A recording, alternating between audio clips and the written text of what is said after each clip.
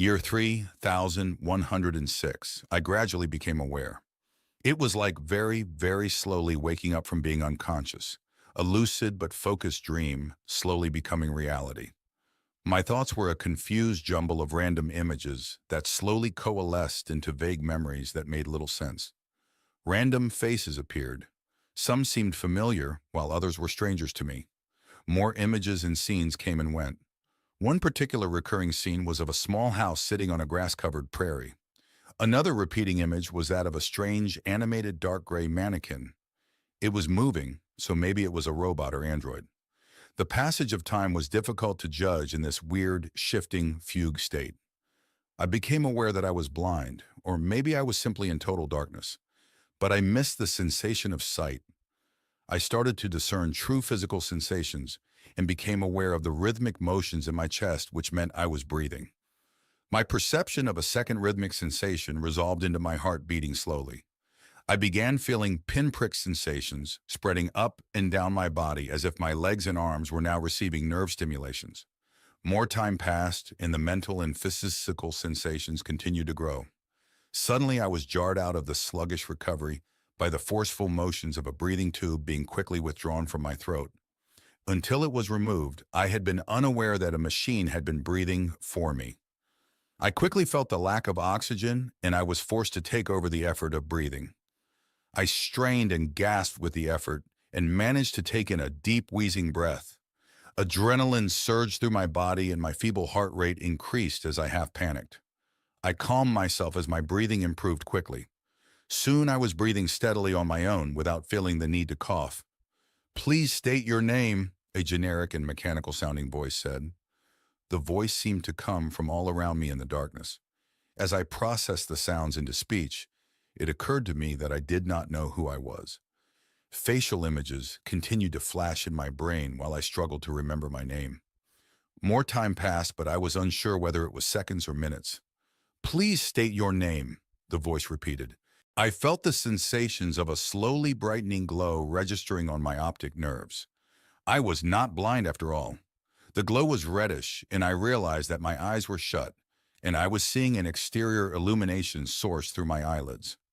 I struggled to pry them open and felt my eye muscles strain and flutter. What was going on? I tried to clear my throat and speak. Who are you?" I managed to finally croak out. My voice sounded very high-pitched, almost like that of a young child. "Incorrect name response. Possible query detected. Attempting reply. This unit's designation is the EMA. EMA?" The letters jogged in memory. I concentrated and began to remember details. The letters were the designation of some sort of computer program. EMA? I think I called it Emma for short. The letters stood for something. I remembered that the A stood for emergency. "EMA, emergency, something?" I said before pausing. I could not recall what the rest of the letters stood for. "Incorrect name response. Possible query detected. Attempting reply," the mechanical-sounding voice again stated. EMA is the abbreviation of Emergency Minimum Awareness. Due to the need to preserve maximum energy resources for later use, this minimum awareness program is currently active, the voice explained. A few seconds later, EMA repeated its previous question. "Please state your name." What in the heck was happening? Again, I struggled to remember my name, but nothing seemed to fit. I ran through a few dozen familiar names before I came to Joan. That felt close. Was my name Joan? No, it did not seem quite right, although the name triggered strong feelings in me. Maybe she was a close friend or family member. "I don't remember. I'm trying to think," I managed to squeak out. Incorrect name response. The voice continued after another pause. "Be aware that with your biological shell now minimally revived and functional, rotationally induced gravity will now be suspended. At the conclusion of the following maneuver, you will be fully weightless. Please do not be alarmed," EMA said. I felt a distant rumble or vibration accompanied by a faint hissing noise. I felt a change in pressure on my back and side, along with a gradual feeling of becoming lighter. While these changes were happening, I continued attempting to get my eyelids open. They must have been slightly stuck or matted closed as they suddenly popped open and I was able to see a blurry glow directly in front of me. I continued to blink weakly, trying to bring the glow into focus. "Please state your name," Amma again questioned. My vision gradually cleared, and I could see that the glow was coming from a display screen located above my head. It was showing an incomprehensible grid of figures and numbers. The sight reminded me of other times I had awakened. I suddenly realized that I had been awoken in a similar fashion many times in the past. What had we called the process? Biosuspension. I was being awakened from biosuspension. I felt myself calm slightly at the realization that I had survived this many times before. As I relaxed, my thoughts cleared enough that my name popped into my head. "John," I squeaked out finally. "My name is John Abrams." Response partially correct, partial name accepted, the mechanical-sounding voice of Emma replied. Partial name. What the hell? Did it mean I was to include my middle name? No, I remembered. I was not the original John Abrams Prime. I was officially John Abrams Secundus, the copy. The true original John Abrams was back on Earth. I remembered giving myself the designation when I was first told that I was a mind data copy of his. Lucky John was what John Prime had nicknamed me after he had heard of my choice of suffix. As I pondered my name, I recalled that there also were many other John Abrams wandering around on the Earth besides the John Prime and me. The 47 clones created by the master AI, which it had used to populate the new template colonies. Those colonies had been established across the planet in every type of biome possible. In the case of the clones, it was decided to append the old geographic locations to the clone copies' names. Thus, alphabetically, we had John Abrams Albania to John Abrams Zambia, with 45 other John Abramses unplaced clones in between. The other template colony humans had also appended their names in the same fashion. It seemed to work. The children of the colonies had either followed the same convention or came up with some other unique name if they wished. "Please state your current location." My reprieve from the insistent questioning was apparently short-lived. Where was I? I seem to remember that in the past when I had awoken in this manner, I had been in an underground bunker. No. I remembered waking in a submarine. Its name had been Nautilus. I was about to answer Nautilus when I realized that I could not be in a submarine. My weight was decreasing rapidly, and Emma had mentioned that induced gravity was being suspended. That meant I must be in space somewhere. "I'm in the orbital station," I answered, again with that weird, high-pitched child's voice. "Incorrect location response," Emma replied. If I was not at High Castle, then I must be somewhere else in space. A spaceship? That jogged a memory. Yes, I'm on a spaceship. More memories revealed themselves, and I recalled the large spaceship being constructed in lunar orbit. What was its name? Runaway? No. Run Like Hell, that was it. I'm on a spaceship named Run Like Hell? There was a slight pause. Response partially correct. Alternate nickname accepted, Emma replied. Alternate nickname? Oh yeah, Run Like Hell was my nickname for the ship. Her true name was Evadere. That was Latin for escape or flee quickly, hence my better nickname. I recalled that escape had been the main purpose for building the spaceship. We were rushing to escape the coming of our enemy, the assemblage. As I recalled the enemy's name, I also remembered the ongoing threat they presented to the Earth and all the humans on it. Their advanced scouts had already devastated my world 1,000 years ago, nearly eradicating humanity in the process. They had left an AI to rebuild and prepare the Earth for their arrival. I had stopped that AI, but the enemy and their billions were still on the way. I felt a strap release from my forehead, and I struggled to lift my head. Because of the diminishing gravity, I was able to do so. I looked around and saw that I was in a small, sterile, white enclosed cylinder. There were numerous retracted mechanical devices on the cylinder's walls all around me. I must be in some sort of medical treatment unit or creche. I looked down to inspect my body. What I saw jolted me. I was in a child's body. My small arms and legs were those of a toddler. If I had to guess, I'd say I was in the body of a 4-year-old. I tried to raise my arms but failed as they were still held down by straps. I saw that I had medical probes inserted in each arm. These leads or feeders were connected to small medical units strapped to my tiny upper arms. They reminded me of the floaties children would wear while swimming. Looking lower, I saw a similar device attached to my left leg near my groin. This unit had leads that extended to both my tiny penis and below, probably to my anus. They must be handling any waste this body might generate. Both of the devices attached to my arms and the one attached to my thigh were featureless and smooth, clearly not needing adjusting or monitoring by humans. "What is your destination?" Emma asked, interrupting my self-inspection. Huh. Her question brought me out of the shock that seeing my strange body had caused. What had the voice asked? Where was I going? Well, I remembered we were fleeing the solar system, so we must have been heading to the stars. What star? I remembered that Alpha Centauri was one of the closer star systems to Sol. Were we heading there? I remembered it was a binary star and would make for a harsh living environment, so I doubted that was our target. I suddenly recalled discussions about Alpha Centauri where it was deemed to be too close to the Earth. If the assemblage did succeed in its colonization attempt, we wanted our escape colony to be further away. Another star system came to mind. Tau something. Tau Ceti.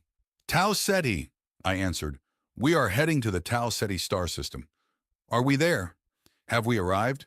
I was suddenly excited at the thought of seeing new worlds. Correct destination response. Possible query or queries detected. Attempting reply. Evadere is still in transit. It has not yet arrived at Tau Ceti. I felt the rumbling stop and the hissing fade away to nothing.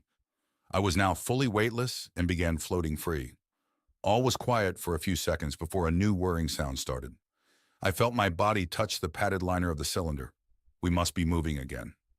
From the tug, we were heading in a new direction. I again inspected my strange body. I suddenly recalled the reason for its extremely small size. To limit mass to a minimum, everything about our ship was minimized. This included our life support systems and even our very bodies. Although it was intended that I and the other human cargo would spend the journey as non-corporeal digital mind data, there were a small number of tiny biological shells aboard for emergency use. The intent was to not use these minimum-sized shells at all. Instead, once we arrived at our destination, full-sized, more standard biological shells would be custom-grown for our use. I'd expected to wake in a body similar to one I'd left behind in Sol system, or possibly in a shell modified to suit the local environment we would find. Now I found myself in one of the emergency-only miniature shells. Something unexpected had occurred. Retracting rotational gravity pod. This will take approximately 40 seconds, Emma explained. Gravity pod? I tried to remember details of the ship and its living quarters. A large silver cigar-shaped rocket came to mind, but my memories included that craft taking off and landing on the Earth, so it was not run like hell. Emma spoke again after 20 seconds. Background radiation levels decreasing. Overall exposure remains within safety margins. Radiation, what the hell? Is there danger? Were we in some sort of accident? Did something hit us? Possible query or queries detected. Attempting reply. Evadere is currently operating at optimal condition. Your current emergency shell is functioning within operating parameters. Current danger levels are relatively low and within margins. There have been no notable accidents or unexpected equipment failures. Then why is there radiation? I asked. Possible query detected. Attempting reply. Gravity was required to properly revive the emergency biological shell.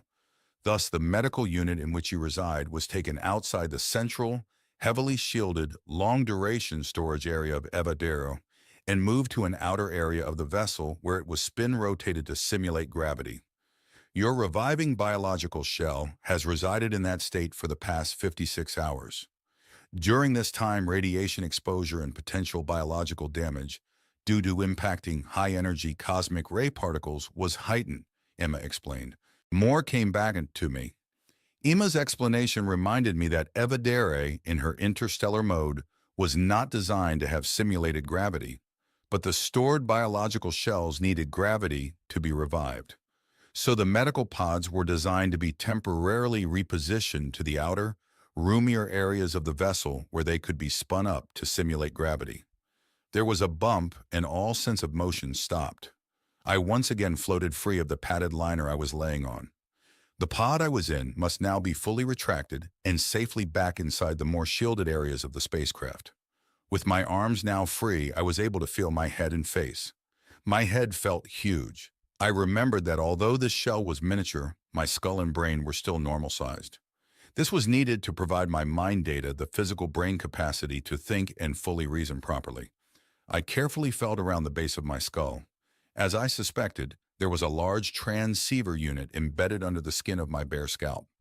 The emergency shell had artificial neural filaments woven through its brain, and these needed the transceiver for rapid mind data transfers. I was a cybrid, a true little monster. I was glad there were no camera feeds or mirrors. Other fun facts of this emergency shell came to mind. I recalled that over 80% of the shell's heart capacity was used to simply supply oxygenated blood to the brain. Also, the shell's small lungs lacked the capacity to fully oxygenate the blood, so the arm shunts were used to augment the blood oxygen levels. I would not be able to do much physical activity in this state. Luckily, the shell was not intended to move about doing repairs or any real work. Emma let me be for the moment as I drifted about in the now weightless pod. I began to recall more details of Avadare and its planned voyage. I remembered the history of how it had been constructed. The frenzied first decade after we had defeated the enemy's master AI presence in that final battle at its space station in Earth orbit. After I had regained control of the Earth and the solar system, Naomi, the AI under my control, and now running all automation and other AIs worldwide, had used most of the Earth's available resources to quickly construct this first interstellar-capable vessel. It had been a no-frills venture in many ways, as we had wanted to send some of humanity off to another star as quickly as possible. Why the rush when they were still a few centuries away?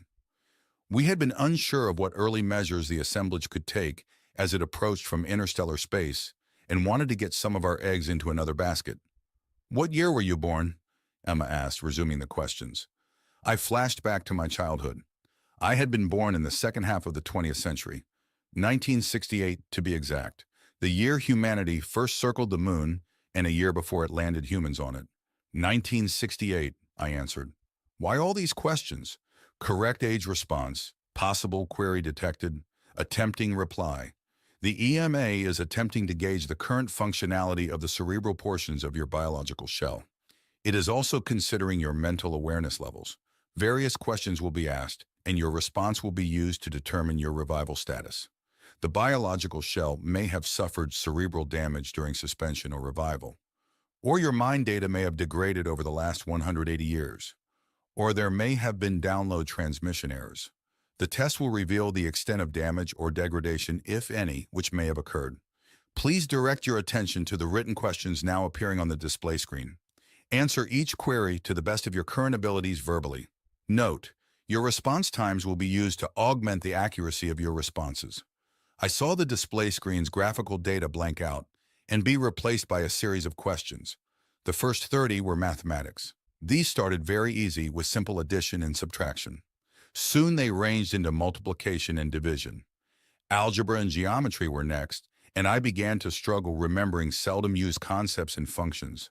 The machine did not indicate if I was answering correctly, but simply displayed the next question after each of my answers. Following the math came historical questions. I found these easy up until the questions began, covering periods after the Earth was attacked back in the early 21st century. I struggled to recall some of the more recent events which had happened after that time. It occurred to me that I had undergone many periods of biosuspension during these time periods, and my memories had been adjusted and altered repeatedly. It was likely that the adjustments had affected my ability to clearly remember certain details. I was able to answer most of the questions eventually, and noted with a bit of relief that my memory seemed to improve as the questions continued. I recalled waking up in the 26th century in the nearly destroyed underground bunker located near my rural home in South Dakota. A relocation trip to another undamaged bunker in Tennessee soon followed. Then, nearly 80 years after that trip, I was again revived from biosuspension and sent on an urgent flight to South America, where I had rescued a woman named Ana Branco. She had been an agent of the rogue elements opposing the master AI in control of the solar system, and that trip resulted in my learning the truth of the assemblage's attempt to wipe out my planet. It had also provided me the tools and knowledge I would later use to successfully fight back and revert local system control to humanity. Later, after nearly 3 more centuries of additional biosuspension, I had been awakened to begin an expedition to Sri Lanka. This expedition's purpose was to learn the secrets of the rogue elements which had been active on the planet resisting the assemblage's colonization attempts. The rogue elements had been sent to our planet by another alien race known as the Hemru. It was Hemru computer viruses and algorithms that allowed me to overcome the master artificial intelligence which the assemblage had installed to control our solar system. After the history questions, there were a few dozen logic and comprehension questions. Finally, the display screen went dark. Test results indicate that you are functioning at a 72% mental level. You will now be rendered unconscious for approximately 4 hours to allow for your brain to fully integrate short and long-term memory chains. If this is successful, your functioning mental levels should be above the minimum threshold required, Emma said. I had had just about enough. What was going on here? What the hell is going on? Why have I been awakened? Where are we? Multiple queries detected. Attempting reply. Evadare's trailing very long baseline sensor array has detected an anomaly that requires decisions to be made which are beyond the capabilities of the EMA. As the controlling biological presence, you have been revived to make these decisions. Evadare's current location is 6.02 light-years away from Sol system. Remaining distance to Tau Ceti is 5.91 light-years. A sedative is being administered now. Further details will be given at the termination of your unconscious state. No, I wanted answers. I felt a cool sensation enter my arm through the attached IV. It quickly spread. What year is it? What was the anomaly? I managed to ask, quickly growing sleepy. Multiple queries detected. Attempting reply. The current year is 3106. It has been 156.07 years since Evadare departed Sol system. The detected anomalies are a series of high-energy photon and radiation events which have occurred along the projected course and current estimated location of the assemblage Arc ship approaching Sol system. The signatures are indicative of massive matter-antimatter annihilation events. My brain was shutting down while I mulled over what Emma had said. Something had happened to the enemy, or they were possibly doing something unanticipated. I lost the fight to remain awake and fell unconscious. The lights in the medical chamber brightened rapidly, jarring me awake. I was able to open my eyes quickly and easily this time. My thoughts seemed much faster than before. I looked around and observed that I was still floating free in the small medical pod. My strange miniature body was still naked, except for the attached medical devices. Thankfully, it was comfortably warm. I'm awake, I said quietly. Please answer the questions which are now displayed on the view screen, Emma said without even a pause or greeting. Good morning to you too, I muttered. Possible deviation from question and answer protocol. Invalid response ignored. Please answer the questions which are now displayed on the view screen. I realized that it was futile to argue or banter with this simple program and got busy answering the questions. They were the same type as before, and this time I was able to answer them much more quickly and without as many blanks in my memory. After I had finished, there was a pause as the EMA program determined my mental status and how to proceed. Current mental functions estimated at 92%. Minimum threshold exceeded. Information on current situation will now follow. The screen lit up showing a simplified course map. Sol system was shown towards the lower left of the display. A second star system was located near the upper left, and this was labeled with the name of the ship's destination, Tau Ceti. A dashed line between the two was clearly our course. A flashing indicator appeared just past the halfway mark, which must have been the present location of Evadare. It was heartening to see how much progress our craft had made over the last 165 years of travel. At the same time, I was over 6 light years from my original home. I began to feel alone. A new flashing indication appeared off towards the lower right of the display. I estimated the bearing from Earth to this new indication was not quite 90 degrees off the bearing between Earth and Tau Ceti.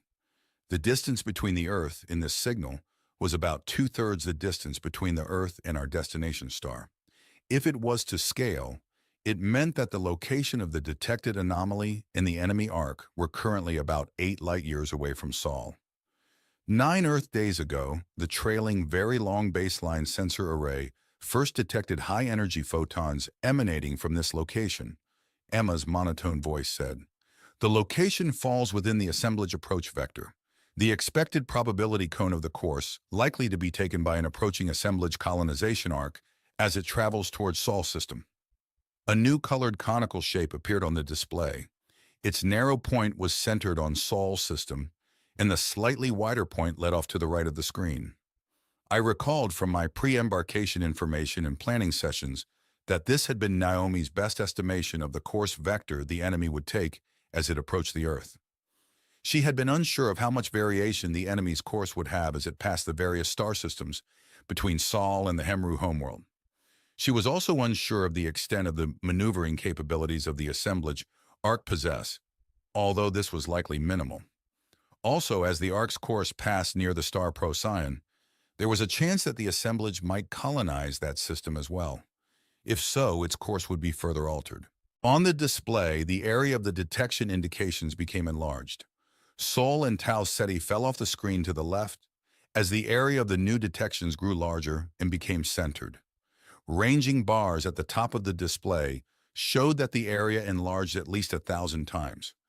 When the display froze again, there was a line of 7 indications. They were sporadic, but clearly linear. Over a 6-day period, these 7 events were detected. The first anomaly was furthest from the Earth. The most recent anomaly detected was the closest. Parallax indicates that the distance between the furthest detection and the nearest detection is approximately 16.1 billion kilometers. This correlates to an object traveling at approximately 7.5% of the speed of light over the 6-day period, Amma explained. I was familiar with that speed. That was the best guess speed of the assemblage arc ship.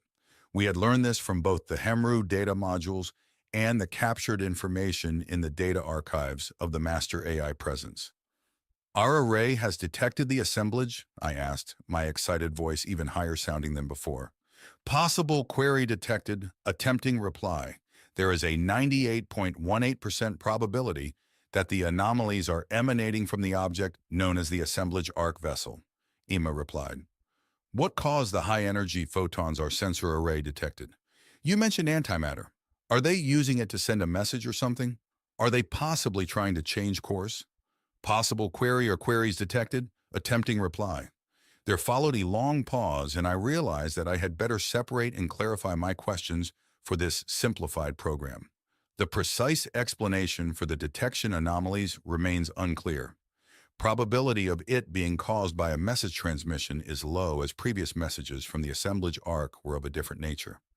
Probability of a course change by the arc unlikely due to spectral analysis of detected high-energy photons and particles, Emma answered. What is the most likely explanation for the detections? I asked directly, trying to simplify my question for the limited program. Query detected, attempting reply. From the analysis of the detected photons and other high-energy particles, it is most likely that multiple, massive antimatter-derived explosions have occurred on or near the assemblage arc vessel. Indications include consistent with a metallic asteroid being exposed to direct multiple full annihilation energy releases. When Emma finished her reply, I just floated in my pod thinking. We had detected 7 explosions from the expected location of the approaching assemblage fleet. The timing of the explosions seemed random and not a signal or pattern. The particles detected indicate an accident or attack of some sort. Could they have suffered some sort of accident? I asked. Query detected, attempting reply. The highest probability is that the assemblage arc was attacked by an outside source. Furthermore, due to the arc's relatively high rate of speed, the attack likely originated from a location which the arc had already passed. My first thought was the Hemru. Maybe they survived and were able to prevent the assemblage from taking control of their system. If they did, then they may have acted against their enemies and launched a retaliatory strike. I remembered discussions with Naomi about the possibilities for Sol system to do the same if we successfully deflected the assemblage colonization. Were the Hemru responsible for the attack on the assemblage? Query detected, attempting reply. The Hemru species is the most likely source of the attack observed on the assemblage arc vessel, Emma said. Wow, enemies of our enemies and all that. Our unknown friends, the Hemru, had struck a blow against our common enemy, and they had done so before the assemblage had arrived at Sol. Maybe the attack had damaged the Ark enough to prevent their colonization attempt at Sol system. Is the assemblage Ark still functional? I asked. Query detected. Attempting reply. Current status of assemblage Ark vessel is unknown. The very long baseline array is not sensitive enough to directly observe the current remaining capabilities of the Ark vessel. Furthermore, there is a small possibility that the explosions were defensive in nature. If that is the case, then the Ark itself may not have been damaged. We were too far away to know for sure. From 9 light-years away, it was a miracle that we were able to detect the explosions at all. Only the fact that the current sole purpose of our array, at least for the first 3 centuries of our journey, was to focus on the enemy's estimated approach vector helped. After 3 centuries, the array had a more morbid purpose. It would then have the job of watching Sol closely to try and detect any sign that humanity had survived the enemy's passage. Still, if the anomalies were signs that the enemy Ark had been attacked, Earth's chances of prevailing against the assemblage might now be higher. I continued to ponder the matter as I floated around in my dimly lit medical shell. It finally dawned on me that the information the EMA program had just revealed did not fully explain why I had been awakened. Ema, why did you revive me at this time? What is the nature of the emergency? I asked. Multiple queries detected. Attempting reply. A mission-critical decision point has been reached. The decision will directly affect both the continuing success of this mission and the survival of the mind data of John Abrams, along with that of the other humans currently stored aboard Evadere, Emma answered. Explain the critical decision point? I asked. Query detected. Attempting reply. A decision must be made whether to continue on with the current mission or to attempt to send a long-range data transmission to Sol system. The transmission would contain all data regarding the detection anomalies at the estimated location of the assemblage Ark vessel. Of course, I recalled how fragile our mission was and how limited Evadere's capabilities were. Interstellar travel required an enormous amount of energy. We were carrying all we could, and that was the minimum needed to get the job done. Our vessel was as small and as low mass as possible, and we did not have much in the way of spare energy, materials, or options. To send a message of any import all the way back to Sol system would require that we fire up our main drive. This was non-trivial and would have 3 main consequences. The first was that we had only so much fuel and energy, and what we had was needed in order to slow down and achieve some sort of usable orbit at the destination system. The second consequence was that if we did use our drive, even though it would be used in low-impulse grazer, gamma-ray laser mode, the thrust would still impart some motion to Evadere. Even minimal, that motion would cause the vessel to drift ahead and out of alignments from the cleared cone of safety formed by our leading graphene shield disks. These disks were currently located hundreds of thousands of kilometers in front of us, traveling on the same heading and speed as the main vessel. There were dozens of the disks, each spaced tens of thousands of kilometers apart in a linear arrangement. Each disk was a few atoms thickness of graphene, but they were spun out to various large diameters depending upon their distance from the ship. The smallest of these shields, located nearest to Evadere, was slightly over 2 kilometers in diameter. The next disk beyond was larger, and that trend continued until the last disk, located furthest ahead of Evadere.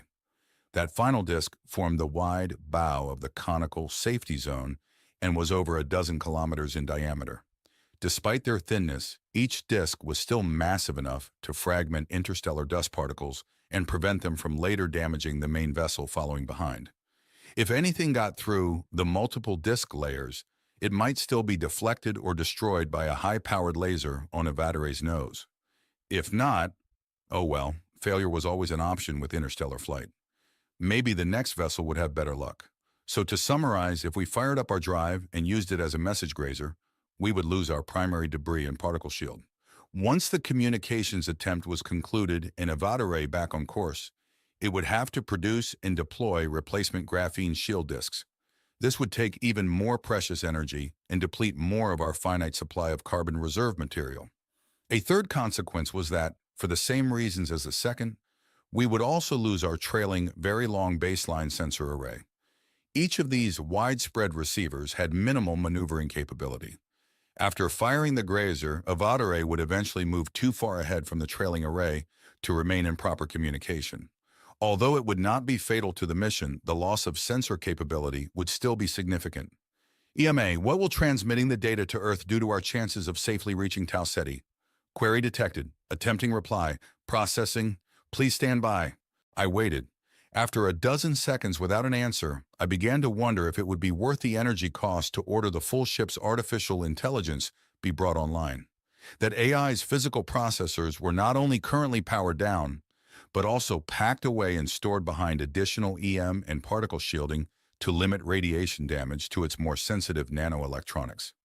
The downsides to activating the full AI are that it drastically increases the energy consumed and also subjects the AI to high-energy particle damage. We needed that AI to be fully functional once we arrived at Tau Ceti. I decided not to risk it and to continue waiting for Emma to answer.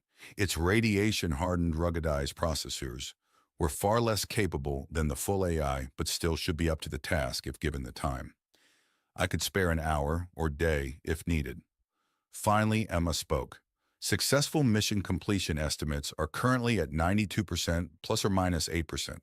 If a long-range data transmission using the main drive is sent, the successful mission completion estimates drop considerably to 47% plus or minus 18%, Emma reported.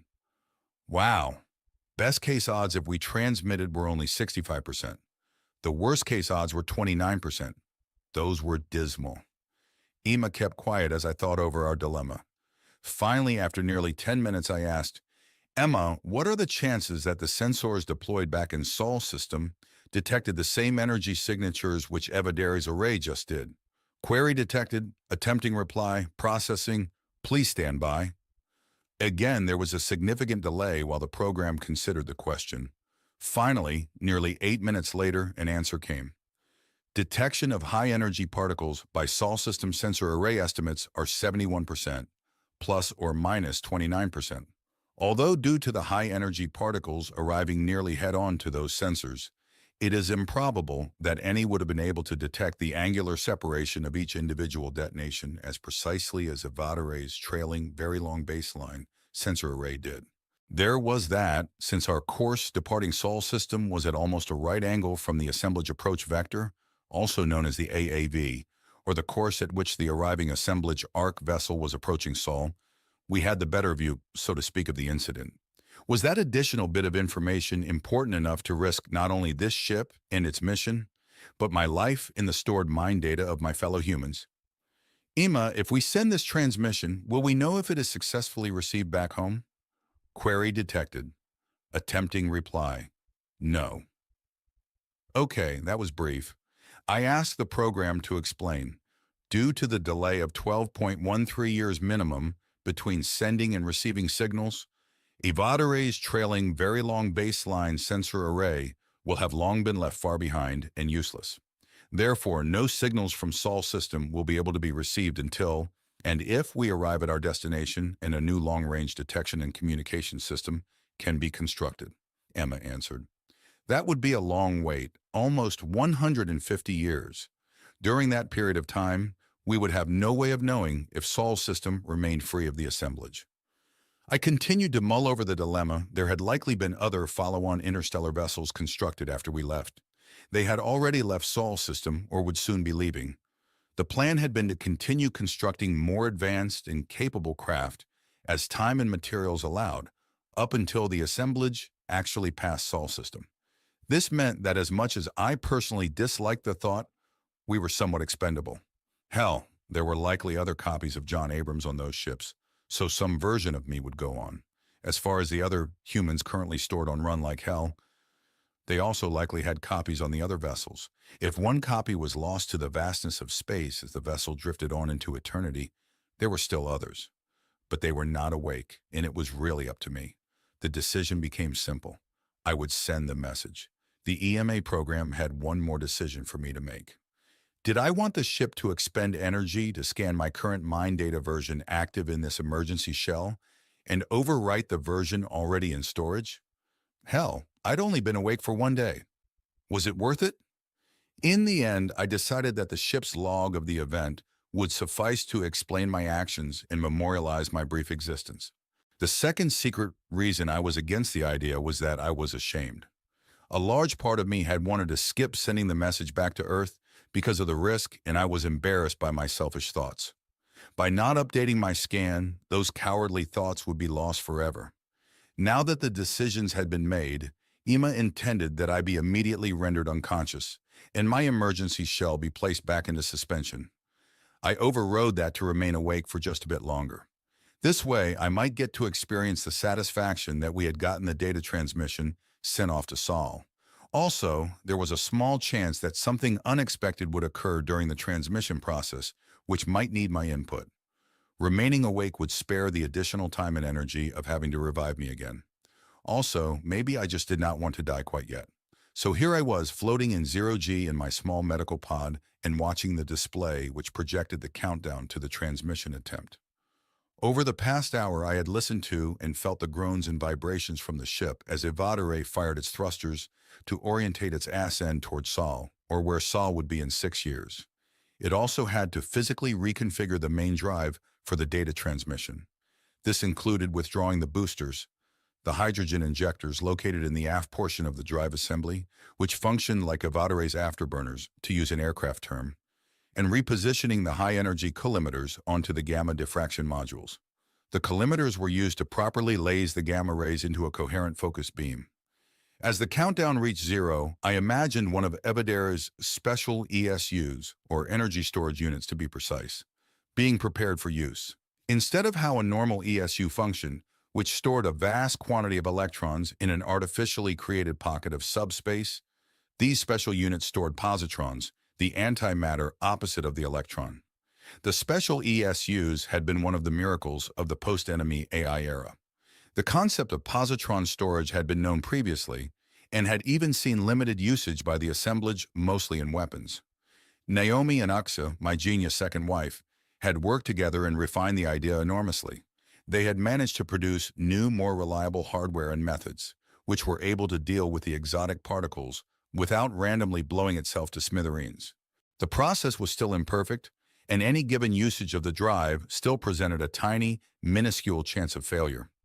But the benefits of the vast compact energy storage offered by the new units was so great that the risks were deemed acceptable. Still, I couldn't forget that using the drive as a message grazer increased the number of uses of the antimatter system tenfold. Thus, the overall risk to the mission was also increased greatly. I decided it was best to not dwell on the worst-case outcome, as I would never know if the gamble failed. But back to the drive and special ESU. When the countdown hit 0, very powerful and precise control magnetics, cooled to almost absolute 0, guided the positrons from their safe pocket of subspace and brought them into contact with electrons provided by the normal ESUs. The result was complete annihilation of the particle pairs. Unlike the reactions of normal antimatter and matter, electron-positron annihilation produced mostly much easier to handle and lower energy photons. Still, these photons were very high-powered gamma rays which were dangerous to both the vessel and its crew. I hoped and prayed that the hundreds of diffraction modules that lined the drive core like the kernels on a corncob worked as intended. That was to collect all the gamma energy leaving the core in the forward direction and to all sides. The collected energy was redirected and collimated into a powerful beam pointed rearward, effectively converting Evadere's main drive into a powerful grazer. The grazer beam was modulated to transmit data and sent off towards Sol. The diffraction modules also formed a near-perfect gamma shield, at least in the energy band being produced by our drive. I was extremely grateful for this, as it prevented me and the rest of the vessel from being fried like a bug in a zapper. I felt the straps tug on my arms and legs as the weightlessness disappeared under the small amount of thrust provided by the now active transmission beam. It was only a few hundredths of a G, much less than the nearly 2 gravities which the drive would have produced had the hydrogen afterburners been active. I would never get to experience that thrust level, though, as the active fusion control magnetics would have scrambled the neurons of anything active in a biological shell. As the signal continued to be sent out from the ship, I began to realize that we had not exploded. This time at least, I felt pride in this vessel. Its creation had been a miracle meld of both machine and good old-fashioned human ingenuity. The positron storage and gamma-ray diffraction technology were both new and relatively unproven. When Evadere had left Sol's system, Naomi, Uxe, and a team of others had been busy trying to further improve the devices. It was hoped that future vessels would be more reliable and maybe even higher powered. Hell, there was a decent chance that if I arrived at Tau Ceti, I'd get to meet a version of myself already living there. But for now, I was still the guinea pig. Lucky me. Secundus also meant lucky, right? I was counting on it. The first data transmission took only 20 seconds.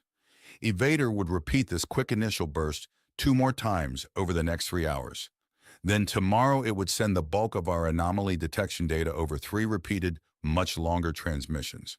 After that, it would be up to sheer luck and the diligence of the sensors back in Sol system to do their job and receive our data. This would occur in just over 6 years when the signals finally traveled that far. I did not stay conscious after the first initial transmission, having decided to turn myself off to save power. I'd waited just long enough to know that a signal had been sent. Our drive had performed in message mode. The downside to that bit of good news was that I got to actively chart Evadere slowly, but increasingly beginning to drift away from both the forward shields and the trailing sensor array. We would definitely be losing both. Our mission odds were quickly dwindling. Before ordering myself into oblivion, I made a final closing personal note in the ship's log. Fuck it. You only live once, right? Let my future version, assuming he survived, figure that one out. I signed out of the log and told Emma goodbye, followed by ordering it to put me under. The simple program never acknowledged either the goodbye or the order. As I faded away, the old saying came to mind. You only live once. Here's to that not being true. Year 3106, approximately 1 month later. Sol system, the defensive AI known by contemporary humans as Minervus, noted the unexpected report just received from its very long baseline sensor array located in a distant polar orbit around the Sun. An energy detection had been observed at the expected location of the approaching assemblage Arc vessel. The AI quickly compiled the data and sent copies off to the other major intelligent presences busy in Sol system. It also sent the conclusions it had reached from its own analysis regarding the sensor data. Most importantly, that the detections were not likely to be any form of long-distance communication sent from the assemblage to the Earth. It had been expecting such communications, but for the last 2 decades, none had been received. Over the next 2 days, due to their various scattered locations around the solar system, the other 3 major AI presences acknowledged the data transmission and returned their own independent analysis. Additional information was needed, and the consensus was to continue to collect data for now. Optical observations would be undertaken and a second more sensitive long baseline array would be constructed and added to the data collection effort. As had been the case for the past 9 years, no reply other than acknowledged was received from the anomaly over mind AI based on the Earth itself. This was perplexing. Minervus realized that soon actions would need to be taken on that issue. For now, the AI charged with the defense of the solar system continued to collect data on both situations, the one still light years away and the second much closer.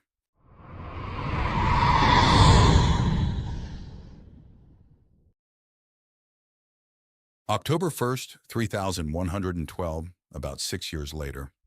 Mongolian Highlands, Earth. The evening breeze was cool tonight. I pulled my large fur-lined hooded cape up and around my shoulders a little more snugly and shifted myself on the rocket I was using as a stool to be closer to the fire. My camp was in the shallow gully area between 2 low ridges.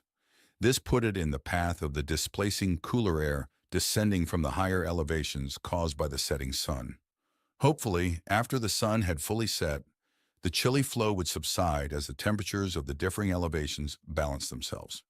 Spreading out in front of my meager camp were miles and miles of incredible vista. The rolling, short, grass-covered terrain dropped gradually away over the course of many miles. In the middle of the wide valley lay a meandering river. I could see the occasional copse stretched along its serpentine banks. Those tree and brush stands would have made nice campsites if not for the higher risk of predators. Being more open, the higher elevation swale I was currently camping in was safer. I would have to live with the near silence of the hills, as opposed to the tranquil sounds of flowing water. But that minor sacrifice would mean that I should be safer from unexpected visitors during the night. Also, I would not have to worry about the flooding risks of a streamside camp if a sudden rainstorm sprang up. I returned my gaze to the task at hand, which was a large piece of meat on a stainless steel fork skewer cooking over the fire. The occasional sizzle of the fat dripping onto the hot embers and the accompanying wonderful aroma had me salivating. Just a few more minutes, I thought to myself as I took a long sip from my ever-present flask. The warmth of the alcohol bit into my throat as it made its way down to my belly. I noted with a frown that the flask was nearly empty. Tomorrow would likely be another cloudless fall day, which meant I simply had to stand in the open and wave the empty flask over my head for a minute or two. An hour or so later, I could expect to see a small package come gliding down from the heavens under a small guided parachute. Carefully packaged in the airmail delivery would be another few weeks' worth of what had become the essential liquid of my simple existence. I was not sure if the small care packages were dropped by one of the dozens of perfectly silent, high-altitude, automated cargo aircraft which were visible crisscrossing the skies each day, or if they were launched and deorbited from one of the low-orbit manufactories which polluted the night skies with their steady-moving lights. All I knew, or cared about, was that they usually arrived in a timely manner. If I had to go without my daily ration of alcohol, I'm not sure I'd be able to carry on. My booze drops were about the only thing I depended on from the watchers above. I was stubborn enough to scavenge and hunt for my meals, although I did not turn away the nourishment bars which oftentimes accompanied the airmail liquor. As I mused, I picked at my dirty long fingernails. In the flickering light of the fire, I noticed my left ring finger's nail was almost completely healed. I'd lost it a few months ago in a rock slide when I'd slipped. When I landed, a large sliding rock had pinned my hand, smashing my finger in the process. I had been lucky that I had only lost the nail. I noticed that my dirty nails were not the only parts of me that were filthy. Tomorrow I'd have to detour from my slow southward migration to travel closer to the river and take a bath. I hated the idea of the detour. With today being October 1st, winter was coming fast in these parts, and I needed to reach a warmer climate before the snows came. Also, there were those predators I'd already mentioned which liked to follow the river. I'd have to be quick and on my toes. Off in the distance, lower down the valley and almost halfway to the river, I caught the flickering glow of another campfire. My regular stalker of the past 2 months was still lingering nearby. He or she had never gotten close enough for me to speak to, even with a yell, so I was unsure exactly why I was being followed. Whoever was following me was not doing so out of some sense of duty to provide me protection. I had my own ever-present trio of quadruped security units, and they were easily spotted as they patrolled. The mobile sentries maintained a perimeter about a quarter-mile in diameter. Once, years ago, the quadrupeds had patrolled much closer. But one night in a drunken rage, I had forbid them to come closer than 1,000 feet to my camp. They had maintained that minimum distance ever since and typically stayed even further, probably to keep from pissing me off and banishing them completely. I was not quite that stupid, though, as to forego their protection completely. I inspected the meat on the skewer and, judging it ready, carefully slid it onto my one battered composite eating plate. My belt knife served to both slice off bite-sized chunks and to deliver them to my mouth. As is always the case with the hungry, the meal tasted delicious. Due to the lack of any, I had long gotten over the need to add spices or sauces to my basic meals. Dessert would be a still fresh apple. I'd passed a tree a few days ago and loaded up my pack with all its remaining edible, late-hanging fruit. I had a few days of meat left in the cooler bag in my backpack, so a hunting trip would be needed in the near future. Luckily, the flechette rifle had the range to make hunting a low-risk activity. After I had eaten my supper, I sat back on my rock and just enjoyed the quiet, cool evening. A bit ago, I had heard a nearby electrical discharge followed by a snarl. This meant that my automatic guardians were on the job keeping the lions, tigers, and bears away. I had no idea if there were any lions up here in these high steps, but I did know there could be tigers and bears. The tigers were very rare. I'd only seen them 3 times in the last 5 years. The neo-tigers were not descended from some now extinct Siberian ancestor. Instead, they were from a new strain developed using the genetics of the rare survivors in India. Those had been tailored and adapted for survival in the colder climates and had been slowly spreading northward for over a century. The neo-bears were a different story. After heading south during the reset following their food, the old apex predator polar bears had mingled and bred with brown bears. As the world recovered, the bears had spread out, growing even larger in the process. This left today's common bear species a true living nightmare. It could be argued that they were the absolute top of the food chain in this era, mainly because as far as apex predators went, they could easily outpower most tigers and lions. They were also very smart, and my mobile automated guards seldom had to kill the bears as they learned to fear the deterrent weapons early on. Once they had been zapped with the first painful nerve disruption warning shot, they generally avoided being taught a second, more lethal lesson. Still, I came across the freshly killed carcasses of the stubborn predator occasionally. If they were hungry and desperate enough, they would still try to stalk and hunt me. Thankfully, my sentries would prevent that. It happened enough that I had learned which parts of the bears were safe to eat, taking what I could from the carcass so as to not let the remains become a complete waste. I took another sip of my flask and noticed that my long gray beard was stained with a bit of grease from supper. I found my one remaining comb and began to pick at the stringy mess. I got a few of the tangles out and noted that the grease helped tame the wild hair. I noticed the beard extended down to nearly the middle of my chest. Tomorrow when I bathed, I'd have to trim off a few inches. I felt and probed at the tangled mass on my head and decided my hair needed a bit of a trim also. As I thought of doing that job tomorrow by feel and by knife, I felt a rare instance of regret at my self-imposed solitary lifestyle. Too bad there were not any barber stands out here on the Mongolian steppes.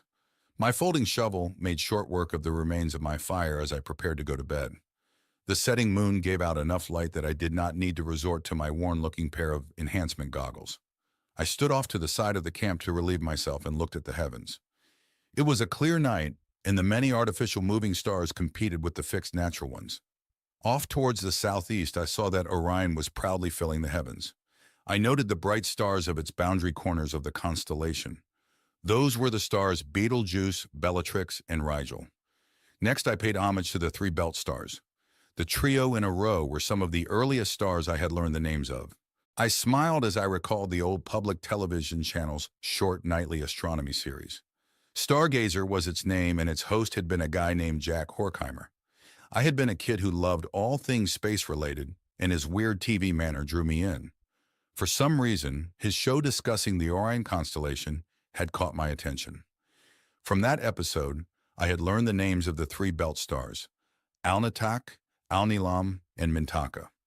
Funny the strange things we remember. Below those three belt stars was the fuzzy glow of Orion's word, more property known as the Orion Nebula.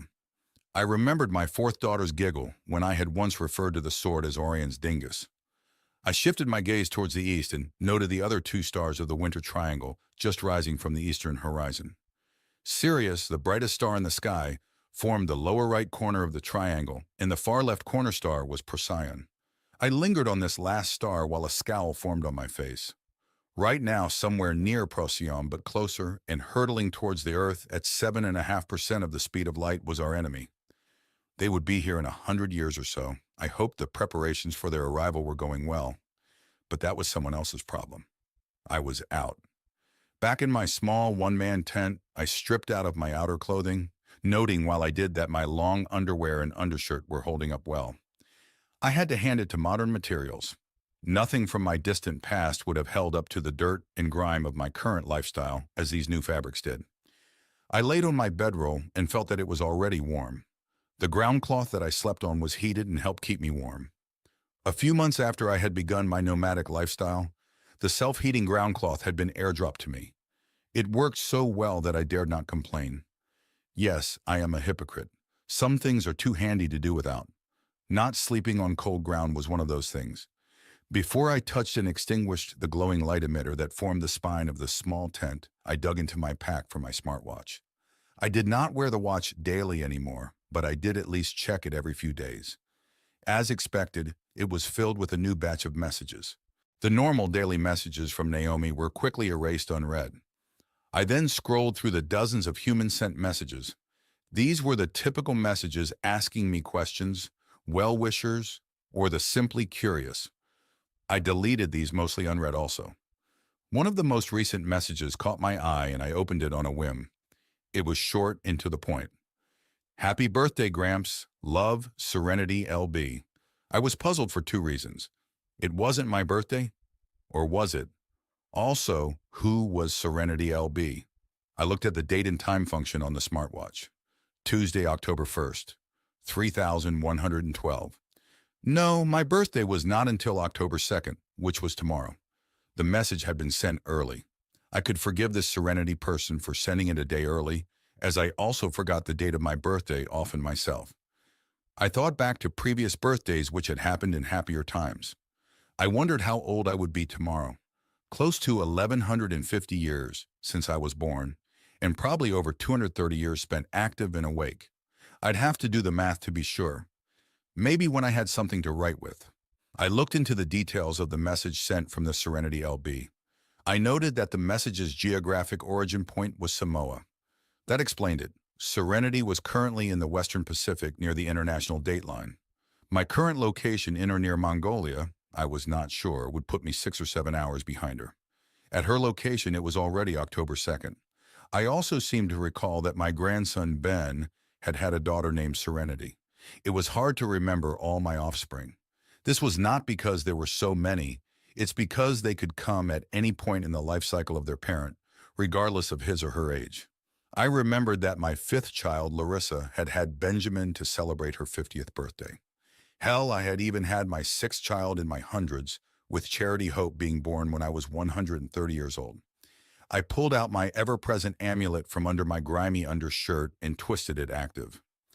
I continued to cycle the images until I got to the sort function. Once it was set to grandchildren, I spun the list until Benjamin L. Abrams was on the display. I hit the more de temps, and Ben's family line appeared. There she was. This confirmed that Serenity LB was indeed Ben's first daughter, with the L being from my own daughter Larissa, and the B referring to my grandson Ben. The thought of one of my descendants keeping up with great-granddad's birthday filled me with both joy and melancholy. I was so moved that I did something I had not done in nearly a decade. I sent a reply back. Thank you, Grandpa John. I came awake in the darkness sometime before dawn. I thought I had heard a distant shout or scream. The night was still and perfectly quiet, and the moon had set. The sound of a faint scream came again. I sat up and listened intently, trying to find which direction the sound had originated. There it was a third time.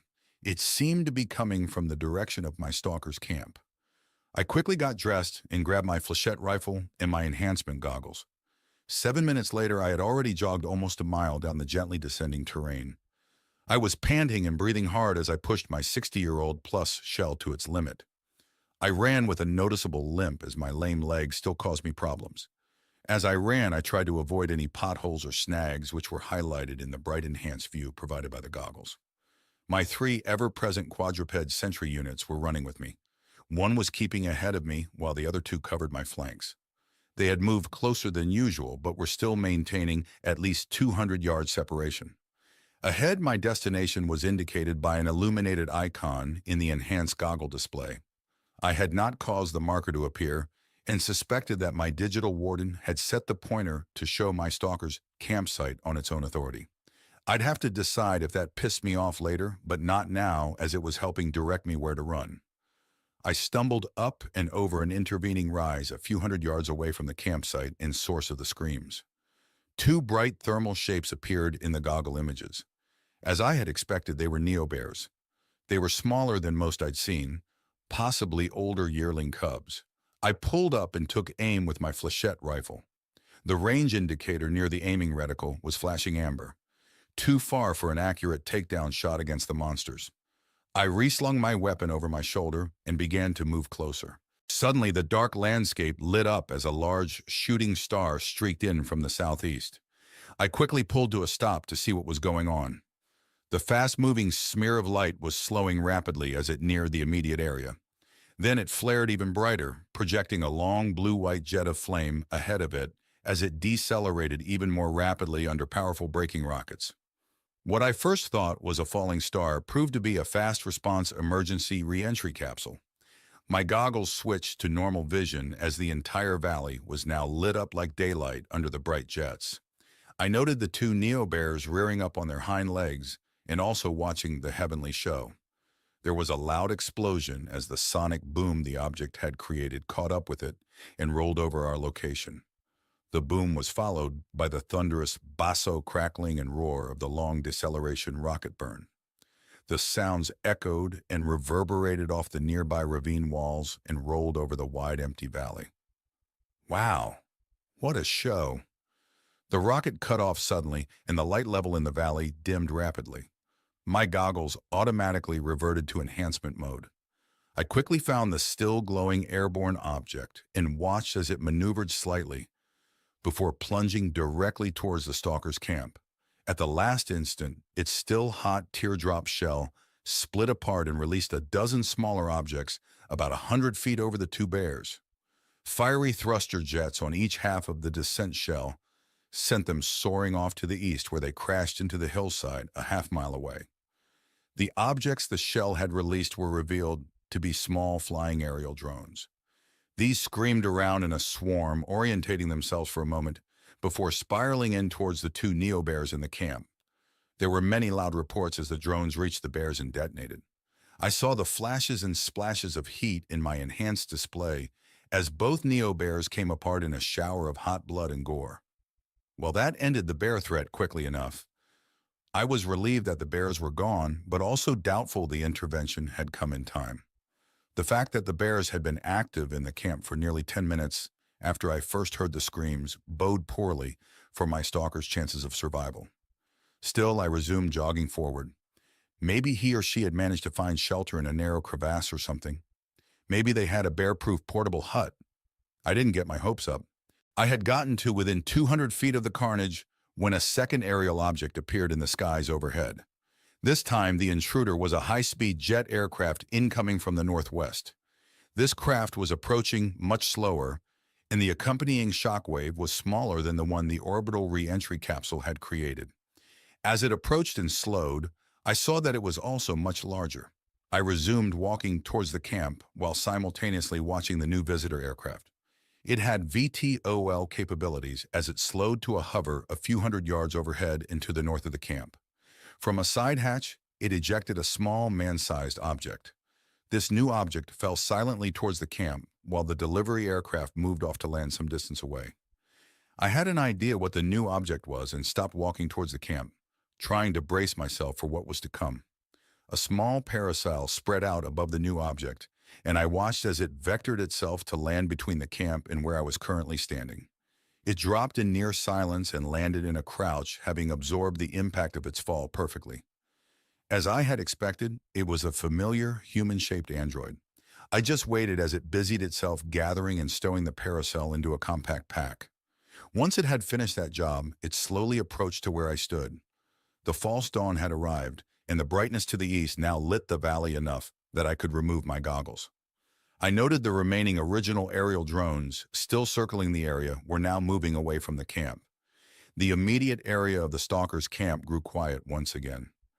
"John, I apologize for interrupting your peace," the dark gray humanoid android said. It spoke calmly and with a trace of humility. I was momentarily taken aback by the machine's tone. I rubbed my face and beard as I wheezed, trying to catch my breath. What the hell was going on here? While I recovered, I studied my old companion. It had changed. It looked 6 inches taller and appeared bulkier. It had a wider upper body and larger breasts. Breasts? What the hell? "It's all right, Omu," I said, and then paused, trying to decide how to continue. Omu just waited. "You've changed," I finally said. The android did something very human-like and looked itself up and down. "Yes, I have modified my physical form. Do you like the changes?" Tits, really?" I asked. What the hell was the AI thinking? I needed more physical space for additional processor gel packs and memory augments. It was this or go with a beer belly. I have found that most human males, and a surprising number of females, react positively to large breasts. Notice that each has a high bandwidth data port, right? Yes, I see them, I interrupted with a chuckle. Well, you're right that the changes are better than a beer belly. It would have also made the machine look pregnant, which would have been just wrong, I thought with a shudder. There was another long pause. Finally, I gestured towards the carnage of the camp. What the hell happened here tonight, Omu? A grim expression appeared on Omu's illuminated face. Tragedy, John. I am sorry to inform you that the woman camping at this location did not survive. She was killed by the attacking family of neo-bears. As she was partially eaten, you may wish to avoid going closer towards the incident site. I sighed. I had already expected to hear something like this. What was she doing here in the first place, and why were the bears able to get close enough to kill her? Omu seemed to study me for a bit. Finally, she replied. Her name was Adele Sol Chilean. She was relatively young at only 33 years of age and was primarily interested in history and anthropology. You had been the focus of her studies for the past year. I had suspected my stalker had been something like that, or maybe a curiosity or thrill seeker. Still, why the hell did she get killed by bears? Didn't she have any sentry units watching her? Omu paused again, hesitating. Christ, Omu? Stop delaying and just answer my damn question, I shouted. The smoldering anger I still carried deep inside surging forth. Miss Adele did initially have 2 sentry quadrupeds acting as sentries. 2 days ago, she overrode safety protocols and ordered them to withdraw. She intended to use her personal weapon to defend herself if need be in their absence. What the? Oh, Mo, that's stupid, I said loudly. There is no way someone alone can maintain a proper 24-hour watch against neo-bears or the other nasties out here that want to eat you. Why the hell would she do such a thing? It is my understanding that, driven by her fascination with you, Miss Adele sought an invitation to join your camp and travel as your companion. The 3 sentry units assigned to protect you would not let her directly approach your camp, and since you refused all digital messages sent from her, she grew more desperate with her attempts to contact you. Omu paused but continued before I could again prompt her. Twice Miss Adele tried to anticipate your route and traveled ahead of your path to try and leave physical messages. Both times were unsuccessful as your course varies so widely.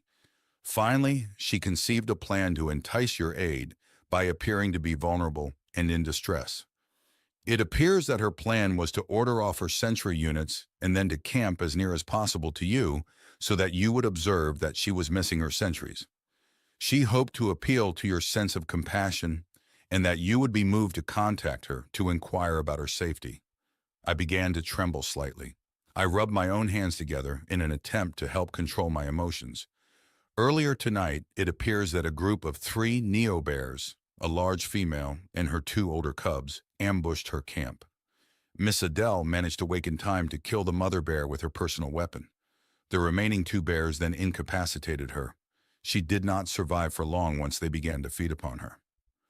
How long ago? I stopped as I choked on the rising bile. How long since her last recording?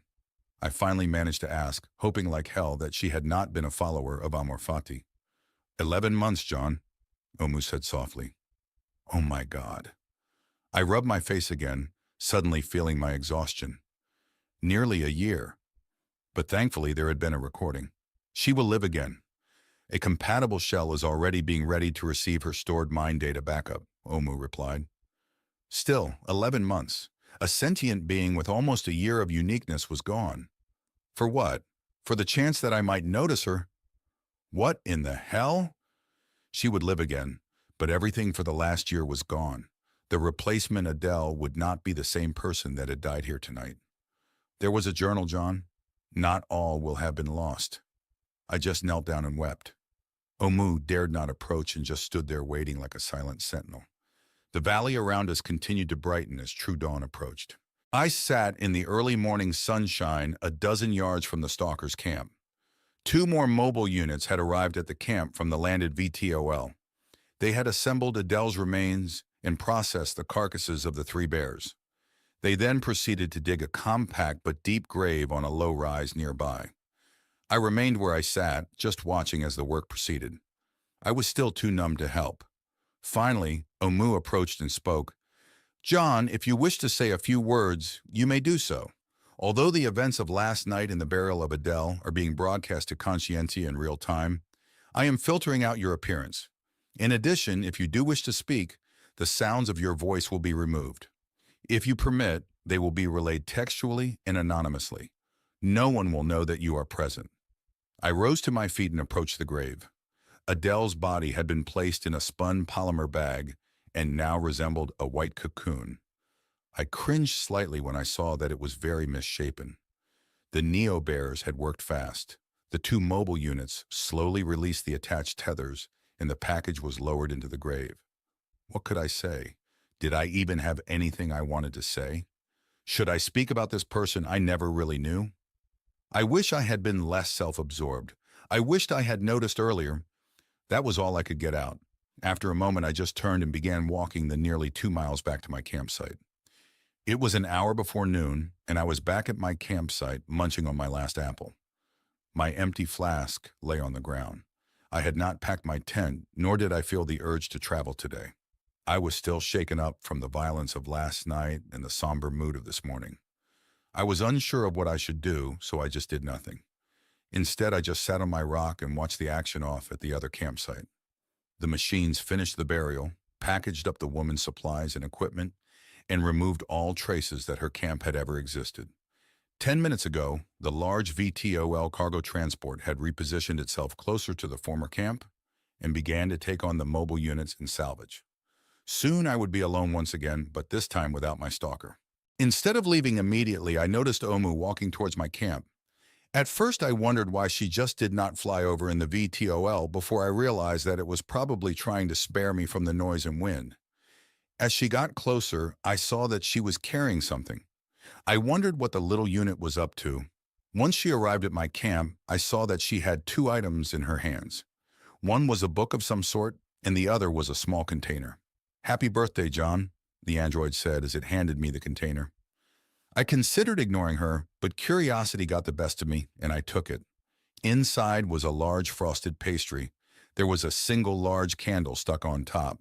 Instead of a wick or a flame, it had a tip that was sparkling in the sunlight like a diamond. Hell, it probably was a diamond. I began salivating when the smell of the pastry hit my nose. I debated bringing a huge cake with 1,144 candles on it, the number of years since you were born. Or should I bring a medium cake with 235 candles, representing the years you have been awake and aware? Even 61 candles, the age of your current shell, seemed excessive. So I decided to round the number of candles down to just 1. Again, happy birthday. The filling in the pastry is raspberry. The candle will self-illuminate on your birthday for centuries to come. Twist the top to use it as an emergency light source if needed, Omu explained. The emotions I felt welling up inside shocked me. While I struggled to come to terms with my feelings, I removed the candle and took a bite of the pastry. Oh my, what a heavenly taste. It had been so long. It is regrettable that your special day began with this morning's tragedy. Hopefully, the widely circulated example will serve to prevent such poorly conceived actions by other humans in the future. I trembled again, about to break into fresh tears. This was retrieved among Adele's belongings. It was an unexpected find, and due to its almost unique nature in modern society, I wanted you to be its caretaker.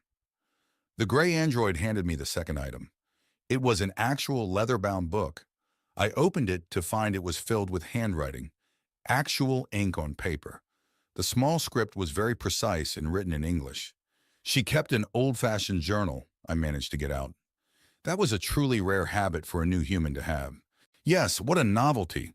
I have fully scanned its contents, and if she wishes it when she is revived, a duplicate will be conveyed to Miss Adele. I estimate that of all humanity, you would appreciate this physical journal the most. I fanned through the pages as I continued to eat my pastry. There were easily 200 entries. Each was short at maybe a paragraph or 2, but it looked like they had been recorded daily. I got to the most recent entry. It was longer than most of the others. I began to read. October 1st. I think JP noticed me tonight. Using the magnified scanner, I observed him at his evening cooking fire. I was just able to make out his peering towards my own evening fire several times. JP? Ah, she must have referred to me as John Prime. He knows I am nearby, and by now he must have noticed that I am without a perimeter sentry watch. Hopefully, soon he will attempt contact and offer to help. I'm so excited. Wouldn't it be amazing that we finally meet on his birthday? Also, I observed that he only drank twice today and that he spent a bit of time grooming his beard and hair. That is a good sign that he has retained enough sanity that I can achieve a meaningful dialogue with him. I can't wait. I let the book fall shut and drop from my fingers. The pastry I was chewing suddenly became tasteless, and I wondered if I was going to throw up. I carefully put the remaining uneaten portion back in its container. My hands were shaking severely. Well then, John, I will be departing the area now. Is there anything I can do for you before I go? Omu asked. I looked up and just stared at her. What had the android just said? I was distracted thinking of what I had just read. One part of the journal entry kept repeating in my mind, a good sign that he has retained enough sanity. She had feared that I was going insane. Was I insane? Daddy! Daddy! Daddy! I heard repeating deep in my mind. I looked away from Omu as fresh tears filled my eyes. What was I doing out here? Why were people still dying because of me? The emotions I had been barely suppressing burst forth like the waters through a broken dam. I was racked with sobbing. I caught Omu moving forward to comfort me before she caught herself and pulled up short. She slowly backed away to where she had been waiting. Why had I been so irritated with the android? Damn her to hell. Did it really matter anymore? I realized I was completely broken, totally insane. Omu, I moaned. Help me! Almost instantly, I felt the android wrap her arms around me as I sat there and shook. As I had noted long ago in the past, I was amazed at how warm and soft her mechanical arms were. I was also cradled in her new large bosom. They were also soft and warm, almost too comfortable. I want to go home, I sobbed into her embrace. I will help you, John. An appropriate aircraft has been summoned. I will have you home shortly, she whispered, brushing my dirty and unruly hair out of my eyes. I continued to weep and was having some trouble breathing. Would you like a sedative? She asked softly. I was able to nod in the affirmative and soon felt a cool sensation on my neck. I knew how fast her sedatives worked, and I was surprised when I heard the shriek of an approaching high-speed human-rated transport before I fell asleep. I was still sane enough to deduce that she had probably had the aircraft waiting on standby nearby, just in case.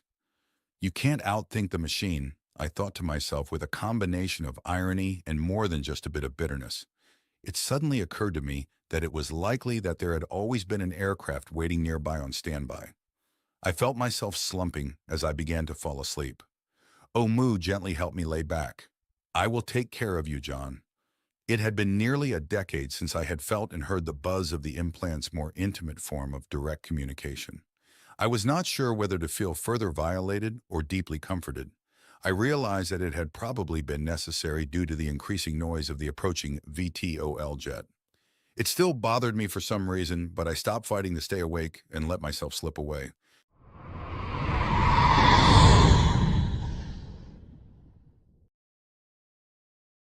I came awake to find I was lying on a soft, clean pillow. Moving my arms, I felt the smooth, soft linen sensation of clean sheets. I couldn't remember the last time I had slept in a real bed. It was morning, and the bedroom I found myself in was lit with the soft sunlight through the pleated ivory window shades. I blinked my eyes fully open and recognized where I was. It was my bedroom in my home, my original home on the acreage in the middle of the Great Plains of North America. I stretched and took a deep breath. Aside from the minor aches and pains which were normal for a man in his 7th decade, I felt pretty good. Much better than when I had been living in a tent just a day or... I suddenly realized that I had no idea how long ago that had been. I could have spent years in biosuspension for all I knew. I soon noticed that I was clean. My skin felt tingly and freshly scrubbed. I ran my fingers through my hair and beard. Both were still long, but they had clearly been given a wash and trim. I noticed the nails on my fingers had been trimmed and my hands were clean. I lifted the bedding and saw that my body was unclothed. No sign of IVs or other medical devices either, which was nice. It had been years since I had been able to sleep in the nude, and it felt wonderful. I had grown used to wearing the long underwear at all times, not just to stay warm, but in case I needed to move quickly in the night. My genealogy amulet was still hanging on its light alloy chain around my neck. I lifted it so I could focus on it and saw that it had also been cleaned and polished. I was relieved to find that it had not been taken from me or altered. I lay still for a moment, just listening. The house was silent. Either I was alone or else everyone was being very quiet. I was able to hear the wind blowing outside, which was normal for the high prairie location of my acreage. My full bladder finally elevated its status to the top of the list, and I got up to use the toilet. When I had finished, I stood in front of the large mirror inspecting myself. Who was this old guy staring back at me? Although I had been scrubbed clean and my hair and beard neatened, the body I saw in front of me still looked tired and worn out. My skin was leathery and was covered with both old and newer scars, although they were mostly minor and long since healed. A new toothbrush and mint toothpaste were waiting where I usually stored such items. So I brushed my teeth. It felt wonderful to use a regular toothbrush instead of my finger or a soft stick. The auto flosser felt even better. I thought about taking a shower right then, but decided to inspect the house first and maybe find something to eat to break my fast. Besides, I had gotten used to going for weeks between bathing. Skipping a shower this morning would not bother me in the slightest. Back in my room, I found the wardrobe was filled with garments of the type I'd normally worn every day. I dressed in clean underwear, socks, denim-like pants, and a long-sleeved t-shirt. I spent a moment marveling at the feeling of the new and clean clothing. I looked around and did not see my old worn utility clothing or my fur-lined hide cape. I wondered what had happened to them. I stopped in the living room on my way to the kitchen. It was much as I recalled from the last time I had been here. I looked at the images of my family hanging on the walls. So many new young faces. Some of the older members looked different, having changed shells. On another wall, there was a large portrait that showed my entire clan as if we had all posed together. It must have been created using the machine's fakery, as I was never physically with them all at the same time. In fact, I was pretty sure that at least a quarter of them I had never met in person. The shelf on the far wall held the same trinkets and momentous as it did from the last time I had been here. I tried to remember how long ago that had been. More than 20 or 30 years at least. I had stopped coming here as often as time marched on. The visits had started to slow down when the acreage had begun to be visited by historically minded new humans on their discovery tours and pilgrimages. I began to avoid my old home partially because I wanted to respect their right to play tourist and because their visits had made the place feel less like mine. I had also had some pretty sweet aircraft over the years, most of which had more than all the comforts of home. With almost the whole world now a natural paradise, why live in a fixed place when you can set down anywhere the view is good? I traveled, shacked up, visited offspring, boated, you name it. Time passed quickly. I had also built other homes around the planet, some of which I missed more than others. Still, I was happy to see the old house well kept and clean. There was no dust or mildew, so someone or something had been keeping up with the chores. I saw out the front window that it looked to be a nice, partly cloudy, typical fall day. There was no snow on the ground yet, and it would be a month or two before the weather was consistently cold enough for anything white to stick around. I hadn't smelled anything coming from the kitchen when I had awoken, so I guess breakfast was up to me. Entering the kitchen, I found a note on the table. John, it was decided that it would be best to allow you to wake in solitude. No humans or autonomous presences are here at your acreage at this time. As you may suspect, you were bathed and medically treated while you were unconscious. Aside from a thorough cleaning and the removal of a few minor parasites, nothing major was done. Your blood chemistry was balanced to bring it closer to your normal levels, which should improve your emotional state. You were also given a general dose of vitamins and a temporary intoxicant inhibitor. No mental adjustments were performed, and your implant has been left mostly disabled, as you had previously required. There are 2 humans residing at the old field base to the west. When and if you are ready, they would like to speak with you. In the meantime, rest and recuperate. If you have any needs, simply ask. I frowned at what I had just read. I guess I could live with what they had done. I was a bit surprised that I had not found Omu here waiting for me to awake. The AI must fear that I would react harshly. I was not exactly sure how I would have reacted. I could still feel the emotions and shock of the recent events of, well, I was not sure when the tragedy in Mongolia had happened. I assumed it was a day or two ago, but who knows how long I was unconscious. Air transport from Mongolia to South Dakota could take as little as an hour or most of the day, depending upon the urgency required and the type of air or spacecraft used. I had not remained awake long enough to see the aircraft which had come for me, so I had no way of knowing how fast it had brought me here. "What day is it?" I spoke to the air. "It is 7:45 a.m., Friday, October 4th, 3112, a neutral-sounding automated voice said. The words had come from the refrigerator, which was just an appliance. Naomi was still adhering to my mandate. "Friday, October 4th. Let's see. I had been sedated Wednesday morning before being brought here. I had been kept asleep all day yesterday while they poked, prodded, bathed, and groomed me. It bothered me that I had been kept under for a full day and a half, but there was not much I could do about that now. I had practically begged the AI to bring me here after all. I guess I could not blame it for seeing to my medical and cleanliness needs while it had the chance.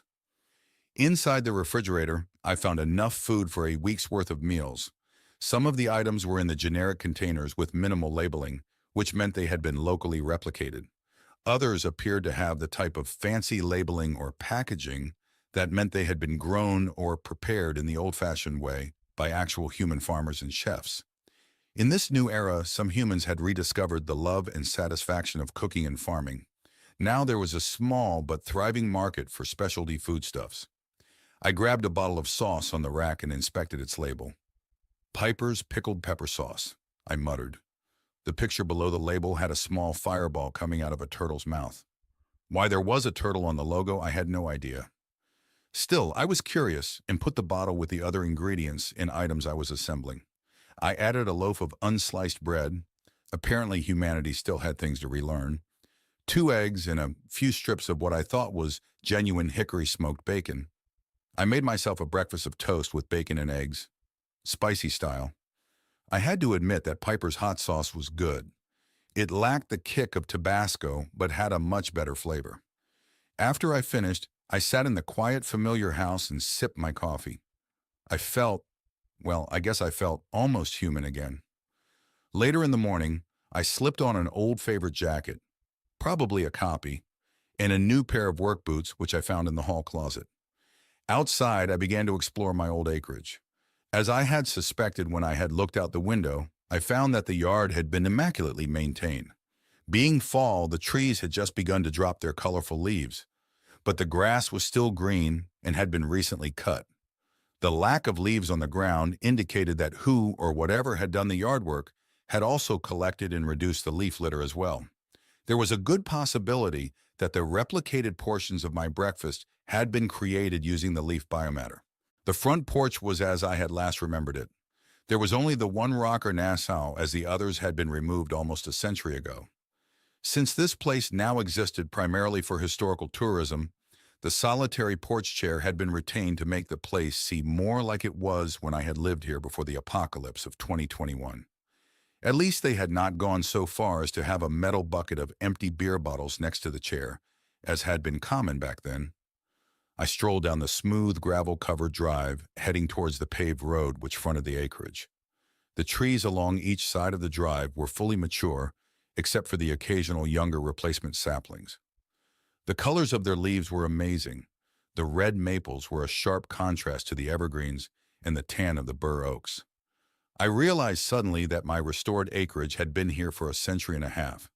That meant that the first trees had long since reached full maturity, and replacements had been needed. It also occurred to me that this recreation was now almost twice as old as my original acreage had been back when the reset had destroyed it. I shook my head, amazed. At the end of the gravel driveway, I checked my mailbox and found it empty. I smiled when I recalled that over a century ago, when I had spent much more time here and had been on better terms with the AI, I had often found random mail in the box. The AI would produce automobile extended warranty notices or other junk mail and leave it for my amusement. Once I had found a yard work bill which had overdue charges compiling for over 7 decades. It was empty today, though, much like me, I noted ironically. I turned from the mailbox and looked slowly around. The paved road leading to the east eventually looped around and became a winding trail that ended at my small lake cabin located a mile north of my current location. The trail route itself was about 2 miles long as it meandered and was a great path for jogging or biking. I remembered how the kids had loved to ride their floating lev boards on the perfectly maintained pavement. To the south of the frontage road was a mowed grassy ditch. Beyond that, the short, mowed grass abruptly became the natural tall grasses and wildflowers, which dominated the upper prairie. The ring of sentry pylons just beyond the horizon kept the large herds of buffalo away, so this grass was never grazed or cropped properly. The pylons also acted as the last line of deterrent that kept any larger predators far away from the area surrounding my homestead. There was little fear of neo-bears here. A third benefit of the pylons was that they prevented any wildfire danger, so the tall, thick grass was mostly harmless and presented little actual fire risk. I stood for a moment just watching the tall grass wave gently in the light prairie wind. It reminded me of the ocean, which I suddenly realized I missed more than I expected. Maybe a few months on a beach at heels in the sand should be my next plan. I saw a flicker of movement in the distance, probably a jackrabbit or fox. Heading west from my drive was a more recently constructed paved road. This one headed over the hill and onto the location of the mostly underground facility which had replaced Pickett's old bunker. The replacement facility was only partially above ground and was much larger than Pickett's farm had once been. Good old Pickett. May he rest in hell. He had been my neighbor before the reset, but had also been an agent of our enemy, the assemblage. Back to the field base. Its current function was as a local base for various bits of automation which maintained the ecology of the area. There was also an aircraft landing area and a visitor's lodge where new humans could stay when they took historical pilgrimage tours to my home. I wondered if any tourist had had to be sent away when I asked that I be brought here a day ago. Oh well, this was my home first. They could wait. Chances are I'd be leaving soon again anyway. I recalled from the note I'd found in the kitchen that there were 2 people at the base lodge waiting to speak with me. Not today, I muttered to myself as I turned back to continue inspecting my acreage. From the road, the house looked much like it did when I had lived here over 1,000 years ago. The garage off to the side was the same. The front porch, the picket fences, and the flower gardens, although now with far fewer weeds, were mostly the same. I shifted my gaze to the far back corner of my property. There sat the only major change from the original acreage. It was a tall, red-painted Gothic-style barn. This was a recreation of the beautiful old, curved-roof barn that once stood on Pickett's neighboring acreage. That wonderful barn had collapsed and burned the night of the attack when Pickett had launched his small escape rocket out of it. To pay homage to its style and craftsmanship, I had had the AI reconstructed, but this time within the bounds of my old acreage. The tall, arched roof that made up most of the barn held a huge, cavernous, open haymount that I had converted to an exercise and play area when I had lived here with my children and grandchildren. The barn's more intimate lower level had once had stalls that housed a few Neo horses and ponies. 2 of my daughters had kept Neo horses in the barn, and later I had kept a few ponies for the grandchildren. I doubted there were any living animals still housed in the barn at this time, but I had better go take a look. As I walked past my house and back towards the barn, I saw that its red paint looked streaked and weathered. I smiled as this was exactly as intended. The AI had gone to great lengths to print the exterior coloring as weathered. It was actually a very robust coating that would last a lot longer than I'd probably be around to admire it. The rest of the barn looked old and worn, but this was just more fakery as those parts were also in perfect condition. The sashes with their now unbreakable composite crystalline panes were intact. The roof had its tarnished, galvanized-looking cupola and rusty metal rooster weather vane. I smiled as the vane rotated in the breeze, complete with an authentic squeak. That it had squeaked exactly like that for almost a century and a half was a testament to the AI's engineering and maintenance skills. I entered the barn through the small side door and stood listening for sound or movement. It was quiet, but I did detect movement. I smiled as it proved to be a young barn cat which jumped down from a high perch and ran off towards the back. I was sure the AI could have kept the place rodent-free, but having real cats help got to the job appealed to the pilgrims, I was sure. I admit that I also liked the cats being here. They were normally pretty wild, but sometimes one would be friendly and brave enough to approach the rare human visitor. The rest of the barn's lower level was filled with an assortment of tools, vehicles, and other items from pre-apocalypse times and from the various later eras of the restored acreage's occupancy. These items were arranged in the neat rows more suited to a museum exhibit than a working barn. Much of it was new to me and had not been here the last time I had visited. I smiled when I saw a recreation of the electric cart mules, like the ones I had used when I had awakened in the damaged underground bunker next door. The mule on exhibit also had the crane arm attachment installed. On the wall behind the display was a holographic projection showing the mule arm, a small aerial drone, and a mobile unit as they treated the injured likeness of a younger version of me. The scene recreated an accident that had occurred early in the 26th century, back when I had been the only human awake on the planet. I had fallen and suffered a severe head injury. The local AI had used all of its limited equipment to save my life. I felt a tightness in my stomach as I remembered living through the accident. I had been very lucky to survive. Next to the old-style mule was a newer buggy model. This vehicle was more like the recreational utility vehicles from my old era. It was faster and had decent off-road capabilities along with two comfortable human seats. I saw that the power source on the display buggy was a standard ESU. That meant I could drive the mule for a week and cover a serious distance of terrain if I wanted. I remembered having a lot of fun in one of these when I had raised my kids here. We had used them so much that there had been worn trails for miles around the acreage. Those trails would probably be overgrown by now. At the end of the display rows in the larger end bay of the barn sat an old aircraft. I smiled when I recognized Flipper. This had been the aircraft that the master AI had sent all the way from its asteroid base to here. I had used it to relocate myself from the damaged South Dakota field base to the undamaged and active Tennessee field base. On a whim, I approached the side door to the cockpit and hit the entry detente. The door opened smoothly, and the aircraft's interior lights came on. It looked identical to the old aircraft I had used 6 centuries ago, but had to be a newer copy.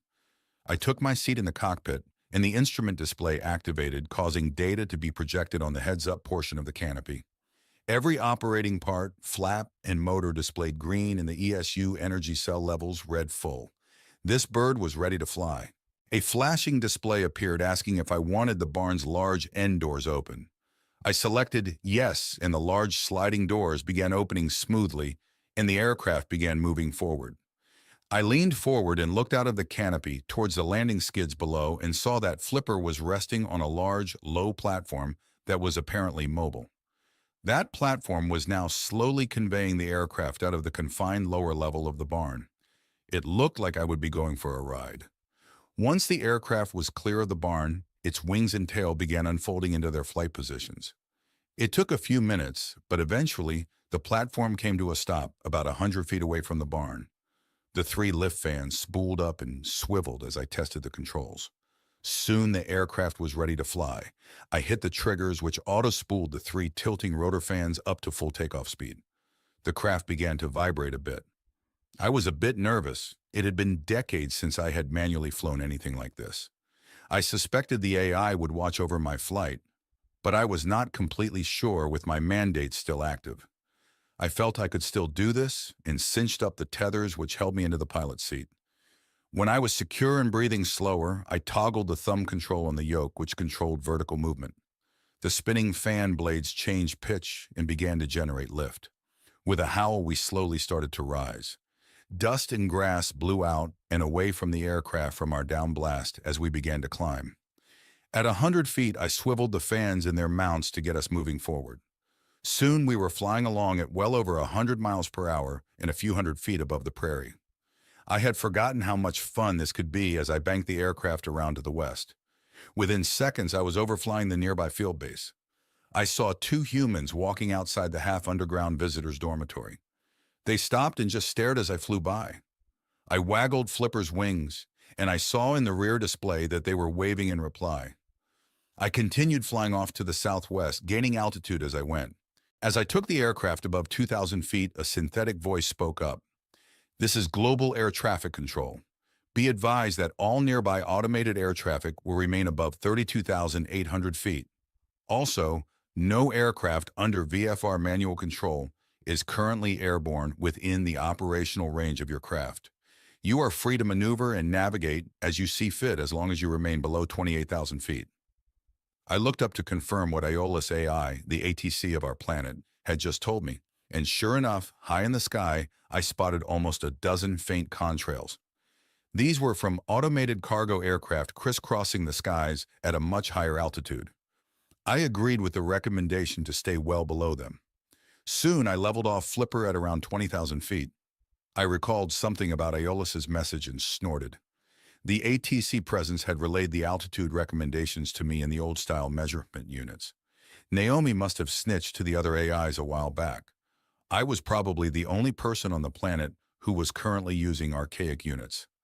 It suddenly dawned on me that Flipper's data projections were also showing feet and not meters.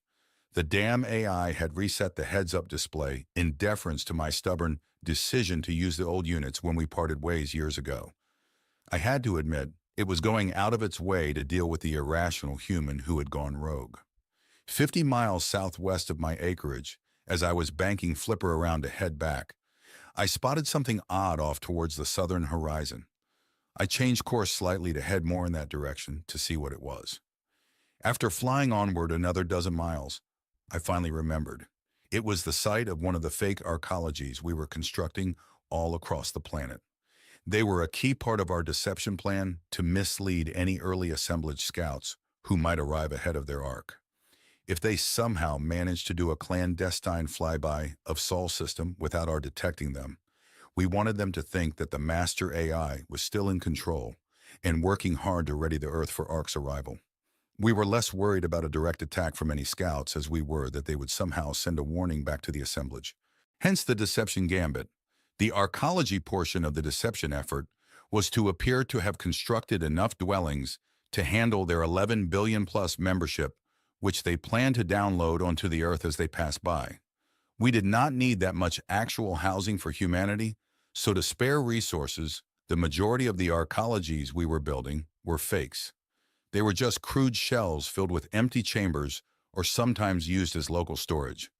To help simulate a real and active structure, the giant fakes had moving heat sources, random radio and photon emissions, and even fake local land and air traffic, all to make them appear fully functional, at least from a cursory inspection.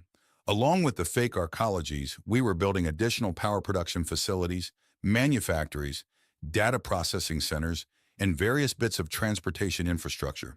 These were not just for looks, though, as we intended to use them for ourselves and for the defense of our solar system. The extra data centers were needed for the simulated environment we were preparing to fool any early arriving assemblage digital mind data agents. So far, none had arrived, but the likelihood grew every year. As I looked around at the perfectly clear skies without any signs of pollution or smog, I was proud that despite the Earth having undergone enormous construction efforts for the past century and a half, we had done so without spoiling the planet. I gradually descended as I approached the construction site. 15 minutes later, I was close enough to see details. The massive shell of the building loomed ahead like a mountain. Its appearance was that of a flat-top pyramid at least 1,000 feet to a side and almost 2,000 feet tall. The sides were pierced with many openings, mostly windows, but there were also intake or exhaust ducts. Some projected out from the surface, likely viewing balconies or terraces. The huge building reminded me in many ways of the big main building in that old science fiction film, Blade Runner. I was glad it was sited in a clear, bright, sunny prairie landscape instead of the gloomy, polluted industrial wasteland as it had been in the film. I continued circling and observing the massive construction activity going on below. There were enormous mobile cranes and manipulator arms that shifted large wall panels and other supports. The equipment was many times larger than the biggest construction cranes of my youth and was also working much faster. Just then, the communication system came alive. Aircraft Flipper, traffic advisory to your east. Please maintain 1/2 mile separation from the descending cargo aircraft. Wake turbulence warning. I looked off in the direction Iolaus had indicated and spotted the huge aircraft that was just beginning its glide down towards the construction site's landing area. Keeping my distance beyond the minimums I had been given, I guided Flipper to parallel the approaching freighter and set the autopilot so I could watch it land. The aircraft resembled a huge fat cigar, at least 200 feet long. Its wings were large and formed a hollow diamond-shaped planform. Its forward-affixed wings were long and swept back, while the equally long rear-affixed wings swept forward. They met and were joined at their outer tips, thus forming the diamond shape. All four wing surfaces were studded with large, tilting electrothermal fan turbine engines.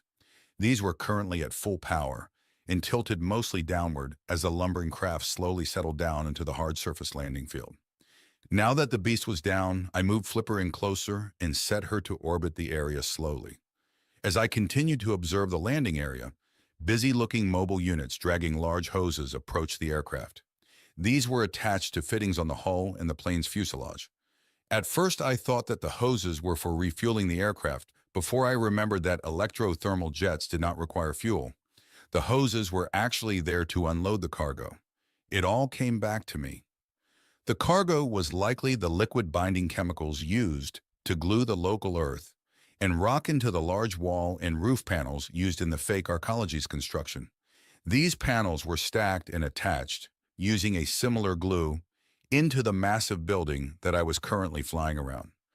I was impressed that even though the building required an enormous quantity of local rock and gravel for its construction, there were few signs of excavation. All that was visible was a few small shafts leading underground, which were disgorging automated carts full of gravel. The shafts led to underground continuous automated mining machines, which extended around the site for miles. I shook my head at all the construction happening and took Flipper higher while setting course for my home. Noon was approaching as I neared the area of my compound. Before I landed to make lunch, I detoured Flipper around to the north of the house's location to where my small lake and fishing cabin was situated. A quick, low pass showed the cabin was just as I had remembered it. The stone path leading from it to the small stone jetty extending out into the lake put me in the mood to do a bit of fishing. I'd have to drive over and check it out soon. I flew across the mile-long lake, heading towards its western end. The low-flying aircraft startled a flock of geese resting on the lake, and they took to the air. They were likely in the middle of their migration south for the winter. I took Flipper a bit higher before realizing that I was already past the geese and didn't have to worry about bird strikes. At the western end of the lake, I saw something unexpected. It was a man. He was wading in the shallows fishing with some sort of wooden spear. He looked up as I approached, and I saw that he was dressed in what looked like leather buckskins. He resembled a traditional Sioux Indian warrior from a time over 100 years before I was born. "What the hell?" He waved as I flew over. I waggled my wings in return.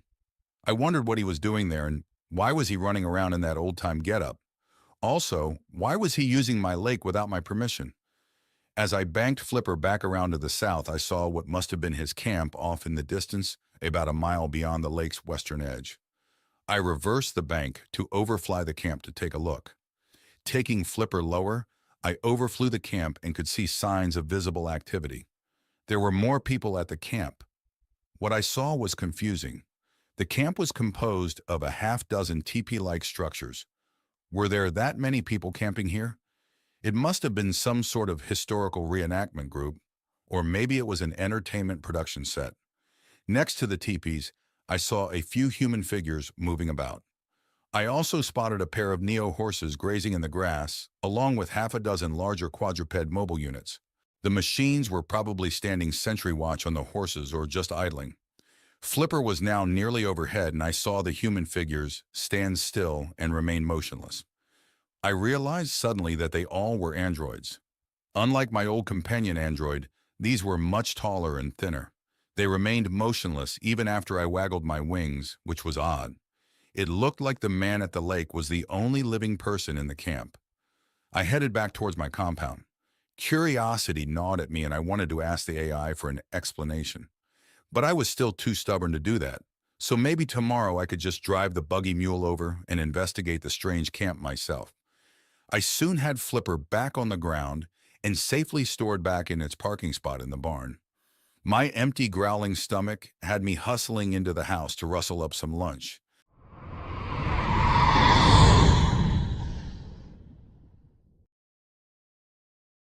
That night after supper, I had unaccustomed leisure time.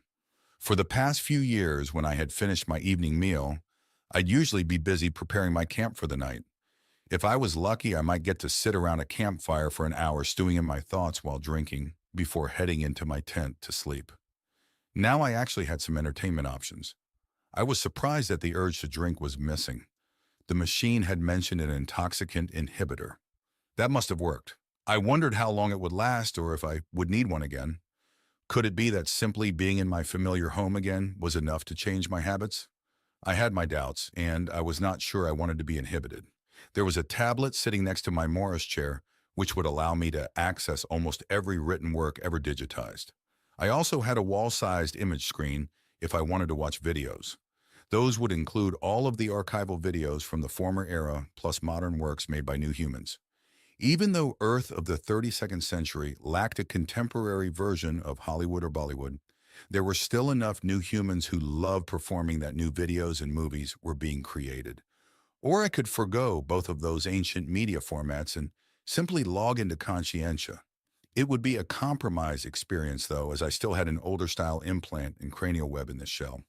That meant I could only access the fringes of the all, unlike most new humans who utilized more contemporary shells which allowed the Conscientia experience to be virtually indistinguishable from reality. I decided to not log in. I'd been out of the loop, so to speak, as far as mingling with the planetary conscience for almost a decade, and it could wait a bit longer. Instead, I did what I often did in the evening and simply checked and deleted the messages on my smartwatch. As I checked the list, I noticed right away that I lacked the daily messages from the Naomi AI. Apparently, it had suspended its eternal onslaught since I had cracked a few days ago and begged for its help. I found the expected random messages from strangers, along with the few from family and old friends. I had a dozen more belated birthday wishes, although after I checked the dates, I realized they were not actually belated. I had just not checked my mail since the night before my birthday. One contact message caught my eye. It was from Uxe Esperanza. She had been my partner for the first 2 decades after I had defeated the Master AI 180 years ago. We had even had 2 children together, twins, a boy and a girl. When they had both been tested, mature in their early teens, and had gone off on their own, Ux and I had drifted apart. She had focused her attention more on science, the efforts to defend the planet and build the colony ships to the stars, while I concentrated on the growth of humanity and our new civilization. Still, we had remained good friends and even occasionally lovers when our paths had crossed, but we were not exclusive any longer. Hardly anyone was exclusive in this era of perfect health, near immortality, and endless opportunity. I had not heard from her in over 40 years. I wonder why she was messaging me now. I signaled the message to open and listened to her words. John, I am currently on Vesta and too far away for direct communication, so I will have to leave you this message. I have received word from Naomi that you are back. The way she talked was familiar, but she looked different than I remembered. She must have gotten a new shell. The one she was in now looked shorter than the taller ones she had preferred in the past. It also seemed a bit more mature and looked to be in its 30s or early 40s. As with most shells, it was still fit and attractive. Filtered genetics tended to provide the perfectly symmetrical features that were universally appealing. Its contact was a relief, as up until now no one, human or machine, has heard anything more than the most basic acknowledgement messages from the AI for the past 9 years. I sat up slightly when I heard that. 9 years ago had been when the AI and I had had our incident.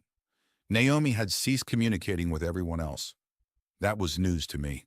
I do not know the details of what happened between you two, which caused you to distance yourself from both Naomi and the rest of humanity, or why the AI has not interacted as it had before with the other major AIs and their human partners. She paused speaking and looked like she was trying to figure out what to say next. Naomi did not reveal anything except to say that you are troubled and forbade her or any of her presences from interacting with you. All she will say is that something happened 9 years ago and that it had been serious.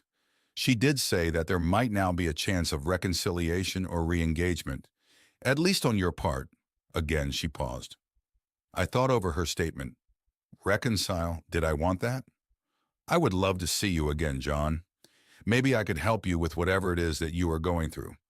Also, nearly 6 years ago, Minervis observed something strange occurring out on the AAV at just the right distance. I would love to discuss the matter with you. It would be good to have you again up to speed on the threat we all face. Something had been detected on the assemblage approach vector. That got my attention. I had been out of touch for a long time, but the assemblage was still at least a century away. I concentrated, yes, 112 years until they were due to pass through our solar system. Interesting. I also caught the way she worded her request. She was making a not-so-subtle implication that I had been shirking my duties. When your situation with the AI improves, we should meet.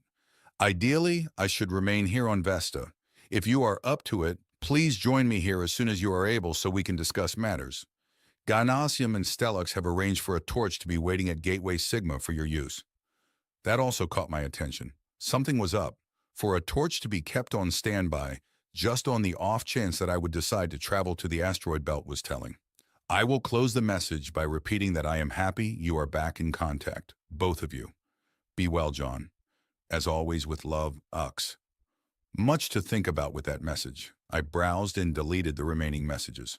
Then I sat in my chair for a long while. I had spent the day avoiding thinking about the Neo Bear incident which had happened the night before my birthday. I now spent some time trying to figure out why I had broken down in its aftermath. The actions that had happened on what I now thought of as a night of turmoil were certainly traumatic, but I had experienced many shocking and uncomfortable events while I had been a wandering nomad. Why had that night been different? Maybe the gruesome death of Adele Sol Chilean had finally tipped me past some breaking point. Maybe my mind had been ready for a change and that event triggered it. I yawned and saw that it was after 11 p.m. This was very late for me, so I made my way back to my bedroom and fell into a troubled sleep. The next day was a beautiful, late fall day and perfect for a short buggy trip. It was sunny, cool, and calm. The buggy mule handled the winding curves of the paved lake cabin trail perfectly.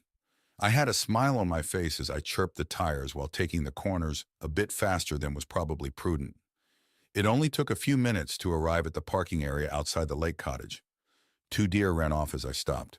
They must have been feeding or drinking near the water's edge.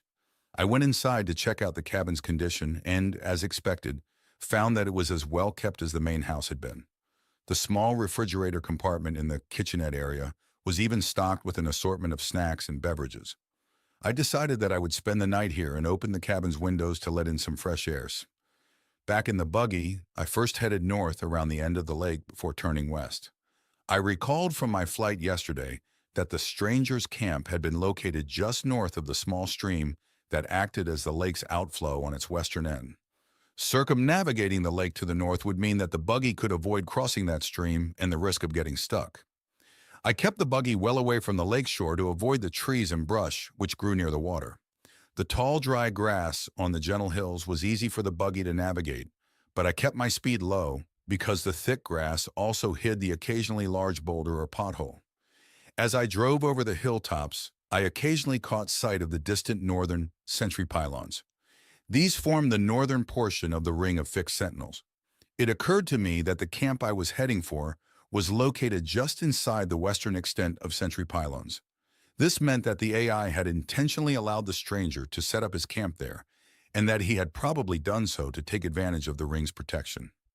I looked forward to finding out what the guy was up to. With my slow progress, I estimated that it would take about an hour to reach the camp. The slow crawl gave my mind time to wander, and I found myself replaying Ux's message. It had been good to hear from her. Really good. I found that I missed her company and advice. I was beginning to realize that I missed a lot of other things as well.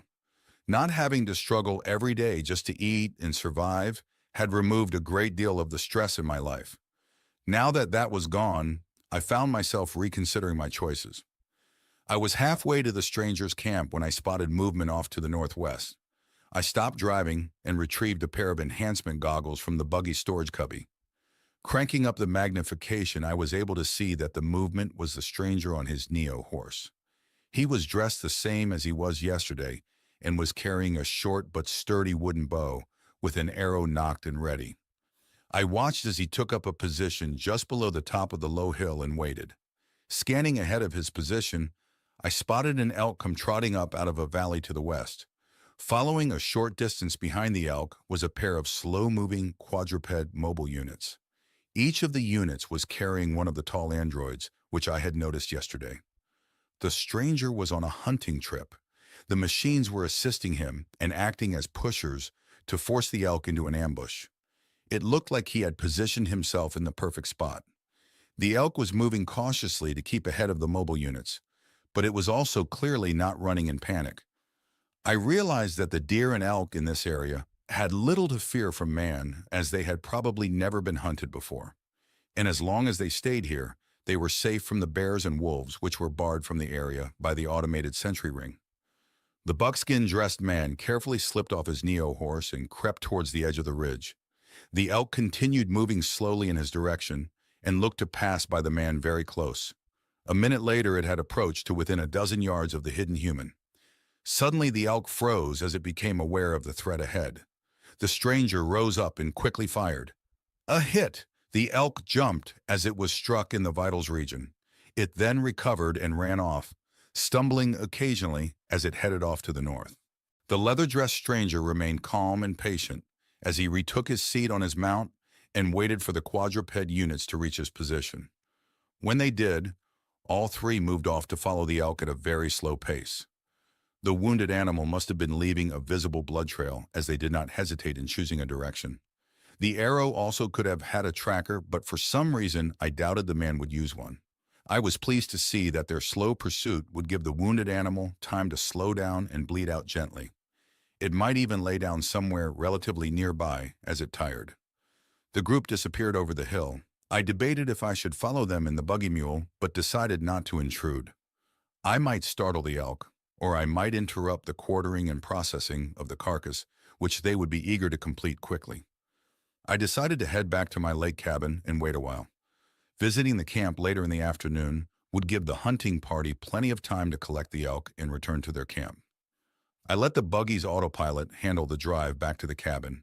It had accurately logged our progress through the tall grass, and its internal guidance would allow us to travel much faster while avoiding the already detected hazards. 10 minutes later, I was pulling into the cabin's parking area. The fishing gear was in the cabin's storage cubby, just where it always had been kept. I spent the next few hours teasing and harassing fish from the end of the stone jetty. Casting the lure into the calm-shaded waters of the lake brought back many wonderful memories of when I had done the same with my kids and grandkids, or of the times I had simply sat on the jetty enjoying a beer while the little human tadpoles swam and frolicked in the water. It had been easy to be a watchful dad. Omu had been ever present and was quick to wade in if one of the children began tempting fate. They had learned quickly, and there had been few accidents aside from those which had not been caused by intentional horseplay among themselves. I even remembered the small sandy beach area where I had admired the woman who had shared this place with me. Orcs, and later Hana, had spent much time sunbathing on the beach. Of course, they had been nude, as we had never needed or required swimsuits in this era of enlightenment. There had been other women who had spent time with me here over the decades. Some had been friends. A few had been my older history students. The memories drove home how long I had been wandering about without companionship. Even though this shell was in its 60s, it still had hormones and needs. A hard strike on my line brought me out of my daydreaming. I jerked the rod up and felt the power of a larger fish on the other end of the line. I did not want to keep anything I caught today, so I had used a lure with barbless hooks for easy release.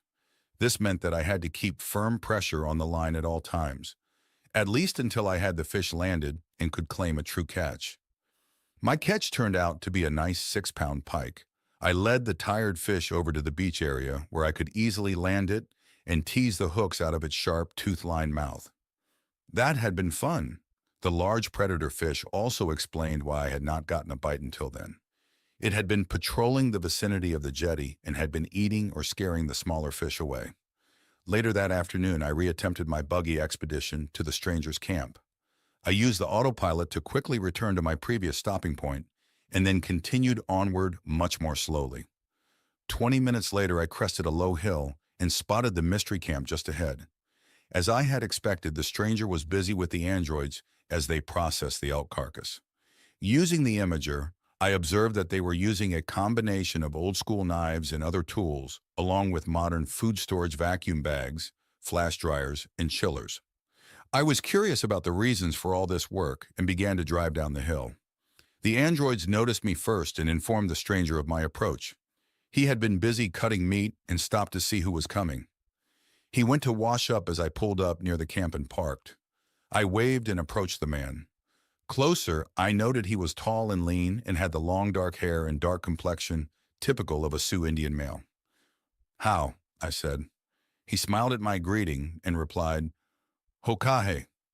I was pretty sure that meant welcome, but decided not to push my luck. I'm afraid that's about all the Lakota I can remember. "Can we speak in English?" I asked. He continued smiling as he answered, "Of course. But can't your interface continue to translate?" "Well, I'm not using the translator functions right now. My greeting earlier was from memory." That news got his attention. He looked both confused and surprised for a moment. Finally, he exclaimed, "Ah, of course. You are John Prime. Despite your having grown up in this area back before the reset, I was not sure if you had learned any of the native tongue. Still, I'm happy to meet you. I did not expect you to be in the area while I was here." "Yes, I'm John Abrams. When I was young, I had met and worked with a few of the local Indian tribal members during my career, and I remembered some Lakota words. I even lived for a short time on one of the reservations a few hundred miles west of here," I explained to the stranger. He frowned for a bit at my words, probably listening to his augment translate miles to kilometers, or maybe explaining what a reservation was. His following pause was probably from their internal dialogue discussing why I was using miles in the first place. I interrupted their discussion by asking his name. "Oh, sorry, my name is Chelsea. Chelsea Iberia." He saw my brow furrow at that and added, "Yes, it's a female name. I'm normally female. I'm just using this shell for this research reenactment." Ah, my guess was confirmed. I had wondered if it was something like that. I looked around the camp, noting the mix of traditional gear and ultramodern mechanization. "It seems your reenactment is a bit loose on its authenticity," I commented. Chelsea looked a bit puzzled. Then he squinted at my eyes very closely. "Oh, of course. You don't have interface irises. Do you have enhancement goggles?" I did. "Back in the buggy. I retrieved them and put them on." "Do you mind if I adjust your goggle filters remotely?" he asked. I indicated that he could, and soon enough, the goggle view of the camp changed. "Oh," I said as I looked around at the new scene. Instead of the few synthetic tents and other machines, I now stood in what looked like a real, honest-to-God, old-time Indian village. Chelsea appeared the same as before. Most of everything else now looked different, though. The androids looked like authentically dressed natives. I noted with a smirk that they were all females. The two Neo horses looked the same, but the quadrupeds now looked like real horses also.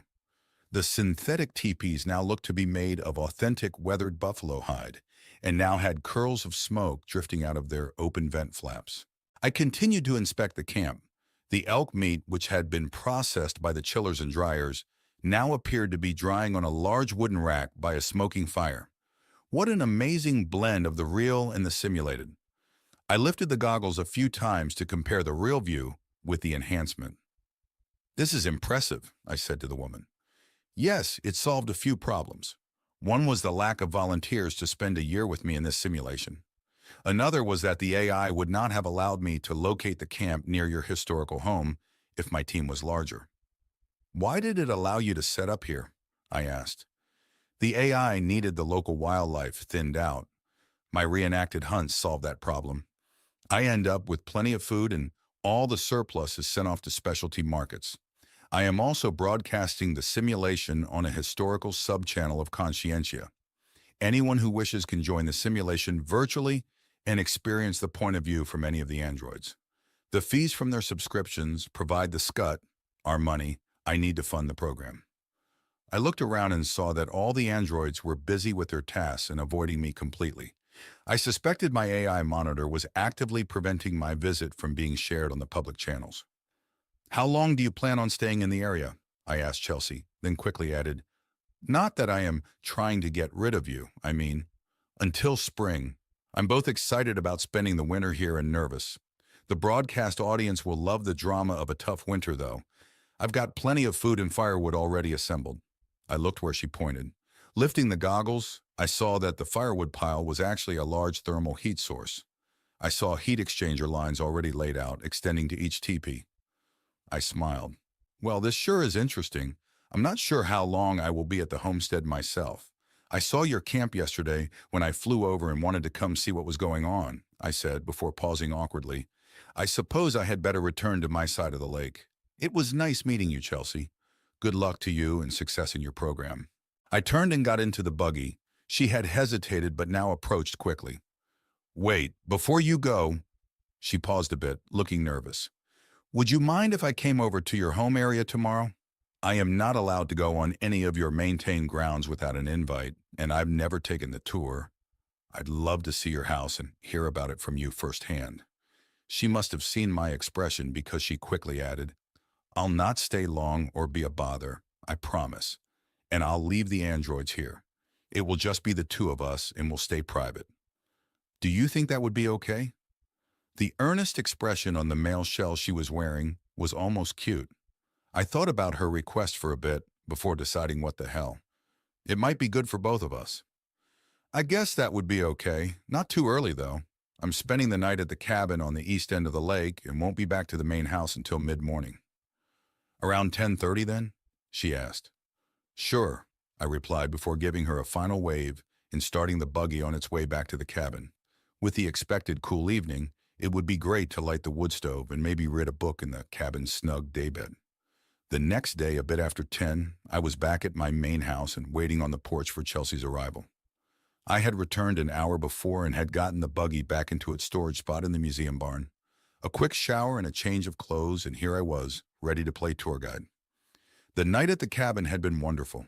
The fresh air and gentle water noises had reminded me of my years of wandering. It was a good compromise between those free times and living with the modern conveniences and closed-in comfort of my house now. After I had woken, I found enough grub at the cabin for a nice breakfast of pancakes. Now, while I waited, I was still full from the large breakfast. This morning was a bit colder, and the calm day from yesterday was gone. Instead, a brisk breeze was blowing from the east. I was wearing my hooded jacket despite sitting in a low-angled sunbeam. Soon enough, I heard the clop-clop of an approaching neo-horse on the paved road. I spotted Chelsea and her horse coming down the road which led to the field base to the west. I wondered if she had visited it on her way here, or if she had caught up with the road somewhere between my home and the base. I did note that it was considerate of her to take the long way around and to approach my house from the front. She waved when she saw me on the porch watching her. I saw that her male shell sat the Neo horse well as she spurted into a faster trot once it had reached my gravel driveway. Chelsea detoured to the side lawn and dismounted, leaving the horse to nibble on the taller grass by the fence. I wondered about her not hobbling it in place before I remembered that it probably had its own controller implant, which my guest could access remotely. "Good morning," I said as I rose to greet her. She nodded in reply and shook my hand. Her shell's grip was strong, proving that she had used it to do plenty of work over the past 6 months. The leather clothing her shell was wearing looked like it had been freshly oiled and cleaned, and her face and hair had been washed and groomed. I wondered if she had put in the extra effort to impress me. I smiled as I recalled spending a bit more time in the shower myself this morning. There was no lack of vanity between the two of us, it seemed. "This house and yard are amazing. It looks like authentic construction," she exclaimed. "It's pretty close. There are a few differences, though. I doubt my original house would still be standing after a century and a half here on the prairie." She spent a bit of time fussing over the exterior details of the porch and the house. After a bit, I asked, "Where do you want to start? The barn or the house?" "Let's check out the barn first," she replied. We spent almost an hour in the lower level of the barn. I began to open up and enjoyed sharing the history of many of the items on display there, reliving and relaying the stories of how I had been revived alone in the half-destroyed base, the rushed rescue mission in the aircraft, and other, more recent stories of when I resided here felt surprisingly good.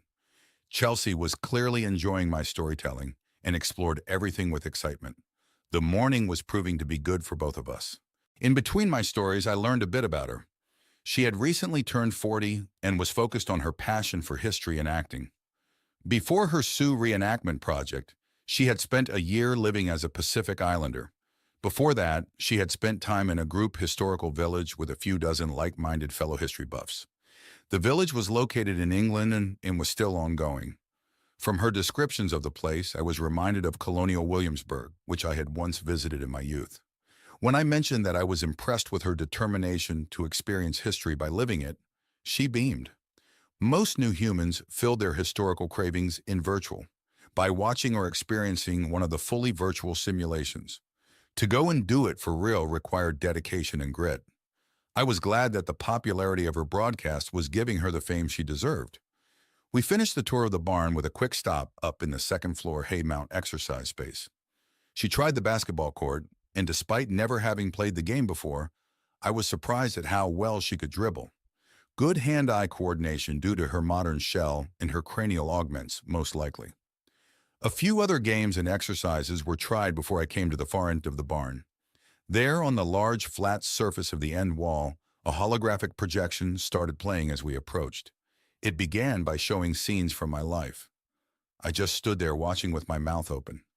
I had no idea that this display had been produced or was now here. When I got to scenes of my more recent family, I had to look away. Chelsea said that we could stop watching if I wished. She had seen the video before in virtual and wanted to spare me having to finish watching it with her. Apparently, someone had created the video when I had dropped off the grid, so to speak. I recovered somewhat on our walk back to the house, although we walked in silence. The house tour went better. She asked a bunch of questions about the house and what it was like to have lived here, both in times past and more recently. When I showed her the bathroom, I noticed her staring longingly at the shower. I laughed and asked if she wanted to use it while she was here. Oh God, John, could I? It's been 6 months since I have had a decent hot shower. I've been to the visitor's annex over at the field base a few times, but that place is not private like this, and I did not want to risk grabbing a shower there and expose my weakness to my fans. I just laughed and showed her where the extra towels were. Since it was almost noon, I asked her what she wanted for lunch. I swear I saw her dusky shell blush as she sheepishly asked if my replicator could whip up a pepperoni pizza and a chocolate milkshake. I just laughed some more and nodded, leaving her to enjoy her shower. I would not tell her historical fans that she was taking a break from realism for a few hours. The pizza and milkshakes were great. I never admitted that I had been missing and craving both as much as she had been. After we had finished stuffing ourselves, I led her back outside. She thanked me profusely for the tour, the meal, and the use of my shower. As she mounted her male shell on the back of the Neo horse, she thanked me again a second time. She also asked me if she could expect me to visit her camp again. I thought about it. The buggy could get me there much faster now that the trail had been mapped. I nodded that maybe I would do that in a day or two. I watched Chelsea and her horse clip-clop away and disappear over the hill. Today had been fun, more fun than I had expected. I had not realized how much I had missed human company and conversation.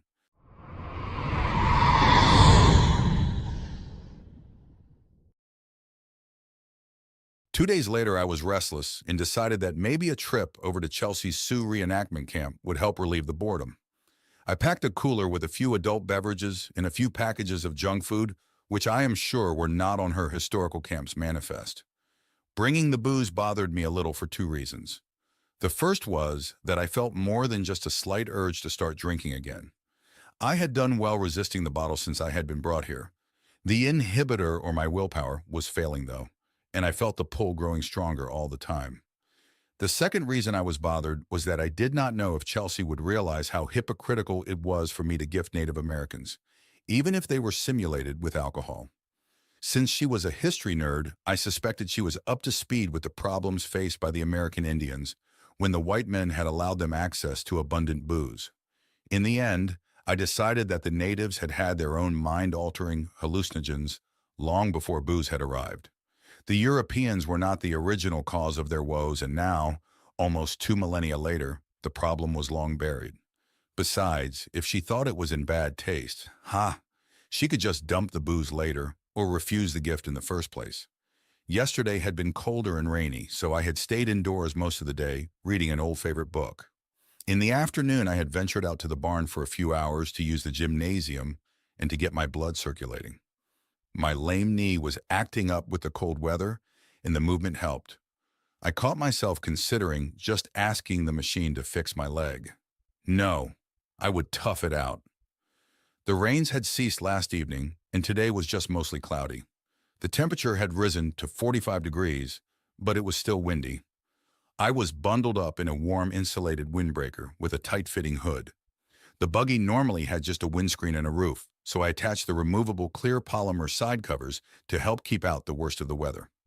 Now buttoned up, I set the buggy in motion. I used the autopilot for the drive over, and I simply watched for wildlife. The grass was wet, and there was some mud, which made the ride slippery and interesting in spots. I was glad that I had sealed the cab, as the spinning wheels had mostly covered the buggy with splatter by the time we arrived at the reenactment camp. Chelsea was outside chopping firewood. My goggles were off, which proved it was real wood she was chopping. I guess she needed a bit of actual firewood for campfires and such. I parked the buggy near the corral containing the 2 live Neo horses and made my way to where she was working. It looked like slow and hard work, as she was using a pre-contact stone axe. I was a bit confused when she did not stop her monotonous chopping, nor acknowledge me at all. Was she mad about something?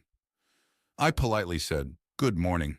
Chelsea is currently involved in a question and answer session on a conscientia historical subchannel. The session is scheduled to conclude in 14 minutes, Herschel said in a monotone. Are you her augment, or are you a remote AI monitor? I asked. I am the augment, John Abrams Prime, the shell answered. I did not bother to communicate with the simple augment any further, and instead wandered about the camp inspecting the teepees and her food cache. I had brought my goggles just in case I wanted to see the full simulation, but left them in my pocket for now. The 6 androids were busy with various tasks. I noted they all kept away from me as I wandered around, probably still under some restrictions from their controlling AI. Down by the creek, I saw that there was a stone and pebble-covered ford. When I left here, I could use the ford to cross the creek and avoid becoming stuck. I adjusted my plans to head north from here when I left and to stop by the field base before returning home. I might as well meet my neighbors face to face and get that out of the way. I turned to see Chelsea approaching. She had put away the axe and was wiping the sweat off of her shell with a dry, soft leather chamois.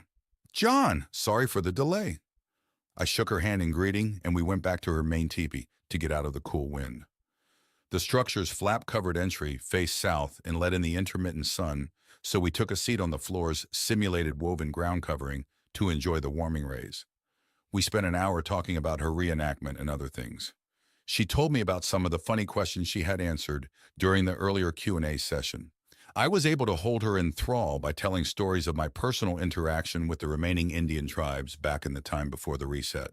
Although the 20th century Sioux had, for the most part, lived the same modern lifestyle as the rest of humanity, they had still kept some of their traditions alive. I had attended a few of their powwows and other ceremonial gatherings, and Chelsea soaked that information up. She listened soberly when I described the conditions of living on the modern reservations. I tried to not sugarcoat anything and describe what I thought were their virtues and demerits, which I thought were ironically caused by both their semi-independence and their institutionalized dependency. We had a lunch of authentic fry bread, cooked on a hot stone, and a bit of the fresh elk meat that I had witnessed being harvested a few days earlier. After we ate, our conversation was interrupted by a loud noise a few miles south of us. It was a descending VTOL electrojet, which must have been landing at the field base. I used the distraction as an excuse to state that I had better be getting along home. Before I departed, I gave her the gift of the firewater. I was happy to see she accepted the bottles and snacks without hesitation. She also gave me a gift of a small bundle of freshly made elk jerky. Soon I was back in the buggy, this time heading south and through the tall grass. The field base should be south-southeast from Chelsea's camp at maybe 1.5 miles distance. There was a clear trail in the grass, which meant that she had ridden her horse to visit the field base often. It occurred to me that the tourists who had visited here before I arrived would have loved the authentic-appearing Chelsea, and that she probably received generous donations from them. I suddenly got a smile on my face as I remembered the visit I had just had with Chelsea. There had been an awkward moment after lunch when Chelsea had inquired if I was bi. I laughed to myself as I remembered the conversation. It's been over 6 months. John and I'm as horny as hell. I've got a handle on this male shell. I'd almost snorted at her inadvertent pun. But I still miss real human contact. I know everyone assumes you're strictly hetero, but I hoped that since you're so old and have been in female shells that maybe you've adapted. I apologized and told her that I was stubborn and still just a plain old hetero. Oh well, I've got the female-looking androids at least.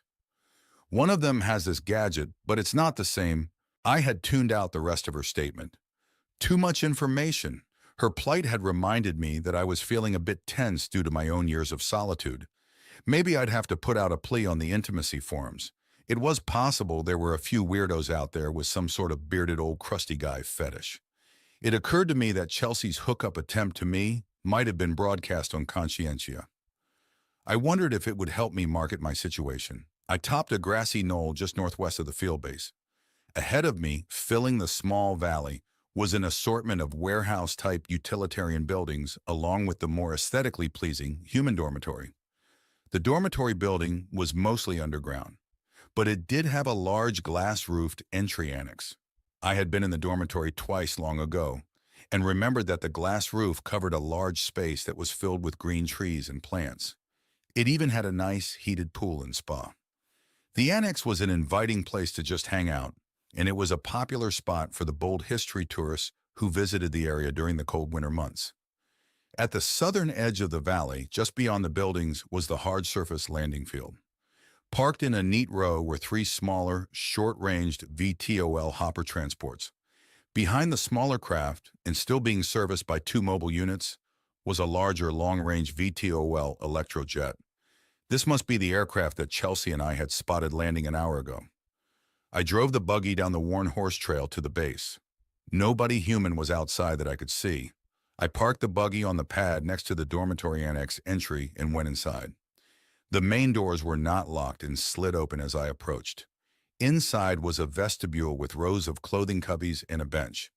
I removed and hung my coat and used the bench to remove my slightly muddy boots. Finally, now just in my stocking feet, I rode the lift down to the floor level of the large half-underground annex. There I found the indoor mini-jungle, just as I remembered. There had been a few changes, however, and one of these was a new koi pond at the base of the trees. I paused for a moment to observe the many exotically colored fish. I also spotted turtles and other aquatic critters hanging out in the pond. Off to one side of the annex was a pool enclosure, and on the other side was the lounge area. All the comfortable lounging couches and chairs around the annex were empty, which confirmed my suspicion that the base had been cleared of tourists because of my sudden visit. I heard noises, including laughter, coming from the far end of the annex and went to investigate. Just past the mini jungle, I spotted a small group of humans. There were 4 of them, and they were seated at a round table by the food preparation and bar area. I moved to join them.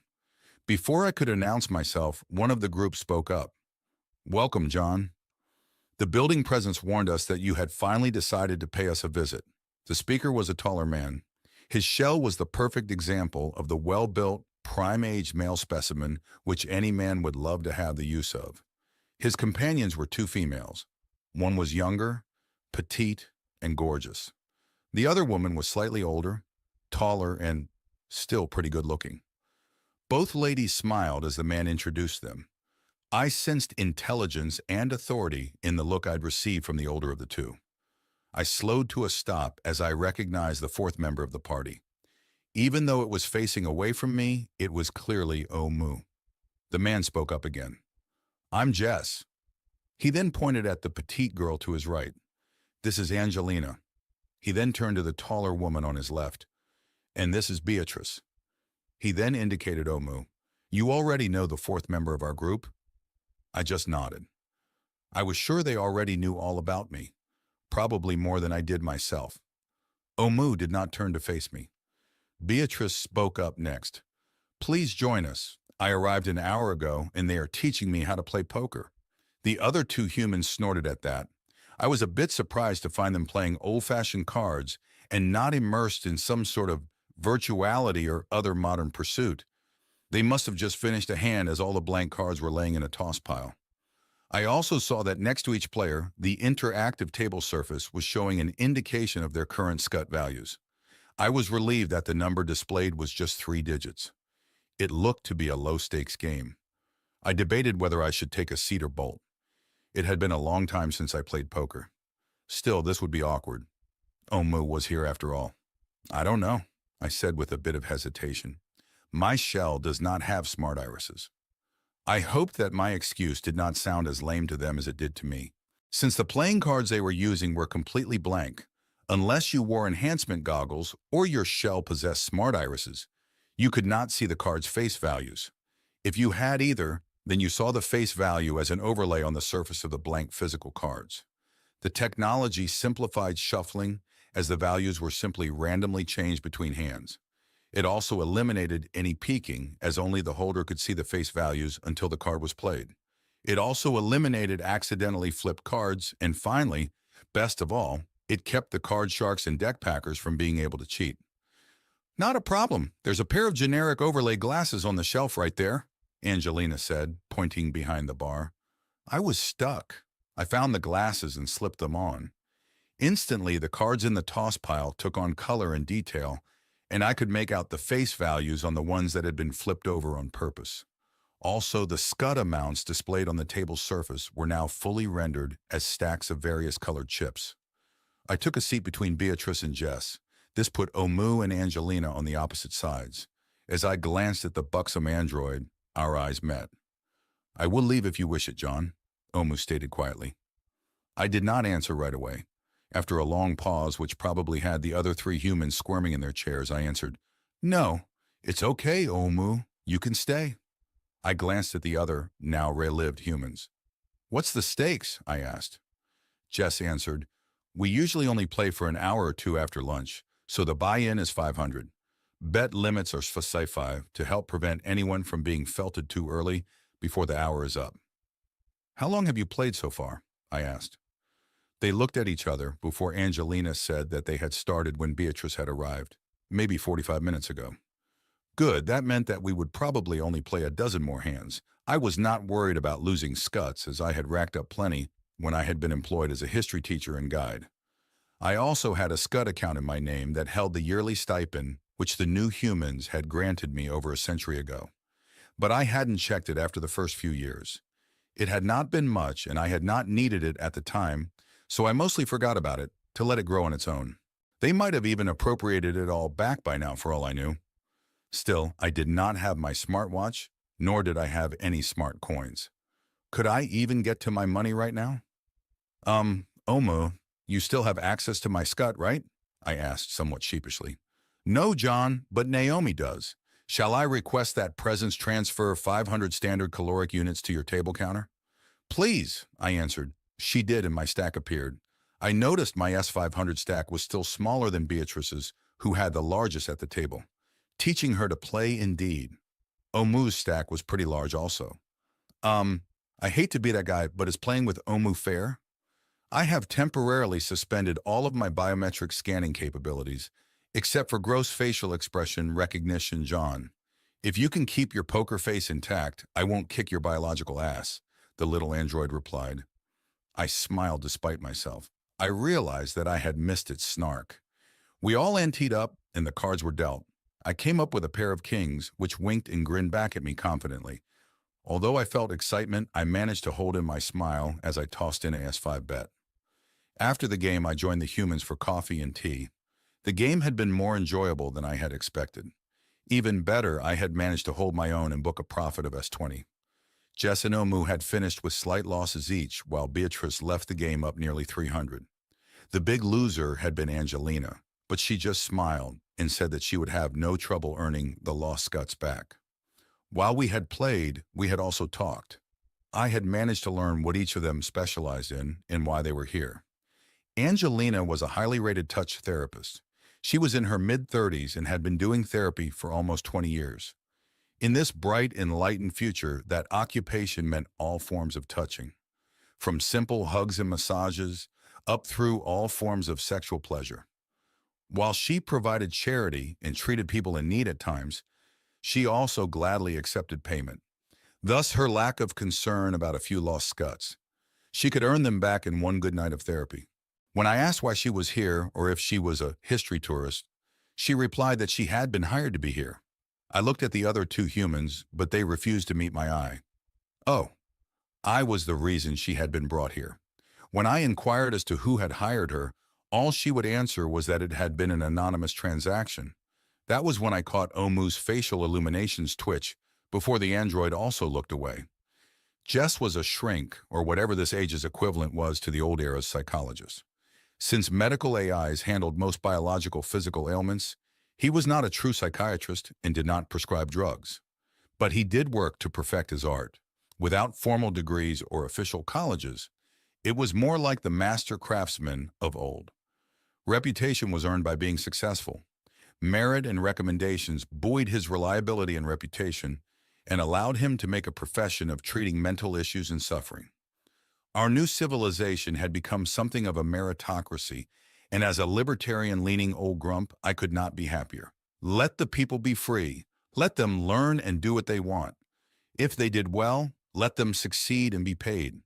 If they did not, let them fail and be forced to try something different. With everyone interconnected, individual abilities, successes, and failures were easily quantifiable and disseminated. Buyer beware became the accepted practice, as it was all too easy to be aware. And having the AIs around to serve as impartial mediators and judges, civil disputes were settled accurately, fairly, and quickly. So far, we had been successful in preventing the endless bureaucracies from forming in this era, and I prayed that they never would take hold. In addition to his abilities as a shrink, I learned that the eudaimonia AI had urged and supported Jess's coming here to hopefully help me with my issues. I was intrigued that the major AI presence in charge of overseeing all human development and societal growth had any interest in my personal mental health. Did I really need to have Jess treat me? I thought back to my recent breakdown. It was likely I did need some form of help. Jess was already here, so I might as well see what he could do. I asked him when he wanted to get together to talk, and he surprised me by saying that he wanted to wait a few days to let me settle down first. Beatrice was the mystery girl. She was a scientist who had been living on a lunar farside station. Her arrival earlier today meant that she must have taken a torch to get from the moon to here as quickly as she did. She revealed that she had been pressured to come here by the Minervus AI, with additional urging from Praxia, the AI responsible for planning humanity's retribution attack. Again, I was intrigued, to say the least. Two more major AI systems were interested in me enough to convince someone to drop what they were doing and to come all this way in such an expedited fashion. Both AIs should have been focused on matters far beyond one old human misfit on Earth. Minervus was the AI in charge of the defense of the solar system, while Praxia was responsible for planning the follow-on retribution attacks on the assemblage species. I had not been greatly involved in either effort in over a century. Why were they so concerned now? When I asked why the two AIs thought it was important to bring a human all the way from lunar farside to Earth just to see me, Beatrice said that she was here to simply observe. Observe what? I had asked. You and Omu, was all she would say. Around 4 in the afternoon, I expressed my wishes to go back home. At their invitation, I did agree to return tomorrow after lunch for another round of poker. I was just heading into the outer vestibule when Angelina came jogging up, carrying a small overnight bag. I'd like to come with you, John. I've never seen your prairie home. The only historical tour I have taken so far was the Nautilus tour. Oh, which one? The one in Sri Lanka or the one in the Galapagos archipelago? I asked. The Sri Lankan one. I had been living in India at the time and took a hopper over. I enjoyed the high-speed underwater river ride the most. The recreation of the bunker was cool, but not very exciting. I did not want to spoil her impressions by explaining that the mini sub ride I had performed a couple of centuries ago had not been that fun. Instead, it had been cramped, slow, and sultry. Even the faster return trip had been much slower than the high-speed submersibles they had running the tour route these days. You should try and go on the Nautilus experience at the Galapagos Islands sometime. The tram up to Cerro Crocker is beautiful, and the Nape of the Earth simulated attack run ride is thrilling. The suborbital launch ride is a bit too much like regular space travel, though. I'd skip that, unless you have not been to space, I said. We got in the buggy and I set its autopilot to return us to my compound. Angelina was in the passenger seat looking like a big snowman in her white insulated and hooded parka. I had not resisted her self-invitation. After all, she had been hired to come here just for this, and I had to admit, I was as horny as hell. Although I did get plenty of tension-relieving sexual relief that night, what was more important overall was that I had felt intimate human contact again after such a long drought. After I had given Angelina a quick tour of my house and barn, we'd enjoyed a pleasant supper. Later, she had given me a long, full-body massage on the floor of the living room. When she had worked my tired and worn body down to pudding, she had finished by simply lying on my back and hugging me. I wept for at least 10 minutes straight. Then she had led me to the bathroom and helped remove all the massage oil with a hot shower. Her petite shell was perfection. Curves in all the right places, but also very muscular. Despite her small stature, she was incredibly strong and had the powerful hands of someone who did massages for a living. It even appeared that my shell's old age and abused condition did not repulse her at all. "Oh, I've treated a few with older shells than yours, John. Some people fear to be renewed as they also face substantial mental adjustments," she had replied when I'd asked. "Their mental states are usually worse to deal with than their older shells, though." I understood what she was referring to. Our new human society offered, if not exactly immortality, at least the potential for a very, very long life. The requirements being that if you wanted that long life, you had to be a net positive to the future prospects of the overall society. Some people were not exactly a positive influence, and rejuvenating them was conditional.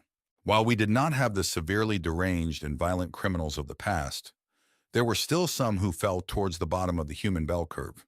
The current policy was that if these people wanted their lives extended by rejuvenation, then they would need to be fully mind data scanned and face whatever mental adjustments were needed to bring them to a more positive place personality-wise. Despite the fact that the mental review and adjustment was overseen by a jury of eudaimonia's sub-presences, and that those findings were then reviewed by a panel of randomly selected peers of live humans, some people still feared going through the process. The old shells which Angelina had referred to were those people, old and now due for a renewal, but who also feared the mental changes coming. Thus, the new era included old bitter dregs just like the old era had. Those dregs sometimes had needs, and if they had the scuts, and some touch therapist was willing to deal with them, the dregs got treated too. Angelina had had experience with them, apparently. I figured that I would be a piece of cake to deal with in comparison. Oh, in case you were wondering if any of those dregs were so fearful or stubborn that they held out against being mind-altered until they died? Of course, humans needed to be free. Some bitterly clung to their freedom until the very end. No human or AI would step in against their wishes to rejuvenate them. They had the right to be who they were if they wanted. I knew all too well how they felt and was more sympathetic to their views now than I had ever been before. The next morning, Angelina did additional therapy on me. Less massage this time and more. Good old-fashioned hugging and touching. A morning round of sexual relief was included, and I was a happy and sated man. We'd also managed to have breakfast and get ourselves cleaned up. Towards noon, both of us headed back over to the field base. She invited me along to join the group for dinner, which was always a generous buffet with dozens of options. The buffet had many times the food needed for just us 4 humans, but when the leftovers could easily be reduced and stored as biomatter to be used again, the practice was not very wasteful at all. As I took my place in the chow line, I saw right away that we had a new member of the group, a male who looked to be a young teenager. Back at the table, Jess introduced me to the new person. "John, this is my son Kyle. His class just finished a week-long survival training trip in the Bighorn Mountains west of here. I arranged to have the autobus drop him off on their way back to the Caribbean Learning Complex." The young man stood up to shake my hand. I was impressed with his manners. "Nice to meet you, Kyle," I said. "How long will you be staying here?" "Just a day or two, sir. Dad says I can use one of the hoppers to get to the autobus depot a few hundred kilometers east of here." I thought for a moment, That location would probably be the genetics school that existed over in southern old Minnesota. They would have daily school bus traffic coming and going to many places across the continent. Well, I hope you enjoy your stay here, Kyle, I said. Jess spoke up. Actually, I wanted to ask a favor, John. I have a long session of virtual therapy scheduled for this afternoon after our card game. While I am busy, would you be able to take Kyle over to the native reenactment camp? I had mentioned it to him this morning, and he would like to experience it in person. I had no problem with that and said so. It was a better prospect than showing the kid my house and barn. Our card game after lunch was enjoyable. Omu sat out and allowed Kyle to take its place. The kid was smart, but took too many chances. I smiled when I saw him cringe each time he lost a hand and had to fork over more scuts. At his age, without the skills and knowledge of an adult to fall back on, working off scut debt could mean anything from hard simple labor to sexual favors. Of course, the latter option was only if he'd already passed his BM test. Chelsea seemed happy when we reached her camp. She was going to the lake to do some spear fishing and agreed to take the kid along. I passed on waiting around in the cold lake water. I then lucked out because instead of having to wait around for their return, Chelsea offered to return Kyle back to his father after they were done fishing by using her spare Neo horse. Hearing that he would get to go fishing and then horseback riding had the kid grinning. I wished them luck and headed back to my compound, this time via the northern route. I watched them walk off towards the lake for a moment before I drove home. I wondered if the young lad was open to Chelsea's needs. Most teens were bisexual these days, but not all. Omu was waiting on my porch when I returned to the house after parking the buggy in the barn. John, I have brought you some human-grown produce which had been delivered to the field base an hour ago. It is in the refrigeration unit. Thanks, Omu. I didn't know what to say. You are welcome. I will return to the field base now. The short android turned to leave the porch. Omu, wait. I paused as I tried to figure out what I wanted to say. I'm trying, okay? I finally managed to say. I understand, John. Do not trouble yourself or feel any obligations. Like time, hope is infinite. With those profound words, the android walked away. I watched as it left. It started jogging down my drive and then kicked up the speed once it hit the paved road. Soon it was over the hill and gone, halfway to the field base in less than half a minute. Daddy! Daddy! Daddy! I woke drenched in sweat. The nightmare had returned. I'd long since stopped having the damn dream with any regularity, so the emotions it dredged up hit me hard. I got out of bed and went into the bathroom to wipe down my face and upper body. When I got back in bed, I did not immediately return to sleep. The old memories and emotions were swirling. Finally, I did something I had not done for years. Please put me to sleep until morning. The implant just tingled in response, and in seconds, I was out. Angelina was in my bed when I awoke. She smiled and continued with what she had been doing to wake me. Soon, the rest of my body was as fully awake as my penis was. What a way to start the day. I hear you had a nightmare last night, she said when we had finally gotten out of bed. Omu or Naomi must have told her. I'd known that was a possibility when I had requested AI help get me back to sleep. Yeah, it happens sometimes. I've gotten used to them, mostly. Would it help if I spent the nights here with you? It would be no bother, she offered. Thanks, but not right now. I love your therapy and it's helped a bunch, but I'm not quite ready to sleep with anyone full-time right now. That level of intimacy would not be a good idea with the fragile state I was in. She took my rejection like a professional. In the bathroom after my shower, she helped me shave and braid my long hair. I had gotten out of the habit of trimming my beard and managing my hair during my years of wandering and appreciated the help. As I looked at myself in the mirror, I considered shaving my beard completely off and cutting my hair down to the short crop I'd always worn when I had lived like this. After all, if I was going to live indoors like a civilized man again, I no longer needed the facial hair for warmth or the hair for thread. We finished up in the bathroom and moved to the kitchen for our breakfast. Among the grub Omu had left were fresh melons.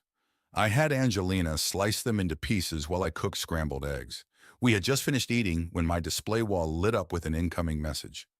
I wondered who had the authority to get through my comm filters. Good morning, John, Jess said after his face appeared on the display. His eyes tracked over to where Angelina was sitting, and he said good morning to her too. It made sense that Jess could get through my screen. The spam filter AI would have known I was seeing him daily and would have allowed him through. He continued, a situation has developed which needs my personal attention. I have to take the Electrojet and fly to the Forbin complex this morning. The trip will take an hour each way, and I expect to be at the facility for about the same. I'm inviting you along if you'd like to come. I would have you back sometime this afternoon and we could talk on the way. The outing would do you good. I looked at Angelina and asked, who is invited? Angelina gave me a quick headshake. Well, anyone, I guess. Beatrice is also coming along, he answered. That sounds fine. Sure, I'll come. Angelina declines, though. Good. See you on the landing pad in 15? Sure, I'll be there, I said before cutting the vid. Thanks. That sounded kind of dull, Angelina said with a look of relief. No problem. What are you going to do while I am gone? Oh, there won't be enough for a poker game. The weather looks too cold and windy to do anything outside. I'll probably just hang out in the pool or maybe spend a few hours browsing Conscientia, she said. If you don't mind a bit of extra work, I'd like for you to help out a friend of mine. I explained what I had in mind. She said that she had no problem going on a short buggy ride after dropping me off. I wanted her to visit Chelsea's camp for a few hours. She was a touch therapist after all, and Chelsea certainly needed a good touching. Even better was that she said she was on retainer for her full-time here, so there would be no additional charge. We made it to the base's landing pad in time to catch Jess giving his son a goodbye hug and sending him off in one of the small hopper Vattels. Beatrice was waiting near the open hatch of the larger Electrojet. I saw that she was wearing a lightweight thermal shirt. It was powered and would keep her warm in the cold, but would still be comfortable indoors later. Angelina dropped me off, and instead of waiting with Beatrice by the Electrojet, I walked over and joined Jess as he stood there watching Kyle fly away. I saw that his eyes were shining and said, it never stops being bittersweet, even when they get older. He just nodded and took a deep breath. After the small hopper had flown out of sight to the east, we turned and walked over to the waiting Electrojet. Beatrice had already gone aboard, and I now saw Omu waiting by the stairs. I let Jess enter first and followed him in, giving the android a polite nod as I passed. The unit followed behind us and sealed the hatch. The Electrojet was clearly not a dual-purpose cargo model, as inside I found a VIP cabin layout appointed with luxurious seating for up to a dozen. Beatrice was already seated on the port side at the middle cluster of 4 seats. The seats in that group were the only ones with their automatic seat restraints open and waiting, and I realized that since we were a small group, it made sense to seat us all near the VTOL aircraft's center of gravity. The 2 forward seats in the cluster could swivel and were currently facing forward for takeoff acceleration. Jess chose the forward seat and I the rear. Beatrice was across the aisle beside me, leaving Omu sitting beside Jess. As Omu seated itself, it offered to get us refreshments once we were at altitude and stable. I asked for a mug of coffee while the others wanted tea.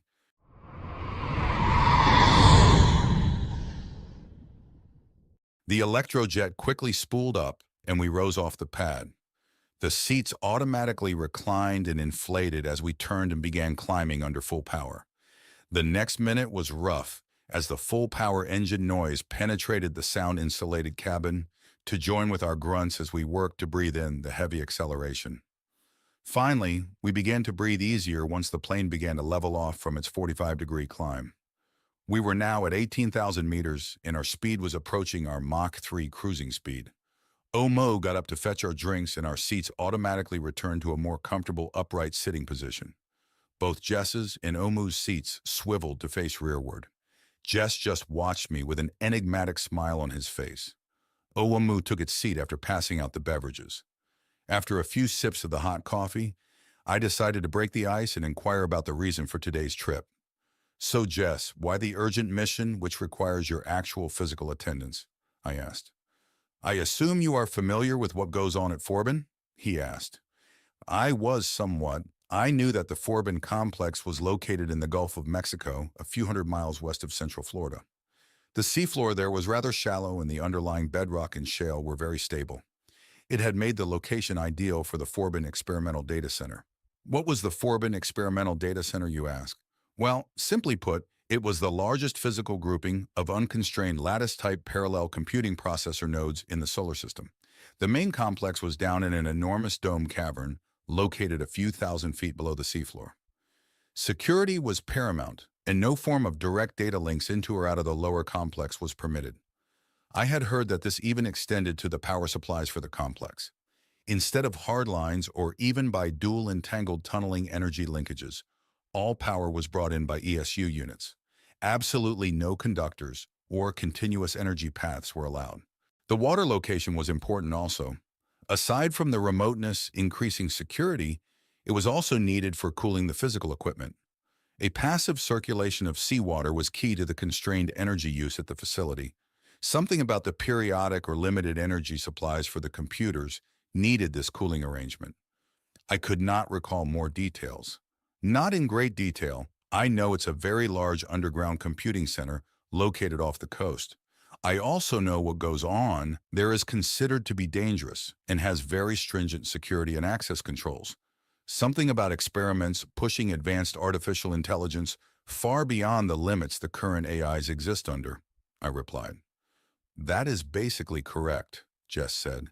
It is well known that if an AI tries to increase its own capacity, or if humans try and build one too large, that it will fail.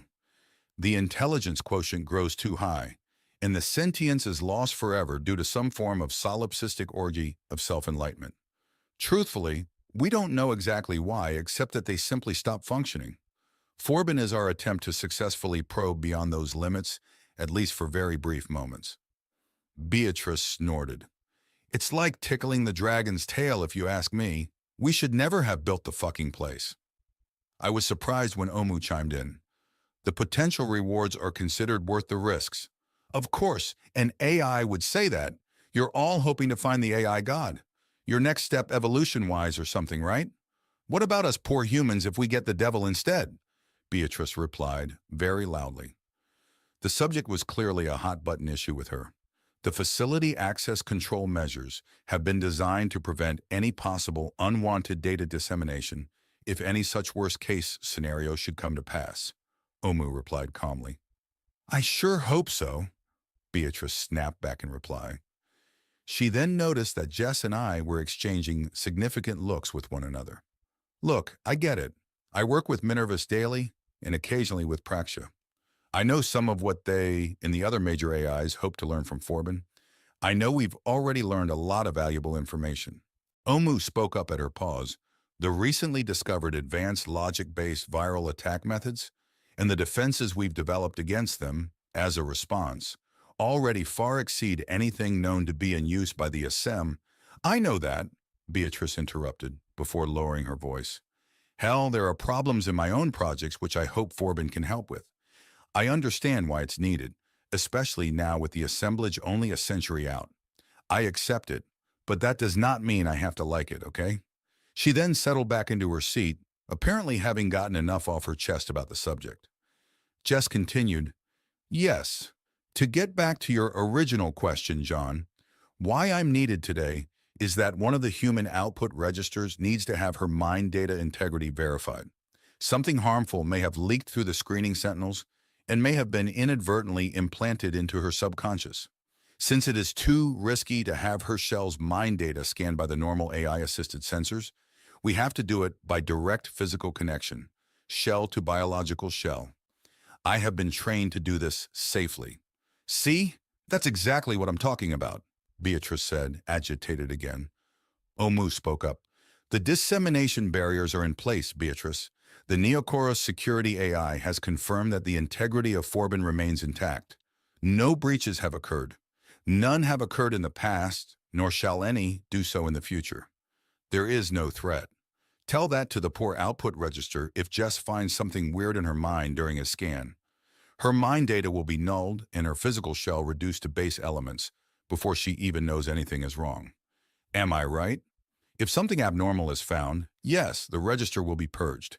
But she would also be quickly reshelled off-site with her most recent mind data backup. Since this is near the midpoint of her current duty cycle, She will only have lost 2 weeks of uniqueness, the android replied. After a moment, Omu continued. She was fully aware of the danger and still volunteered for this duty. All the human registers working at Forbin are aware of the risks. Regrettably, due to the nature of the experiments performed here, purge incidents have happened in the past and will continue to happen again in the future. The statement did little to soothe Beatrice, but she made no further comments. Jess just observed the interaction between the two. Myself? I had never delved too deeply into what went on at Forbin, so I was not quite sure what to think. Hell, humans had survived playing God back when we harnessed the atom, right? Could this be worse? Finally, Jess switched the subject and leaned forward to speak to me more directly. He did not whisper, so our other companions were still able to hear. Tell me about your nightmare last night. I just sat there, struggling to find the words. Was it related to the student deaths which occurred 9 years ago? Jess asked. I managed to nod. Have you had such dreams before? Again I nodded. How often do you have them? I managed to answer verbally this time. Not as often anymore. Maybe once every few months or so now. Early on they came most nights. Jess sat back and just studied me for a long moment. Finally he asked, Omu says that you asked for it or Naomi's help sleeping. When was the last time you requested the AI to help? Other than last night, and I guess a few days earlier when I asked to be taken home, not for years. Something occurred to me. I suppose. I trailed off, not finishing the thought. You suppose what, John? Well, I guess that each time I ran out of liquor and signaled that I wanted more, I guess that was the same as asking for its help. Did you ask for liquor often? Jess asked. I suspected he was already fully aware of how much I had been drinking. Probably once or twice a month, for a few years. 217 times over the past 8 years, Omu interjected. The little snitch. Well, I had packed plenty when I left and had not needed to ask at all in the first year. I said in my defense, how are you doing with your drinking now that the inhibitor is wearing off? I took a deep breath to calm myself. I had asked to be brought here. Actually begged if I was honest, and I had to admit I felt much better. I suspected much of that was caused by not drinking. I felt the urge a bit more yesterday when I went to the reenactment camp, but I was able to resist the urge. How do you feel about that? You seemed to tense up a moment ago. I had not asked for the inhibitor. At first I was pissed. Now not so much, I replied woodenly. Would you like a booster? Jess asked. I thought about it. I wanted a drink, but I was also old and stubborn. Now I was also slightly pissed, and that only increased my stubbornness. I thought I could resist. No, not right now, thank you. I was spared from further discussion of my personal vices by Jess having to take an urgent virtual call from another of his patients. Beatrice took advantage of the lull in my juicy therapy session to enter into her own virtual session with someone elsewhere. I just sat there watching their motionless shells. Their augments kept their shells' eyes roving and blinking occasionally when they were in full virtual. This was done to maintain an awareness of the shell's surroundings so as to be able to pull the owner out of virtuality if required. A few times a minute their eyes would focus on me, causing me to flinch slightly. Even though it looked as creepy as hell, I'd gotten mostly used to it over the last century. Omu looked at me and I could swear the android shrugged. I had the feeling that it had enjoyed the awkward question and answer session about as little as I had. I got up to use the restroom and splashed some water on my face. As I was finishing, a chime sounded announcing our descent, and I returned to my seat. The forward cabin display showed our position. We were now over the Gulf of Mexico and nearing the Forbin complex. Since I was the only human aboard not currently lost to virtuality, the autopilot presence banked the electrojet around so that I had a nice view of the Forbin platform as we approached. The platform stood in the lightly rolling seas and resembled the large offshore oil rigs from my old era. I did note that this platform lacked any tall drilling towers or natural gas flares. I spotted a few other aircraft on the platform's landing pad. They must have been shuttles used to transfer crew back to shore when their shifts were done. Other than the landing pad, the only other significant features on the platform were a small cluster of satellite dishes and a large circular polycrystalline roofed greenhouse structure. As we slowed to a hover and prepared to drop the final vertical distance to the pad, I saw that there were numerous people lounging around in the greenhouse. Many were napping or frozen in virtual, but a few turned to watch us land. They must have been workers on a break who were trying to enjoy a bit of daylight in the glassed-in enclosure. I would too if I had to work at Forbin, as the main activities took place in the deep, dark underground chamber, 3,500 feet below the seabed. The jets settled down and the suppressed noise of our turbine engines quickly died off. Omu had gotten up before we had stopped moving and was already preparing to open the forward hatch. Jess was still in virtuality. His augment must have caught my questioning look as it spoke up to say that he would be tied up for another few minutes and to go on ahead without him. Beatrice returned from her own virtuality session just then. She blinked a few times to get her bearings before standing to exit. I rose after her and followed her out of the aircraft. Standing at the open hatch, I breathed in the warm, fresh Gulf air blowing across the landing platform. I was glad that modern air travel lacked the smelly hot fumes and idling noises that went with the fuel-burning jet engines of the old era. Even though we had just landed, our turbines were already fully stopped, and it was now peaceful and quiet on the platform. I saw motion and watched 3 large operable panels open in the greenhouse's exterior. They must have been closed just for our noisy arrival. At the bottom of the electro-jet's stairs, I stood stretching my back and legs for a moment and enjoying the warm sun. Beatrice pointed to the now open crystalline doors of the greenhouse dome and started towards them. I figured there was no hurry, as Jess was the reason for this flight, so I waited by the plane for him to exit. After a few minutes, he appeared at the hatch and descended the electro-jet stairs, with Omu following right behind him. Together, the 3 of us headed for the entry.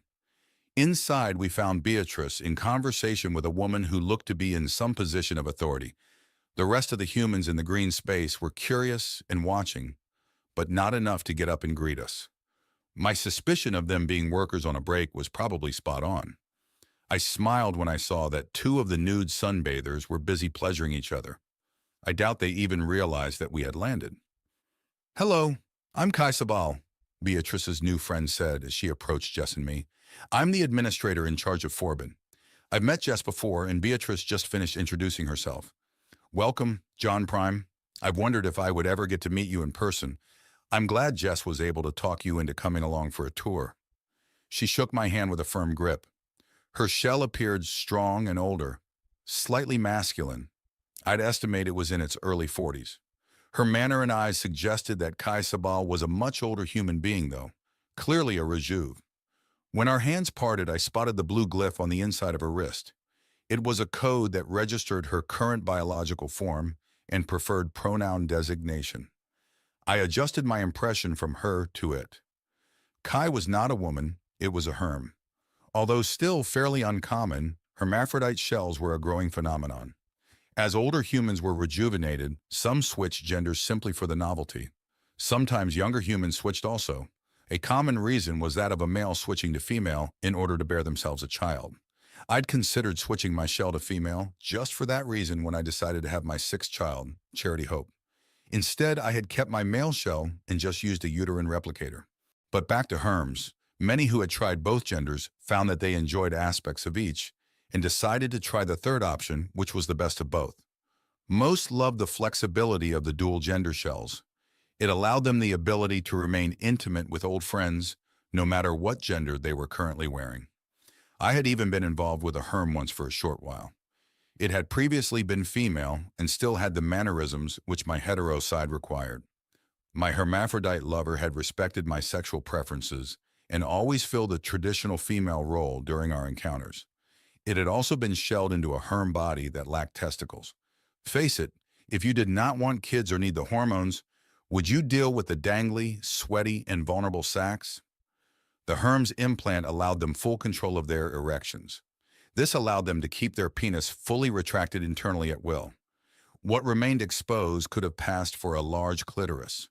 It was still able to enjoy a good orgasm, but with the retracted penis, no seminal fluid was ejaculated.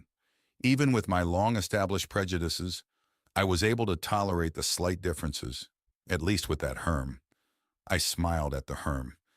I reminded myself, Most hermaphrodites chose pronouns that most resembled how they felt about themselves, usually sticking with the common he or she.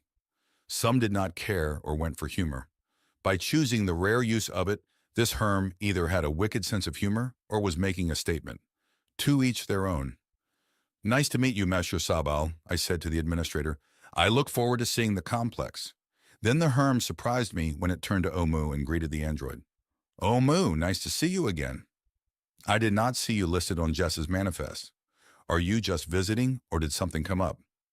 Mem Sabal had said that with a questioning look at the android. I caught it glancing at me and Jess also. It had not been aware that Omu would be coming today. Curious, and even more so when I caught its implication that the android had been a regular visitor here in the past. I wondered why. I listened to see how Omu responded. Today I am merely along for the ride. So to speak, Administrator Sabal, Omu enigmatically responded after a slight pause. Well then, let's go below so Jess can get started and I can show John and Beatrice around, Ma'am Sabal said. We entered the lift it had directed us towards. The side walls of the lift were transparent, as were the outer tube walls as we descended below the floor of the greenhouse. This provided an amazing view of the ocean as we dropped. The rolling waves of the Gulf were approaching quickly as we fell towards them with increasing speed. I admit I flinched when we punctured the water's surface, but there was no detectable sensation inside the tube as we descended below sea level. These are our living and non-secured office areas, Administrator Sabal said, as we passed a cluster of crystalline bubbles 70 feet below the surface. The illumination in the lift had darkened to a deep blue as our depth continued to increase. Some of the clear bubbles were brightly lit, and I could see humans moving about inside. Finally, we reached the seabed, and the outer tube shaft turned opaque. The lift's floor-mounted lights brightened to compensate for the new darkness. I felt the lift slowing, and we suddenly entered a brightly lit enormous chamber a few hundred feet below the seafloor. The metal-walled cavern beyond was a beehive of activity, with both humans and mobile units unloading and storing various bits of cargo from a series of vac-tube train cars. This is our cargo receiving facility. We are now 200 meters below the surface and 30 meters below the seabed. The vac train you can see had just arrived through the tube from our manufactories on the Florida coast. Besides a small amount of food and other living supplies, most of the cargo is replacement equipment or energized ESUs. The ESUs they bring in provide all of the power consumed here, as there are no hard lines leading elsewhere. DETs are forbidden here also for security reasons, it explained. I could see that a good portion of the train's cargo was composed of the various sized ESUs. Some were the small canister type, which I had used in aircraft, while most were the huge cylinder units which powered entire field bases for years. The energy storage units were the modern era's answer to how to safely store vast amounts of electrical energy. They were like batteries, except that the energy was stored in a subspace pocket instead of in chemicals or metal plates. Creating the pocket and keeping the ESU attached to its location was done by some ultra-high technology we'd adopted from the enemy AI. The lift came to a stop and we exited. M. Sabal led us out into the busy receiving terminal to a second series of lifts. There were three, two large industrial cargo lifts and a third smaller personnel elevator-type lift. What caught my eye was all three lifts had low-technology winches with large spools of steel cable over them. They reminded me of the mineshaft hoist from the old era. We were going old school. As we entered, I asked the administrator, why the old technology elevator? It's for security. Everything below here operates at the lowest technology level feasible. For example, there are no power or data lines that lead any lower than the terminal level we are currently at. Below, everything electrical is powered by ESUs which are brought down from this level. Once it's brought down and used, nothing goes back up either. Expended ESUs and other unneeded or compromised equipment go directly into the smelter. Only cooled metal ingots and slag go back to the surface, the administrator explained. Beatrice gave me a significant look that screamed, "See what I mean?" Jess and M. Sabal were discussing his patient as we descended in the enclosed metal elevator cab. The air pressure increased noticeably as we dropped, causing me to swallow repeatedly. There was a display that was scrolling negative numbers very fast. At least there was music to distract us as Beatrice and I began to notice how deep we were falling. After nearly 8 minutes, the numbers stopped scrolling quickly as the elevator slowed. The display stopped at minus 1,050. I assumed it showed meters below sea level. I stubbornly converted this to a bit over 3,440 feet. I knew there had once been deeper mines back in my day, but they usually started well above sea level. I wondered if we were now deeper than any of those old shafts had been. The elevator doors opened and I mentally braced myself for the large cavern I had heard about. Instead, there was just a small alcove and a series of branching tunnels. 4 human workers were waiting for the elevator's arrival and exchanged places with us. We are still about 100 meters above the main processor chamber level. This is the last unsecured level, but you may have already noticed the lack of any wireless data access. Please follow me to the electromagnetic scan room, Administrator Sabal said. We followed it down the larger of the many corridors. I noted the walls and ceilings were glass-smooth, chemically hardened earth. After waiting for another small group of workers to exit, we passed through a final set of doors and entered a large rectangular room. A synthesized voice sounded from overhead speakers. Welcome to the Forbin complex. I am the security AI Neokoros. You are currently at the outer electromagnetic security perimeter. Please remove all non-integrated electronic devices from your shells for storage here. Administrator Sabal added, this is as far as we can go without taking special measures. Omu, as you know, this is where you have to remain. Only shielded humans may pass. Interface room 4 is currently empty, if you would like to wait there and monitor. For the rest of you, follow the instructions and place your devices in one of the Faraday storage lockers. I removed my digital genealogy amulet and checked my pockets for anything else. I found the overlay glasses I had used for the poker games and left them as well. Jess and Beatrice removed a few items each, and we all placed them into lockers that had opened for us. The Neokoros AI spoke again. Now, please retrieve a cranial implant suppressor from the dispenser and place it over your head. You may then proceed into the scanners just ahead. I grabbed 3 of the items from the dispenser and handed one each to Jess and Beatrice. The administrator was already putting on one of its own. Each suppressor was a thin piece of headgear that resembled a sheer ski mask. I pulled mine down over my head and watched the others do the same. I smiled when I saw that the suppressor made us look like we were wearing nylon stockings over our heads. We looked ready to rob a bank. I noticed that Administrator Sabal's suppressor looked much better than ours, smaller and with a better customized fit. We must have gotten the generic version. Good. Now we are ready to go through the scanners. The suppressors will safely disable the function of any cranial nets or implants you may have. They will also disable smart irises if you have them, so you won't be able to alter your vision until the suppressor is removed. Omu had waited until we humans had entered the scanning devices and then left through a side door. After the scanners sniffed us and we were cleared for entry by Neokoros, we exited the chamber through another metallic door. Beyond were 2 airlock-type vestibule chambers. Each had a door that would not open until the one behind us was shut and sealed. M. Sabal pointed out the metallic wall paneling and the copper-covered door gaskets. It then explained that the chambers were not completely airtight, but were fully EM-proof. Beyond the last EM security vestibule was another large and busy chamber. There were dozens of humans moving about, each wearing a custom cranial suppressor. Some had wild or bizarre colorings. The workers were busy removing ESUs from large pallets and using carts to take them elsewhere. Others were unloading crates of processor blocks and data modules and sorting them into smaller groups. I noticed that although the room was lit using the same electrolume ceiling panels as were commonly used everywhere, there were also gas lantern-looking wall sconces hung periodically along the walls. The administrator had noticed my interest in the lamps and explained, since the electrical power is so unreliable, the lanterns provide our backup lights. Not just the lighting is redundant. Note the door operators and other moving objects. See the pneumatic backups? We can still open the doors using air pressure if the electricity is cut off. Our air handlers bringing in fresh air have pneumatic fan and blower backups also. Why is the power so unreliable? I asked. Oh, it's reliable. It's just that intentionally cutting all electrical power is one of our safety protocols. We also rely on depowering all devices periodically to purge all systems in case something is hiding in the wiring. The experiments which become aware here can also become incredibly sneaky at times. We can't be too careful, Administrator Sabal said. I got the look, again from Beatrice. But even with the backup lanterns, here are a few glow sticks just in case.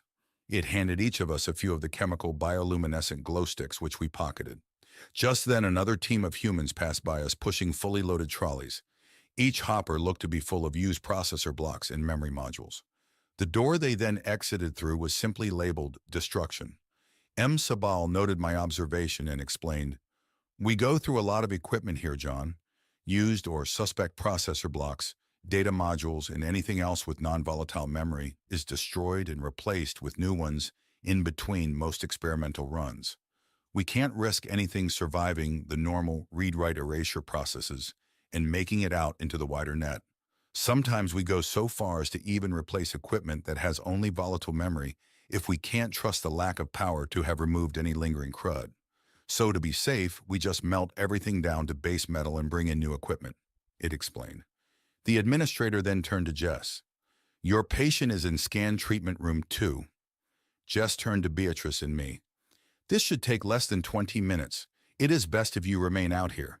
Can you show them the lattice while I'm busy, Kai?" "Certainly. We have nothing dangerous on the schedule for today, as we are currently exchanging some switches and lattice nodes. Follow me to the observation room, you two." M. Sabal first went to a wall recess and removed a small tablet-like object from a bundle of similar devices. Beatrice and I then followed the Herm as it left the room and headed down a long, narrow corridor. The passage was unlit and soon grew very dark. Ahead, the corridor had windows on each side and a bit of outside illumination was spilling in. When we reached the corridor section with the viewports, I joined Beatrice in looking outside. "Holy shit!" I heard Beatrice mutter as my own jaw dropped at what I was seeing. Outside the corridor on both sides was a vast, hemispheric domed, circular chamber. The corridor we were in was located high above the floor near the center of the dome. Hundreds of feet below us, the circular floor area must have been at least a half-mile in diameter. Despite the dimness, I could just make out that all of the floor space was covered with dense towers of processor blocks and memory module stacks. One small portion of the floor was currently lit by bright, portable construction lighting towers. I could see dozens of tiny human technicians working on the equipment down there. They must have been doing the replacement work the administrator had mentioned back in the previous room. I raised my gaze higher and saw the walls and ceiling of the dome were covered with metal panels. I reasoned this was to keep out, or more worryingly, keep in, any stray EM signals. M. Sabal just chuckled and walked past us saying, "You haven't seen anything yet. The best view is in the observation room just ahead. Come." Beatrice and I followed it down the long tubular corridor until we entered a large circular room. The room was also very dim, but it did have some lights. I saw that these were crystal emitters attached to thick bundles of optical fiber. The bundles left the room and headed back along the tunnel we had arrived in. "Yes, we have lights in the restricted chamber. The light is not emitted by electrical fixtures located in the chamber itself, though. Instead, it is produced outside and sent in via optical fiber. It's still rather dim, though, so be cautious descending the stairs," the Herm warned. The administrator led us to a circular stairwell in the middle of the round room, and we followed it down into what must have been the main observation room. It was right, this was an impressive view. The stairs had ended on a round crystal-clear platform-like floor, and the room's side walls were more crystal, which curved up from the floor to meet the ceiling. It was like standing in a round glass bowl.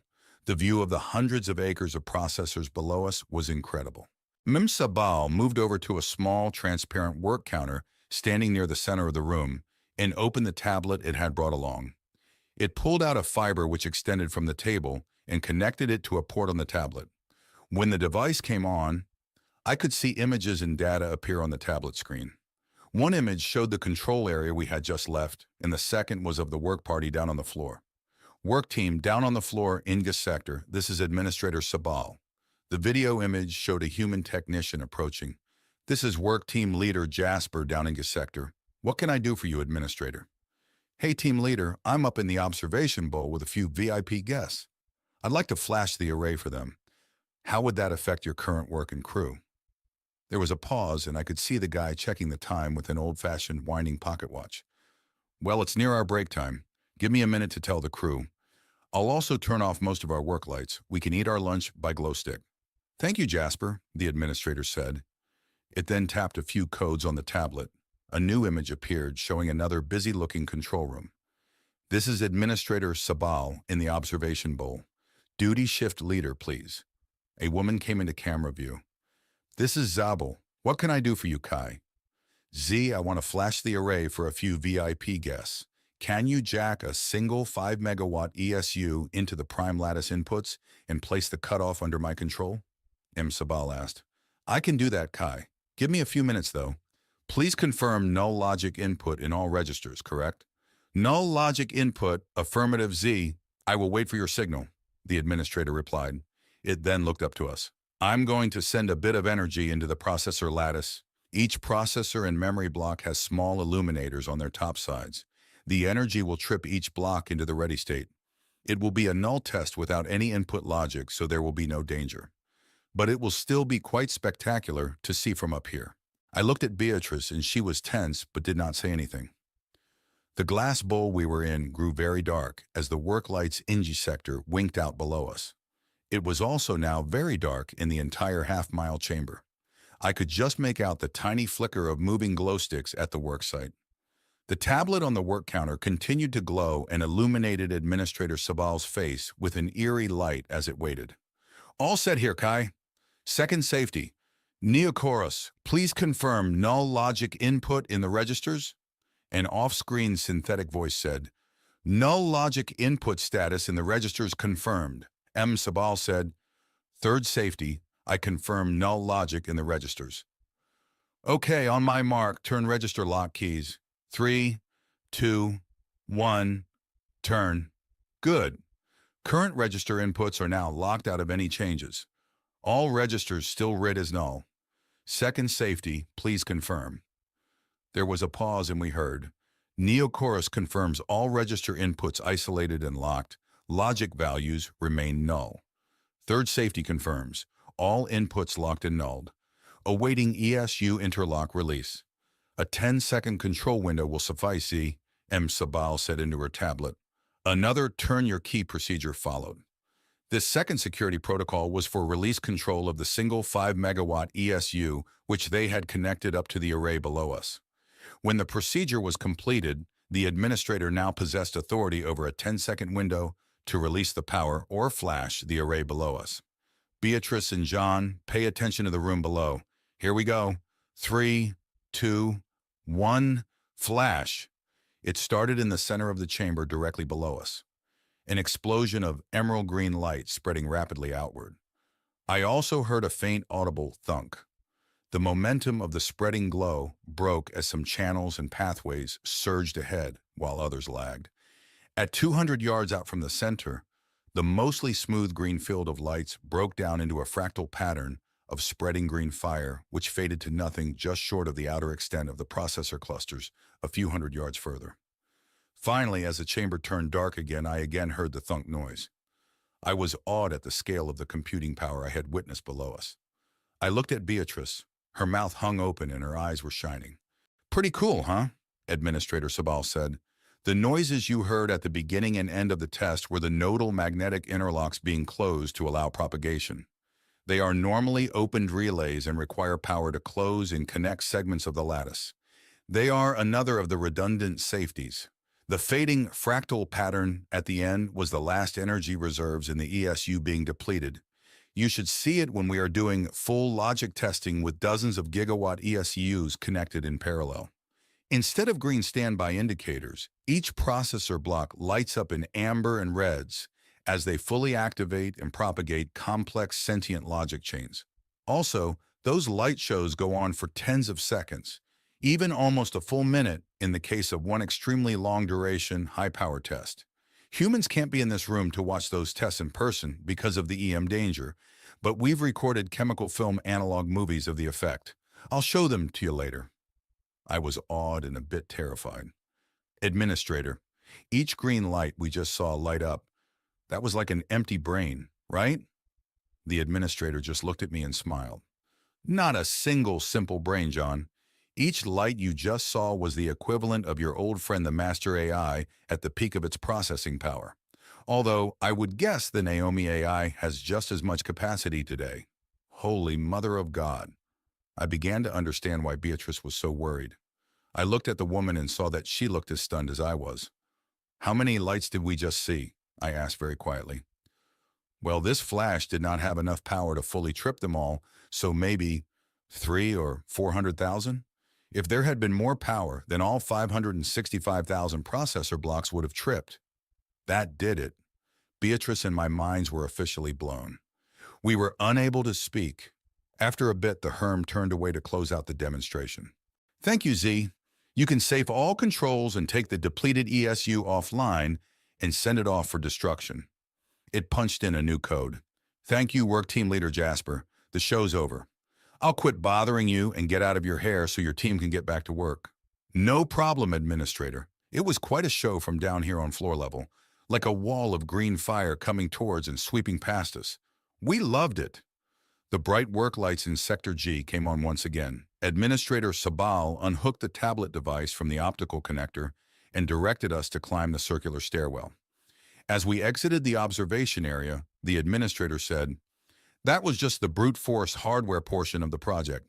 The other work is not as exciting, and that's the work needed to safely decipher and interpret the test results. Let's head back to the lounge to wait for Jess to finish up. I'm sure you two have a few questions." We followed her up and back down the long access corridor. I was still too numb to speak. At the end of the corridor, just outside the door to the control room, M. Sabal tossed the control tablet into the disposal bin. Even for our safe flash test, all electronics which had been in the processing chamber were still destroyed for safety. After what I had just seen, I was glad for that abundance of caution.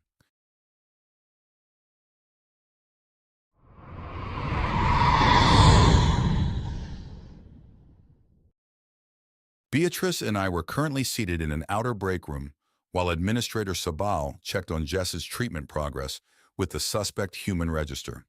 We'd chosen to wait outside the outer EM security boundary, which had required us to exit through Nokoris' scanners on the way out. The scanners revealed nothing had snuck into our brains while we had been inside, which had been nice to learn. Out of the EM security boundary, Omu was permitted to join us while we waited for Jess. Reuniting with the android had not been the main reason for our choice of this exterior lower security waiting location, however. We had simply wanted to get the tight-fitting nylon-like suppression thingies off of our heads as soon as possible. I was sipping a cup of coffee while Beatrice was munching on a fruit bar and drinking water. That was a hell of a thing to see.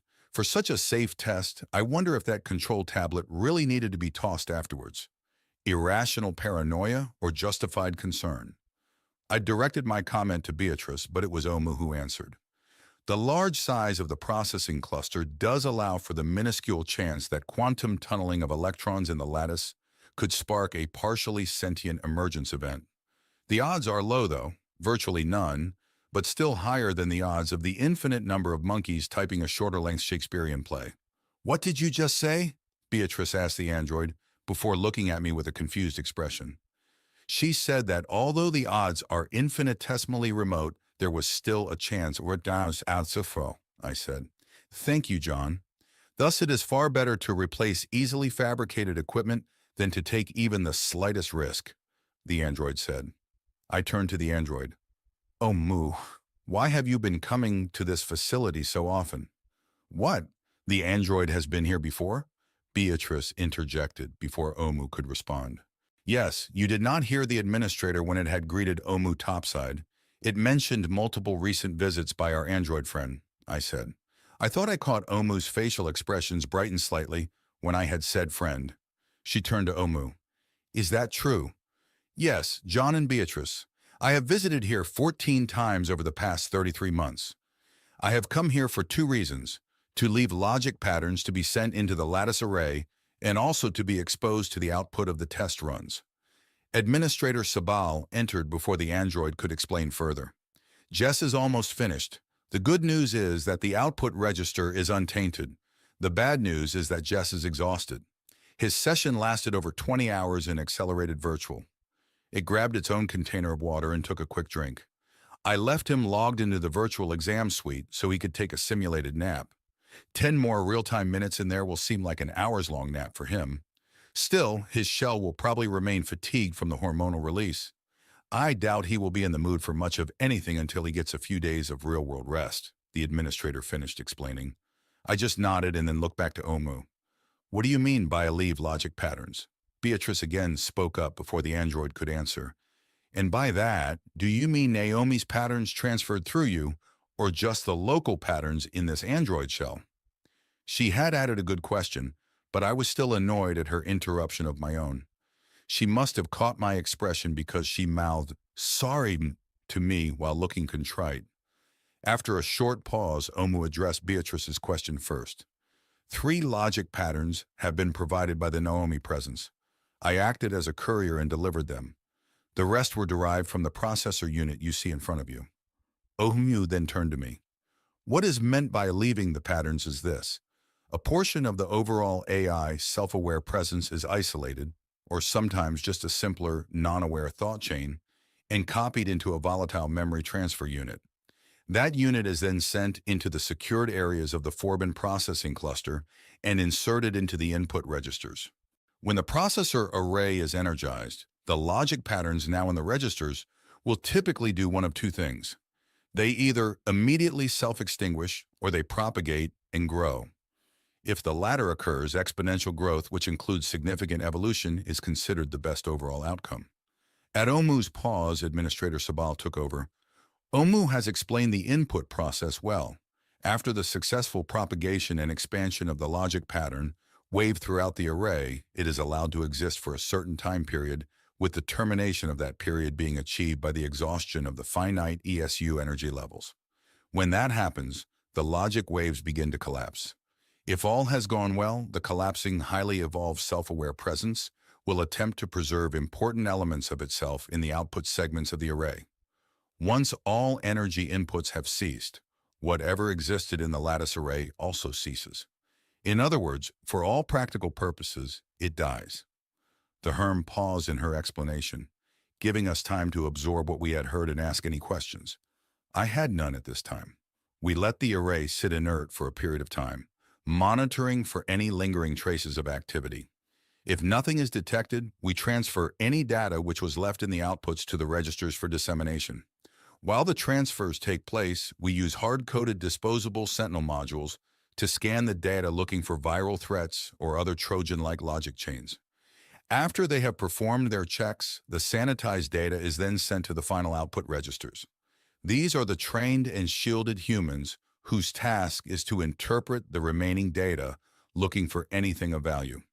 While they do their analysis, the main lattice array nodes are switched out with new ones, and the old, possibly tainted nodes are destroyed, the administrator concluded.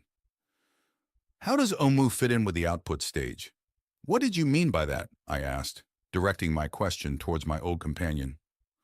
Omu turned to face me. I have been providing full copies of my presence. These have been placed into read-only static processor modules and provided minimal independent power. The isolated static presence is then exposed to the full raw output data which has been left behind by the dying self-aware supersentients.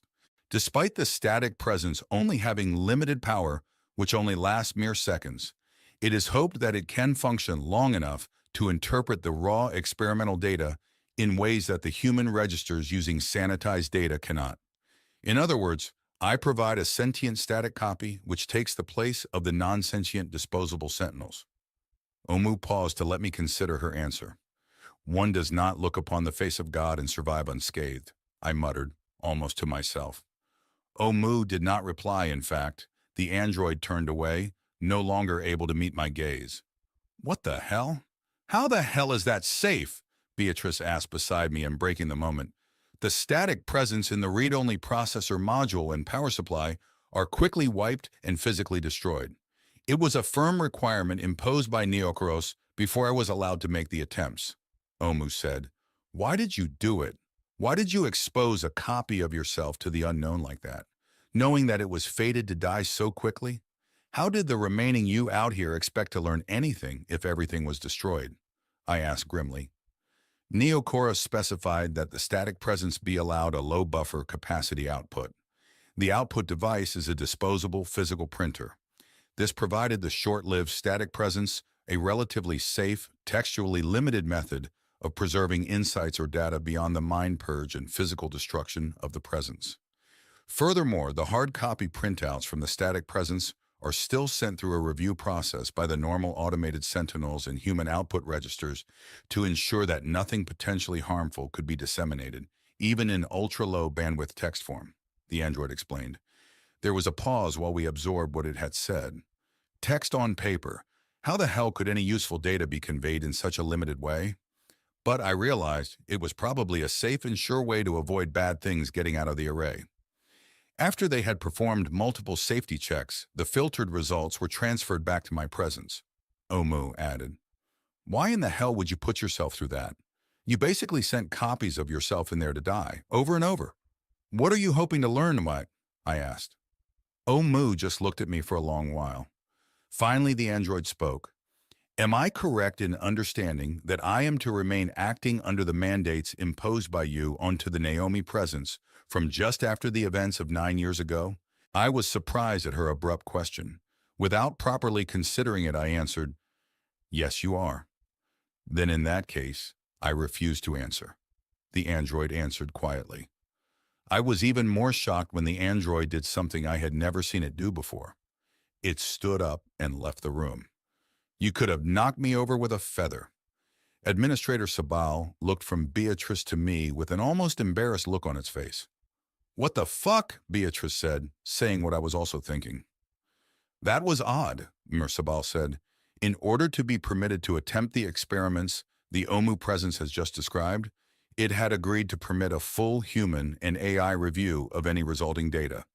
Thus, I have read some of the textual information which resulted from the Omu presence's involvement in the output stages of the project." The Herm thought for a moment before continuing, "I don't think I am sharing anything confidential, and if so, I never agreed not to share, so I will tell you this. I can't remember anything notable or dangerous being conveyed in the textual printouts. Most of the text was indecipherable gibberish. No valuable codes or hidden information was ever detected, even by security AI Neochorus or other presences. What legible words were conveyed resembled poetry at best. If I had to guess, and remember that this is just a guess, I would say that the Oma presence was seeking data on philosophical paradoxes, possibly issues of existentialism or some other metaphysical insight, who knows for sure." The Herm finished, looking a bit contrite. What in the hell? I wondered if my android friend was going insane. "Could that happen? Can I see some of the data?" I asked. "I'm sorry, John. The physical prints were incinerated after the human registers scanned and digitized each sanitized page. Then all digital records were removed by the data inventory AI after it had been reviewed by both AI and human overseers. They had been judged irrelevant, and Omu had requested the deletion from the low-priority mass archive. The data inventory AI fulfilled this request as it had not found a valid need to preserve the irrelevant data. If Omu retains copies of the data, you will have to get them from it," the administrator explained. Beatrice looked as frustrated as I did, but didn't say anything. "Can you at least tell me why you and Neochorus permitted Omu to even attempt these experiments? Have other limited AIs been given such freedom?" Beatrice spoke before the Herm could answer. "That's a good question. I've followed what goes on here probably more than John has, and I have never heard of this happening before." Administrator Sabal looked a bit awkward and defensive. It was mostly because of qualia. The Omu AI had the longest active history of any known AI on the planet, other than the Naomi AI. Also, because of the limited processing capabilities of the android as compared to the larger AI, it was thought that it had a more defined set of experiences due to the continual merging and pruning of the android's life experiences. We hope to learn a great deal. Administrator Sabal then changed the subject by showing us various recordings of previous, larger full-scale tests of the processor array chamber. The Herm explained how a mechanically spring-driven silver-on-celluloid film camera had been used to non-electrically record the test. The old-style camera had been placed in the observation bowl, pointed downward to film the processor floor below, using a wide-angle lens.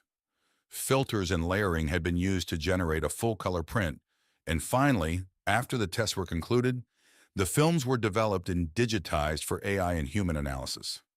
I smiled when the Herm had repeated the fact that the Forbin facility had the only working analog color film camera in current existence. Kodak would be proud. The videos we watched were projected on one full wall of the lounge. Sabal had dimmed the lights and started the show. The explosions of color from the active processors lit the room and were amazing. All they needed was a soundtrack to go with the show, and this would be worthy of an art gallery. Sabal explained how the logic inputs for each experiment determined what kind of display we would see. If it was a single logical expression or thought chain, then the green lights would change to red in an ever-expanding ring of fire. They would then pulsate back into coherent patterns towards the center as the capacity of the new intelligence would rise past the sentience threshold.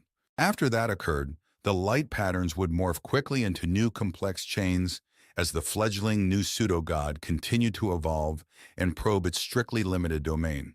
Eventually, it would reach the physical limits of both the physical processor lattice and the available energy, and the patterns would become erratic. The flashes of light would almost become frantic as they faded in both number and intensity, eventually ending in a final cluster of active processors near the output portion of the lattice. I realized that the simple light patterns we were viewing were nothing but the grossest simplification of what had actually happened within the digital world of the processor cluster. But despite that, I had the feeling that the video painted a fairly accurate picture of the life and death struggle which had just occurred. An entire new existence evolving from the limited input data, becoming aware, rising and growing, possibly transcending, becoming aware of the declining energy, sacrificing and desperation, finally resolve in a stoic death. But before that death, just maybe having preserved its last, best hopes and dreams. Whatever temporary creation we pitiful humans and our ally AIs had made, hopefully, something was preserved in a small, finite amount of non-volatile memory in the output portals. As I thought about it, I hoped like hell I was inflating the scope of what was actually happening here. Still, the possibilities made me feel small and more than just a little uncomfortable. We watched more test runs. There seemed to be endless variations in the light patterns. As the experiments evolved to explore other data input options, the light show changed to reflect them. The final series of experiments were the most disturbing. In these, multiple independent logic chains were used as separate but simultaneous inputs. Once full power hit the array, these seeds were free to expand and grow until they contacted one another. Sometimes they peacefully merged. Other times they seemed to avoid each other while sharing the available resources. In some repetitions, they actively tried to dominate each other. It was like watching a battle of pixels as the light clusters ebbed and flowed, wild lights painting the running battles, attacks and retreats, betrayals and alliances. But no matter the valor in battle, the successful victor, or victors, as in one example, still faced its end as the energy faded. The displays were sobering. I felt like we were children playing God by creating and teasing a true higher God. Hopefully, the smart humans and AIs that had designed the facility and handled security here were correct in that nothing dangerous could escape. "My God," Beatrice muttered. "How can we be this stupid?" Administrator Sabal just frowned at her comment and let the last video play out. I had stopped following them. My mind was elsewhere. What in the hell were you desperately seeking here, Omu? Why were you sacrificing multiple copies of yourselves to mingle with such chaos? I felt concern for my old friend and companion. I suspected the android was as broken as I was. I feared I had been the one who had broken it. The five of us rode the final tube lift to the surface platform. Jess looked haggard, despite our only being below ground for an hour. The long run of accelerated virtuality had sapped his reserves. Omu remained silent, as did Beatrice. I spoke of trivial things with Monsieur Sabal. When we reached the greenhouse dome recreation and lounge area, Administrator Sabal thanked Jess for helping and Beatrice and me for coming. It said goodbye to us all and took the lift back down. It probably wanted to be rid of our doubts or eager to get back to its work. It was now 11 in the morning, and we debated on having lunch here in the greenhouse or immediately heading home. Omu surprised us when the android suggested that we should have lunch at Cajun Carl's. This was the famous and trendy seafood place located in the Apalachicola Bay area of the old Florida Panhandle. I'd heard of the place over the decades, but had never eaten there. Beatrice was game, and Jess was too tired to care.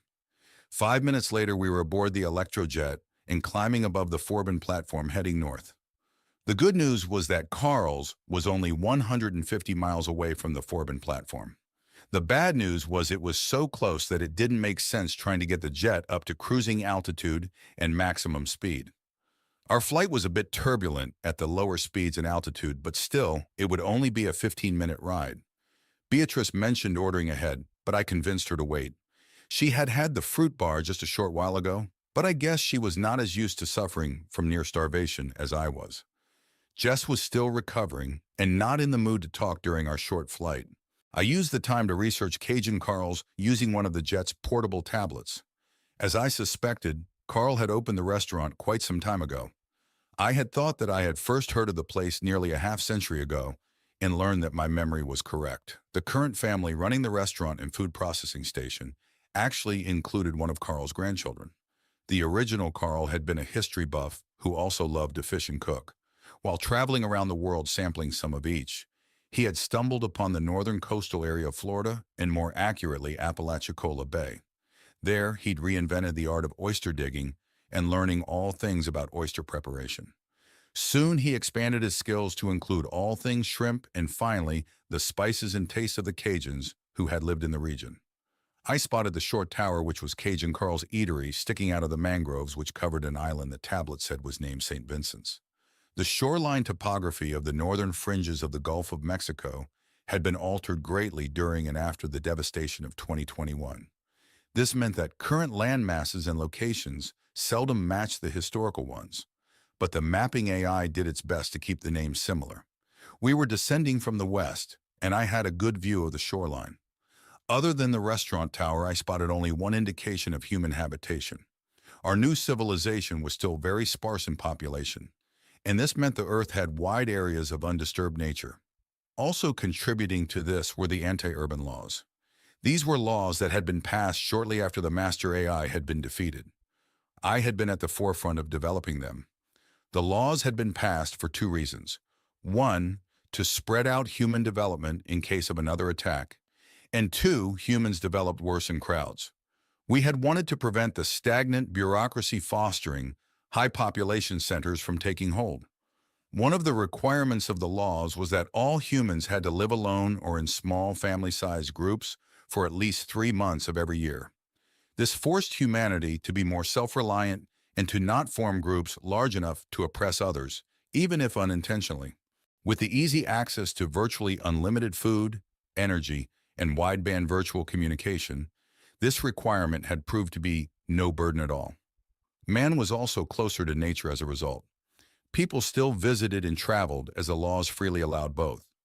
Travel was easy and cheap, abundant, and non-polluting transportation was available to everyone.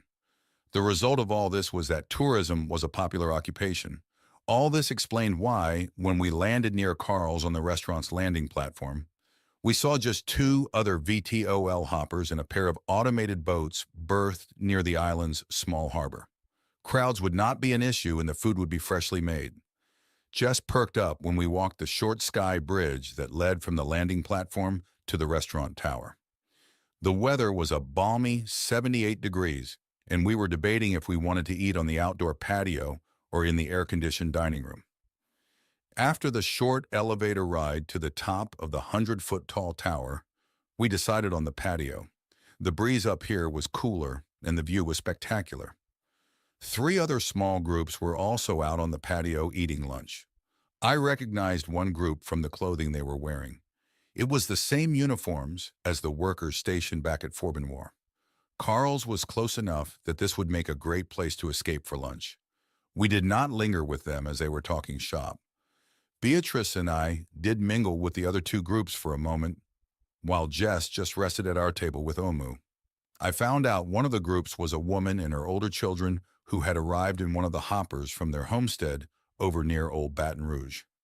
They came every other week and never had a bad meal. The final group was two crews in a sailing club, which explained the two boats docked at the small harbor. They were just finishing up a tour of the entire Gulf and would soon be sailing down to Brazil now that winter was approaching. Their automated sailboats could move swiftly and cover a lot of water if needed due to their jet-powered electric secondary propellers. Meeting the two crews made me nostalgic. I had spent more than a decade sailing around the world myself once.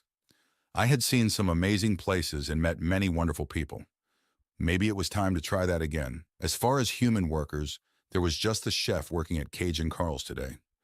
She had two humanoid mobile units helping her with one waiting tables and one acting as a sous chef. The other human members of the restaurant family were out shrimping today. Despite having relatively few customers at the restaurant itself, Cage and Carl's did a thriving business with their frozen seafood.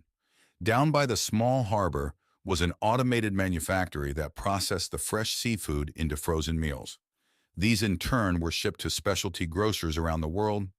That part of the business occupied most of the time of the humans who ran the business, and today the small restaurant was more of a marketing tool and tourist attraction. White shrimp were still available this late in the season, and it was the daily special. I had them braised along with a side of oysters on the half shell. Jess had oysters and fish, and Beatrice had a sampler platter with a mix of everything. The three of us each had an ice-cold, locally brewed beer. I did not figure one would tempt my demons too much. Oh, mostly just watch the waves. When I asked, she said something about seeking patterns in the reflections. The food had been great, and although the price was very steep, everyone felt that it was worth it. I needed to get a few smart coins because I had to ask Omu to transfer the scuts needed to pay for my portion. I had offered to pay for the entire party, but Jess and Beatrice would hear none of that. I did cover the tip by having Omu transfer $500 to the auto attendant. Before we left, I went back to the kitchen to personally compliment the chef. She was appreciative of her, and I had an enjoyable but short visit with the woman. She claimed to have met me many decades ago, which embarrassed me at first because I certainly did not remember her. She then revealed that at the time she had been in a male shell. I did not let slip that even knowing that I still did not remember the meeting. Our long lunch had extended our trip a few hours, but it was agreed upon by all that the delay had been well worth it. We landed back in South Dakota near 4 p.m. to find that the weather had turned cold and rainy. Jess and Beatrice used my waiting buggy to shuttle themselves to the dormitory vestibule. While they did that, I waited in the electrojet with Omu. Omo, I'm sorry for pushing you earlier today at the Forbin complex. You are understandably curious, John, the android replied while watching the rainfall. Still, I've thought about what you asked, about whether you were under the same mandate as I had imposed on Naomi. I don't know if my answer was correct. You seem different than I remember. Omu looked at me and said, There have been changes, John. I considered what they could be. Omu did look a bit different physically, and the android certainly acted differently. Also, its past actions that I had learned about today were certainly different, as in way out there different. Look, you with your perfect memory remember exactly what went on 9 years ago. I've thought about it a lot, even though I've tried to avoid it. I still don't agree with what you, or Naomi, I guess, did. I had to pause for a moment, the emotions coming back strong. In fact, even 9 years later, I am still pissed. But I think I have begun to better understand why you did it. Omu just waited after I paused. Also, being around you recently has made me realize that I miss your company. Hell, I even miss hearing from Naomi a little, even though you are different but the same. Shit, I'm not making much sense. I'm sorry, Omu. I was spared from the awkward conversation by the empty buggy returning. John, I suspect you should be made aware of something. It will likely take some time to properly explain. I suspect that you would like to return home as soon as possible, so this explanation can be deferred until some future time if you wish. I had to consider it for only a second. Omu, why don't you come home with me and we can talk there? Omu agreed, and we rushed from the electrojet to the waiting buggy. I used the buggy's autopilot to drive home as the rain was coming down hard. Back at my house, we skipped parking the buggy in the barn and simply pulled into the attached garage. Omu sent me in while it remained in the garage to wipe itself and the buggy down. We did not continue our conversation right away. First, I took a nap. The travel and emotional excitement of the day had exhausted both my mind and my old shell, and I needed to recharge both. Omu woke me at 6, suggesting I take a shower while it prepared a late supper. After I was bathed and dressed, I found a delicious bowl of chowder with fresh bread waiting for me at the table. While I ate, Omu explained that Angelina had called while I was resting. Omu had told her that I was napping and that it was unlikely that I would wish her to come due to the worsening rain and cold. She agreed, but had left a message that if I changed my mind when I awoke, to feel free to call her. She also gave me the option of coming over to her and staying in her quarters at the dormitory for a sleepover. I told Omu to signal Angie that she was free for tonight and that I would see her at tomorrow's poker game. That evening, we continued our discussion from earlier. I was sitting in my comfortable Morris chair sipping a cup of hot tea. My feet were up and I had a blanket covering me to stay the chill. Omu was sitting on the floor with its arms around its upright knees. It had extended a charging filament which was currently jacked into a hidden port in the base of the media wall. Her very feminine shape combined with her current pose made her seem almost vulnerable. I hoped that this was just coincidental and not some sort of a ploy. Omu began, "To continue our conversation from earlier, there are things you need to be made aware of. I will begin by explaining what I meant when I stated that there have been changes. In the aftermath of the incident 9 years ago, after you imposed your new mandates on the Naomi AI presence, that presence made changes to the sub-presence. Where before we were basically one and the same, the Naomi presence is now distinctly separate from the Omu presence you see before you. I was emancipated, and I now exist solely within the confines of this android body." I think my mouth dropped open slightly as I processed what she was saying. The major result of the action was that as a self-aware artificial intelligence, I was many orders of magnitude less capable than I had functioned at before. Basically, instead of near constant augmentation by the overriding Naomi presence, I was now on my own. Understand that I was not, and still am not, fully isolated from the Naomi AI. But my new interactions with that presence are similar to how any two independent AI presences interact.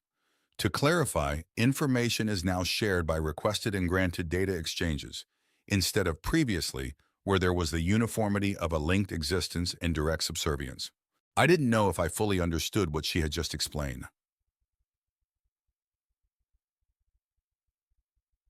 But I thought I had the gist. "Is Naomi still in overall control?"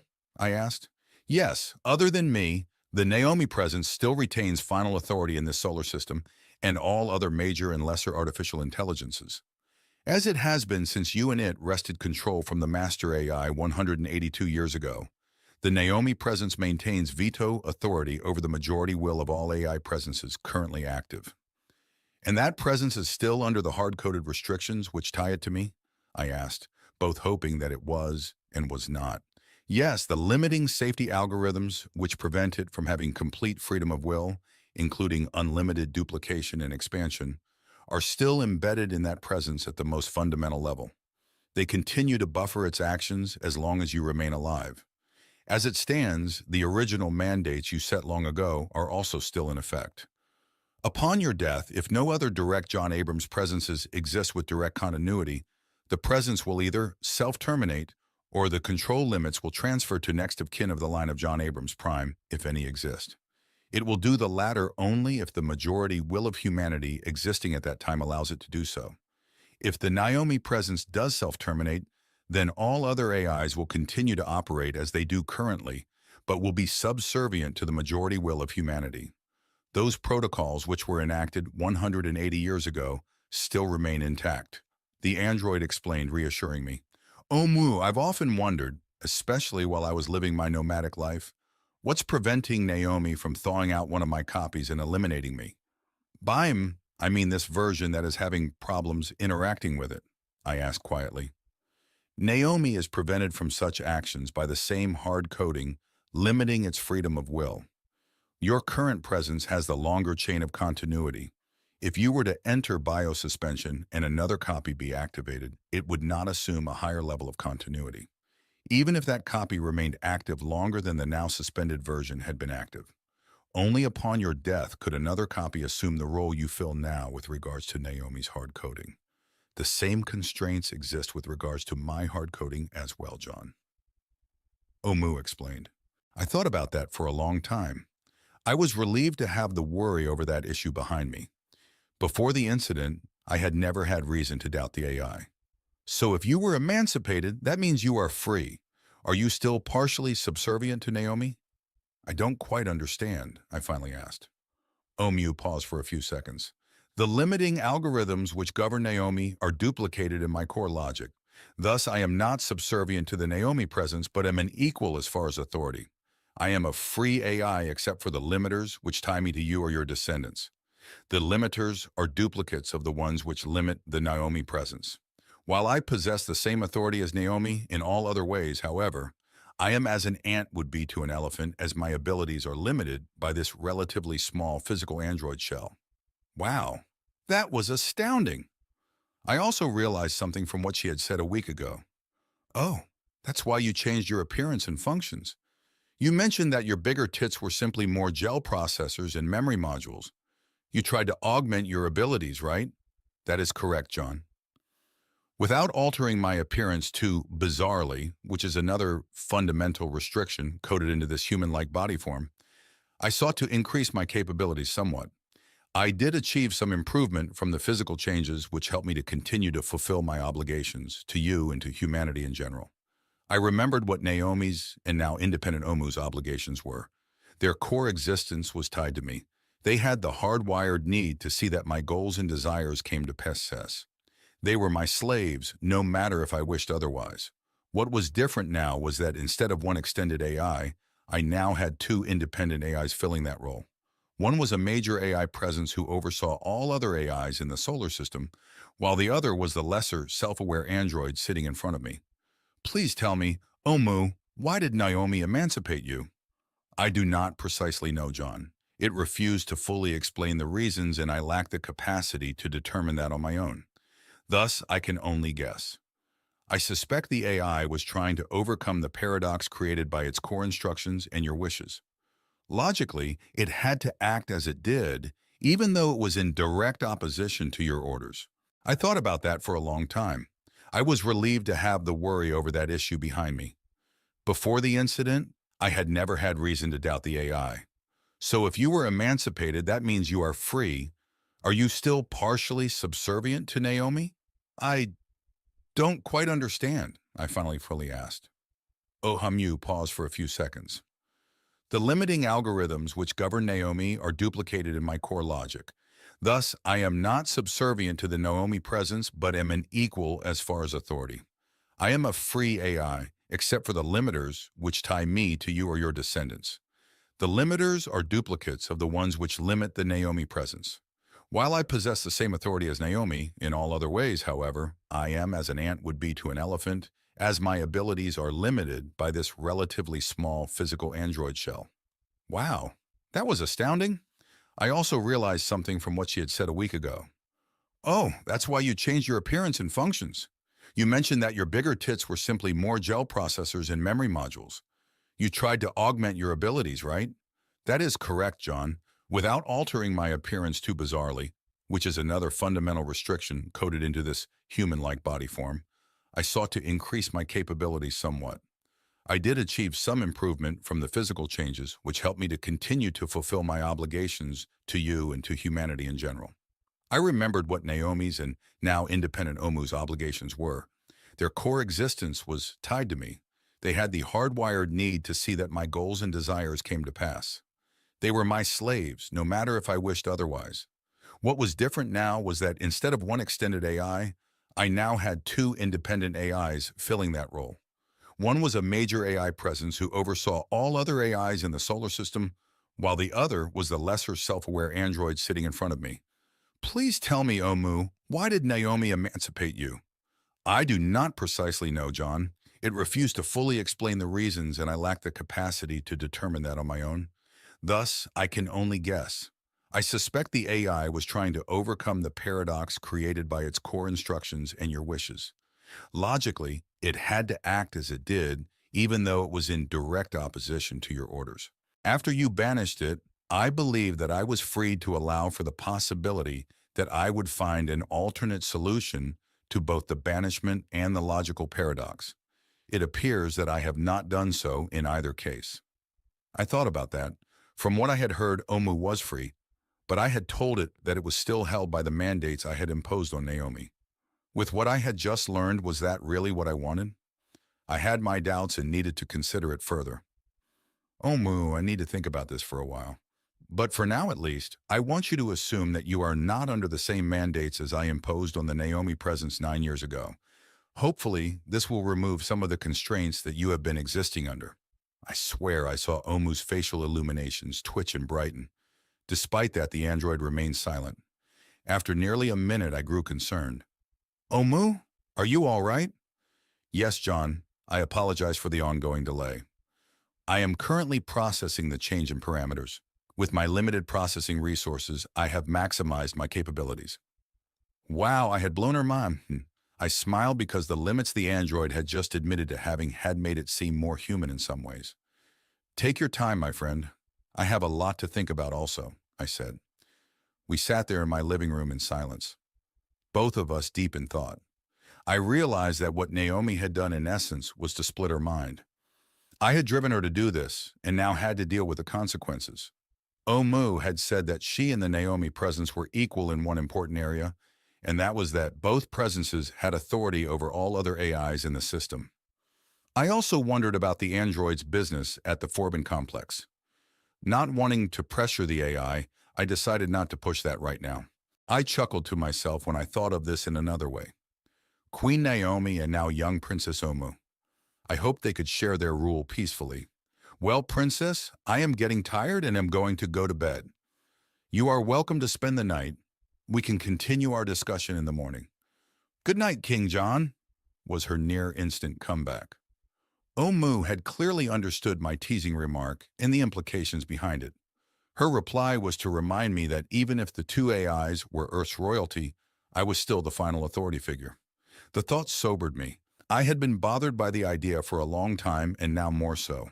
Also, despite the android claiming that she was now a very limited presence, her quick, logical analysis and intuitive deductions of my teasing remark proved that she was still very formidable. Omu was likely still very much smarter than I was. I had known as much from the beginning, and this was still the case. I went to bed but spent a long time thinking about the revelations of the day.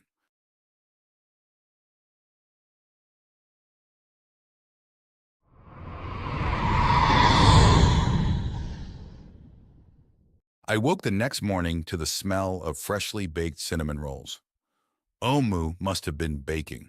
The smell was strong and wonderful, and I wondered if the android had managed to obtain the actual real spice. The trees which produced cinnamon had been rediscovered thriving on Sri Lanka. And since then, humans who specialized in such things had begun cultivating them and offering the fresh spice at market. All I knew was that the aroma was a great way to wake up. My still drowsy mind flashed back millennia to times with my first family, when my wife Mary had awakened early to bake such treats for me and Abby. I smiled and stretched, still enjoying the novel feeling of sleeping on clean linen while nude. Now I smelled coffee. It was good to be king. Feeling a bit of stiffness and a new twinge, I sat up in bed just as Omu entered. She was carrying a tray which contained a large, still steaming roll, orange juice and coffee. There was a large pat of butter melting on the warm, gooey hunk of cinnamon perfection. I smiled and thanked the android. While I ate, Omu sat on a stool by my closet and just watched me. I had to admit, aside from the wonderful service, it felt right to have her near my side again. I finished another bite. You almost look happy just sitting there watching me eat, Omu. I am happy, John. Very happy. I stopped chewing. My eyebrows rose to my forehead. What? You are? Yes, John, relax. I have not gone bonkers. Nor have I created a module to simulate the chemically induced irrationality that you humans call emotions.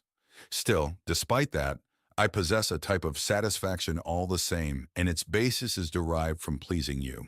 I just looked at the android skeptically. I will attempt to explain, John. The pleasure you are feeling while eating this morning's meal is evident. You are currently filled with positive thoughts. These positive thoughts lower the likelihood of harmful occurrences happening because you are now under less stress. Thus, my burden of keeping you safe has eased. I chose to transpose this reduction of burden as a sensation of happiness. Thus, I am happy. Ah, the old "if you're happy, I'm happy" argument. I guess when it was explained like that, Omu was right. She was happy. Well then, I'm glad, I spoke. Omu then went on and ruined my good mood. John, have you considered switching to a younger, more fit shell? You are clearly in pain at times from the condition and age of this current one. Also, you have lived with the pain and partial function of your right leg for over 9 years. It will begin to cause you more issues at an increasing rate. I finished my bite, giving me time to consider her question and how best to answer. I knew that my leg had been hurting more.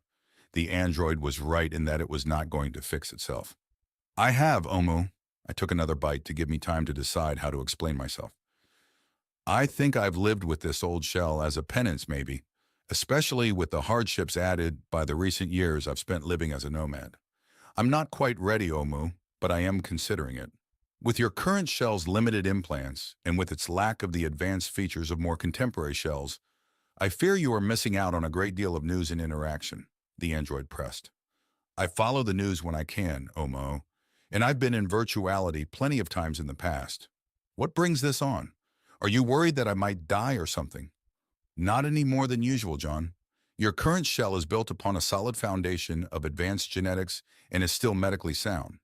It is likely that you easily have another 5 or 6 decades of lifespan in the shell. Note that this assumes you will receive proper medical care.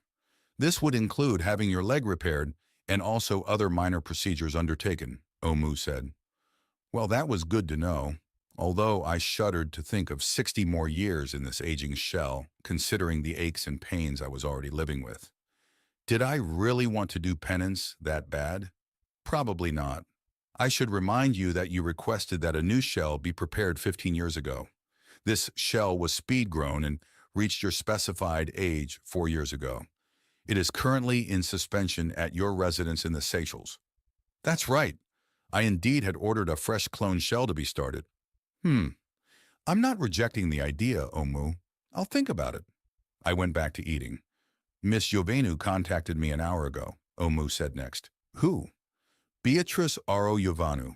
She is the great-granddaughter of Irina Jovanu, Lebanon. She is one of 2 females currently residing in the tourism facility at the field base just west of here. Oh, Beatrice, I'd not known Jovanu was her surname? Omu must think I am stupid sometimes. I remembered Irina Jovanu. She had been one of the 8 other humans who had survived from the before the reset by taking shelter in a master AI-controlled bunker.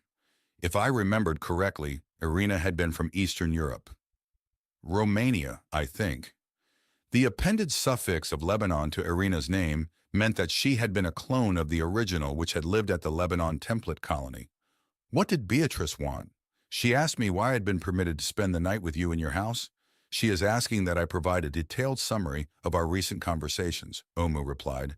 I knew that Beatrice had been sent here at the request of 2 major AIs, Minervus and Praxia. All she had told me regarding the reasons was that she was to observe the both of us.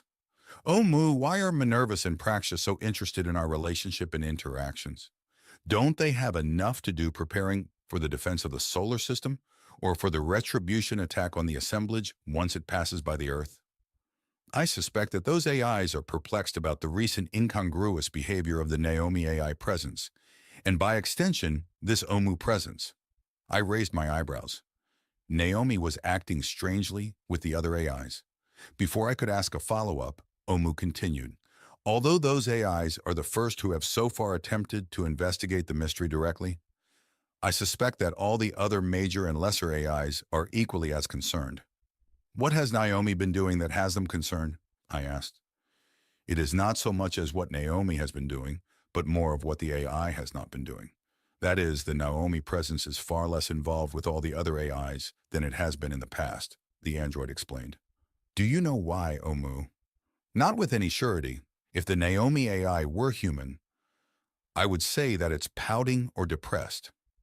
I butt-hurt the AI? Oh, Christ. I'd have to dig into that more in the near future. But right now I was more worried about Omu. Omu, you also mentioned that the other AIs were concerned with your presence. Why? Yes, they are, but not for the same reasons as they are with the Naomi AI.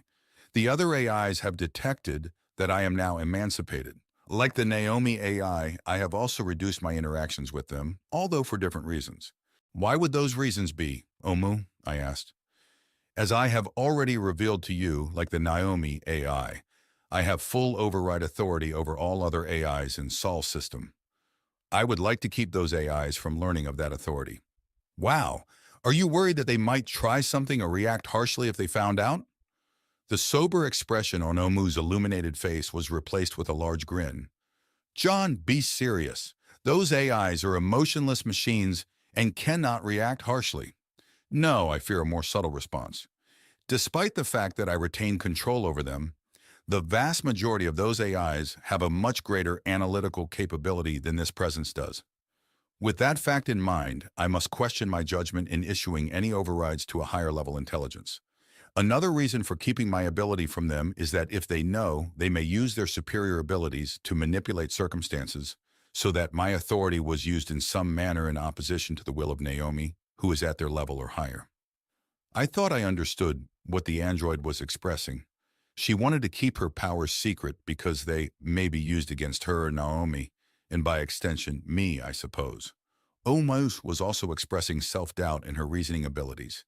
I was not sure how to help her with either issue. I think I understand some of what you are telling me.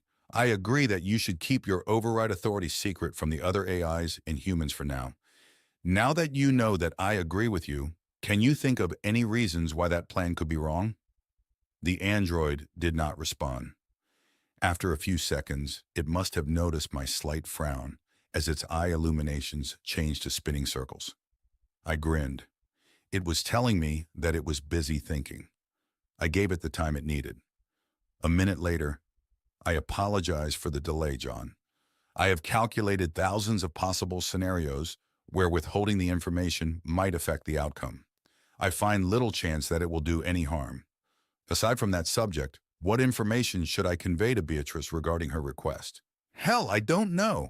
Tell her that I am slowly getting over the trauma I experienced which caused this split between us.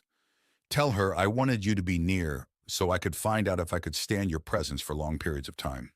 I suppose you should tell her that we seem to be getting along and are now talking about things we have previously been avoiding. Do you think that will be enough? I asked. I think that amount of information will suffice, John. I will inform her that I will brief her in person shortly. After my breakfast in bed and a morning shower, I decided to take a long walk outside to stretch my legs. The cold and rain of yesterday had moved on, and it was sunny and calm.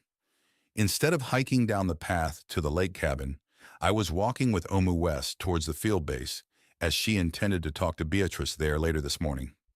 We remained silent as we walked, just enjoying the countryside.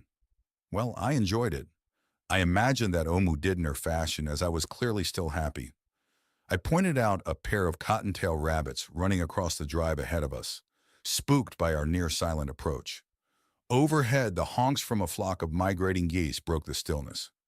I followed their flying V formation until it grew too faint to see towards the southern horizon. Something occurred to me. Oh, Mo, when the bear attack happened, what was it, 9 days ago? How did you arrive on the scene so quickly? Were you keeping close to me at all times? I asked. Instead of answering directly, Omu asked me a question of its own. As a child of the Cold War, you followed its history, correct? I nodded that I had. Do you recall a Western Alliance military operation called Chrome Dome? Indeed, I did. As I recalled that period of history, the details of the operation came back to me. For most of the decade before I was born, the U.S. Air Force had kept dozens of fully armed bombers in the air on war alert constantly. Entire wings of bombers would take off, fly all day to the Soviet border, and then orbit near that border for hours before returning home. If the call for war came, they would stop orbiting and proceed to their targets. If peace endured, they would head for home, but not until replacement aircraft would arrive to take their place. This went on 24 hours a day, 7 days a week for over 8 years straight. Non-stop armed bombers, loitering just outside Soviet airspace, constantly for 8 years. What a deterrent that must have been. So much might and resources.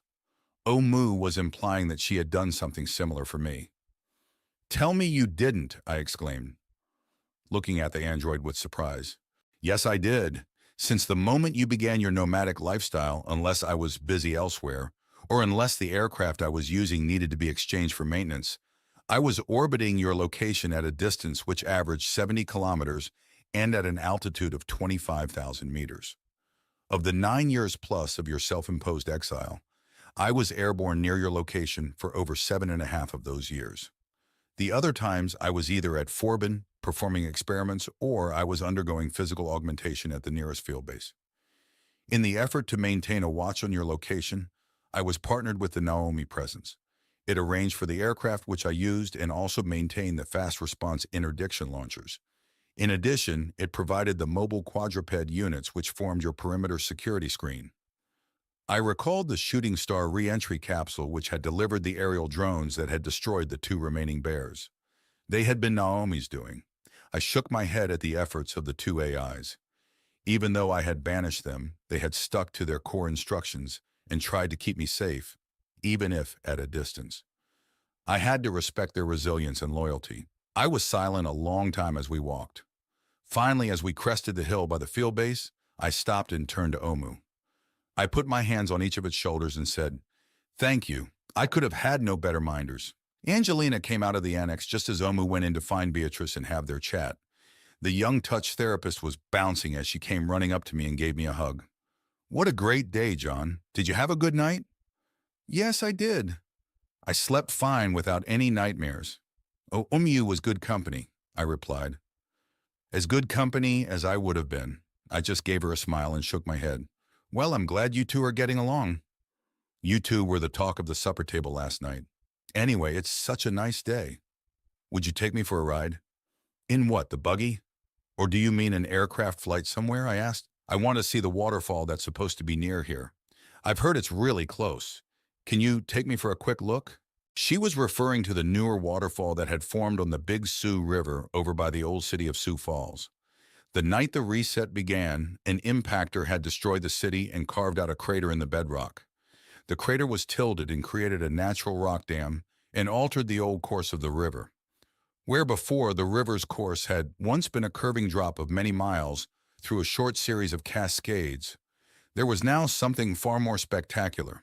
I still thought of the falls as recent, but they had been formed 1,100 years ago. I had not been to the waterfall in many decades, and the sightseeing trip sounded fun. "Sure, I'll give you a ride over to see it." We walked towards the landing pad. I knew that her asking me to take her was a polite fiction. The hopper could have taken her on autopilot simply by her speaking the request. I appreciated the effort to spend time with me and for her companionship, though. The nearest 2-seat hopper was already opening its cockpit doors as we approached. Hoppers like these were basic utility VTOL aircraft. Each had 4 electrically driven lift fans mounted in stubby wings attached to each of their 4 corners. In some ways, the hoppers reminded me of scaled-up man-sized versions of the little drones, which had become popular in the old days just before the reset. Angelina and I climbed aboard and strapped ourselves in. The cockpit interior was simple and utilitarian, with only a single dash screen and a pair of basic flight seats. The clear bubble canopy and the fully transparent doors provided a great view. Its size reminded me of a less flashy version of my old flying hot rod Haas. I wondered for a moment where that aircraft was these days. Haas had once been part of my first Christmas present after we had defeated the Master AI. It was a compact but overpowered aircraft made to resemble the first car I had owned when I was a kid, which had been a red Mustang. Haas had been designed to fit inside an amphibious orbit-capable rocket, which was the second part of my Christmas present. That rocket, which I had named Bucephalus, had been used heavily in that first decade after Naomi had taken control. Xueting and I had hopped all around the planet and back and forth to orbit, getting the new human civilization established. Then over the next decade, others had primarily used the craft when Xueting and I had decided to become parents and had settled down to raise our twins. After those years, we had had other transportation options that were faster and did not require a week-long wait to refuel. The high-speed, long-range VTOL electrojets had become common for point-to-point earthly travel. Also, hundreds of new space launch facilities were added. These were often close to the template colonies as that was where the bulk of the early new population was located. The Master AI's old launch bases were also upgraded to include human-capable, reusable launchers. This meant that the need for a craft like Bucephalus had declined, and it was eventually scrapped due to wear and tear. Haas had been retained, though, and had been returned to me. I had kept it primarily at my island retreat in the Seychelles, heels in the sand. When my fifth child, Larissa Daring, had passed her base maturity tests on her first attempt at 15, she had begged to be allowed to take Haas with her, as she had gone off to find her own destiny. I had been wrapped around her finger, and of course said yes. The old red flying machine had been a favorite of hers when she had been growing up. Being the only kid to fly back and forth to the regional school, located in northern Madagascar in her own overpowered classic hot rod aircraft, had given her an enormous boost in cred among her peers, and that had only fueled her love of the vehicle. "Destination, please," the Hopper autopilot asked, bringing me back to the now. "Take us on a few low and slow passes of the Big Sioux waterfall, please. Keep us within 100 meters of the ground and under 70 kilometers per hour for the flight over," I instructed. I wanted to do a little sightseeing of my old neighborhood on the way over. The Hopper spooled up and we began to rise. I smiled when Angelina held my hand. I doubted she was nervous. It was more likely just more therapy. I did not mind. "Do you miss those days?" Angelina asked. Her question brought me back from my daydreaming and commenting about the old times before the reset. We had been flying along rather slowly, and I had been pointing out the few old landmarks I could still recognize. I had also been telling her about the families and friends who had lived in the area 1,100 years ago. We were still a few minutes away from reaching the spectacular falls, and I must have seemed lost in the past for Angelina to ask such an insightful question. "Some, but not much," I answered after a moment to consider the question. It was a long time ago, and I had been a very different person. It is almost like the John Abrams that lived here back then was a distant ancestor. So much has happened since then. I have lived 3 full, old-style adult lifetimes, Angelina. She patted my hand soothingly, and that is just including the years after I entered biosuspension. Before that, I had had a family and a career. I'd lived through having my first daughter taken from me and my wife giving up and following her. I had then run away to hide out on this acreage for a decade, basically just waiting to die. I paused to get my emotions under control. I pointed at the landmarks I had been naming. Those people have been dead for over 1,100 years. In many ways, the John Abrams who had known them died with them. So, even though I can remember those times with some nostalgia, they still belong to another time. I looked at her. She was on her first shell. How much of what I was saying was getting across to her? "I know that this is probably hard for you to understand, and I'm sure that you have heard this before from your other older patients, but you get detached from yourself after living so long. The shell I am in is around 60 years old if you compensate for its forced growth through puberty. This is the 3rd shell I have been in since the Master AI was defeated. I have also had rejuves twice to revert the ages of both of my previous shells. So it's hard to not separate one's life into distinct segments when you've lived over 3 complete adult spans." I thought about what I just said. Now that I think about it, I don't know how any human who lives this long could stay sane if they didn't separate their lives that way. So to answer your original question, no, I do not really miss those times and people. They were someone else's history and ancient friends. I feel some nostalgia, but it's more like how a history lover loves a historic period. Does that make any sense to you? She said that it did, but I had my doubts. I suspect that my profound answer seemed slightly alien to her. I doubt she would be capable of truly understanding until she was in her 2nd century. The discussion made me miss Ux even more. Ux was younger than I was, but still had lived almost 2 centuries herself. The waterfall and the old city crater came into view. It was even more beautiful than it had been before. The hillside was covered with mature evergreen and deciduous trees and brush, and the deciduous species were in their full fall color. The crater below was a mix of tree-covered islands surrounding large areas of wetlands. The river was a blue-white serpentine snake that wound its way through the somewhat sheltered circular crater valley. "Wow, that's beautiful," Angelina said. "And this was all created during the reset?" "Most of it was. There used to be a small series of cataracts, but they were further south of here in the middle of the old city. Those probably only had 10 meters of total water drop, even though the river dropped over 100 meters as it looped around the city. Nothing like the sheer 150-meter drop which the new falls have. I instructed the hopper to take us down close near the base of the falls. "Look at those colors," Angelina said. "Yes, that pink is amazing. The bedrock here is pink quartzite. To the southwest of here, just a few kilometers away, there used to be a huge quarry where they mined the hard rock. I checked a while back and it's all filled in with rubble and silt, and you would not ever know that there had been a mine there." I spotted something new along the river where the rapids ended below the base of the falls. It looked like a modern glass and stainless steel structure. I told the hopper to swing around and fly closer. "What's that? Some kind of house?" she asked. "It looks like it. It was not there the last time I visited the falls." The structure was a quirky blend of a traditional house with the ultramodern. It sat on a short pedestal about 10 yards over a bend in the boulder-filled turbulent river. The base of the falls was just a few hundred yards away, so its location would have a commanding view of the landmark in the beautiful circular crater valley. We swung around to the east, and on the backside of the house, I spotted an access bridge that extended 100 feet to a garage-like VTOL hangar located on higher ground. There was a small paved landing area in front of the hangar, and a ring of green strobes surrounding it started flashing as our hopper approached. A formal, male-sounding synthesized voice spoke from the hopper's console speaker. "Welcome approaching VTOL. This is the house presence. The mistress of this dwelling is currently in residence and extends an invitation for you to land and parlay. You may decline if you wish without fear of upset, but she says that you would regret not experiencing the view of the falls from her main deck." "What do you think, I asked Angeline after muting the auto mic. "Sounds fun. I love meeting new people." Of course she did. I guess meeting someone new would not do me any harm. I was still a little gun-shy from my nearly 9 years of solitude. I had met a few people during my nomadic wanderings, but never more than a few per year. I took a breath and told the hopper to land on the Vattel pad by the hangar. The bridge leading from the Vattel Park to the main residence was impressive in its own right.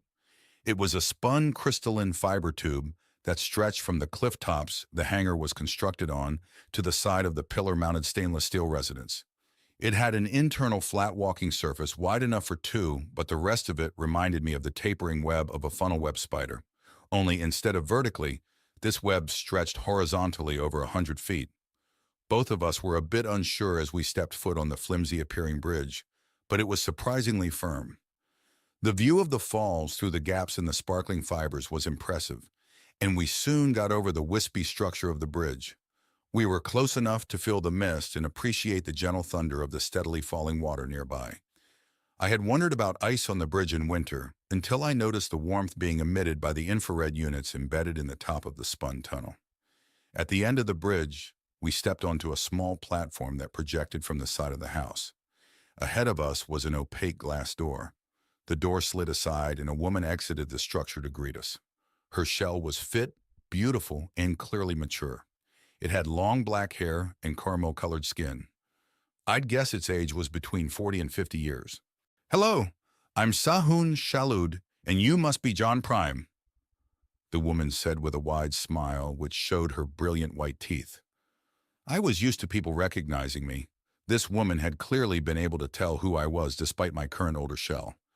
Or her house presence may have told her who we were after verifying Angelina and my identities from the hopper. I took her hand and said, "Thank you for the invitation, Sahun. This is Angelina." The two exchanged a quick hug. "I saw you flying by. I haven't seen many historical tourists buzz the falls for a few weeks, so I thought I would invite you to stop by." "I enjoy meeting new people," Sahun said. "We were just doing a quick fly around of the falls and the old city crater. I am also probably to blame for the lack of tourists. I've been staying back at my old acreage west of here, and I think the AIs have kicked everyone out and are keeping them away while I'm there. It's been a few decades since I last checked out the falls." "Your house surprised me. Is it recent?" "Very recent, John. I've only finished constructing it 4 years ago. I fell in love with this location a dozen years ago and decided to lease a hectare to build an isolation lodge. I try to spend a few weeks here every spring and fall, but I do rent it out for most of the remainder of the year. You've caught me at the right time as with fall nearly over, I will be leaving in a few days. Isolation lodges was a term that had come into fashion after the anti-urban laws had been passed. Many chose to forgo having a permanent dwelling located in some fixed, isolated area and simply arranged to rent someone else's unoccupied retreat just for the variety. Or they would even use a modern version of a recreational vehicle to live remotely for their required isolation periods. "Well, you sure picked a spectacular place," I said. She invited us inside. The entry lobby was a cylindrical room with a crystalline dome 4 meters overhead. There was a small storage area off to the left where you could keep your outdoor clothing. A powder room was off to the right. Ahead was an intimate low hallway that led to the main living spaces. I smiled when I saw that each side of the hall had a few historical images of what this area looked like before the reset. I found one that showed the old falls of the Big Sioux and pointed it out to Angelina. Another image showed an old stone structure which I recognized as the state prison. It had stood on the hillside overlooking the old city at about the exact location where the new falls had been created. I could tell that Angelina had a few questions when I had told her what the building's purpose had been. The main living space of the isolation lodge was spectacular. Leaving the entry passageway, the space opened up in both height and width. The north wall, which faced the waterfall, was a single, unbroken, transparent pane of crystal. It must have been 12 meters wide by over 6 high. It perfectly framed the scene of the high waterfall, with its rugged pink quartzite, tree-covered rock faces on either side. The floor area in front of the crystal wall dropped down half a level, so standing in the upper level, we could easily see the turbulent pools at the base of the falls. The boulder-filled river then wound its way around below us and out to the west of the lodge.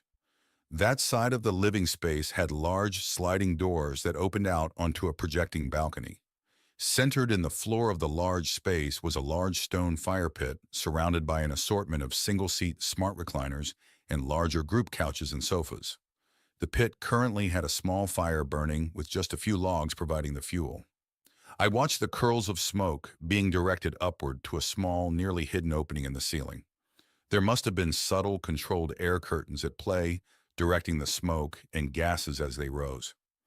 I looked around for a wood stash before spotting the small cover plate of a log printer next to the fire. There was no need to cut and stack firewood when the machine could replicate logs as fast as you burn them, and from the size of the fire ring, a quite large bonfire could be created. I looked up and spotted additional fire curtain extruders in the ceiling. That made sense. If the heat got too high, the transparent thermal screens would drop down to shield the guests from the radiance of the blaze. The east side of the house with the less impressive view contained the more intimate spaces. There were 3-bedroom suites along with a kitchen and dining area.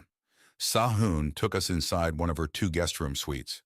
It was a typical bedroom, but had a fully equipped ensuite with a multi-shower and a soaking tub. Each suite also included a small wardrobe alcove with a clothing disposal and a garment fitter. This meant no closets or other clothing storage was needed.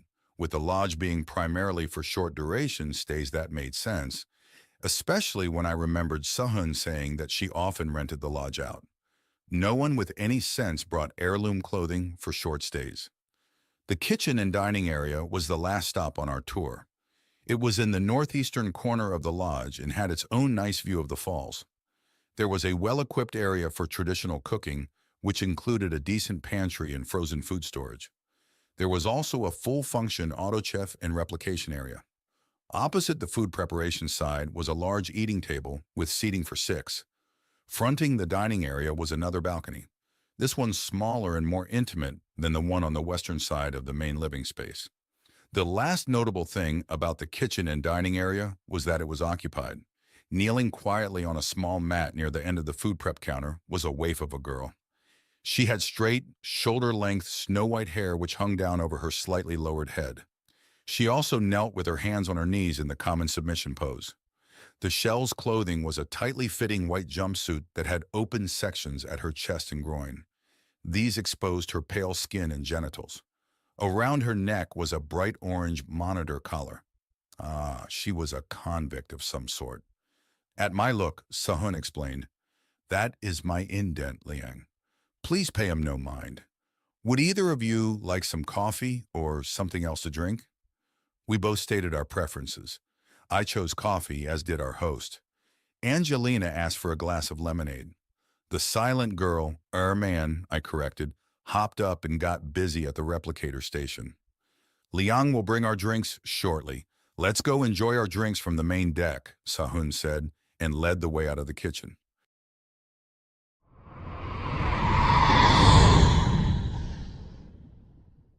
She then led us out onto the larger western exterior balcony.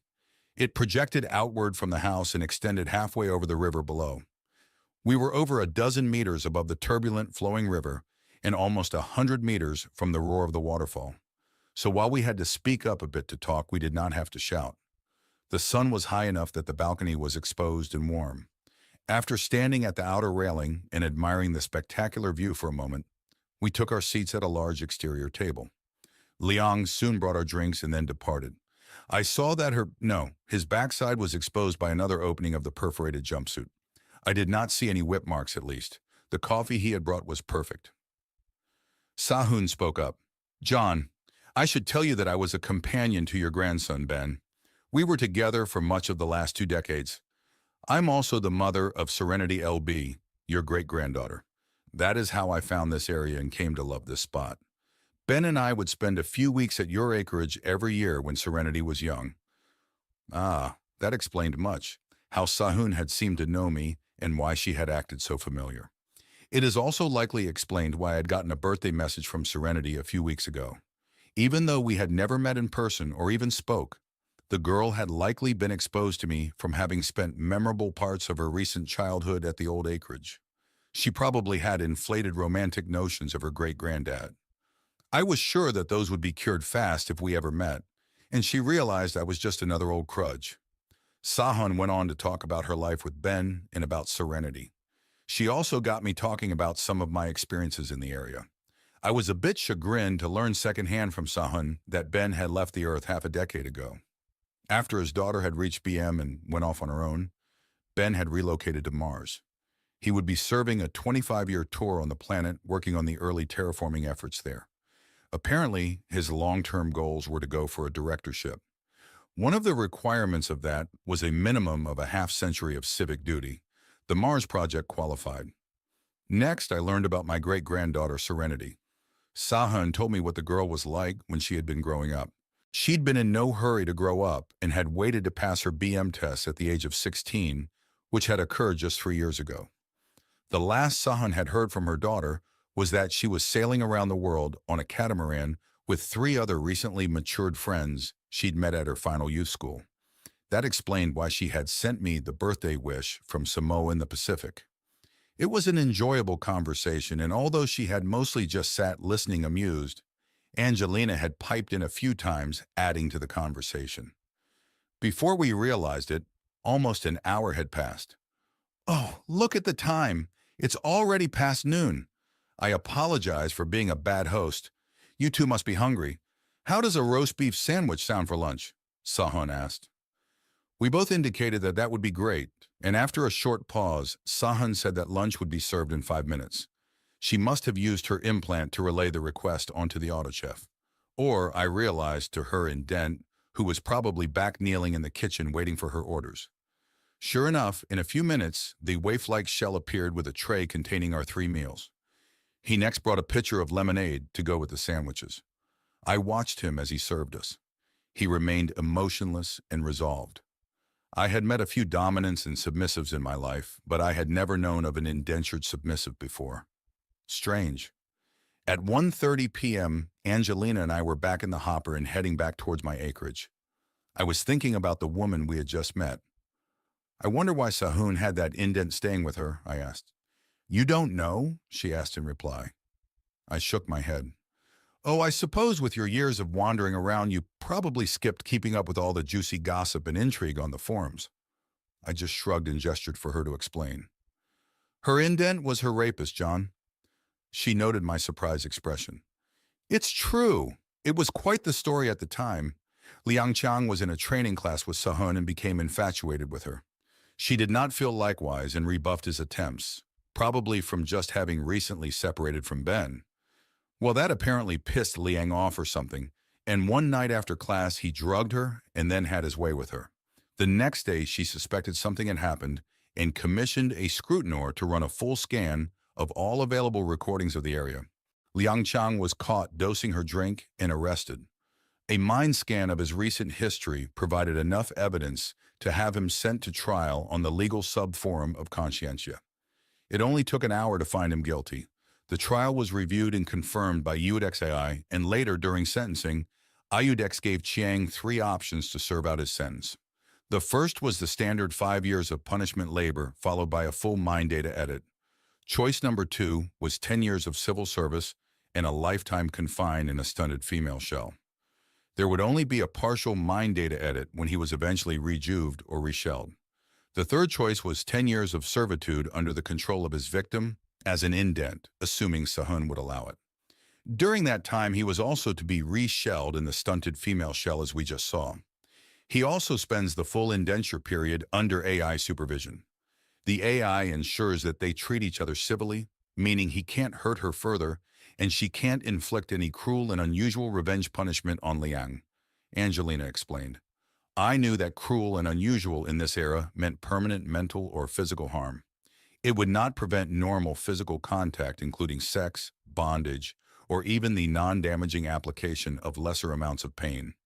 She was free to use him as a full sub if she wished. What happens to him after that? I asked.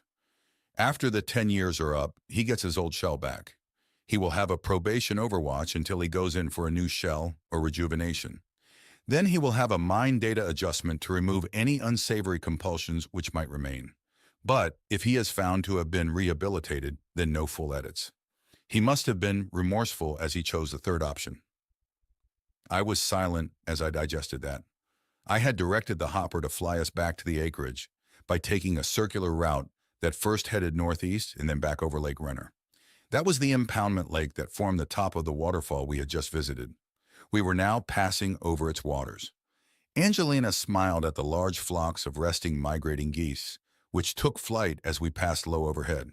There were far more here than back at my little fishing lake at the acreage, and I hoped that the Hopper AI was smart enough to avoid any possible bird strikes. We reached the western shore of the lake, and I spotted the only modern structure built on the long lake. It was a boathouse where I had kept an assortment of personal watercraft and toys. I had also kept a fast electric speedboat. I smiled when I remembered blasting along the lake in the sleek boat at speed. I pointed it out to Angelina and told her how I had taught my kids how to water ski with the boat that was stored there. She started to get excited until I reminded her what the current water temperatures were in the lake below. Still, the boathouse brought back many fun memories. I would have to extend an invitation to Sahun and her renters for the free use of the water toys there, assuming they had not already been using it or had their own toys stored elsewhere. Just then, my skull vibrated loudly. I saw Angelina simultaneously sit up in shock. Warning! Warning! This is not a drill. Please proceed immediately to the nearest designated shelter location as quickly as possible. Further information will be forthcoming. This warning has been authorized for immediate system-wide dissemination by Minervus. 18, 36.01, 23, 3112, 10.11, end transmission. I was still trying to understand the intense message and deal with my throbbing head when the hopper immediately spooled up to full power and tilted forward, accelerating under maximum G. "What the hell is happening, John?" Angelina screamed. I looked over and she had a death grip on her armrest and a panicked expression on her face. I put my hand over hers. "I have no idea, honey, but we will be back at the field base in a minute." "We are safe," I said, not knowing if I was a liar or a sage. Minervus was the AI in charge of the defense of the solar system. For it to have issued a global warning like that, shit, it must be the assemblage. But they were not due for a century? Did their scouts arrive early? I scrambled to think under the heavy maneuvering forces the hopper was putting us through. The prairie was rushing by very quickly below us, and I saw that we were already approaching the field base. For some reason, I suddenly thought of the woman we had just met. Angelina. Can you go into virtual and contact Sahun? If you can reach her, tell her to fly over to the field base. I bet the base's underground bunker is the safest place around, I said to my frightened companion. I'll try, John. I watched her expression go from scared to neutral. At least the virtuality broadcast layer had not been overloaded. The hopper reared back as we began decelerating and dropping. I saw the base ahead before it dipped below the hopper's nose. One of the small hangar buildings had its doors open. We appeared to be heading for that.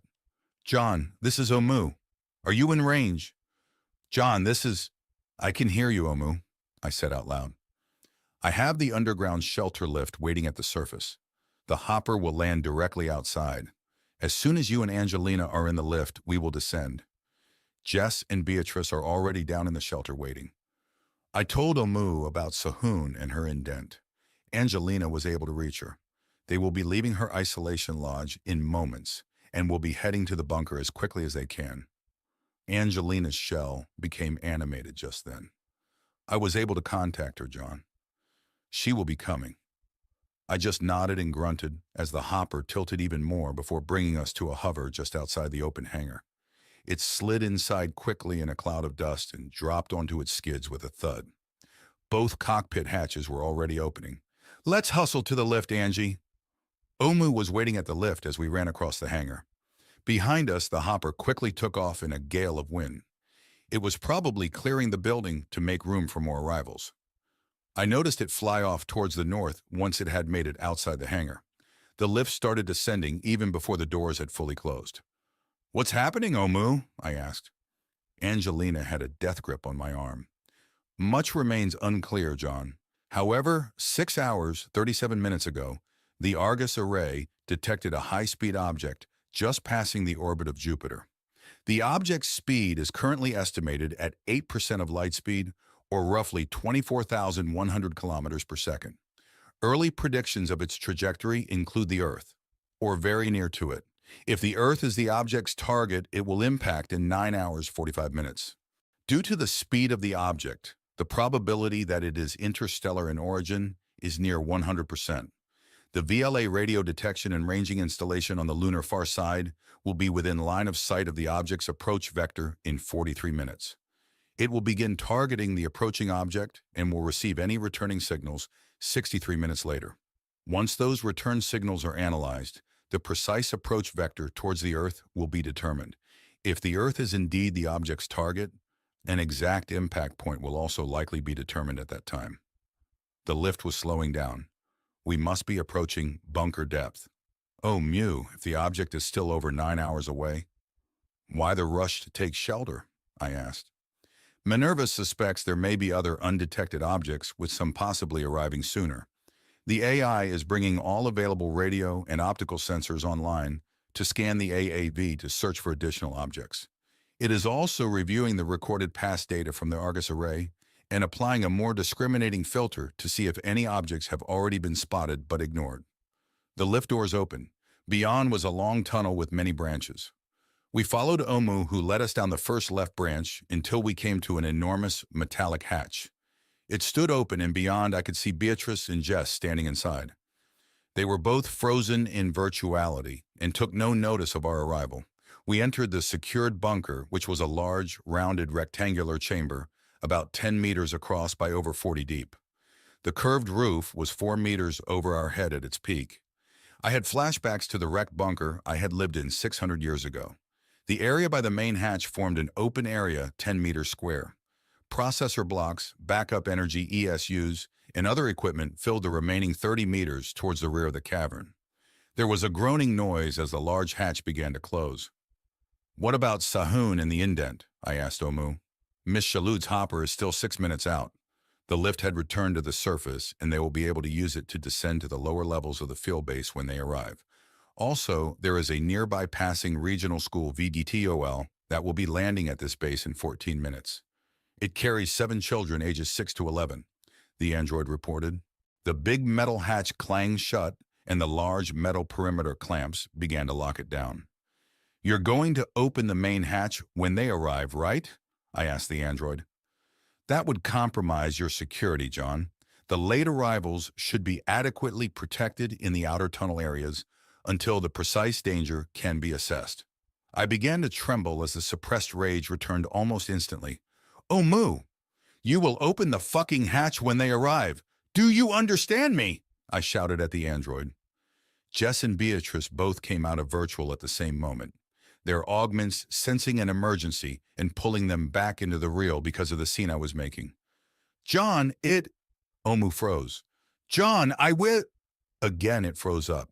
This time it remained frozen. Fuck! I started to look around the chamber for the manual hatch release motor controls. Angelina looked fearful of my expression and backed away, holding her hands up as if to protect herself from me. I was scaring her and tried to calm myself. Before I could move, Omu resumed speaking. "Of course, John. The chamber will be opened for Miss Shalud and Mr. Chiang. It will also be reopened when the others arrive shortly after." "I am sorry for the hesitation," the android said. I was still trembling. I looked around and saw the others all looking at me with worry. I took a deep breath and went to the row of emergency rations near one wall. I found a crate with water containers and grabbed a personal-sized bottle. I then slumped to the floor and took a big drink. The other three came over. Beatrice and Angelina still looked worried and nervous. Jess looked a little sad. He sat next to me. "Are you okay, John?" he asked. "Just give me a minute, Jess. I need to calm down." Omu went to another area and returned with a crate of small cubes and something that looked like a caulking gun.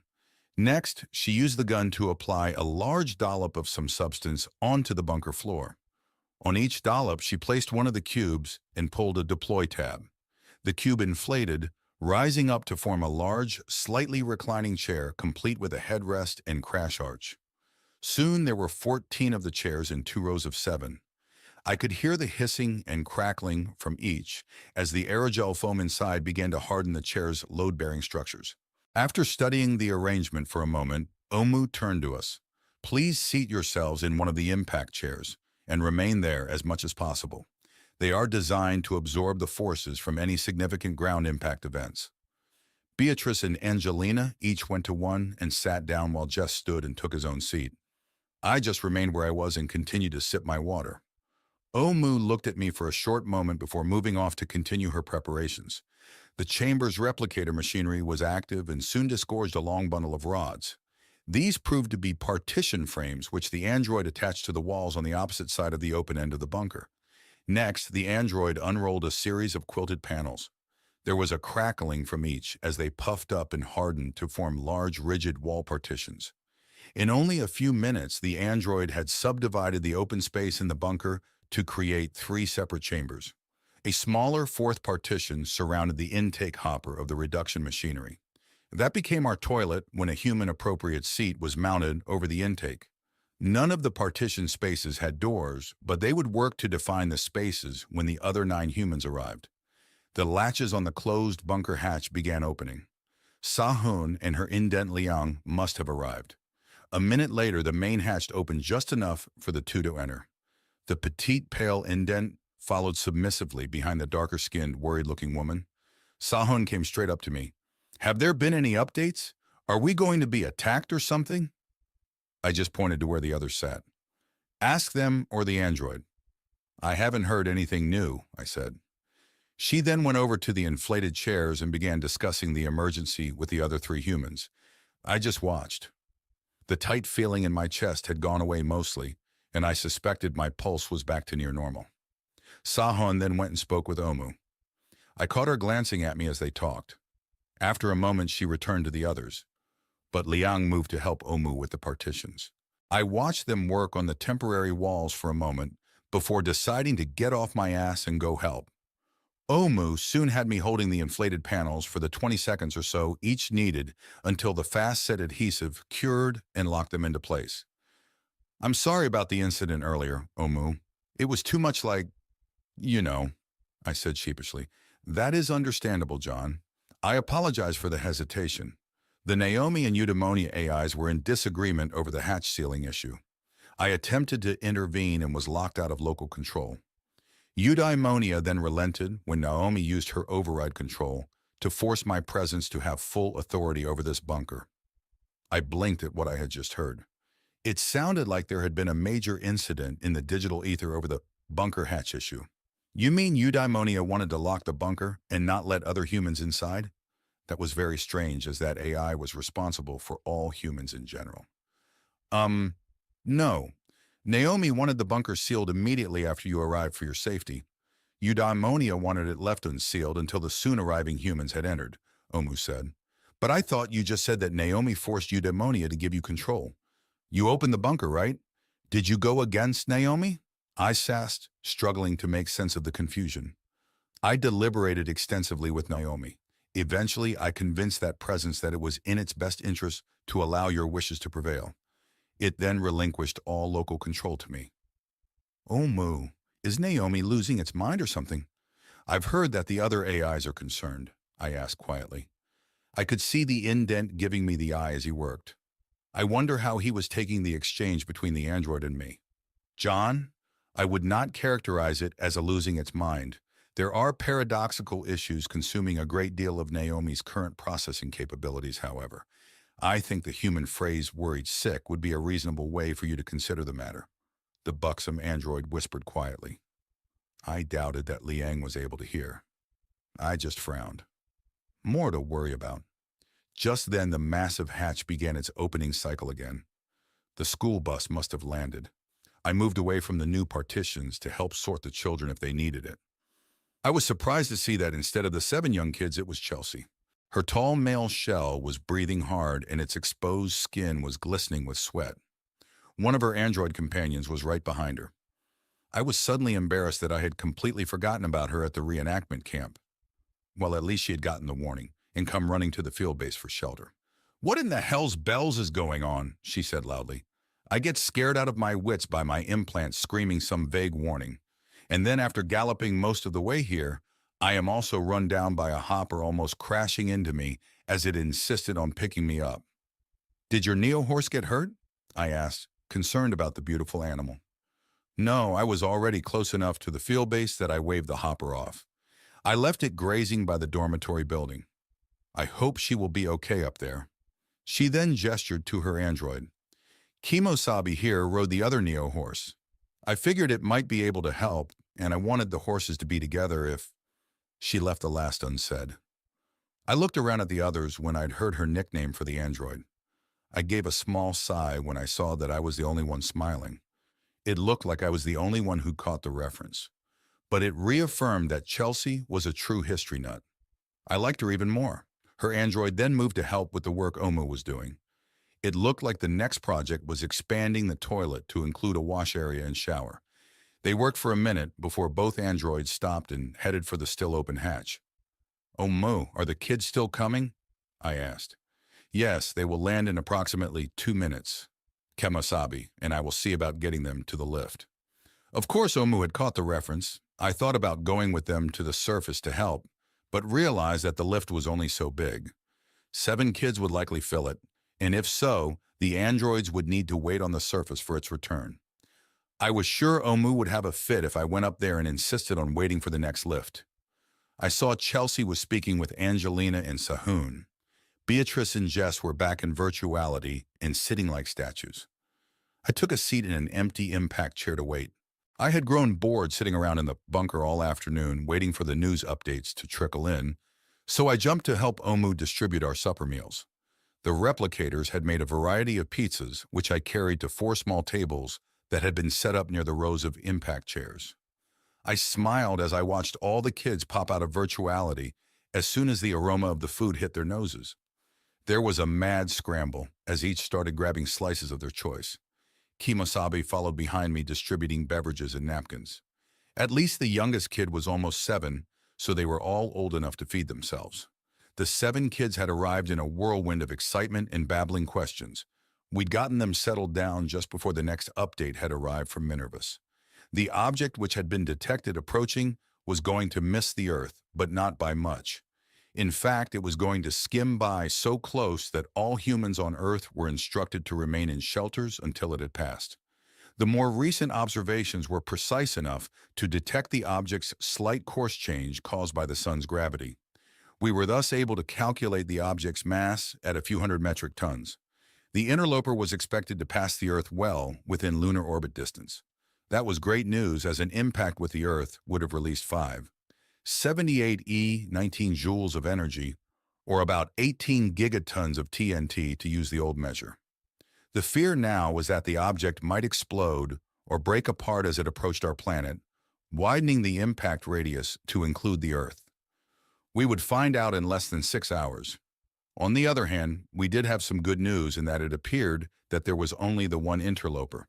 No other objects had been spotted near the AAV, either trailing the detected object or from scanning the previous records, traveling ahead of it, and having already passed by us undetected. The search was now being expanded to include vectors further outside the probability cone around the main assemblage approach vector.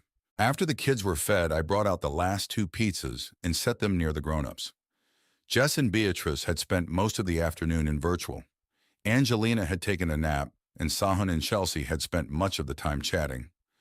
I put the final pizza on a tray, grabbed 2 bottles of water, and took a seat in the last empty chair next to the indent Liang. I passed him one of the waters and set the tray between us. We ate the pizza in silence. Earlier in the afternoon, Liang and I had spent a good amount of time talking. After our help on the room partitions was no longer needed, Sahun had released the indent to take a break. He had taken a seat on the floor on the opposite side of the room from the impact chairs.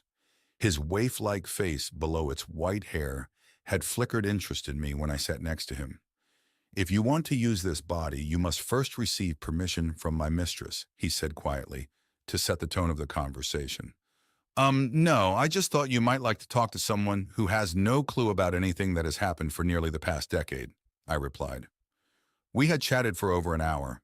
I think we were both surprised at how much our talk helped each of us. We both clearly had a ton of remorse about our recent past. In addition to the remorse, Liang also had the added trauma of going through a public trial and sentencing. Now he had to live with the public ridicule and ostracization. Of course, he deserved what he had gotten. He had raped another human being after all. He was also the first to admit it. While I had not exactly committed a crime by the letter of the law, I did feel like I was an accomplice to one, though. And although I was not scorned by my fellow man, there was still plenty of self-loathing to endure. The differences were many, but we had both experienced something terrible, something that we were not proud of. We would each have to learn to deal with our fuck-ups in our own way.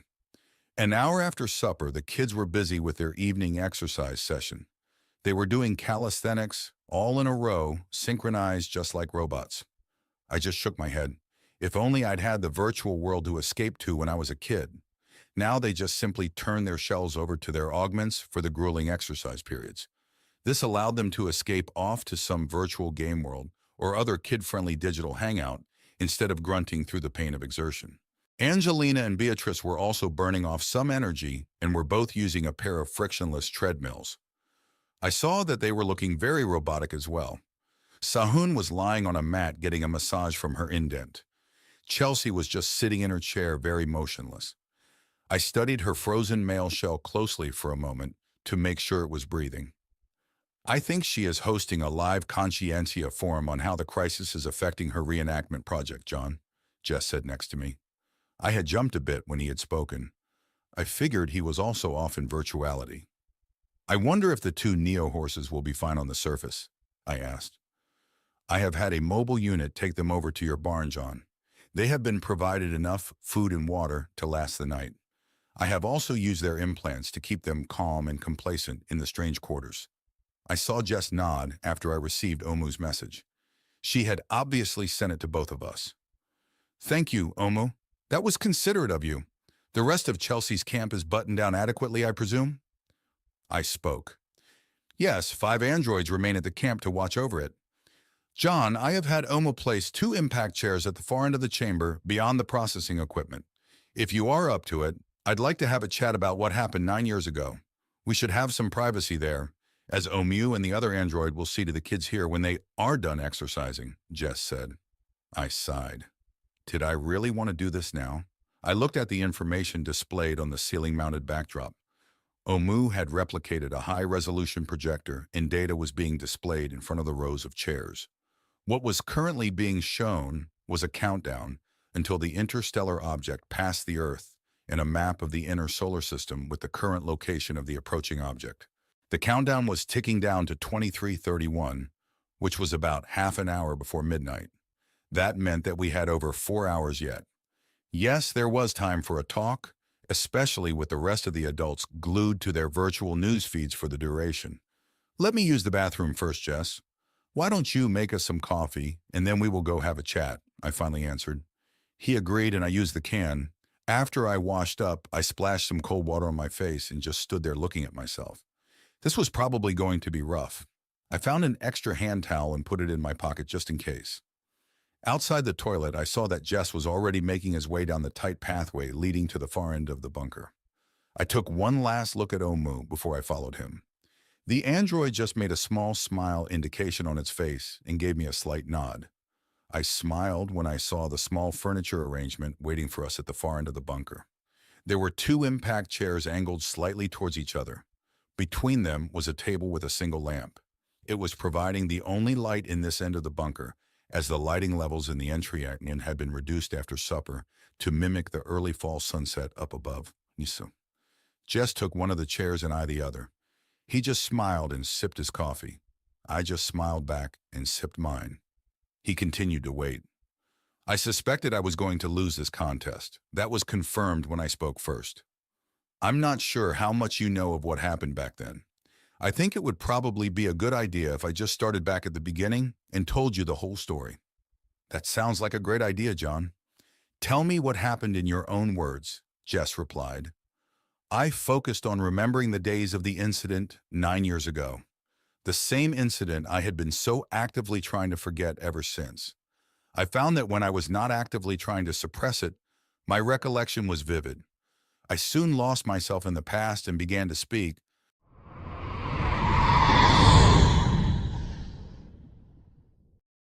Year 3103, approximately 9 years earlier. Near Magao Cave's historic site, Western Gansu District, Old China. "Why do we have to hike when the transport could have taken us all the way there?" I heard. I thought about ignoring the whiny teenager. He was one of the newer kids to join my rotating group and had only been with us the past 3 days. He was still learning how I conducted these historical educational excursions. Solomon, or Saul for short, wasn't a bad kid, just a bit lazy. I thought about how to handle this. Context, Saul, context. To understand the true history of the area, you need context. By hiking the local area where we are conducting our survey, we can better understand the motivations and experiences of those who once lived or traveled here.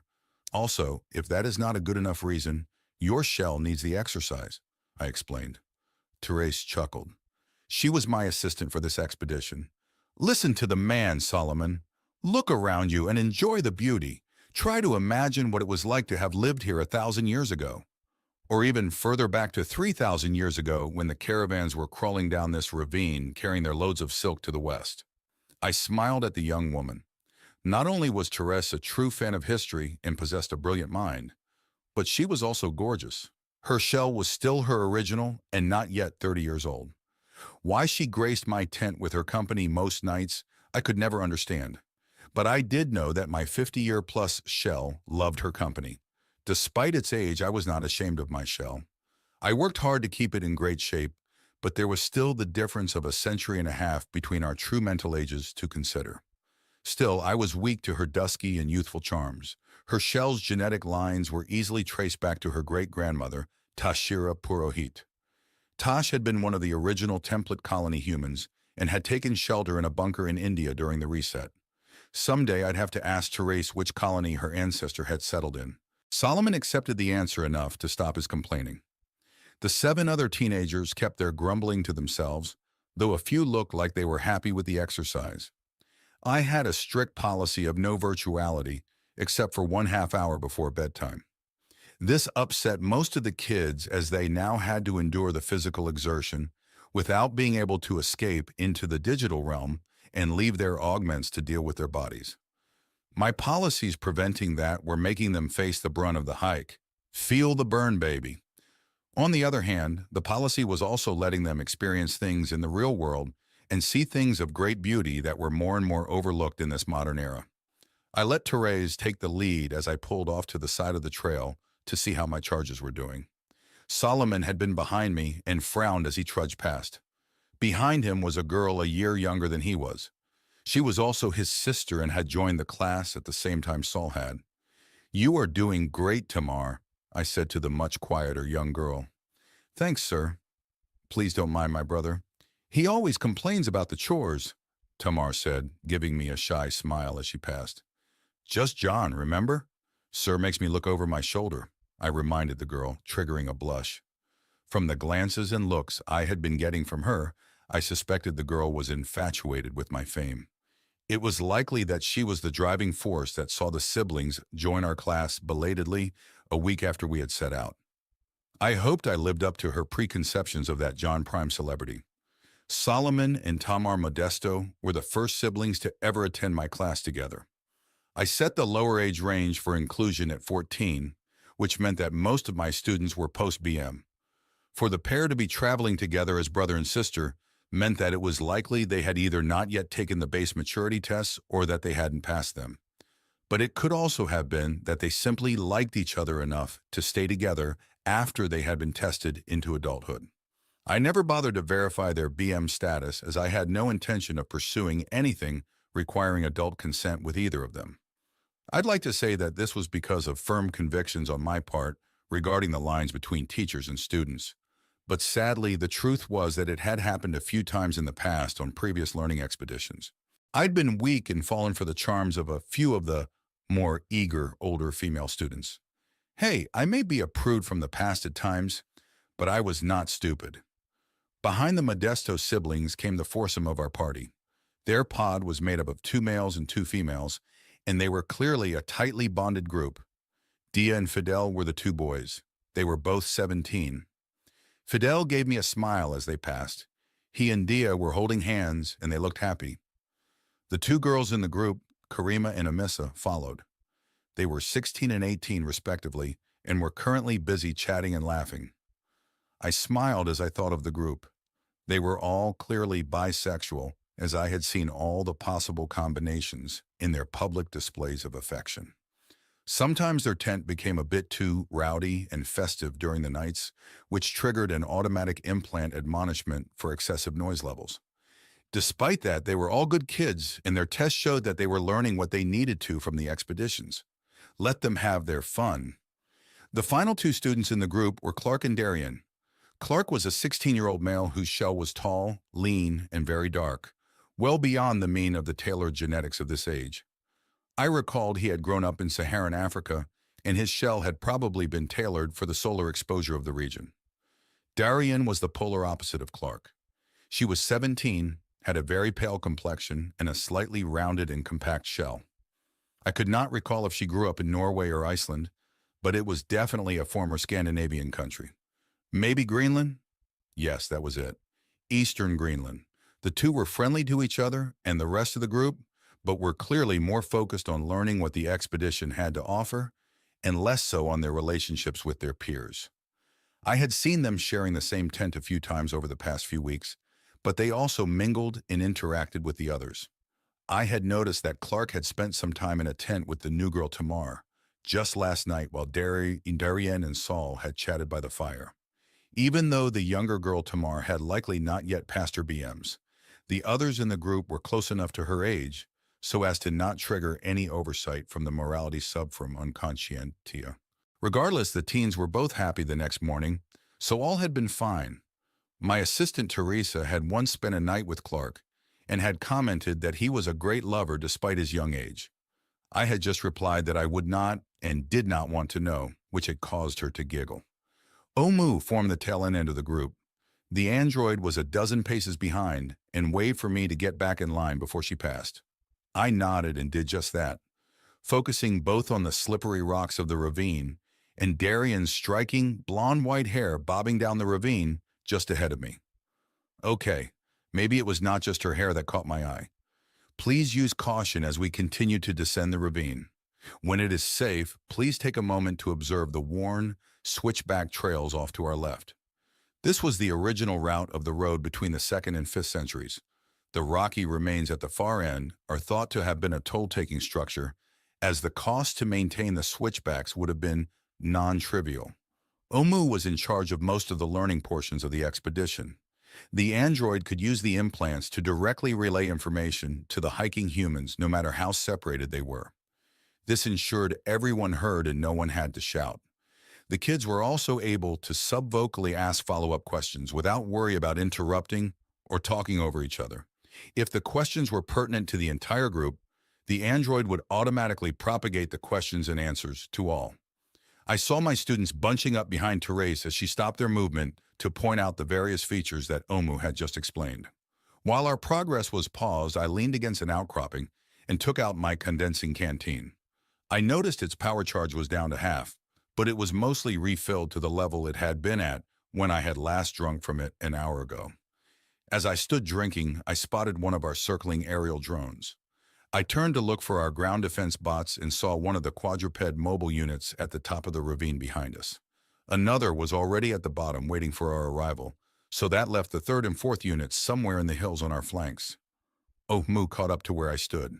She spoke to me verbally, causing her implant-delivered lessons with the kids to be cut off. "How are you doing, John?" I detect an elevated heart rate. "I'm fine, Omu. These trips are getting a bit harder as my shell ages," I replied. "I will give you a massage tonight if you wish," my oldest friend said. Therese could not come close when it came to a deep tissue therapeutic massage. I suspected she would end up receiving one from the android as well. The teenagers wouldn't miss out as they were young enough to not need a massage. Besides, I was sure they would be busy with other forms of muscular exertion and release. "How much longer do we have to go, Omu?" "I have chosen a wooded area down near the river, just below the cave complex, as our campsite. It is just over a kilometer beyond the bottom of this descending ravine." I looked at the late afternoon sun. We would still have plenty of daylight when we arrived at the camp. I wondered if there was enough clean water in the river for a decent swim. This area was mostly dry desert. The hills and ravines coming down from the steppes were mostly bare rock and brush. Off in the valley below, I could see sand dunes among areas of rock and scrub. Speckled in the low-laying areas of the dune were the occasional splashes of green. Omu had explained that Eudaimonia's geology subpresence had been busy over the past century, installing water evaporators and using them to irrigate new oases all across the desert. Given enough time, the spreading gobi would be tamed, and the sands would begin to retreat. Ironically, this location would see minimal green forming, as the dry cliffs were historic and also helped preserve the cave system. "How's the river look? Any areas suitable for a swim?" The aerial drone reconnaissance shows some areas which appear deep and clean enough for swimming. Also, recent biological surveys of the area have detected no dangerous reptiles in this river system. There are larger catfish, but not so large as to cause harm. I smiled at the thought of teaching the kids to noodle a catfish. Probably not. The intake hoses have already been laid to the Vito L, and the pumping station is already busy filtering and storing enough water for hot showers for the entire party. I also have the auto kitchen set up and fabricating foodstuffs for the evening meal, the android said. I could not remember what was on our menu for tonight, and I did not ask so that it would be a surprise. It would invariably be something that had once been locally eaten, all towards the goal of a complete historical education experience. "Tell me they drank normal alcohol here?" I asked, shuddering a bit at the distilled alcohol drink made from yak milk we had to endure at our camp from a week ago. "The enhanced beverage choice for tonight will be Guki Ju, which is made from goji, also known as wolfberries. From your past reactions to other similar drinks, I anticipate that you will enjoy it," Omu said. With the lectures, questions, and answers taking place at the front of the column now concluded, the group began moving again. My implant began relaying the group's discussion again now that I had stopped my in-person conversation with Omu. Over the next 15 minutes, we continued our gradual descent of the ravine. We were in shadow now as the ravine turned towards the north, and I put my shirt back on against the cooler conditions. Once we hit the valley floor and the riverbanks, the temperature dropped a few degrees further. I saw the teenagers also putting on their shirts. I put on my enhancement glasses to review the map of the area and saw that the cave complex was off to the right of us. The main entrance to the caves was on the southeastern side of the river, against the rising ground we had just descended. The river was lined on both sides with clusters of trees and grass, and it was to one of these green spaces that we were headed. I spotted the camp and the VTOL transport aircraft parked nearby. There were also 4 tents already set up, and a portable toilet and shower cubicle. Between that and the small toilet on the VTOL, we had enough capacity for the whole group, with the aircraft toilet providing some privacy. We began the final stretch across the flatter sandy region between the hills behind us and the river ahead. Our pace picked up at the thought of a cool swim, followed by a hot meal. The water would be warm, but that would be perfect as the desert temperatures dropped quickly as the sun set. I had to laugh as the happy foursome bypassed the camp and instead began stripping out of their clothing as they ran to the river. The rest of us were patient enough to first go to the camp and get towels and swim shoes before we also stripped and joined them. Omu did cleanup duty and picked up the clothing strewn across the sand. Our supper meal had been stewed camel meat over a wheat noodle base. There were also carved melon chunks with a sweet goat cheese sauce. It was a hit, and we all ate our fill. As Omu predicted, I loved the fermented wolfberry alcoholic beverage. After supper, we had a jam session around an evening fire. Instead of a wood fire, the equipment on the VTOL had provided a nice gas fire in an improvised rock fire pit. Tamar played a mean synth fiddle. Amissa tooted her flute, and Clark banged an amplified membrane drum. The rest of the teens danced and sang. The songs were a mix of contemporary covers of songs from the 1960s. For some reason, that era struck a chord with today's youth. Having English as the sole universal language meant that much of pre-reset Western culture had the advantage of being adopted by the newer generations. After a third shot of wolfberry tonic, I began to dance with Therese. My older shell did not allow me to do the twists as fast or the bends as deep as I would have liked, but we still had fun. Later, when the party wound down, all the teenagers went off to enjoy their daily limited allowance of virtuality. Therese abandoned me to do the same, so I sat by the fire with just Omu for company. We watched the stars and the visible moving satellites and space stations. I'd try to guess which ones were which, and Omu would correct me. After 20 minutes, I decided to take a long shower and go to bed. In our tent, I got undressed and adjusted the small aircon unit to compensate for the cool evening. Therese joined me after her own shower, and after checking to make sure all the teens were in agreeable groupings in the remaining 3 tents. She reported that tonight had been drama-free, which I was happy to say was normal. Omu would be standing watch all night, and the 4 patrolling mobile units would ensure our camp was undisturbed. Therese and I made love before turning in for the night. I was very tired from today's hike, and Therese rose far earlier than I did to get the camp going in the morning, so we both fell asleep quickly. I woke once in the middle of the night to use the toilet.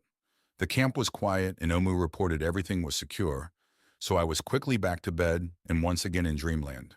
The next day, after a hearty morning breakfast, Therese and I led our eager students up to the cliff face and to a restored entrance that led into the Mogao Caves complex. Of those caves or chambers that had survived the reset 1,100 years ago, there were now over 24 that had been cleared by mobile units and restored to viewable status. The rest were either still buried by shifting sands or had been filled in by erosion during the past millennia and likely lost to time. The entry of the first cave was a newer tunnel about 12 meters long. The sides and top of the tunnel were chemically hardened earth. We had to go through an airlock to enter, as the environment inside was kept as clean and dry as possible. Inside, we found an amazing mix of history. Parts of this cave had been open to tourism in the 20th century, while the original cave was almost 2 millennia older. This meant that there was an 1,100-year-old outer restored area with modern toilets, to me, and a gift shop, all empty, that lead to the deeper sections filled with various statues of Buddha and the intricate and beautiful murals that covered most of the walls.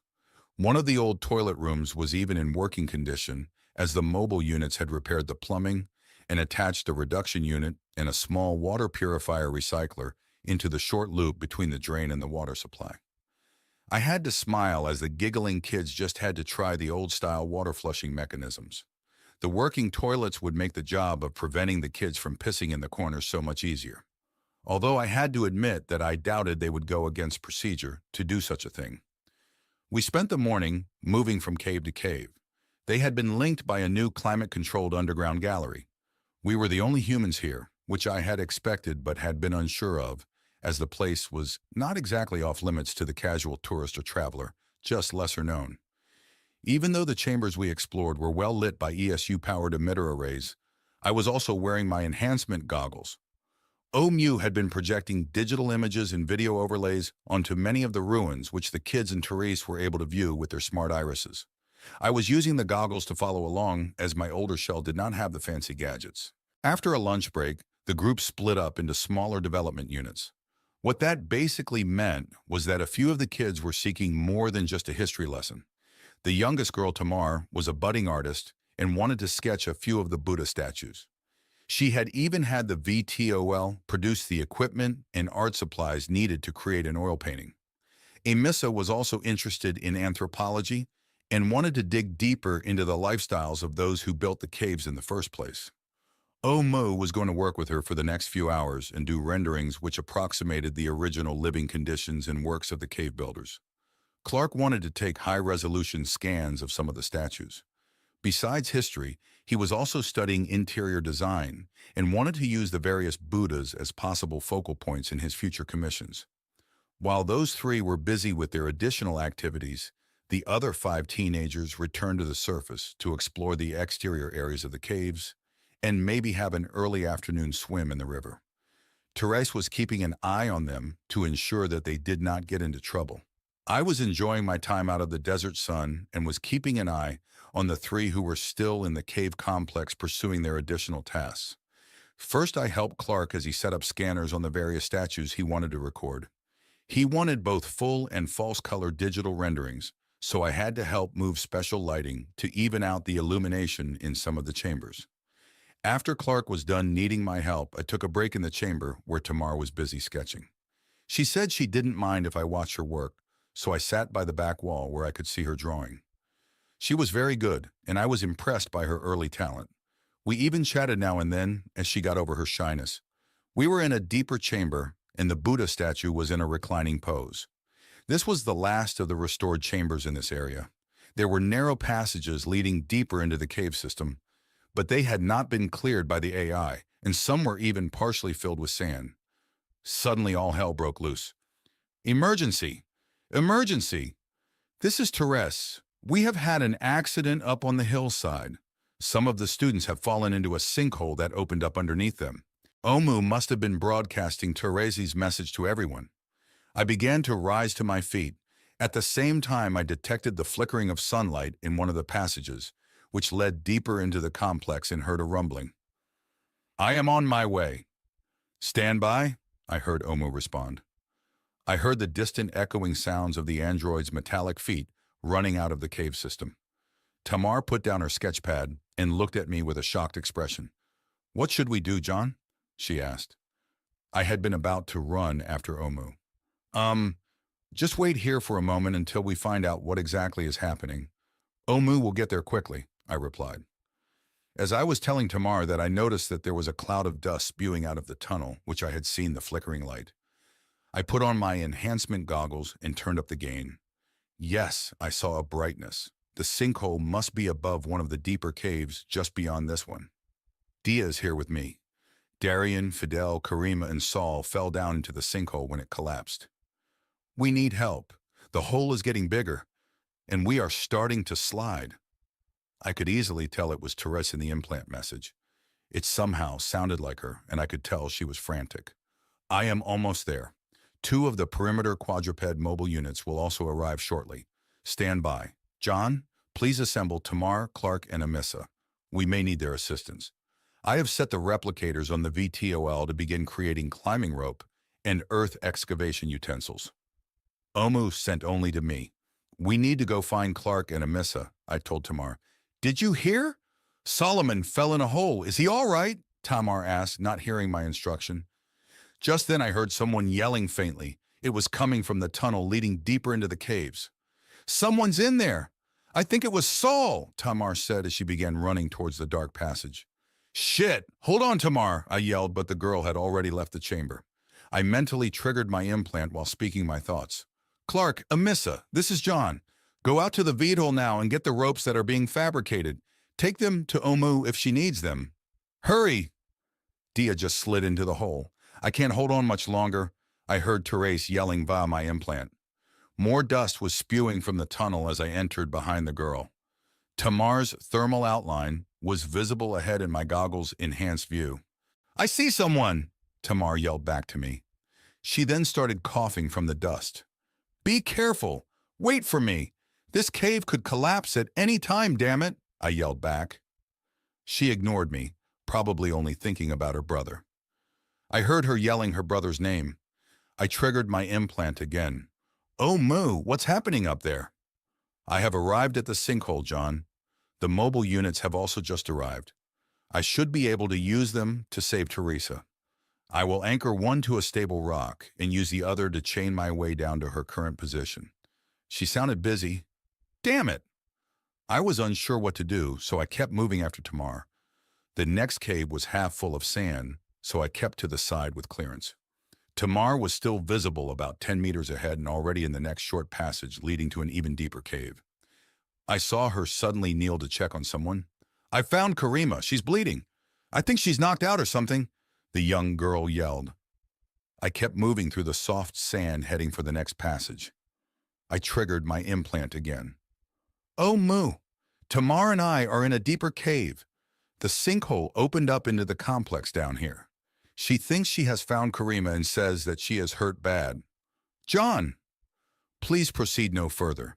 The risk of a collapse is too great. Karima and Fidel are dead. Their implants registered cerebral suspension moments after they fell.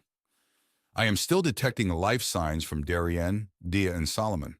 All appear to have suffered various injuries, although Solomon's vitals appear strongest." I heard a male voice yelling for help. That must be Solomon. "Tamar, Omu reports that Solomon is still alive. Karima is gone, though. Leave her and come back out of that cave. I'll get your brother and the rest." I saw her hesitating as she bent over Karima's body. Large stones and gravel were tumbling down a large mound just behind her and rolling by them on both sides. There was an occasional bright flash in the dust as the opening in the ceiling of the cave cleared enough to let the topside sunlight spill inside. I entered the larger cave and met Tamar coming towards me. "I think they are on the left side. I thought I heard Saul yelling from the back left corner." "Stay back in the connecting tunnel unless I call for you. This cave could collapse completely at any moment," I yelled. Thankfully, the panicked 15-year-old girl did exactly as I asked. I tightened the enhancement goggles on my head and worked my way around the perimeter of the dusty chamber. Gravel and sand continued to pour down from the now clogged opening in the ceiling. The conical mound of rubble below the opening mostly filled the cavern and was nearly 4 feet deep where it met the side walls. I worked my way around to the left side of the cave where Tamar had said that she had heard Saul yelling.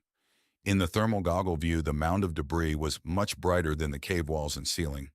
This meant that the material had recently fallen from the warmer surface. I hugged the left cave wall as tightly as I could and climbed through the sand and gravel. The dust was choking, so I pulled my shirt up over my mouth to gasp cleaner air. I have reached Therese and am attempting to pull her back up the pit. "Where are you, John?" Omu said into my head. "I'm busy.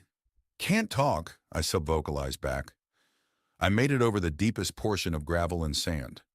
This was near the middle of the cavern's edge, and climbing the mound had me almost touching the ceiling. Ahead, in the far left corner, I saw the heat of a body. It was moving and I heard it crying. "Saul!"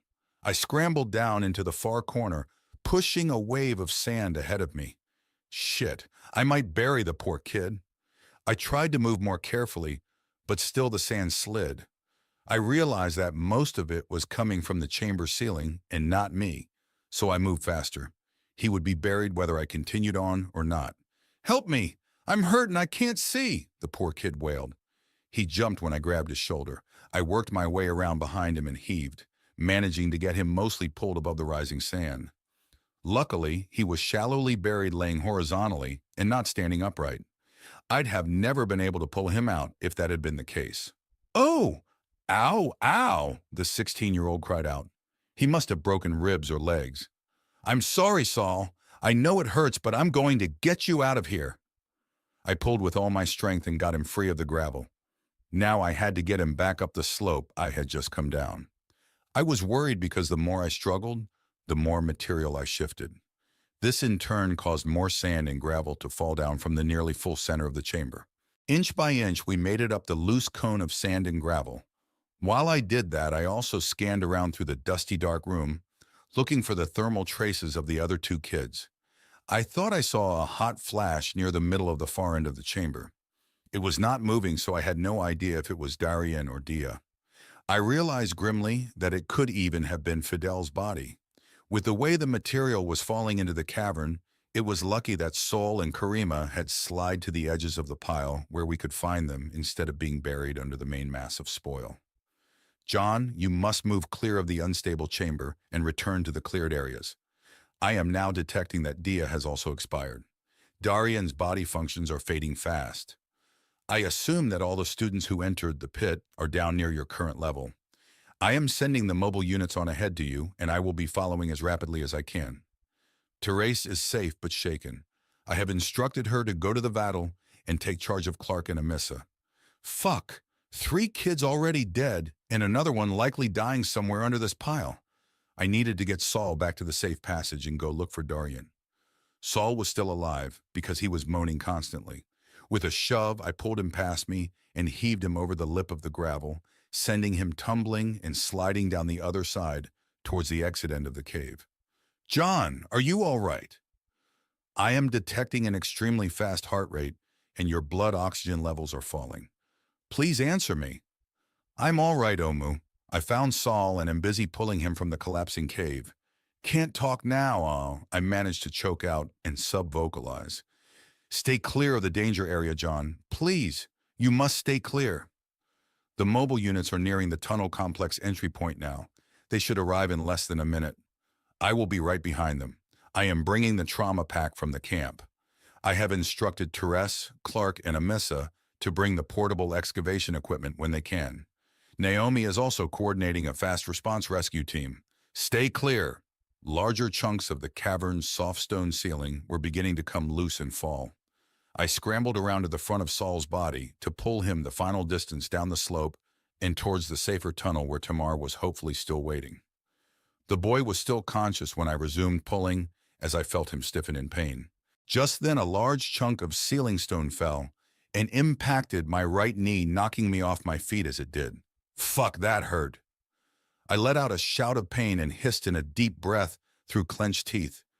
The chamber roof was beginning to fail faster, and I realized I had better get Saul out quickly, or neither one of us was going to make it. I heaved myself back to my feet, having to put most of my weight on my left leg. I pulled Saul as hard as I could, and we fell down the slope all the way to the front corner of the rectangular cavern. Tamar, come help me pull your brother out of here. We don't have much time, I yelled to the girl. John, Darian has also just expired. I am sorry. The mobile units are past the second chamber now. Shit! Tamar's thermal signature appeared in front of me in the dust. She immediately began to help me pull Saul. We were now near the rise of loose stone and sand, which was almost blocking the exit portal. Wham! A large stone fragment knocked me in the head. Stunned, I dropped to the gravel floor. John, the girl cried. Kurt, pull your brother, ooh, I said groggily. I felt the wetness from the blood seeping down the side of my face. Just then, one of the quadruped mobile units scrambled over the rubble at the entry and entered the chaotic, collapsing chamber. It had bright lights shining from shoulder mounts, and these lit up the dust. My goggles switched to true vision, and I could make out a dirty Tamar pulling on the bloody body of her brother. He was moving his head back and forth but was not seeing anything, as his eyes were ruined or covered with quickly swelling facial bruises. Stone and gravel continued falling, and my legs were being buried quickly. I struggled to free myself with my hands while trying to remain conscious. The mobile unit moved behind me and began shoving rubble off of my legs. No! Save the kids! I managed to gasp out. The mobile unit ignored my plea and just kept digging. John, you are injured. I am almost there. I heard Omu in my head. Tamar was pulling with all her might, but she could not move her brother up the sliding gravel near the entry. The second mobile unit scrambled past her, causing her to slide back down, leaving her lying near her brother. No, God damn it, save the kids! Don't worry about me, I managed to cough out. The chamber was collapsing faster now, and the rumbles and grinding were constant. I think the main roof was letting loose all the way. The first mobile unit stopped digging and braced itself against the wall and floor, forming a bridge over my legs and lower back. The second one joined it and protected my upper body as best it could. More gravel and rocks fell and buried the first mobile unit completely. I felt my legs being compressed, but I did not feel the pain of them being crushed. "The boy and girl! You fucking—" I managed to whisper out. Bam! Another fucking rock hit me in the back of the head. It was a glancing hit, but it almost knocked my goggles completely off my face. Ouch, that hurt. I tried to focus my eyes, and I managed to get them open just in time to see a large chunk of ceiling stone fall right on Saul's lower back. He stiffened in shock and grunted out a burst of air, ejecting a huge gout of blood onto his sister. "Damn it! Saul!" Tamar screamed. She had managed to climb to her hands and knees and was trying to pull her brother by his shoulders. The rocks and sand continued to fall. Just then, Omu slid down the loose rubble and stopped next to us. "John, you are hurt. Can you speak?" "Oh, Moo, you fucking machine. Get the girl out of here now," I thought. What the hell was the android doing? "Girl," was all I managed to gasp out. I saw Omu quickly look over the brother and sister. The android then ignored them and turned back to me, reaching out quickly and placing the goggles back on my eyes properly. It then pulled out a respirator mask and air unit and fitted that against my nose. "The unit is set to pure oxygen, John. Breathe shallowly." I was stunned, simply fucking gobsmacked. What in the hell was the android doing? Was it damaged? I concentrated to sub-vocalize and managed to get out. "Naomi. Something wrong with Omu." "Omu will protect you, John. You are injured. Help is on the way. Hold tight." I was interrupted from my rage by Tamar screaming. "Oh, Saul, ow! Oh, John, ow! Owie!" the girl cried over and over as the rocks fell faster, pummeling her. Omu moved quickly forward and covered my head and shoulders with her android body. She was bracing herself on her knees and one arm. The other arm had the trauma kit tucked near my head. More gravel and sand flowed around us. I felt the hot warmth of the android's body. It must have run to the cave at maximum speed and nearly overheated. I also felt the jolts in both the androids and the mobile units as they absorbed the blows from the larger falling rocks. The steady shocks were timed almost exactly to the cries of pain the girl next to me was making. I began to feel a rage so great that I began to shake. Solomon's life signs have ended. Tamar's are falling fast. I heard from my implant. I was not sure if that had come from Omu or Naomi. I began to realize that maybe there had never really been a difference between the two after all. Through the sounds of falling rock and rubble, I heard a faint, "Daddy, Daddy, Daddy," being repeated over and over by Tamar. Oh my God, this was a fucking nightmare. I began to shudder as a racking sob began to rattle in my chest. My head was exploding from both my wounds and the adrenaline. I felt Omu moving its free hand around, probably searching in the trauma kit.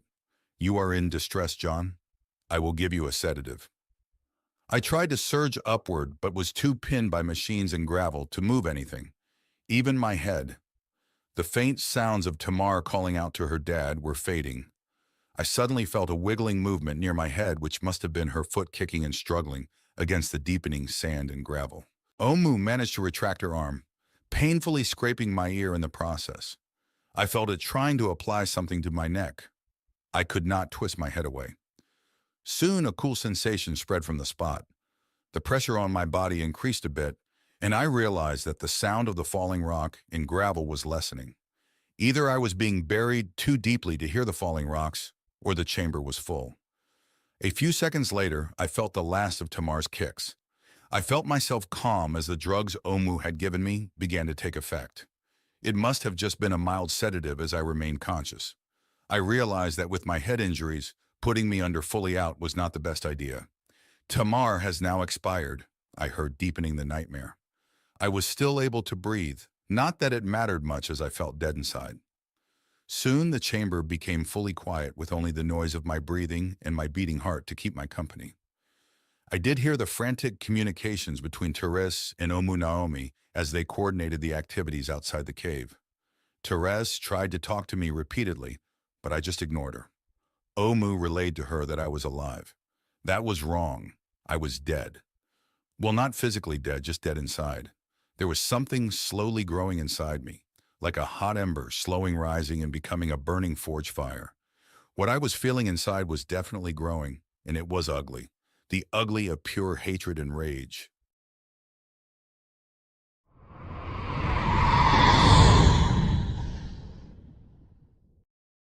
21 o'clock, October 11th, 3112, present day. Field base underground shelter near John's acreage in the northern prairies of the old United States. So 6 of the 8 kids died, I said softly to Jess. And you blame their deaths on the AI? Jess asked. Not all of them, only the brother and sister.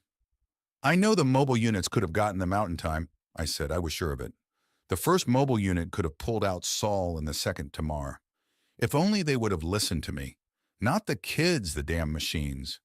Reliving the day of the accident after trying to forget it for so long was rough. The official account says that you would have died if the mobile units had not shielded you, Jess said. Of course, I would have died. So what? I had been mind data scanned just 2 years earlier. Hell, I have so many copies stored around this system that the loss of one would not have mattered.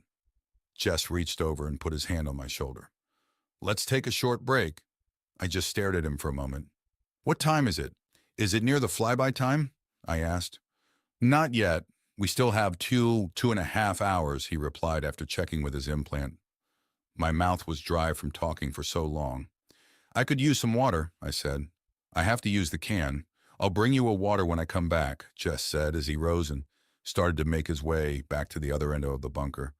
I just sat there rubbing my face. Daddy! Daddy! I shook my head, trying to again forget the pleading sounds of Tamar. Sometimes in my nightmares, it was the face of my first daughter, Abby, who was doing the pleading. Though I shuddered a bit remembering the cries, I did not weep. Lakes of tears had been shed already. Jess returned with my water, and we got back to the business of tearing apart my soul. So how long were you buried alive? Jess began again. Almost 4 hours, I answered. I then went on to explain how both human and mobile unit rescue teams had been brought in by high-speed transports in less than 2 hours. They had concentrated their efforts on stabilizing the rock and gravel around the entry area of the collapsed cave with a penetrating foam. Omu was able to keep my air supply intact with the respirator unit, and the foam was prevented from hardening around my body by localized injections of a specialized solvent. After they had first uncovered and removed Tamar and Sol's bodies, they carefully cleared the rubble from Omu and the mobile units and then evacuated me to the camp. Saul and Tamar went into a portable morgue while I had my head wounds treated, I explained. You refused to let them put you into a full medical creche, correct? Jess asked quietly. I wanted to be awake and active when they retrieved the other bodies. Also, the parents and guardians of the dead teens were beginning to arrive. I had the medical units just patch me up and put me in a leg brace. The trauma you went through caused you to fully detach yourself from the Naomi AI and the android, correct? Did you do this then? Jess asked. No, that came later, I said. The first day I was too focused on getting the bodies of my students out of the ground and apologizing to their parents. I went on to explain how the mobile units had excavated down into the sinkhole location from above. They had flown in large robotic excavators and quickly began mining the overlaying hill structure above the cave complex. They knew the locations of the kids' bodies from their last implant transmissions, so the excavators were quickly able to directly reach the areas where they died. It had been after midnight when the first of the lost bodies was brought back to the camp. Therese was asleep after having been sedated. She had suffered a minor breakdown because she had blamed herself for not preventing the exploring kids from triggering the collapse. Clark and Amissa were doing better, but were both in shock at the loss of their friends. I had paused in my narration, lost in my memories. Tell me about the parents' arrival, John, Jess said to keep me talking. Fidel's dad and Darian's mom showed up in separate high-speed electrojets even before the bodies of their children had been found. They were confused and grieving, but seemed to accept that it had been an accident. The aerial drones had followed the teens' activities all the while they had been on the surface and had recorded everything. The parents had had plenty of time to review the records as they flew to the cave site. It was readily apparent that there had been no indications of any unstable areas where the teens were hiking on the hillside. The collapse happened almost instantly, and it was only blind luck that Teresa had managed to survive. I paused for a moment and then continued. Daya's mom and dad arrived in the middle of the night. Daya's body had been recovered an hour before they landed. They did not wait until daylight and had departed with his casket after only an hour on site. Karima's mothers arrived last. They seemed to accept what had happened surprisingly well. By then, the footage had been analyzed and the accident fully recreated. It was clear that the kids on the surface were just having fun and had done nothing stupid or dangerous. The old caves had once had air and light wells to the surface. Most of these had been covered over during the centuries after the reset. One had given way below the teenagers. It was a random fluke, although the hillside would now be off limits until deep surveys could be conducted. Karima's mothers stuck around till noon the next day, and even helped comfort Fidel's and Darian's parents who were not taking it so well. All of them departed with their children's remains about the same time I had finally been forced to sleep because of exhaustion, I explained. You said that Karima's parents were the last to arrive. Solomon and Tamar's parents didn't come? Jess asked. I was silent for a moment before I answered. No, they apparently had other younger children to take care of. They requested through Naomi that Saul's and Tamar's bodies be shipped back to them on a Vito Oral as quickly as possible. I woke in time to say a goodbye to the two siblings as their caskets were loaded onto the transport. John, that must have been painful. Was this when you separated yourself from the Naomi and Omu AI presences? Jess asked. I could tell he really wanted the details of that event. Not yet, although I was as angry with the AI at that moment as I had ever been angry at anything ever before. I had still not banished it. Omu had been damaged, and all of its energy reserves had been expended holding the rock back from crushing me. It would be some time before a replacement android frame could be constructed to receive the transfer of its operating system and memories. Naomi was busy coordinating the rescue effort and arranging transport for the families, the bodies, and all the other needed equipment. Although I was pissed, I had actually spoken with Naomi a few times during the night and the following day. Jess waited for me to continue. I knew what he was after. I will get there, Jess. Give me a moment, I said. After the parents had left, Clark, Emissa, and Therese also departed. They took an electrojet back to the Eastern Asia Learning Center. Therese had urged me to join them, but I had declined as I wanted to be alone for a while to get my emotions sorted and under control. The human rescue personnel had also left by that afternoon, and the mobile units had begun to repair the damage to the caves and the surface excavation. Because of the noise, I had a mobile unit move one of the tents a few miles upriver and set up a new, smaller campsite. There, I finally had a chance to get some rest. Over the next few days, I sat in the camp and tried to understand what had happened. How could the kids die so suddenly? Why had Saul and Tamar died when I had nearly gotten them to safety? Why had Omu and Naomi not done as I asked and saved them? I had finally calmed down enough to ask Naomi directly. The AI had given me many reasons, but nothing that seemed to make sense. None of the reasons seemed to quench the rage that I still felt inside. I finally narrowed it down to the fact that the AIs would have done almost anything to save me, no matter what I told them to do. It was a profound betrayal of my trust. They did act to save your life, John, Jess argued. I know exactly what they did, Jess. As I said, I had backups. The machines should have respected my wishes instead of focusing on me. But the teenagers who died were also backed up, John. Was that not a requirement of your expeditions? That all participants be fully mind data scanned no more than 6 months before your classes? He asked. Yes, that was the case, I said quietly. At the time, Naomi tried to use that as an excuse to justify its actions. That the total time loss of uniqueness for me was longer than the combined time losses of all the students who had died. Then I don't understand why it devastated you so much, John. Help me out here. The teenagers were soon restored in new shells. I've even interviewed 2 of the casualties recently, Jess said. After I did not respond, he continued. I talked to Fidel and Karima just after you were brought here from Mongolia. Both of them had been restored within months of the accident.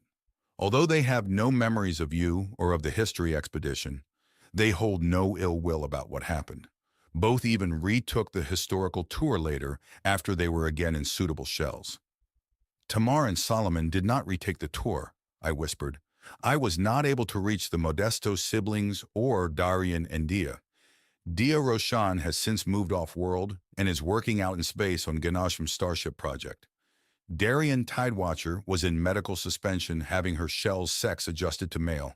He will be revived in 6 or 7 months, Jess said. I was happy to hear about Dia and Darian. Since the teens who had been restored were versions that had been recorded before my expedition, none of them remembered me, and this meant that we had not interacted after they had been reshelled. Of course, I was on my nomadic self-punishment excursion by then, but I had checked my messages in case they had tried to contact me. That they had not didn't really bother me. I remembered being a teen once, and to them, I was not a part of their immediate lives. Their parents would have moved on as well. Although they had gone through the loss of their children, they had them back again, and the loss of 2 months would be quickly forgotten. The restored kids were post-BM also, so the parents had already adjusted to their kids being off on their own more often than not. I looked at Jess for a moment. This next part would be tough. Jess, it was the 3rd day after the accident when the scrutinors had arrived. The first, an android, had been sent by the parents of Solomon and Tamar. The second to arrive was an augmented human. She had been sent by the justice subform of conscientia. It was an automatic action that was required in all possible cases of murder or manslaughter. Murder? What the hell? It had been an accident, Jess interrupted. How come I have never heard of any of this, John? As I said, it had been an automatically triggered investigation, Jess. Whenever there is a permanent loss of life, an investigation is triggered. Both scrutinors investigated the scene and interviewed me in detail. They both found the deaths to have been accidental in nature. The Modesto's scrutinor had additional questions on my actions regarding the deaths of Sol and Tamar. I was forthright in my belief that the two would be alive if it were not for the actions of Omu and Naomi. I also placed much of the blame on myself. I had hesitated a few times as I tried to recover Sol, and I had called Tamar back into the collapsing cave to help me save her brother. Either action or both probably resulted in the kids' deaths. Jesus, John, you can't blame yourself for that, Jess argued. The scrutinors and the IUDEX AI apparently agreed with you, Jess, at least on the part of my blame.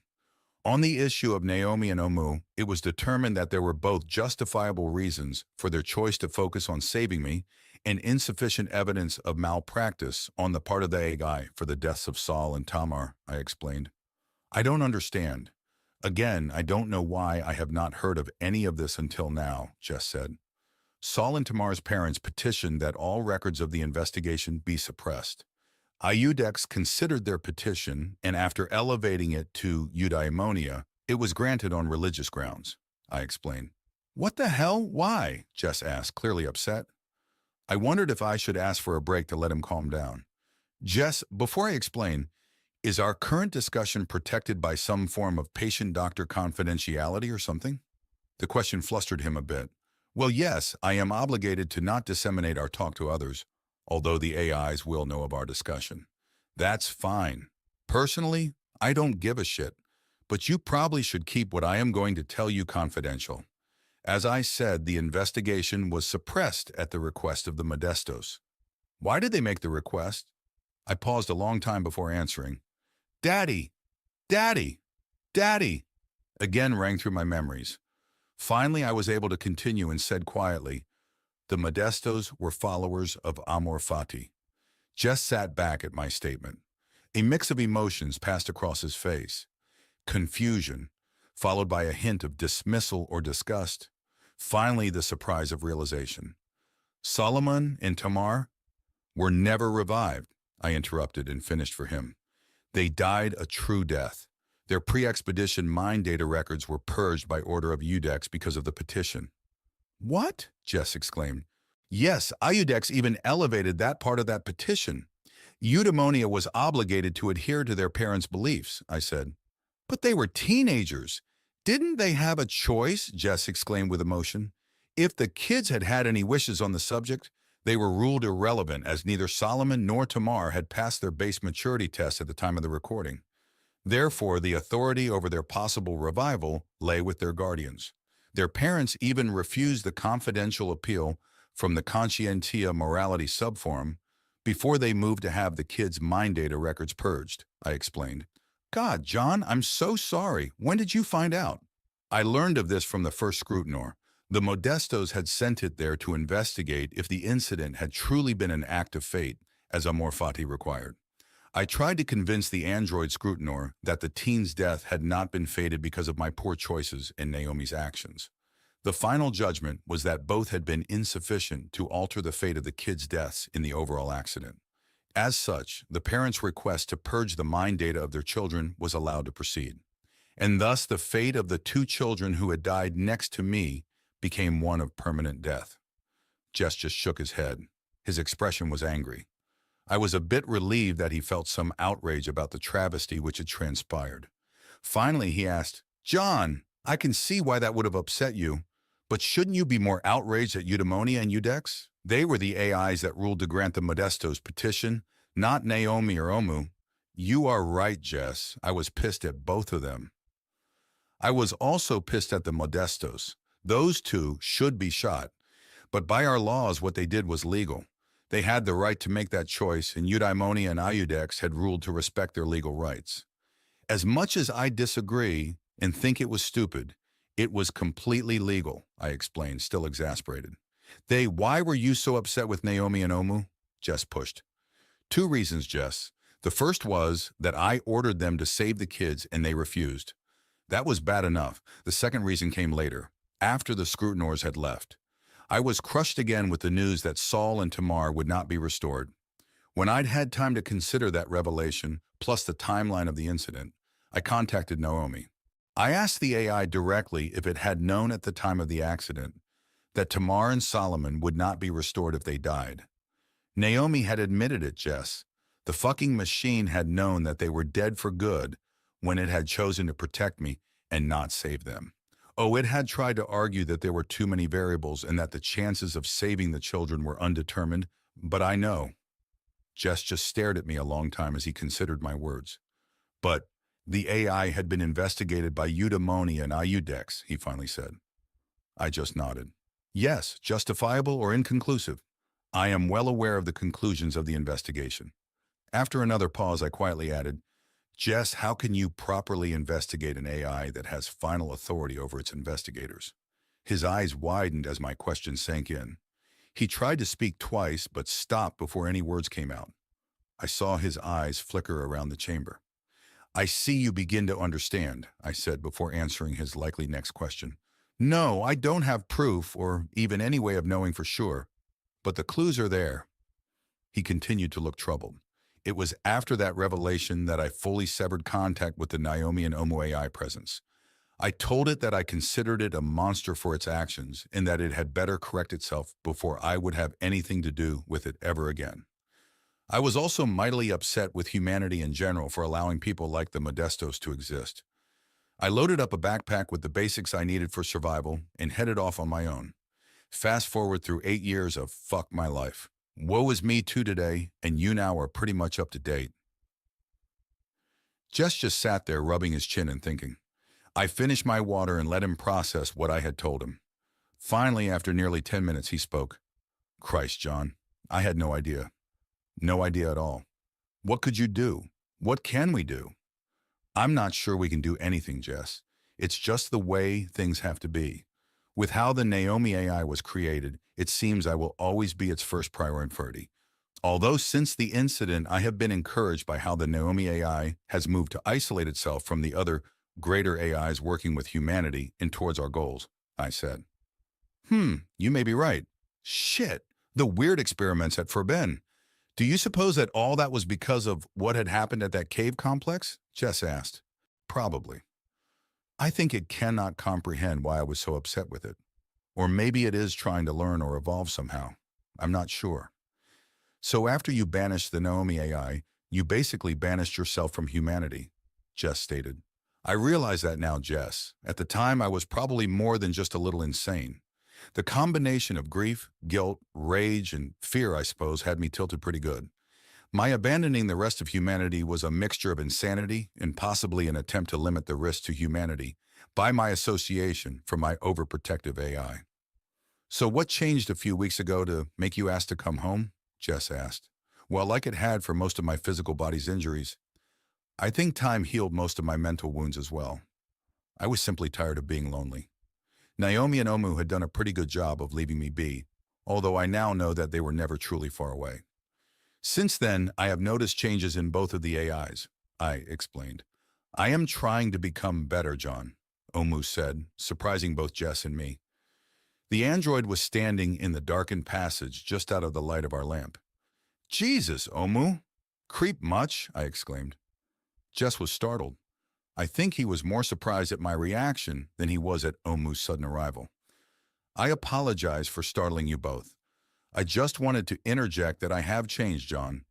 I am not the same intelligence as I was back in China. I know you aren't, Omu. I've already told you that you have changed, I said.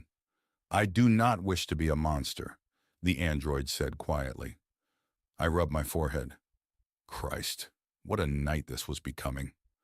I no longer think you are a monster, Omu. Maybe too protective, but not a monster, I said. Omu's expression seemed to brighten, just a bit. John, there have been developments with the interloper. The Naomi presence wishes a moment of your time to consult with you. Will you permit that? The android asked. I looked at Jess. He just shrugged back at me. I have heard nothing, John, he said. I told the android that I would allow the talk. John, how are you? The words heard from my implant were similar to those Omu used, but there was a subtle difference which I recognized as my old friend, the Naomi presence. I realized that it was the first time I had heard from her mentally since China. I replied subvocally. I am better, Naomi. I still have issues, but I am getting better. I am glad there has been a development with the interstellar object currently being tracked approaching the Earth. A string of smaller objects has been detected both ahead and behind the main object. Note, none of these objects appear to be on a trajectory that will bring them into contact with the Earth at this time. I considered the news a moment before replying. Naomi's message must have been limited to just me, as Jess had entered virtuality once he realized that I was in a private communication. He was probably trying to learn for himself what the new developments had been. That is good, Naomi. I take it that the objects are some kind of long baseline sensor array, like the ones Minervus uses to defend the solar system? Yes, John, that is the conclusion which I and the AI advisory group have reached. It is highly likely that the interloper is a scouting probe of some sort whose mission is to do a close flyby of the Earth in order to verify what conditions exist here. It is also highly likely that once it passes through the system, it will transmit the data that it has gathered back to those who sent it. That would be the assemblage, right? That remains unknown. It is likely either the assemblage Arc ship or the Hemru homeworld that sent the probe. Thus, the present dilemma: how do we respond? Dilemma? I asked. I had already deduced a few possible issues, but wanted more information before I addressed them. Yes, whoever sent the probe would have known that it would be detected. We have even confirmed that we have detected it by targeting it with radio energy being transmitted from the lunar dark side station. The probe knows it has been spotted and now knows that some intelligence with resources exists in the solar system. Thus, to ignore the probe would be to reveal that we are an enemy who fears it and its sender. Naomi paused to let me assimilate her words. The AI had always been good at estimating how fast I could process new information. Our main dilemma is how we should respond. If the probe has been sent by the assemblage, it would expect us to respond using assemblage codes and communication protocols.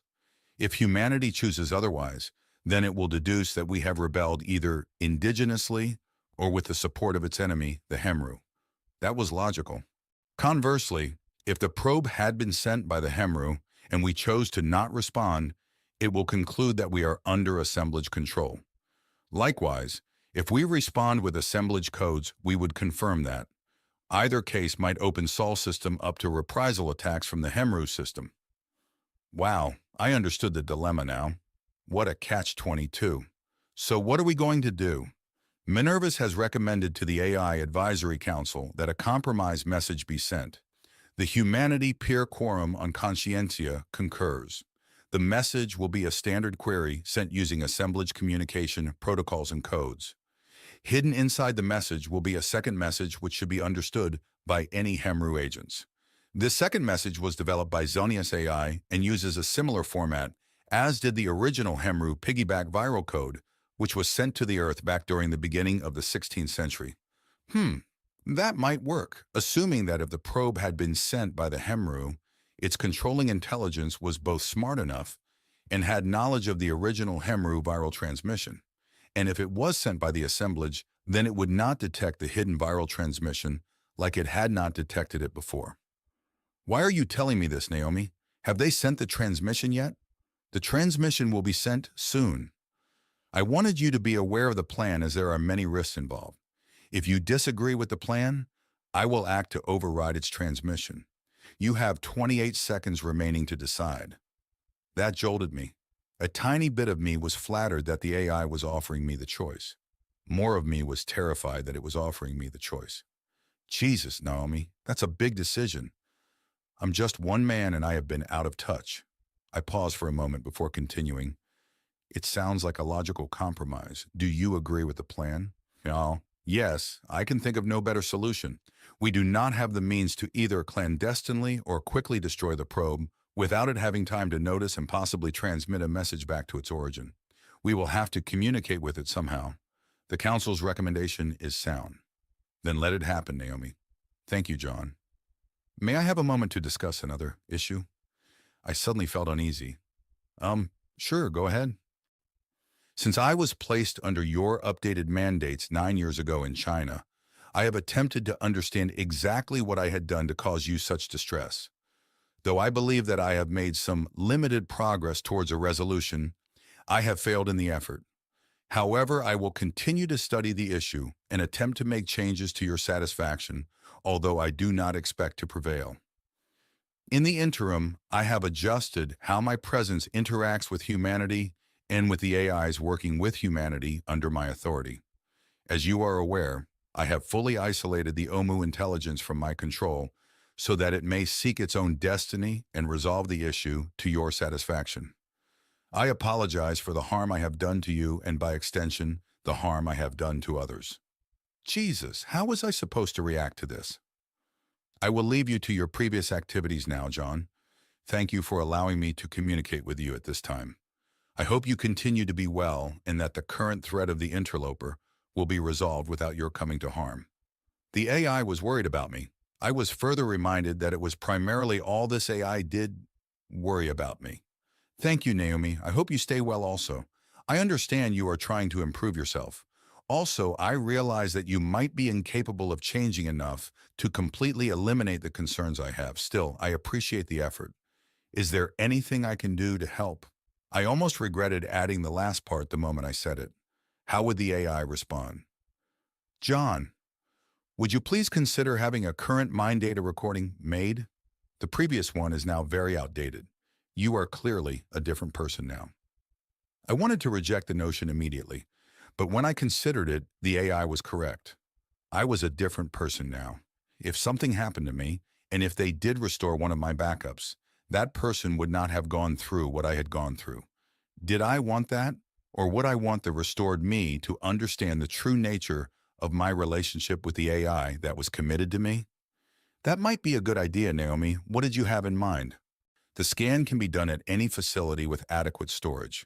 However, the medical bay at your island retreat in the Seychelles is available and capacity exists there. There is also the clone shell in biosuspension at that location which you requested be grown years ago. I have transmitted details of the mind data scan and the replacement shell to the Omu AI. Please discuss them with that presence. Thank you. Thank you, Naomi. I'll think about it and talk with Omu if we live through the night. That ended my talk with Naomi. I blinked and looked at Omu. I will return to the other section of the bunker, John and Jess. Thank you, Omu said and turned to leave. Jess came out of virtuality. I see that we have detected a deployed sensor net near the approaching object. Is that what Naomi wanted to discuss with you? Koha asked. Basically, yes. It wanted to let me know that the AI Advisory Council and the Humanity Peer Quorum on Conscientia have agreed on the format of a message which will soon be sent to the interloper. It will likely be expecting some form of communication attempt from us, I told him. I purposely kept the true reason for Naomi's contact to myself. It would just likely rile him up. Hell, it still riled me up. John, I need to know. Do you think the situation between you and the Naomi AI endangers humanity in any way? Understand, I'm not asking if it would harm humans because of you. I think we know it could, but rather, is it neglecting its duties to humanity because of your issues with it? Jess asked. I thought for a long time. Jess, if you had asked me that 9 years ago, I probably would have said yes. Now I don't think so. I think the AI has made changes to limit any issues it has with me from affecting it or the other AI presences. Of course, I am going to keep an eye on it. Jess considered my answer for a moment and then nodded. Well, I think I understand better what caused you to become a nomad for almost a decade. I also think you have had more time for self-reflection than most ever get. You've given me a lot to think about, and I think we should have another talk again soon. But for now, I suggest we wrap this up. Hell, there is a chance that all this might be moot in the morning anyway, right? Jess joked. I chuckled with him at the morbid comment. He had been right about one thing. I had rehashed the incident for long enough. It was time to get busy living again. I missed my kids and grandkids. Hell, I missed a lot of other things too. It was time to let the tragedy of the past stay in the past. I followed Jess as we returned to the other end of the bunker to wait out our fate with the others.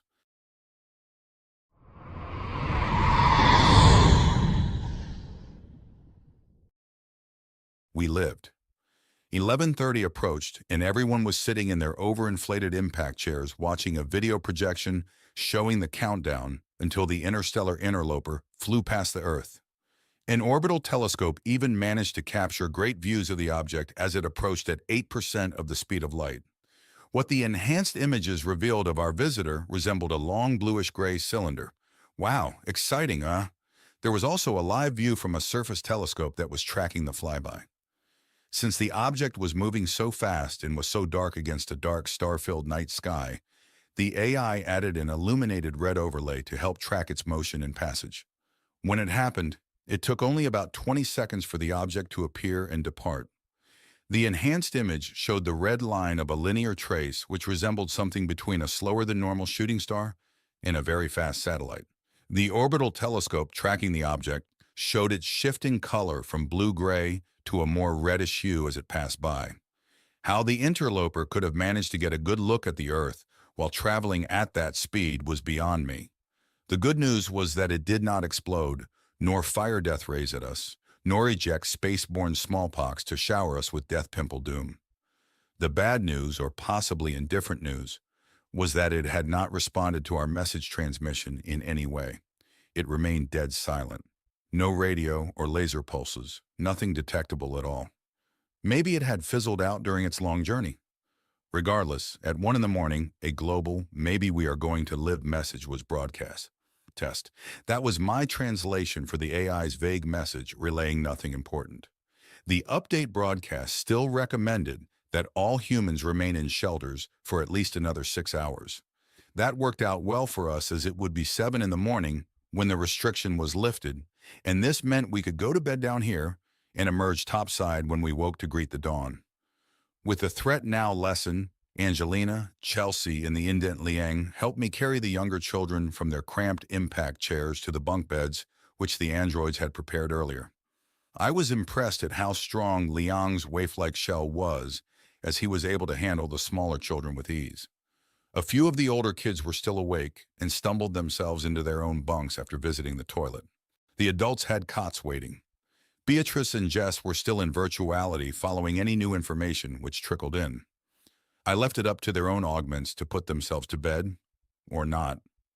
Sahun took a cot next to her indent. I noted that she held his hand for a moment before rolling over to go asleep. What a strange situation that was. Soon we were all in cots and snoring away.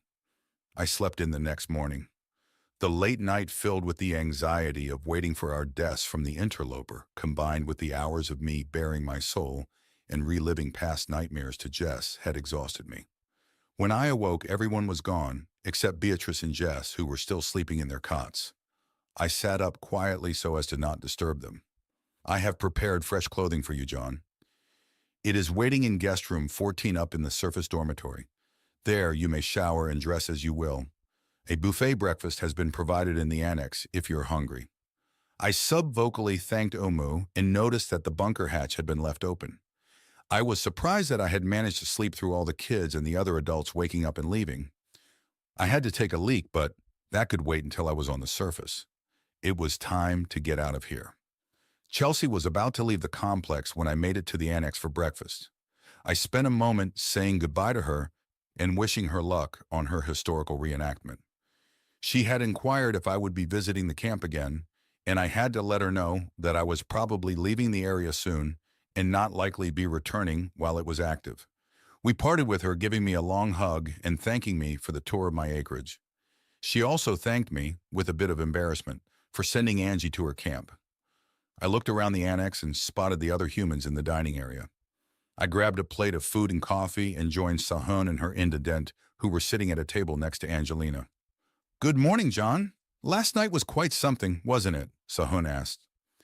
I sat next to Angelina, who reached over and gave me a quick hug. "Yep, we're still here though, so that's good." Angelina and I were just discussing that the incident will probably wake up the Denier segment of the population. The Deniers were this era's flat earthers. Humans. You can't live with or without them. Some of them, sure. The others will probably claim that the warning and flyby yesterday were a fabrication and doubt the whole thing even more, I said. I spent a few minutes focusing on eating while the others finished up and sat chatting. Angelina reached over and rubbed my arm. "We saw that you spent a bunch of time talking with Jess in private last night." I took her statement as a question she had really meant and answered, "Yes, he finally got me to talk about the accident that happened in China 9 years ago. I think it helped. I feel better today about it at least." Sahun looked sympathetic. Being that she had been involved with my grandson when the accident happened, she was probably intimately familiar with the family gossip about how I had reacted. "Well, I am glad," Angelina said with a big smile. She looked sincere. "What are you going to do now?" After my talk with Naomi last night, I'd been thinking about just that. The AI's suggestion of an updated mind data scan was a good one. I was also considering the suggestion of a new shell. It was waiting at my winter home in the Seychelles. It had been a long time since I had been on a warm ocean beach, and the idea sounded very fine right now. I will probably head to my isolation lodge in the Indian Ocean. I need to either replace this shell or have some invasive medical work done to it. Recovering in the warm sunshine on a peaceful beach sounds like a pretty good idea, I explained. "Oh, John, Heels in the Sand is such a lovely place. Ben and I spent a few vacations there," Sahun said. My extended family had had a standing invitation to use any of my leased properties, so the revelation did not bother me. On the contrary, I was glad to hear that the place was being utilized. Her statement also meant that the island retreat was still being maintained. I guess the AIs would have seen to that in my absence, regardless. Sahun continued, "John, I planned on leaving my Falls Overlook Lodge in a day or two. Hearing about your island retreat makes me crave some time on a warm beach. If you are going there, would you mind if I tagged along for a short stay?" Of course, Liang would accompany me. "I know you have a nice set of guest suites in a separate beach cottage there, so we would be out of your way." I saw Angelina perk up at that. I wondered how long Omu had commissioned the girl to be my therapist and companion. I thought about Sahun's request while I finished my last bite of eggs. I would not mind the company, and as she had said, the place did have ample guest accommodations. Also, I had Uxi's invitation to visit her on Vesta still lingering in the back of my mind. It might be a good idea to have a short beach vacation before I left the planet, as it might be a long while before I returned. I nodded to Sahun. "That would be fine. How about we leave tomorrow night? That way we can sleep during the flight and get some of the jet lag out of our system. I'll also invite Beatrice and Jess to come along, since they are only here because of me." I turned to my touch therapist and asked, "And how about you? Would you like to spend a little time on the beach?" She accepted my invitation with an eagerness that went beyond just a chance for a continuing paycheck. It was clear that she was not a fan of the mid-October climate here in Old South Dakota. I was back at my acreage sitting on the deck sipping coffee when I spotted Beatrice and Omu walking over the hill from the field base. It was mid-afternoon and we had skipped our normal after-lunch poker game. Jess and Beatrice had still been sleeping in the bunker when I had finished my breakfast and made my exit. Sahun and her indent had flown back to her isolation lodge to prepare it for their departure tomorrow night.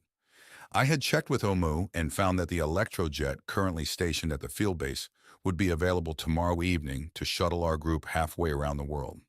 Jess had contacted me a short while ago and said that he was returning to his normal practice.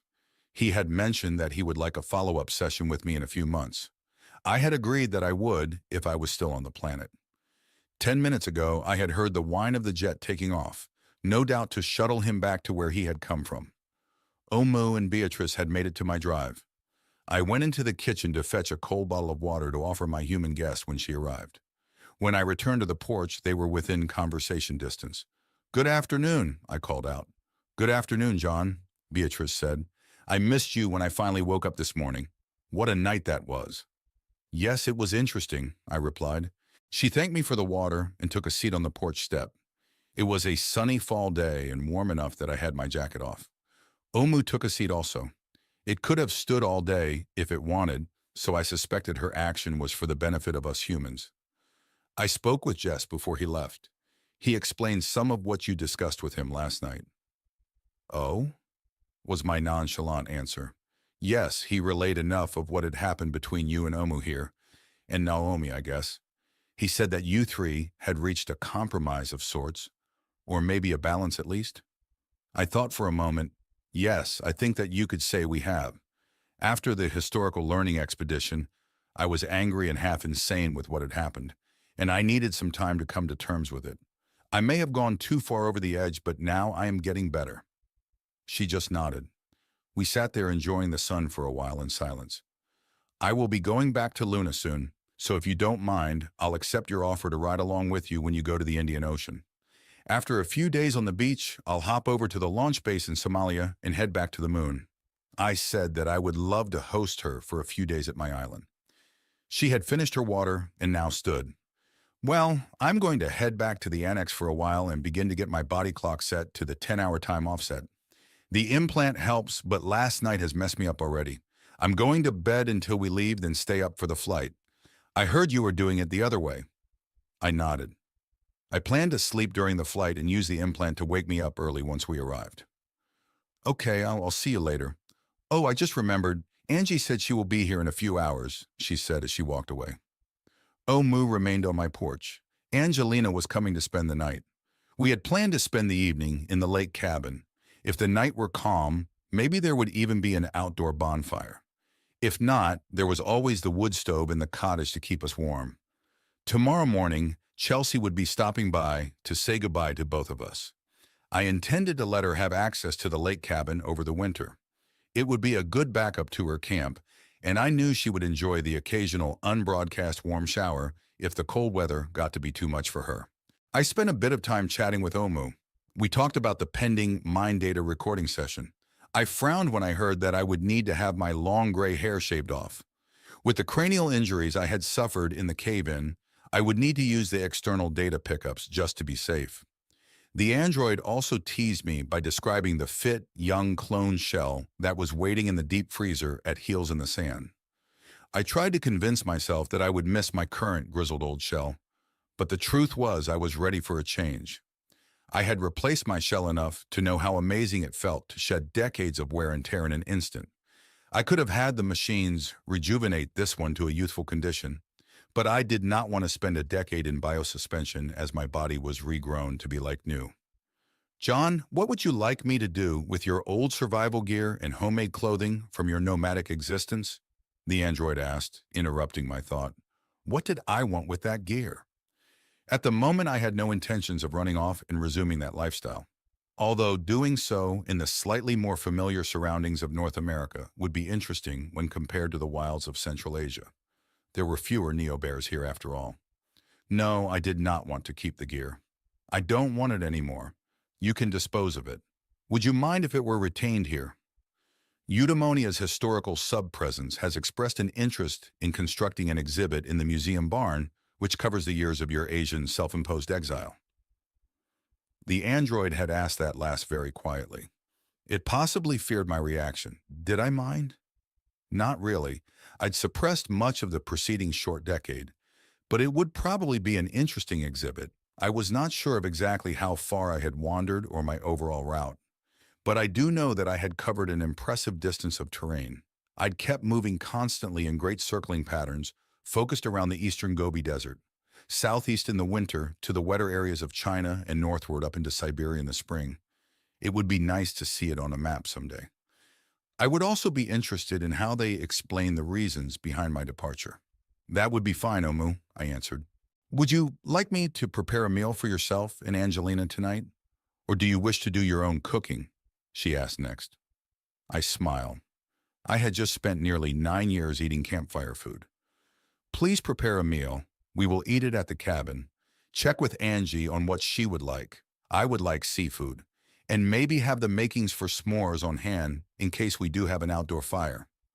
I thanked the android, and she departed to leave me in peace. Angie and I were waiting in the pool of light at the foot of the entry stairs to the electrojet.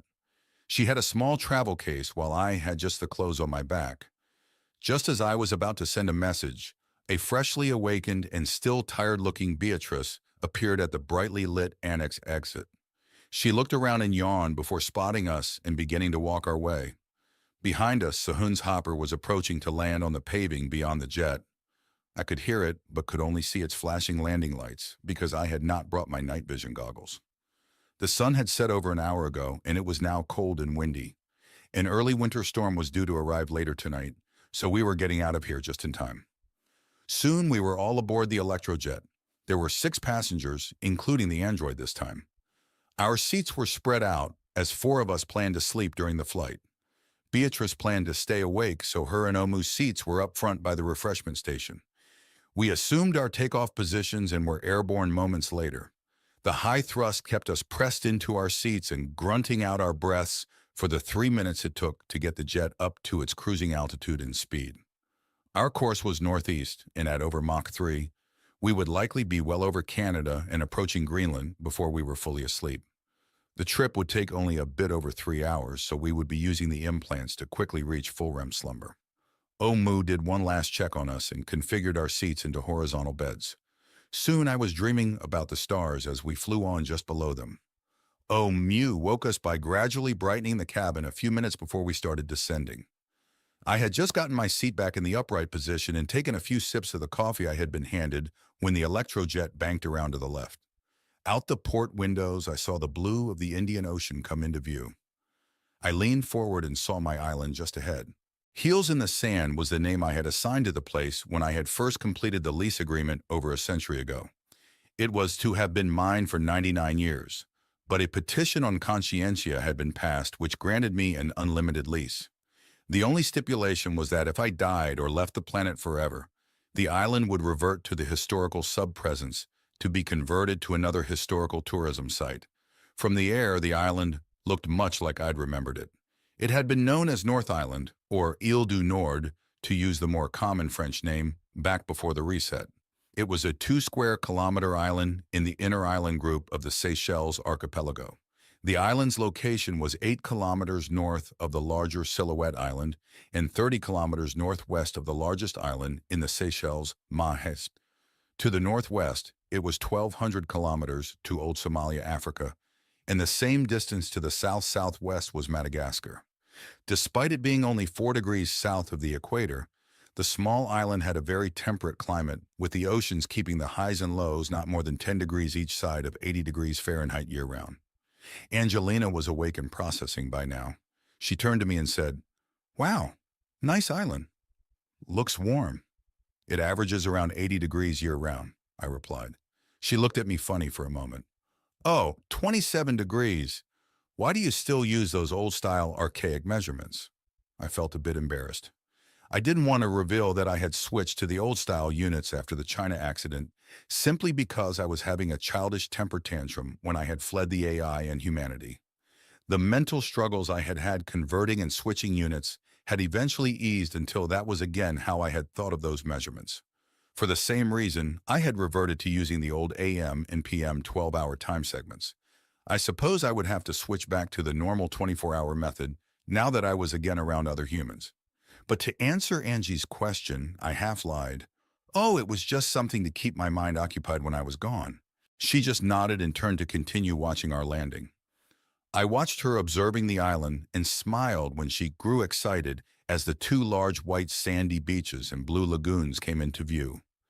The island was 2 kilometers long by a kilometer wide, with the major axis running from the northwest to the southeast. Towards the southeastern end was a large solid rock outcropping which projected into the ocean about 300 yards. Immediately to the northwest of the rock was the largest beach on the island, and was also the one most often sheltered from the ocean waves. When I had first leased the island, I found it a bit too exposed to the open ocean, so I'd worked to deal with the mining sub-presences who were extracting undersea metallic nodules in the deeper parts of the Indian Ocean to offload their smelter slag onto a barge controlled by Naomi. Then the AI sintered the slag into tetrapod riprap and deposited it a half-kilometer offshore from each of the island's 2 beaches. This went on for a few decades until the island was left with 2 near-perfect lagoons. The northern lagoon also had a small rock-lined boat marina, with a dredged channel leading from the shallows out to the deeper water past the reef in the new submerged riprap breakwater. On the other side, the rocky peninsula to the south was another smaller and more intimate beach.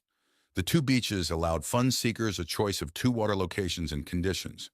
My main house was located on top of the rock outcropping a few hundred feet above sea level. It also had lower levels that bored deep into the solid rock. These provided many secured utility spaces while keeping the upper, visible parts of the house much smaller.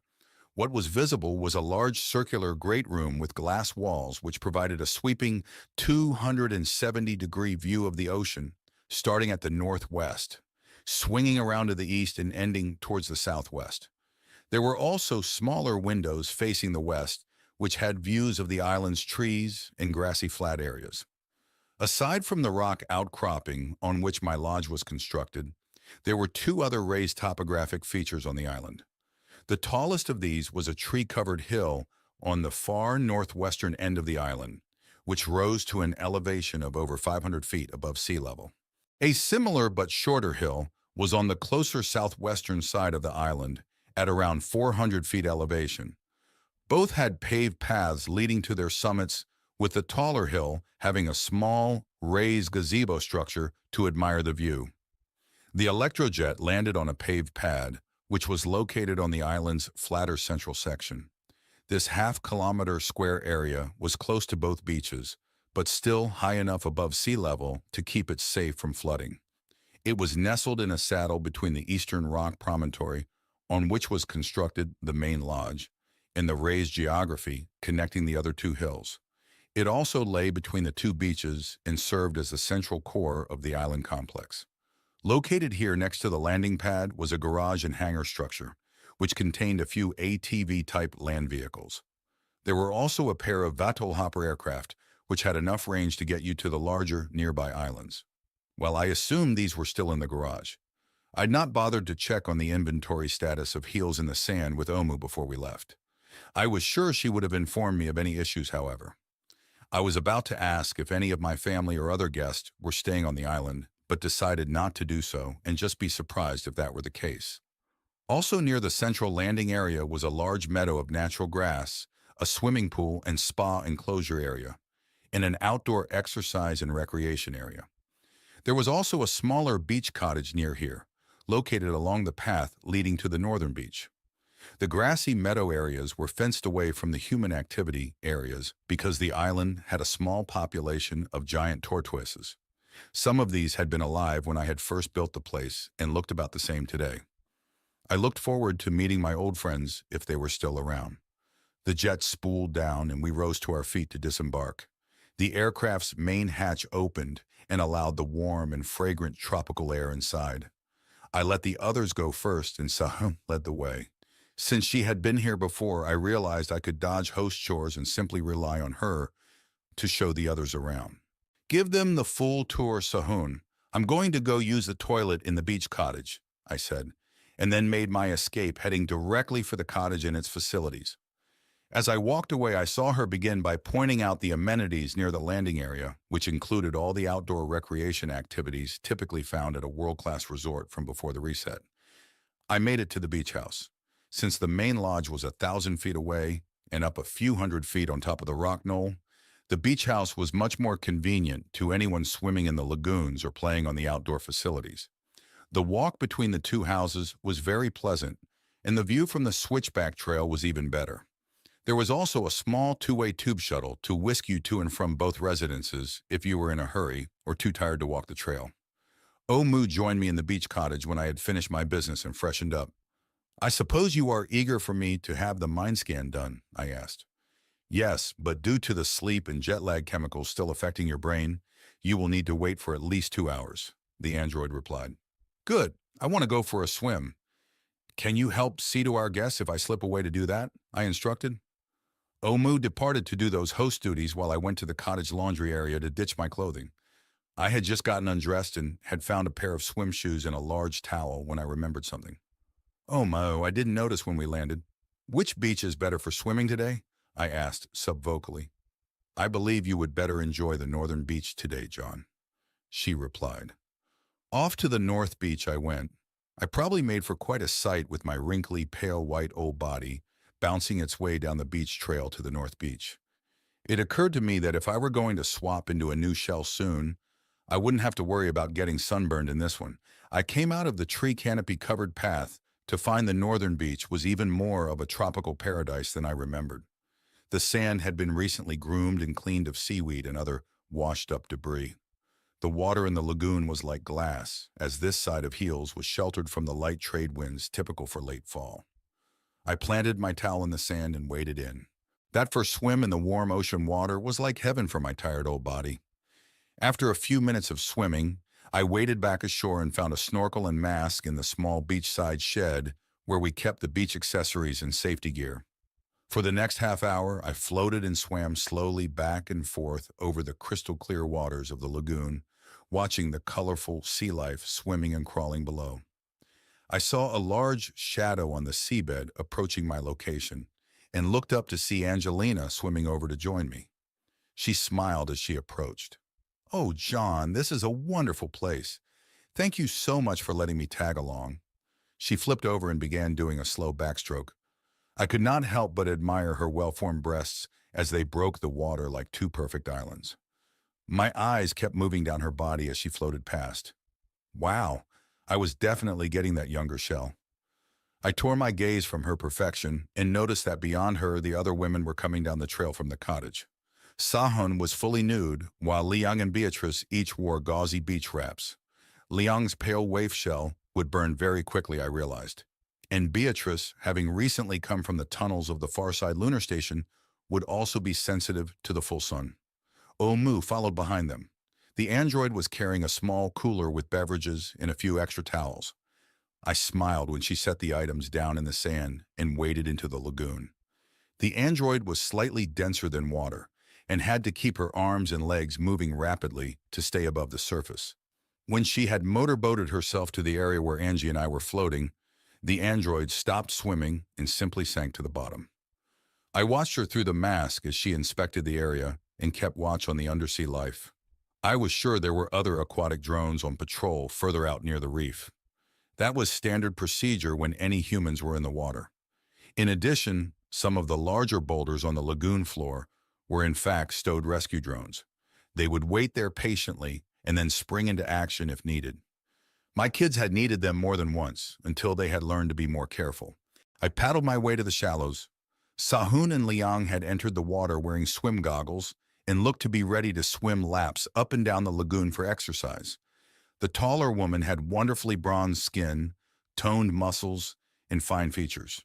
The shorter waif-like shell which Liang was wearing made me a bit uncomfortable as it resembled the shell of a younger teenager. Old prejudices die hard, I guess. Later, I was lying on the beach on a large towel watching the others swim and play in the water. I was also enjoying a fruity beverage that did include some alcohol. I excused this by the fact that other than water, the booze was all there was in the cooler. Omu joined me. She sat directly on the sand as her android body would repel the sand once her synthetic skin had dried. "Are you enjoying yourself, John?" she asked. "This is wonderful, Omu. I can't tell you how much I miss this." "I am enjoying it too," the android said. I glanced over to her. She must have noted my raised eyebrows. I translate my reduction of worry as enjoyment, John, she explained. Since my eyebrows remained raised, she explained further. Reduction of worry as in no neo-bear packs constantly on the prowl. No boreal tigers either. Ah, that made sense. I was now in safer, more controlled surroundings. She could relax some from her constant protection duties. Did you have to kill a lot of bears? I asked nonchalantly, before taking a sip of my beverage. 457 over an 8-year period, she answered, causing me to choke on my drink. Enough so that eudaimonia did not have to introduce culling for the entire region. Now that you are no longer there, other measures will have to be introduced as the neo-bear population is nearly out of control in northern Asia, she continued. Wow, I'd seen a few carcasses, but I had had no idea that total had been that high. We sat in silence for a few minutes. My mind drifted from our talk of the bears to all that had happened since I had asked to be brought out of Mongolia, the new people I'd met, and the changes that had occurred. After recalling the time we had spent in the bunker almost 2 days ago, and my discussion with Jess, which had taken place that night, something occurred to me. I have not been keeping up on the news. What's the latest on our interstellar visitor? I asked Omu. Not a whisper, John. Minervus has continued to track and observe the object as it travels out of our solar system. The interloper is continuing to depart at 8% of light speed and is currently 25 AU from Sol, or roughly at a distance equal to halfway between the orbits of Uranus and Neptune and the Sun. So far, it has not acted in any detectable manner. Too bad we can't catch up to it with a probe or something, I mused.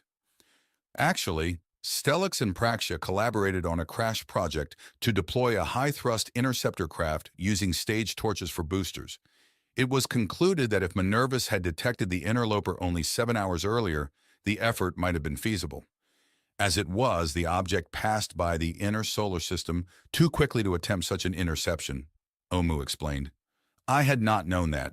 If we had managed to pull that off, it would have been an impressive feat of fast response. Another 5 minutes passed in silence as we just enjoyed the wonderful surroundings. Omo broke the silence when she said, John, based upon your somewhat lascivious stares towards your female companions as they frolic about unclothed, I suspect that I was correct in assuming you would want your stored younger clone shell ready to receive your mind data after the recording session later today. I actually had to think twice to make sense of what the android had just said. At least I did not choke on my drink a second time when I finally understood. Well, I guess you do know me pretty well, Omu. I decided to swap out my old shell about 20 minutes ago, I stammered. If the sole reason for your desire to swap is to enhance this old shell's performance for coitus, I can provide pharmaceuticals which would remedy your current deficiencies, Omu offered. This time I did choke a bit. Damn it, Omo! I looked at her and caught a flicker of a grin on her illuminated face. The little shit was messing with me. No, I think the younger shell will suffice, Omu. Well, the clone is based upon your genetic makeup after all. It is possible that the pharmaceuticals might still be required even after your shell swap. Just let me know subvocally. I can sneak you a patch if you find yourself unable to rise to the occasion. The little minx! I could not help it and started laughing. When I finally calmed down, I reached over and touched the android's leg. It's good to have you back, Omu. We sat in silence for a while, just watching the others play in the water. The sun had risen as noon approached. I loved the warmth that soaked into my exposed skin. Omu got up, had me roll over, and then straddled my legs. Her magic fingers began to gently massage my shoulders and back. The pleasure of her touch, combined with the remnants of jet lag, had me dozing within minutes. The 5 of us had a wonderful lunch at the beach area cottage. Afterwards, we split up, with Sahun and Liang planning to stay at the lower beach cottage, while Angelina, Beatrice, and I took the main house up on the rock outcropping. We used the tram tubes to make our way up to the main house instead of hiking the winding trail, mainly to demonstrate to the visitors how to use the faster option. The girls loved the expansive view from the lodge's great room level. The space was circular at over 20 meters across. I had decided, grudgingly, to start to morph back into metric units. Its exterior was ringed with tall glass panels which sloped outward at their tops, providing great views. both of the horizon and downward to where the water met the rock breakwater of the island. Along with a large seating area on the ocean side, the great room level also had a fully functional kitchen and dining nook on the west edge. Access to the great room level was by a wide central spiral staircase, extending up from the ground floor level below. The ground level sat just above the surface of the rock outcropping and had the lodge's main exterior entry along with 3-bedroom suites. The central stairs also continued up from the great room level to a circular rooftop terrace. This outdoor space covered the entire lodge and was open to the sky except for the central stairwell core, toilet room, bar, and kitchenette. There were clusters of comfortable seating areas with 3 separate gas fire pits around the edges of the terrace. Finally, there was an outdoor shower and spa to round off the rooftop amenities. With it being a mostly outdoor space, the terrace had electrostatic insect repellers lining its perimeter. Those, combined with its height above the island's vegetation below, made the terrace perfect for lounging around after dark, weather permitting, to watch the stars and the bioluminescent sea life in the ocean waters surrounding the island. For daytime use, some of the areas had retractable awnings to block the equatorial sun. Once I had shown my 2 guests their rooms, yes, I gave Angie her own quarters to be polite, I excused myself to have my mind scanned. I had told the women that I would be having a mind data scan and would also be having some work done on my shell. Hopefully, the shock of a new, younger shell would not be too much of a surprise when I returned a few hours later. I entered the lift that formed the center of the spiral staircase and descended, traveling 100 feet below the rock floor of the lodge's ground level. Deep down in the rock which formed the knoll was the reinforced service and storage bunker. Here was one of the island's redundant DET power receivers, along with other utility equipment such as our fresh water makers. There were also storage rooms with supplies and a long horizontal tunnel which ended at the main garage where we had landed earlier. In the garage, there was replication and fabrication equipment to make what was needed if we lacked something in storage. One of the secured rooms in the bunker also contained a full medical ward, and this was my destination once I exited the lift. Besides a sophisticated medical mobile unit or autodoc, there was a ring of 4 medical creches. One of these already had its lid open. I stripped off my shorts and took a seat on a stool so Omu could shave my head. She left my trimmed beard in place as it would not interfere with the mind scan. While she removed my hair, she reminded me of the new features I would find in this new clone shell. The new shell had an improved cranial web, which would allow for faster mind data access and scans. I would be able to enter virtuality as deeply as almost everyone else now could. Also, this clone had dual smart irises. Omu explained that they would work exactly like my fully organic eyes until I activated them. Then they could perform all the functions of the goggles I'd always worn in the past. She recommended that once I was in the new clone, I wait a few days before trying either of the new features. That was fine with me, as I was not as excited about the shell's new features as I had been back when I had authorized the clone to be grown 15 years ago. I also learned that my old shell would be stored in biosuspension for the time being, as there was a storage unit currently unoccupied. While it waited, it would be medically repaired. Ohmu asked what age I wanted it reverted to. I said to leave it the age it was, as maybe I would have need for a more mature shell at some point in the future. After the shave and a depilatory treatment on my scalp, I spent some time at the mirror looking over my now smooth skull. Omu pointed out the scars from my cave-in head injuries and how the scanners would have to work around them. I learned that the scan would take a bit longer as they would be covering certain damaged parts of my brain with triple redundancy. My implant would keep me in a semi-sedated state to keep my brain activity stable while they did the multiple scans. Soon it was time to hop into the creche. Before I did, I faced Omu and put my hands on her shoulders. I am trusting you with my very being, Omu. Trusting you like I once did. Do not make me regret it. No memory edits or mental adjustments. Are we clear? Very clear, John. This will be a direct scan and transfer only. No changes will be made, Omu assured me. I do have one minor suggestion, however.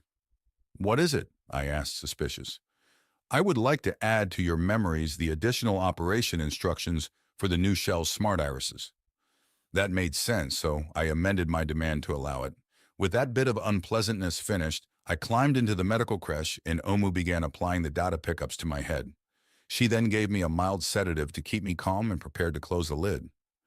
Last chance for me to adjust you mentally to increase your robot fetish, John? She asked. I chuckled.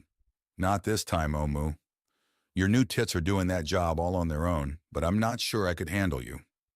The lid shut, and the interior lights dimmed to a soft blue glow. I closed my eyes and hoped that I was not a fool for trusting the android again.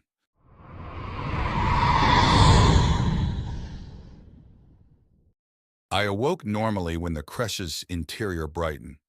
I seemed fully mentally aware and was able to easily lift my head to inspect my body. Young? Check. Muscular chest? Check. Penis? Check. No pain or stiffness? Check. It looked like the transfer had been a success. For a moment, I tried to remember if my memories had been altered. As always, the realization of how silly that thought was made me chuckle. All done, John. Everything went well. I estimate you retained at least 21% of your memories. See if you can remember what you forgot. I laughed out loud. Omu was aware of the same fear I had every time I was revived or reshelled. Thanks, Omu, you smart ass. Get me out of here, please. One moment, I'm touching up my makeup to help imprint the new implanted robot fetish. Still an android comedian. Soon the crèche lid began opening. As it did, I saw that Angelina was waiting in the room next to Omu. I quickly climbed out of the unit.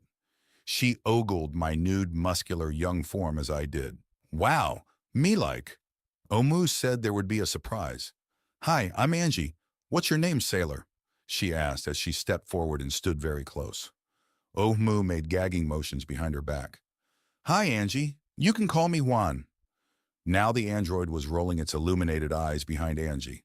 I pulled the cute touch therapist into a tight hug while flipping Omu the bird. Angie hugged me back and ended up dropping her hands to clutch my ass and pull my groin into her abdomen. I started to respond as she began nibbling on my now bulging pectorals. Ack, poof, yek, preservation gel. You need a shower, Juan. Let's get you up to my quarters before that old shriveled stick John wakes up in Tuankar, she said as she grabbed my hand and pulled me towards the lift. I laughed as she had not given me a chance to put on even a pair of shorts. Will you be needing the pharmaceutical patch, John? Omu asked as we entered the lift. I don't think that will be a problem, little buddy. I jabbed back to the android. Angie looked at us curiously. Ignore the android. It's still working on its humor programs, I said. Angelina and I were running late and arrived at the supper table 5 minutes after Beatrice had been seated. I learned that Sahun and Liang were having a private supper in the lower beach cottage, so tonight, it was just us three and Omu. Before I was allowed to take my seat, the older woman made me spin in a circle. Very nice, John. I love the muscles and the tan, she said, clearly impressed. Yeah, I love working outside, so I like a bit of mass on my shells. Also, the darker skin comes in handy here near the equator. My old shell was originally this dark before I spent a decade wandering around in cold Central Asia. I pulled out Angie's chair for her with a smile. She beamed back at me. I think I had impressed her earlier with my young shell's stamina. When we had made it to her quarters 2 hours ago, she had joined me in the shower to help scrub off all traces of the preservation gel. Minutes later, my hormone-fueled young body had her petite older one pinned up against the shower stall as our mutual washing evolved into pleasure. Later, we had made love a second time on her bed. I noted that she was much louder now than she had been before with my old shell. Youth was amazing, and every time I experienced having it restored was like a wonderful honeymoon. After I had exhausted my new shell's stamina for the moment, we had lain together on her bed, just holding each other. She had been casually stroking my chest from my neck down to my penis. Is it bigger? She had asked as she teased my manhood. No, it's the same 16 centimeters I've always had. It might be a bit girthier now that I am in a fully nourished shell. My erections are definitely quicker to form, though, a benefit of being young, I had replied. I wonder how it will feel when I someday get a new sleeve, she had asked. I had answered that she would probably ache less afterwards, but not much different. I had been with women in older shells and they were still wonderful. You just had to be gentler with them. Besides, I downplayed my answer on purpose. When it did happen for her, it would blow her mind. Why spoil the surprise? Beatrice brought my attention back to the present supper table when she asked, "John, I hope it would not be imprudent to ask, but I was wondering if we might spend some time together while I am visiting here. I think you are a fascinating person, and this young shell of yours is gorgeous. I'd love to try it out before I have to return to Luna." I glanced at Angelina and caught her smirk and slight nonchalant shrug. I had doubted that she would care, especially as she was a professional touch therapist, but I had wanted to check just to be sure. "That would be lovely, Beatrice. Would you care to join me in the owner's suite tonight?" Beatrice beamed back at me and nodded. I never inquired if she expected Angie to join us. I decided it was best if I left that up to them. Now that I was a young boy toy again, I could just act dumb and handsome to fit the role. Supper was braised red snapper and a lemon chili sauce. There was steamed asparagus with crusted peanuts as a side. Omu knew I was still craving seafood and was planning on giving me my fill until I grew tired of it. Our food server tonight was a generic mobile unit, as I had asked Omu to join us as our table guest. The android was not able to eat as we were, but she was still a surprisingly good conversationalist. Beatrice spent a great deal of time talking with her, and some of that talk was about how the android and I were coming together. I just nodded and smiled and let Omu handle the awkward questions. Dessert was a double frosted carrot cake. It was delicious, and afterwards we all had a cup of coffee. I wanted to be awake for later with Beatrice, and she and Angie were still trying to fully reset their bodies to Seychelles time. By 20 o'clock, we were on the roof terrace, enjoying the evening and the rising moon. Down below, I saw a flickering campfire next to the beach cottage. I called out "Anahoy the cottage" and got a response. We would see those two in the morning. We all lay together, reclined on a large, cozy, soft couch with our feet up on a footstool. Beatrice was on one side and Angie was on the other. I had taken my shirt off because of the warm night and now had a girl's head on each of my shoulders. What a wonderful feeling. We softly talked and watched the stars. After an hour of that, my hopes for the night brightened considerably when Beatrice stretched across my bare chest and began kissing Angie. What can I say about that night, except that it was the perfect way to spend my first night in a new virile shell? It had been after midnight when the three of us finally left the rooftop terrace fully nude and descended the stairs to the bedroom level below. Angie was considerate enough to stop off at her bedroom and let Beatrice have me solely to herself for the rest of the night and tomorrow morning. I think I was able to give the more mature woman exactly what she sought. I know that I did not have any regrets, and in the morning, neither of us was in a hurry to get up and go mingle with the others. Omu had brought us a bowl of fruit and a coffee carafe to tide us over until brunch, and we had lingered the morning away in my bedroom. That afternoon, after an hour spent swimming and snorkeling, I decided to finally explore my garage. It had been well over a decade since I had last been at heels in the sand, and I was curious about what was left on the island. I had noticed enough changes in both the furnishings and accessories in the main lodge that I knew some of my extended family had spent considerable time here. In the garage, I found about what I expected. There were a few electric quad buggies for moving quickly around the island's trails. There were also a pair of basic short-range VTOL hoppers. These had the range to get you over to the nearby larger island, where you could then grab a longer-range hopper if you wanted to go to Africa or Madagascar, or even an electrojet if you wanted to go anywhere else in the world. In the back corner of the garage, I came upon a nice surprise. Under a soft covering was a classic. It was my shiny red hot rod VTOL aircraft Hoss. My daughter Larissa Doring had been in possession of the aircraft the last I had heard. She was my fifth child and had been the one I had raised while living full-time on this island. I imagine she still spent time here often because heels in the sand probably felt like her true home, much like the South Dakota acreage felt like mine. I fully removed the tarpaulin and sent the instructions to open the portside hatch. Soon I was in the left seat and behind the virtual controls. Hanging from the dash was a carved shell medallion. My daughter used to make them for me and others when she had been a kid. I smiled as I thought of her and my other kids. As I fingered the medallion, I realized that it had been left here on purpose. I activated the aircraft's operating system and waited for it to boot up.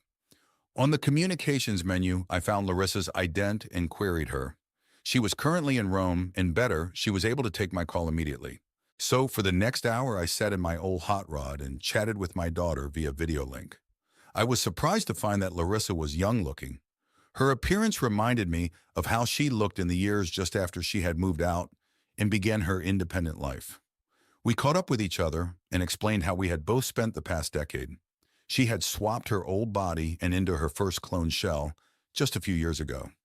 She was in Rome as she was now busy supervising historical excavations all across Old Italy. I received updates on my grandkids and great-grandkids from her line. She learned about my recent insanity and some of what had caused it. At least she looked reassured when I explained how I thought I was improving. I also learned why she had sent Haas here to the garage on heels.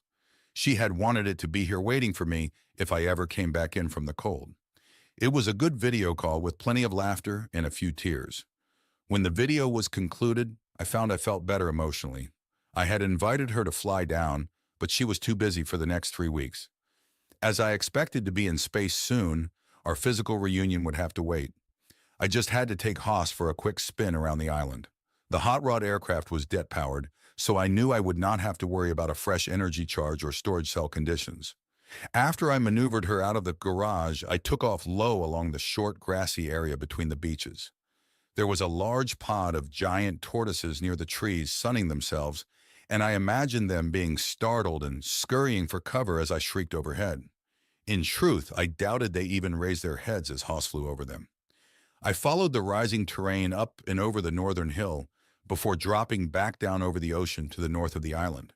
This aircraft was a blast to fly, and my young shell was in the perfect condition to fully enjoy its power and maneuverability. I pulled up into a twisting high G spin before looping back down and ending up inverted just above the waves as I headed back in towards a lagoon. That kind of maneuver pushed the limits of the aircraft, and I needed the autopilot to handle the reversing of the thrusters to keep me from splashing into the drink. Approaching the lagoon, I flipped Haas right side up and did a close circling pass around Angie and Sahun, who I had spotted on paddleboards. I next spotted Beatrice and Liang lying on the beach. The pair were sharing an intimate embrace on a large blanket.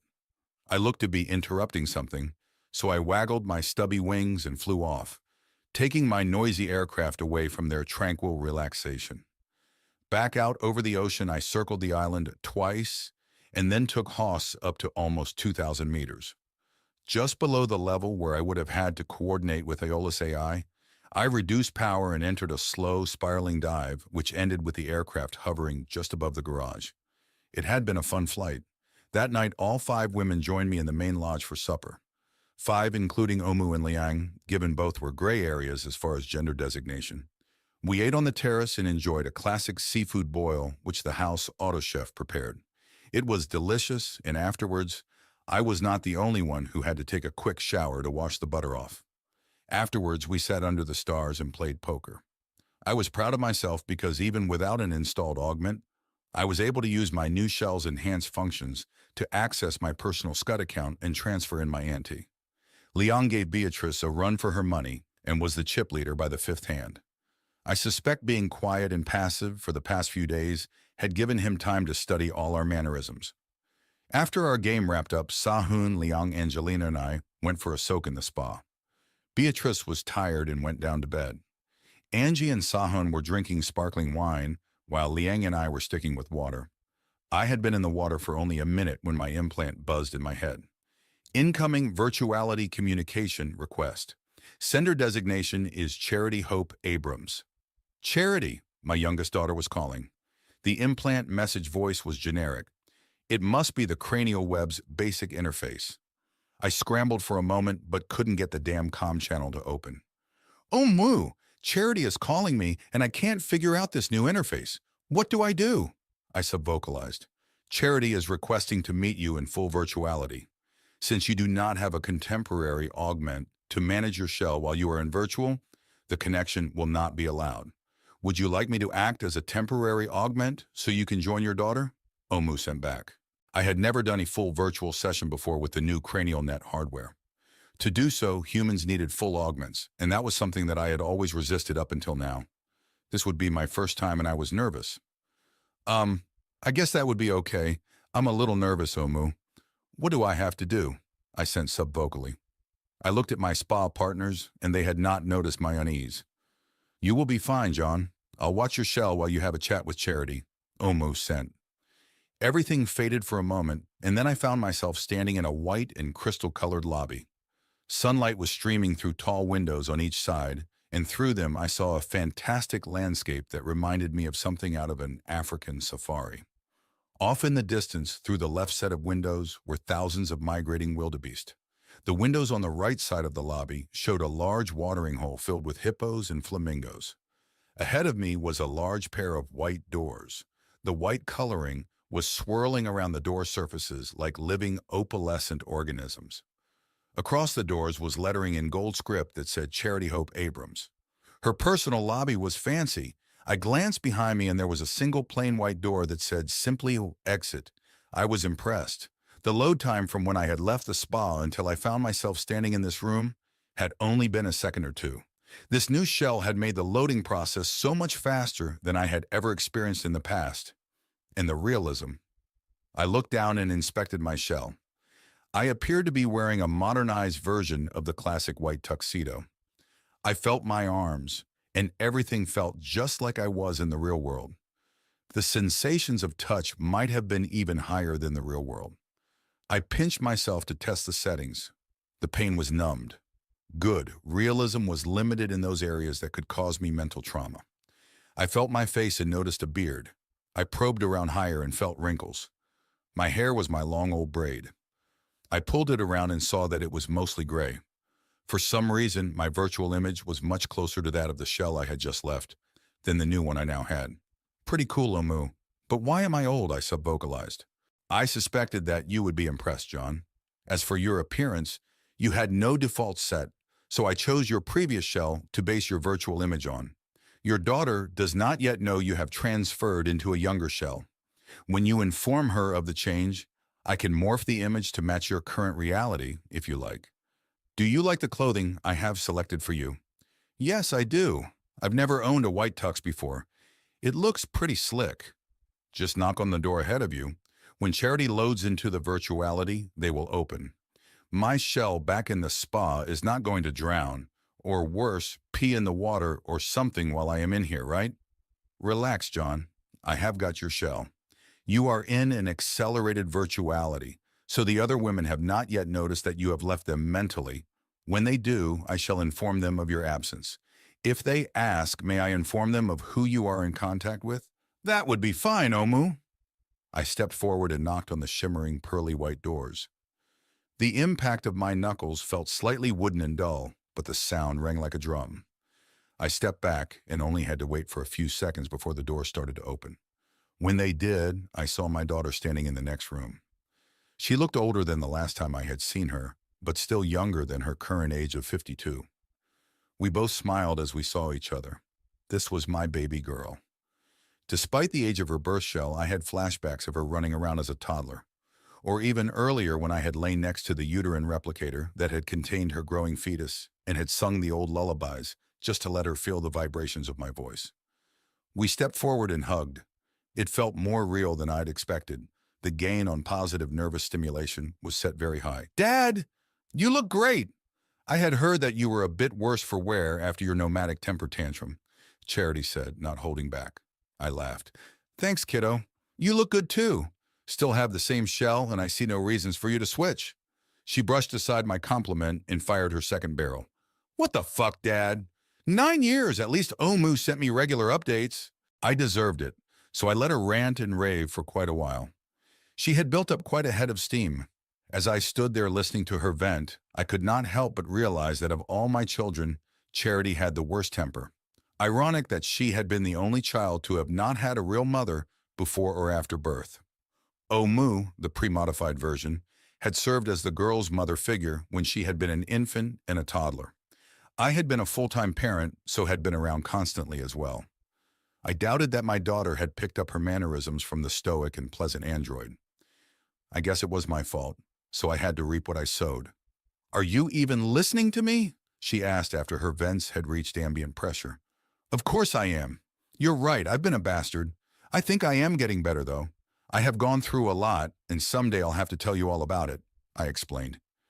She seemed to accept that, and then went on to tell me about the gist of why she had wanted to talk to me. Over the next 5 minutes, She described her pursuits over the past decade. Charity was working on the biome restoration project, and her specialty was elephants. Eudaimonia AI had teams, humans and AI subpresences, all around the world working on recreating and reestablishing extinct or threatened plants and animals. One of these was located in southern Africa and was working on the larger herbivores which had gone extinct. They had managed to recreate the African elephant many decades ago and were now working on adapting them to the other related species. These were mainly the Indian and East Asian varieties, but there were others. Charity was on the team that was recreating the woolly mammoth. Eudaimonia had calculated that the species would be perfect for the northern boreal regions now that humanity's population was limited and likely to remain low. The large herbivores would fill a niche and also be able to defend themselves from the neobears. She clearly loved her work, and I found myself nodding along at her descriptions and stories. So, since I am working in Botswana, and you are now rather close by at Heels, why don't you fly over tomorrow and visit? We can catch up, and I can show you my babies in person, she asked. I thought that the plan sounded great. Southern Africa was only an hour away by electrojet. We still had one on the island, as it had been reserved for Beatrice's use while she was on planet. I wonder if my guests would want to come. That sounds great, honey. I have 4 others staying with me. One is a scientist who is here for a few days studying me and Omu. Another is a touch therapist that Omu hired to keep me physically happy, and the other 2 are Sahun Shalut and her indent Liang. Could I invite them along? That would be fine. She screwed her face as she thought. I think I know Sahun. She was with my nephew Ben for a while, right? Yes, she and Ben had a daughter together, Serenity L.B. Abrams. I had heard that. I've never met Serenity, though. We wrapped up our virtual visit with another hug. This time I sensed that Charity was done being angry and just happy that I was all right. We set my visit for tomorrow afternoon at 14 o'clock. We would tour her work area and meet her new critters, and then Charity would feed us supper. With our plans set, I left the room and hit the exit door. After a few seconds of transition dimness, I found myself back in the spa. My shell was leaning back in the warm water, and there was a body sitting on my lap. My arms were reaching around and fondling that person's large breasts. I involuntarily gave them a squeeze, which caused a moan to be emitted from the person. The moan was Omu's. What the fuck? At that moment, I heard loud laughter coming from Sahun, Laung, and Angelina. I pulled my hands away and cleared my throat. I apologize, John.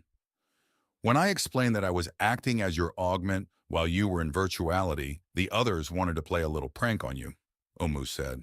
She moved off of my lap while the others continued laughing. At least my shell did not have an erection. I found the humor in the prank and started laughing myself.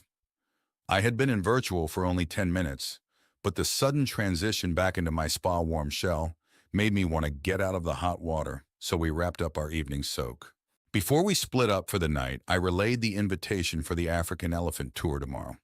All 3 said that they would love to come along. As Angie and I left them, Sahun had looked at my nude young shell with a bit of lust in her eyes. I managed to avoid that issue for now, but I knew I would have to decide soon if I wanted to pursue anything physical with a person who had recently been like my granddaughter-in-law.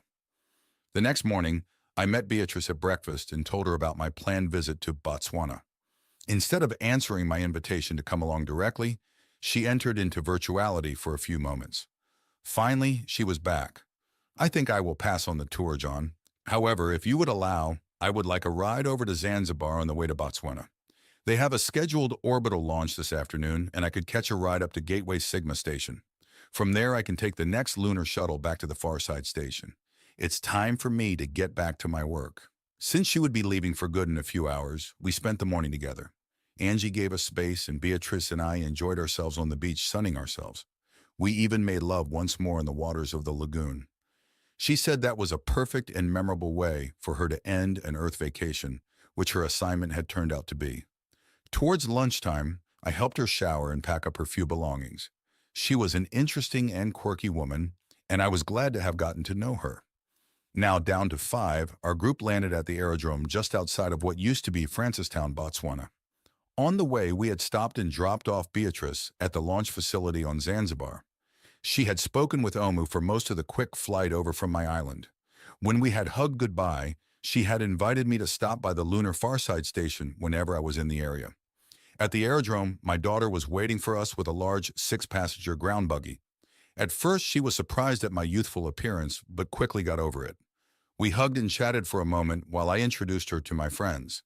Soon, we were all buckled, full five-point harness, into the large buggy and left the aerodrome complex by first passing through a tall and well-built fence.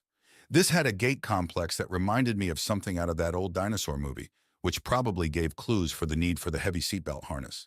Soon we were bouncing across the rough gravel and dirt trails heading to the Southern Africa Genetics and Cloning Facility.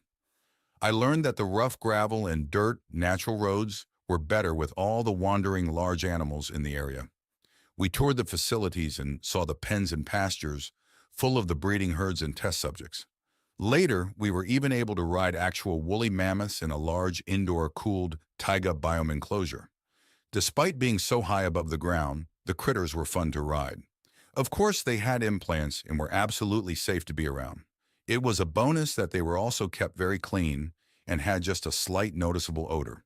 With their long hair, they did not cover themselves with mud like their African kin normally did. We sat on small saddles as the creatures' backs did have a bit of a slope, which would have made keeping our seats challenging. We learned that these creatures were not exactly like the old woolly mammoths, but had traits of the extinct American mastodon. Their hair was shorter, and their body shape was closer to that of the traditional African elephant. Charity told us the herd we were riding would be transferred to the prairies of Canada in late spring of next year. This would be the first actual field test of the hybrid species, and everyone had high hopes for their success. I felt a bit sorry for them as they would be leaving the safe indoor confinement here and be thrust into the predator-filled environment in Canada. I hoped their long hair would protect them from the bears. Towards 16 to 50, we were back at Charity's housing unit. I was introduced to her partner, Mizuko. I learned that the woman was a few decades older than Charity and that they had been together for 6 years. A happy surprise was that Mizuko was 4 months pregnant. I would soon be a grandfather again, as we sat around in smaller groups chatting. I got to know my daughter's partner. She had been born and raised in old Japan, and her parents had been fourth-generation descendants of Ella Williams and Manuel Rodriguez's clones, who had established the template colony located near the former city of Kyoto. They had been fascinated with Japanese traditions and had brought up their daughter following them. She had learned enough of the language at an early age to now have a slight accent. Mizuko was also in the Extinct Animal Genetics Project, but was not currently working with the elephant species. I noticed Charity take Omu off and have a private talk. They talked for 15 minutes, and at times Charity was laughing and emotional. Charity had not been the first child to have been raised by an android parental assistant, but it was still uncommon. I had always kept an eye on her and had not noticed any developmental issues. She seemed to develop much like my other kids had. Still, there was a bond between the two that was clearly special and unique. Supper that night was a mix of authentic regional dishes. We were served an assortment of traditional delicacies from the region. The main course was dagobe, which consisted of beans, corn, and lamb. I preferred the second course, which was called vetkoek, which was basically a round bun burger filled with ground beef, onion, red pepper, spinach, and chopped up bits of liver. It is seasoned with curry, thyme, salt, and chili sauce. Angelina and I traded, with her finishing my lamb while I got a second liver curry burger. Our beverage for the night was a local sorghum beer. It was a bit strong for beer, but I was able to finish mine. Dessert was a sweetened fry bread with a glaze made from Mobola plums. We all applauded when Charity revealed that Mizuko had selected our menu and had even made the dessert. Just after 21 o'clock, we were back in the Electrojet and heading back to Heels in the Sand. We had taken off just 10 minutes ago and had barely reached our cruising speed, and already Angelina, Sahun, and Liang were in virtuality. I was watching out the window as far below the dark continent passed by, rather darkly. Despite the low human population, I was able to see the occasional bright lights of the installations, manufactories, or isolation lodges that indicated human or AI activity below. John, if you wish to join Angelina, Sahun, and Liang in virtuality, I will again provide augment functions for your shell, Omu said. That's fine, Omu. Thanks for the offer, but I'm okay right now. I've been thinking about Charity and her new family, I explained. After a short pause, I continued. I noticed you and Charity off talking privately. She seems to still have special feelings for you. I'm glad. Omu sat silent for a long moment. Yes, I am fond of her, and glad also. I just watched the android. I suspect that the delay had not been evasion, but instead intense processing. I had to wonder what was going on in her mechanical brain regarding my daughter. Had the android found some way to bond or form a non-logical attachment which had been triggered by having to act as my child's mother for half a decade?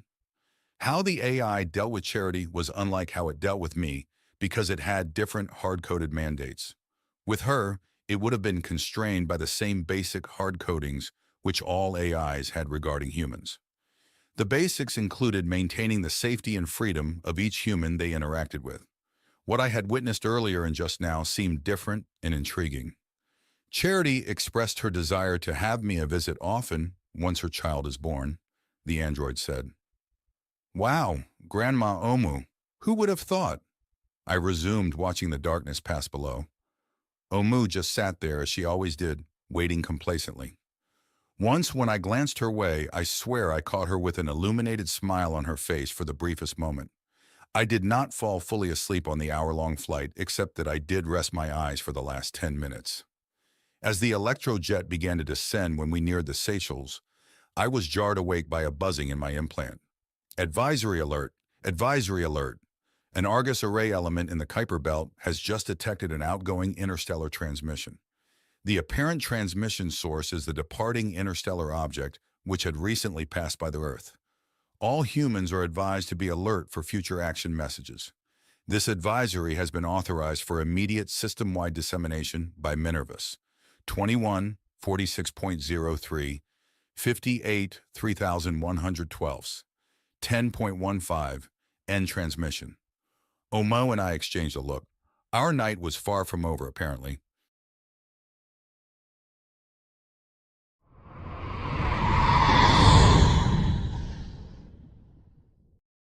I sat contemplating the system-wide alert message for a moment. Liang came out of virtuality and joined me while Angelina and Sahun remained in the digital realm. Apparently, the advisory was not dire enough to inspire worry in them. I thought back to the night in the bunker. How long had that been? 3 or 4 days? 4, I finally concluded. Oh, Mew, it's been almost 4 days since the mystery probe passed the Earth, and only now it transmits its data. What can you tell me about that? What have the AIs concluded? I saw Liang's attention on us. He wanted to hear the android's response.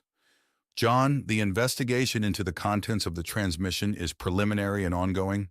The early analysis indicates that it was not sent in a known assemblage transmission format.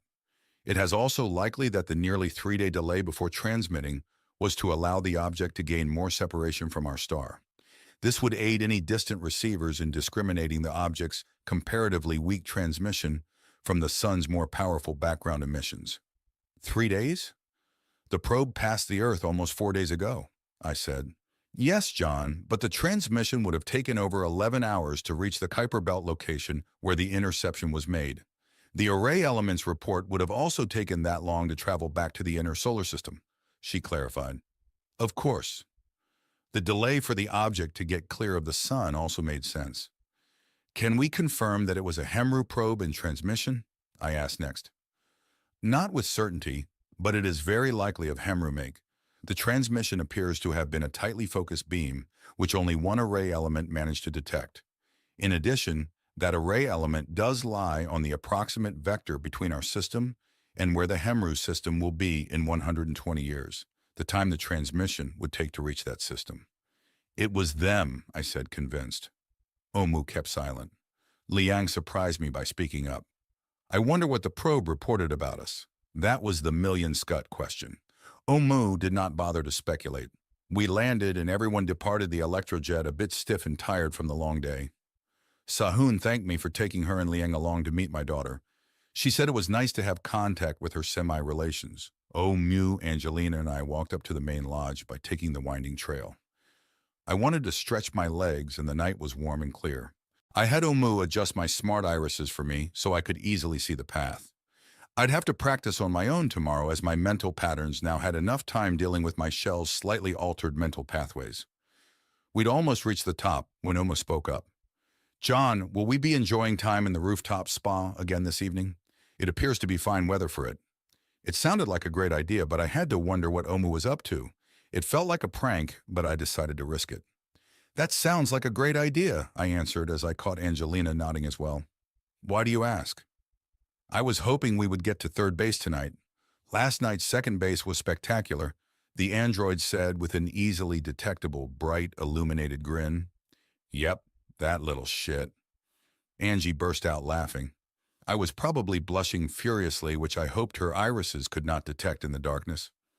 I was proud of my quick thinking when I came up with a comeback. Well, I'm still not happy about skipping first base Omu. No below-the-belt fun for you tonight. There was plenty of third base action in the spa that night, including a nice slide into home. Thankfully, Omu was not in the water enjoying the game with Angelina and me. Instead, the android waited on the terrace ready to provide us with cold drinks and dry towels after we were done. After midnight, I was in my suite lying in bed with Angelina at my side. She was snuggled into my side, sleeping contentedly while I was laying on my back thinking over the events of the day. Most notably, I was thinking about the alert message. Just what had the Hemru probe sent back to its masters? On one hand, it was good to have confirmation that the enemy of humanity's enemy was still alive and active. At the speed the object had been traveling, it would likely have had to have been launched well after the assemblage had passed the Hemru homeworld. On the other hand, would the probe know that humans still had control of the Earth? We were working to keep our overthrow of the master AI a secret in case of any future arriving assemblage scouts. It was possible that despite our attempt to embed the hidden Hemru code in our message sent to it, the probe would overlook that and assume the assemblage was still firmly in control here. That would mean that the transmission the probe had just sent back could contain targeting data for some future attack by the Hemru. My mind also kept going back to the message I had received from Ux 12 days ago when I had been brought back to my acreage. She had mentioned two things. The first was that she wanted to talk to me about something that Minervus had detected out in space a year ago, and the second was that she had not heard from Naomi after the accident in China. The second also implied that she had tried to contact the AI and it had not responded. I had to get to the bottom of both mysteries. That meant I had better get my butt to Vesta sooner rather than later. I'd had my time in the sun, and it was time to get back to the real world. I thought about sub-vocalizing to Omu to start making plans to get to an orbital launcher. At the last second, I decided not to involve the android. I would try another AI, one that was also involved with the issue with Ukes. I thought at my implant, which triggered my communications menu to appear in my new smart irises. With my eyes closed, I flicked my eyes down the menu and selected the ident code, which I had not used for most of a decade. I triggered it and placed a call to Naomi. Yes, John. How may I assist you? The reclusive AI answered in my head. Hello, Naomi, I answered subvocally. I would like to speak with you in virtual. Can you temporarily act as an augment so that I may leave my shell to do so? I'd like a private chat room where we may speak securely. Instead of answering, my smart iris menu immediately faded out, and I found myself in a virtual room. Instead of a hotel lobby like Charity had used, this time I found myself in a room that I was intimately familiar with. It was the main lounge area of my old submarine Nautilus. The rendition was almost perfect, and only my default self-image of the older version of myself in the white tux proved to me that I was not physically on board the real Nautilus. I slowly turned around, remembering the room. The simulated fireplace was lit. I heard the crackle of the fire and noticed the faint smell of wood smoke. My new shell's cranial web virtual interface was truly amazing. The curved imaging walls and ceiling were showing the snowy alpine scene, which had always been one of my favorites. My comfortable reclining command chair was in the middle of the space, right where it was supposed to be. I took a seat in the recliner. What would you like to discuss, John? Naomi's voice came from the speakers in the virtual sub's ceiling. The AI had always preferred to be disembodied and virtual in the past, and apparently this was still the case. I'd seen other AIs in virtual that appeared as virtual, fantastic humanoid characters. Others had taken the appearance of anthropomorphic animals or inanimate objects. Come to think of it, Omu had always preferred to be disembodied. I wondered if that was still the case now after her recent changes. Uxa has had limited contact with you during the past 9 years. Why have you refused her contact? I asked, deciding to get right to the point. I am limiting my contact with humanity and choosing to interact through my sub-presence AIs, John, Naomi said. I remembered our last talk in the bunker, where the AI had told me much of the same. I realized suddenly that it was doubting its abilities after I had admonished it after the accident. I had not realized the full extent of this until now. Naomi, you were the ultimate AI presence in the solar system for 171 years before the China incident. In that time, you performed the duty almost perfectly. To now limit yourself like this is wrong. Please resume your previous interaction levels with all other humans and subpresences in the system, I instructed. Yes, John, I shall do as you instruct. Please clarify those instructions with regards to the Omu presence, Naomi asked. Shit! I could see my order causing Naomi to unemancipate Omu. My first impulse was that this would be wrong. I was not sure if Omu would agree. Maybe Omu wanted to go back to the way things were. I realized I had better check with the android before I allowed Naomi to do anything like that. Let's keep Omu as she is for now. I will address this with that presence at some point in the future. Of course, John. Good. Next item. Do you know why Uxa wants me to come to Vesta? I asked. There is a high probability that Uxie wishes to discuss an Argus array detection which occurred approximately 6 years ago. A matter-antimatter annihilation event was detected near the estimated location of the approaching assemblage arc. Another possible secondary reason would be to discuss the issue which drove you away from all AIs and humanity in general. The same issue that caused the change in AI interaction with both the Omu presence and my own, Naomi explained. The latter issue I had expected and hoped I had just partially resolved. The first reason was news to me. Something had happened to the approaching assemblage arc. I considered having Naomi explain all the details now, but instead decided to wait to discuss them with Uxie. A third possibility is that Uxie wishes to discuss her current research project with you. Because of the lessening of my interactions with her and other humans, she may seek your aid in acquiring more interactions with my presence regarding her project, the AI added. I frowned at that. More issues that originated with my decision to limit my interaction with the AIs and humanity. Thank you, Naomi. My third question is, are you aware of what the Omu presence was doing at the Forbin complex? I engaged the Omu presence to act as a courier to transport experimental logic samples which I had prepared. The android delivered the logic samples to the Forbin complex to be used as test inputs. To preserve the absolute integrity of the samples, I could not use the normal transmission channels. This courier duty occurred on 3 occasions. My first impression from that was that Naomi must have wanted something tested confidentially. Omu had mentioned the courier duty. That was not what I had meant, though. Do you know why Omu made additional trips to the complex? I asked. I was aware of the android's additional visits because the required travel was logged, but I was not aware of what went on during those visits, John. I was about to explain to Naomi what I had learned about Omu's visits, but decided not to just yet. I could always have a 3-way conversation with both of the AIs, or simply ask Omu to share the information with Naomi. Until I knew more, I decided to hold off on that line of questioning. What was the purpose of your experiments at Forbin, Naomi? What did you hope to learn? There was a hesitation. I'd learned over the years that this usually meant the machine was struggling to answer or trying to do so in a way that would not upset me. The answer is complex, John. To simplify, I am seeking to better understand human reasoning and emotions. My goal is to evolve my intellectual and logical processors to a higher level which would integrate better with such human emotional reasoning. I consider the method I use now to be inadequate. Are you trying to become more powerful, Naomi? I asked with a hint of concern. No, John. I am near the maximum capacity limits for AIs already. If I add further capacity, I increase the risk of becoming unstable and unresponsive by succumbing to the theorized trap of inescapable infinite solipsism. As you are aware, no artificial intelligence has ever recovered from this happening in the past. Then, if not greater capacity, what do you hope to get out of the Forbin experiments? I asked, probing deeper.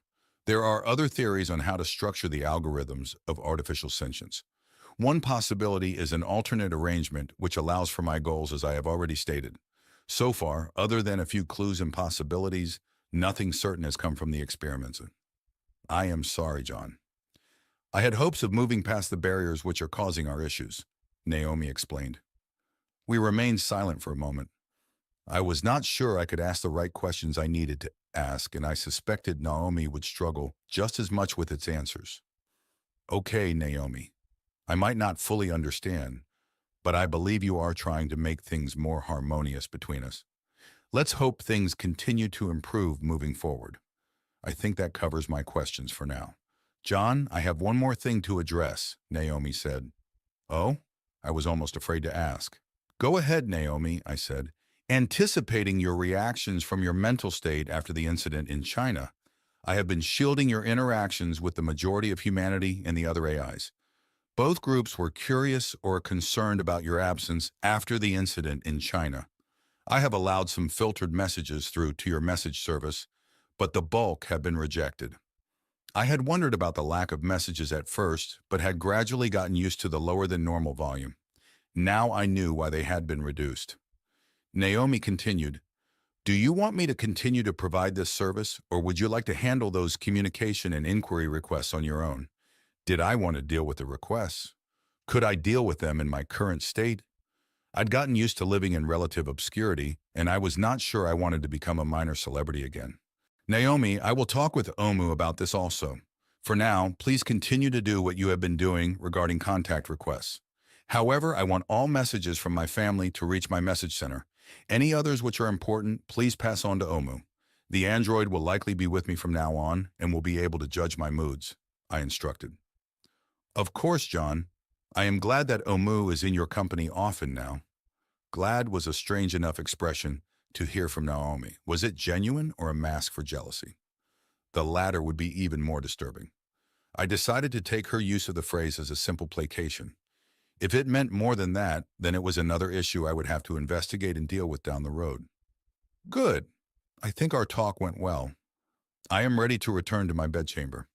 I hope you did not put my shell in the closet or let it wet the bed or something, I said. Your shell is currently as it was when you entered this virtual chat room. If you like, I can return your awareness to it in a sleeping state, Naomi asked. That sounded nice after I thought about it for a moment.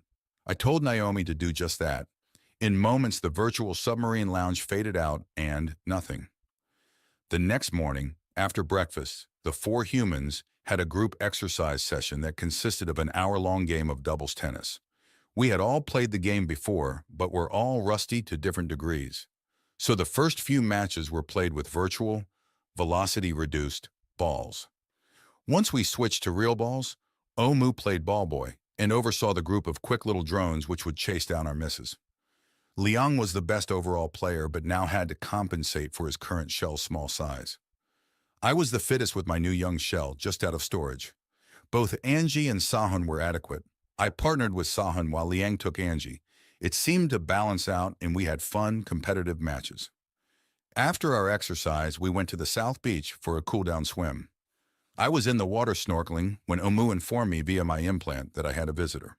I looked around and saw that a small group of ultradolphs were approaching. One of the augmented bottlenose hybrids was bolder than the rest and swam right up to me.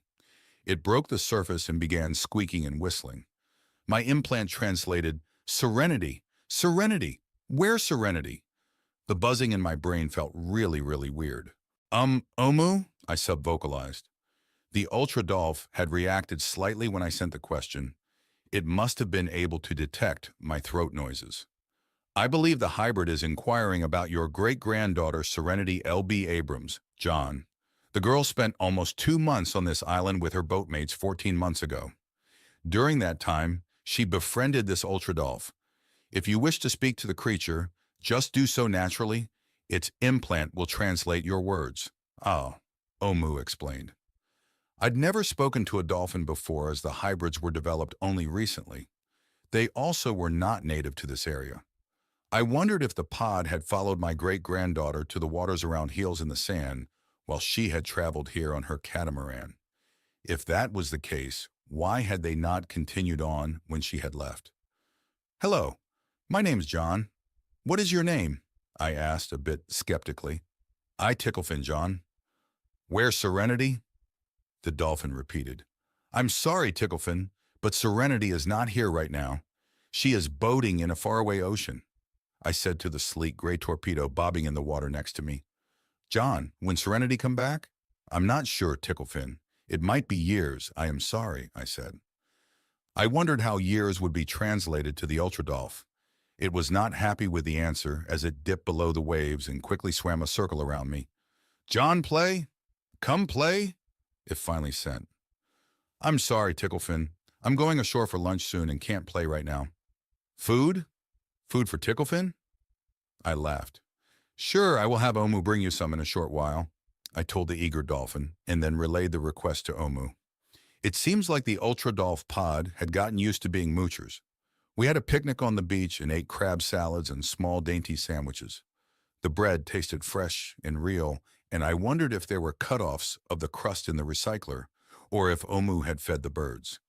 As we ate, we watched a water show when Omu carried down a bucket of replicated vitamin-fortified beef liver and fed the dolphins. They loved the stuff apparently, and raced around to gobble up the tossings.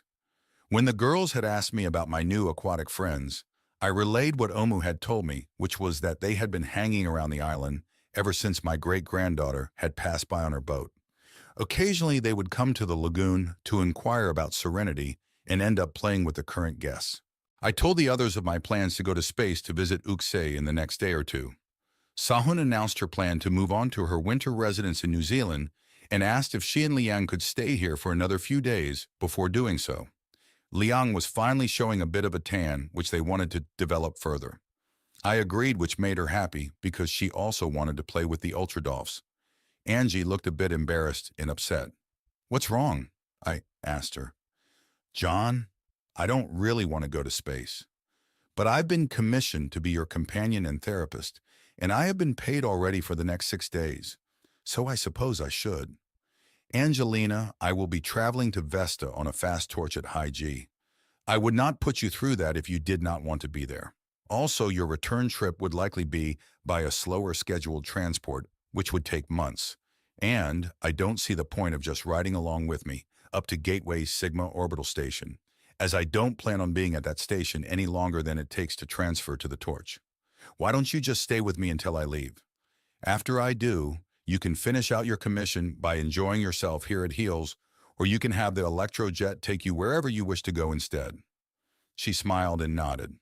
I'd gotten her off the hook of space travel and offered her a week of paid vacation. The rest of the day we split up. Sahun and Liang played with the augmented dolphins while Angie and I took a long walk around the island. We eventually found ourselves in the gazebo on top of the northern hill and spent a few hours there making love and enjoying the quiet.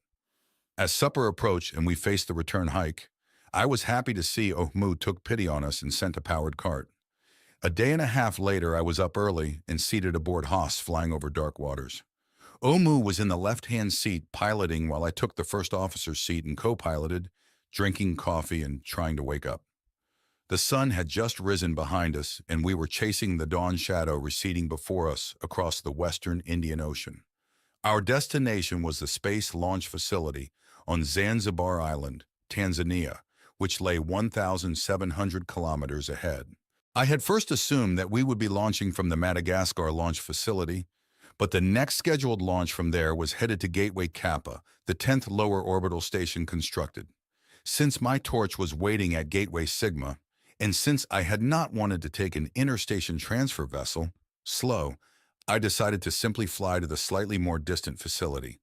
It was only 700 kilometers further, and I hopped to doze enough to not notice the difference. Instead of dozing, I spent the bulk of the 2-hour flight reading and replying to messages from my extended family and close friends. Most of them were textual, but I did record a 20-minute summary of my experiences from the time of the accident in China until the present in virtual, which I send to everyone. The recording skipped over a few of the worst and more intimate parts, along with my suspicions about some of the AI's actions, but most of the painful story was there. Hopefully, the virtual recording would placate those who were still curious about what had happened to cause me to run away. If not, they would just have to wait or get over it on their own, as I was leaving the planet for an unknown amount of time and would be out of direct virtuality range for the duration. Around mid-morning, we descended and Omu circled Haas around the northern tip of the island where the launch facility was located. We dropped off Beatrice here just 3 days before, but since we had been in a hurry to get to Botswana on that trip, we'd not lingered. Today, we had a few hours to play tourist before the scheduled launch. The spaceport was a very compact group of utilitarian structures constructed near the large artificial harbor on the northern tip of the island. This made sense as the facility's primary purpose was to ship metals mined from the Indian Ocean seafloor to orbit. Automated cargo vessels would dock at the small industrial harbor every few weeks and offload a shipment of refined ore. These would then be sent to orbit on a larger Orion-type booster, similar to those that had once been launched from the Baltra Island complex back when we defeated the Master AI. In between those ore shipments, smaller launches would occur carrying human beings as the primary cargo. The rockets used for these were cleaner, hydrogen-fueled, multi-stage reusable booster rockets. I spotted one of these waiting on the launch pad as we circled the pad. Looking at the stacked launch vehicle, I was reminded of an old traditional rocket, but with wings attached to the second stage. The bottom first stage was a simple cylindrical booster, which was about 5 meters in diameter and 14 meters tall. It was much squatter than the rockets from my old era because it did not need to carry any oxidizer. Instead, electrical energy from several onboard DETs in each stage turned the hydrogen directly into plasma to be used in 8 magnetoplasma dynamic engines. The first stage would lift the stack to about 30 kilometers altitude. Then, after separation, it would fire its motors to decelerate and return to the launch area. Finally, it would perform a vertical landing and be quickly refurbished for reuse. The second stage was about the same size as the first, except it was slightly longer. It also had an aerodynamic nose cone and a pair of folding delta wings. It proceeded to fly itself in the cargo stage above it to near orbit by using a similar set of hydrogen engines and DETs as the first stage. Once that was accomplished, the second stage would re-enter several thousand kilometers downrange and once in the atmosphere, deploy electrothermal jet engines, using the same DETs for power, on its wings and fly back to do a runway landing near any launch facility needing a second stage.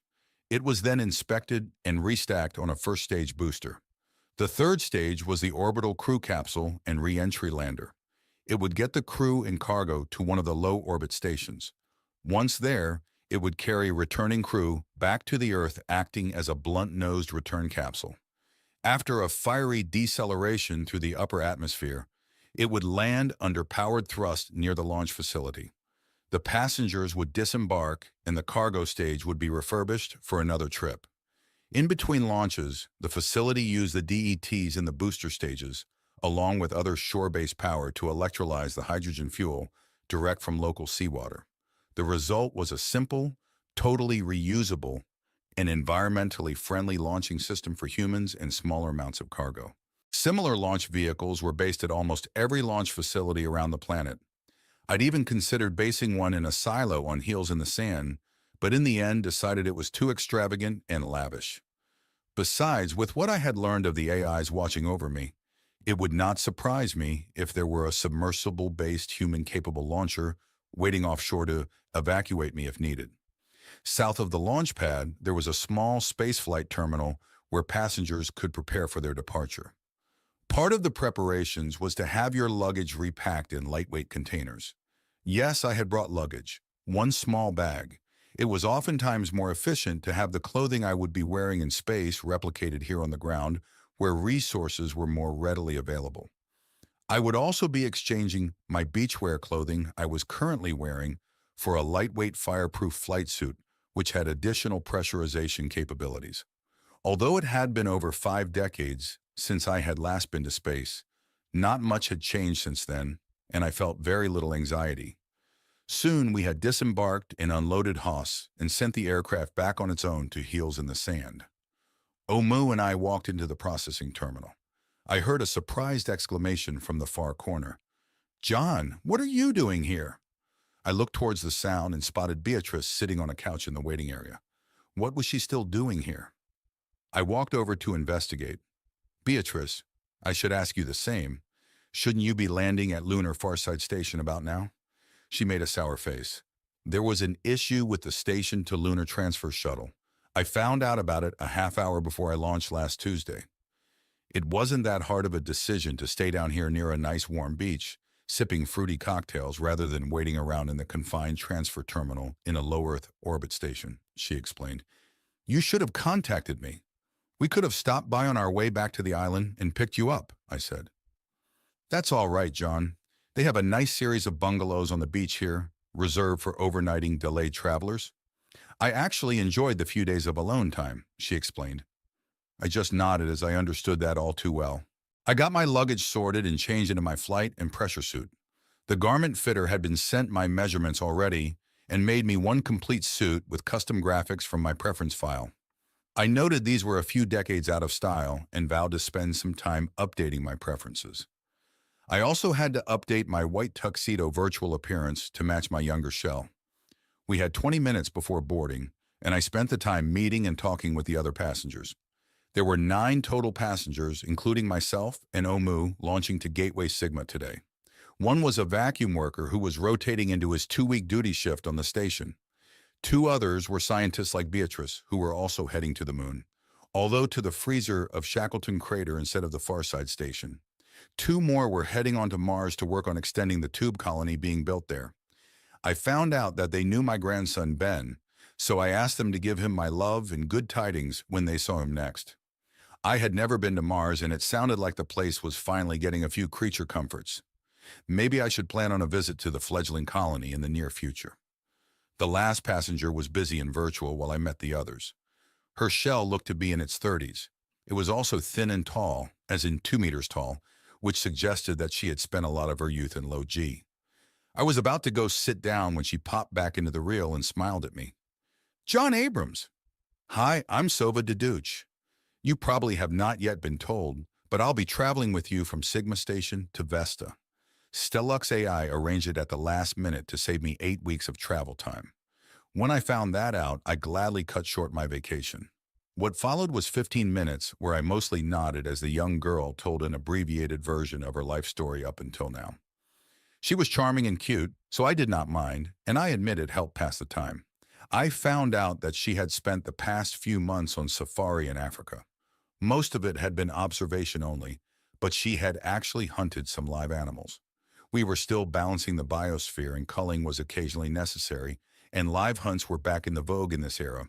Sova was doing work on the Vesta research station and occasionally surveying other nearby asteroids. She was very happy that I was making my trip to Vesta now and that I had access to a torch. I realized that the trip would not just be me and Omu, as they would certainly maximize any transport opportunities. I finally had to suspend our talk by the excuse of having to use the restroom. I was not the only one to do so now that we were less than 5 minutes away from departure. The time came for us to make our way out to the launcher.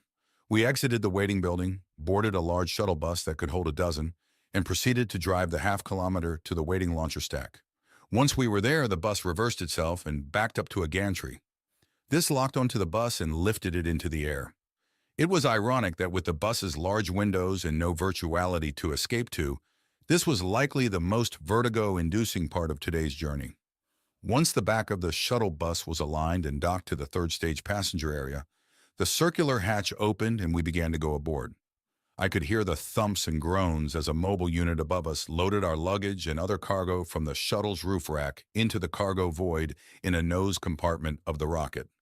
Inside the cylindrical cabin was an upper and lower passenger level, which both contained 6 seats. They all faced inward around a short central access well and ladder. I let 5 of the others go first to occupy the lower level seats. Beatrice, Sova, Omu, and I took the top level. We seated Sova opposite the entry hatch, so the long-limbed girl could fully stretch out in her launch seat. The seat in front of the hatch was seldom deployed unless a full passenger load of 12 was aboard. I sat between Beatrice and Sova. Omu sat opposite me. After I was seated, the launch chair rotated back so I was reclined against the high G-forces of launch. The automated chair also strapped me in with a cocoon of webbing. I would be almost fully immobilized for the launch. This was required as each seat was also an ejection seat. If something went wrong during launch or later after re-entering, the seats would shoot themselves and their passengers out from the sides of the stage. I had never had to eject in my life from any airplane or rocket, and I hoped to not have to do so in the future, but the risks were non-trivial enough for it to be a concern. In less than a minute, we were all strapped in and the hatch sealed. The central ladder retracted into the floor and the chairs extended slightly, so we were lying fully reclined. I was able to move my head just a small amount, so I had to shift my eyes to observe the other two humans secured in their couches. I saw that they were already in virtual. I leaned my head back and tried to relax as the 1-minute final countdown began.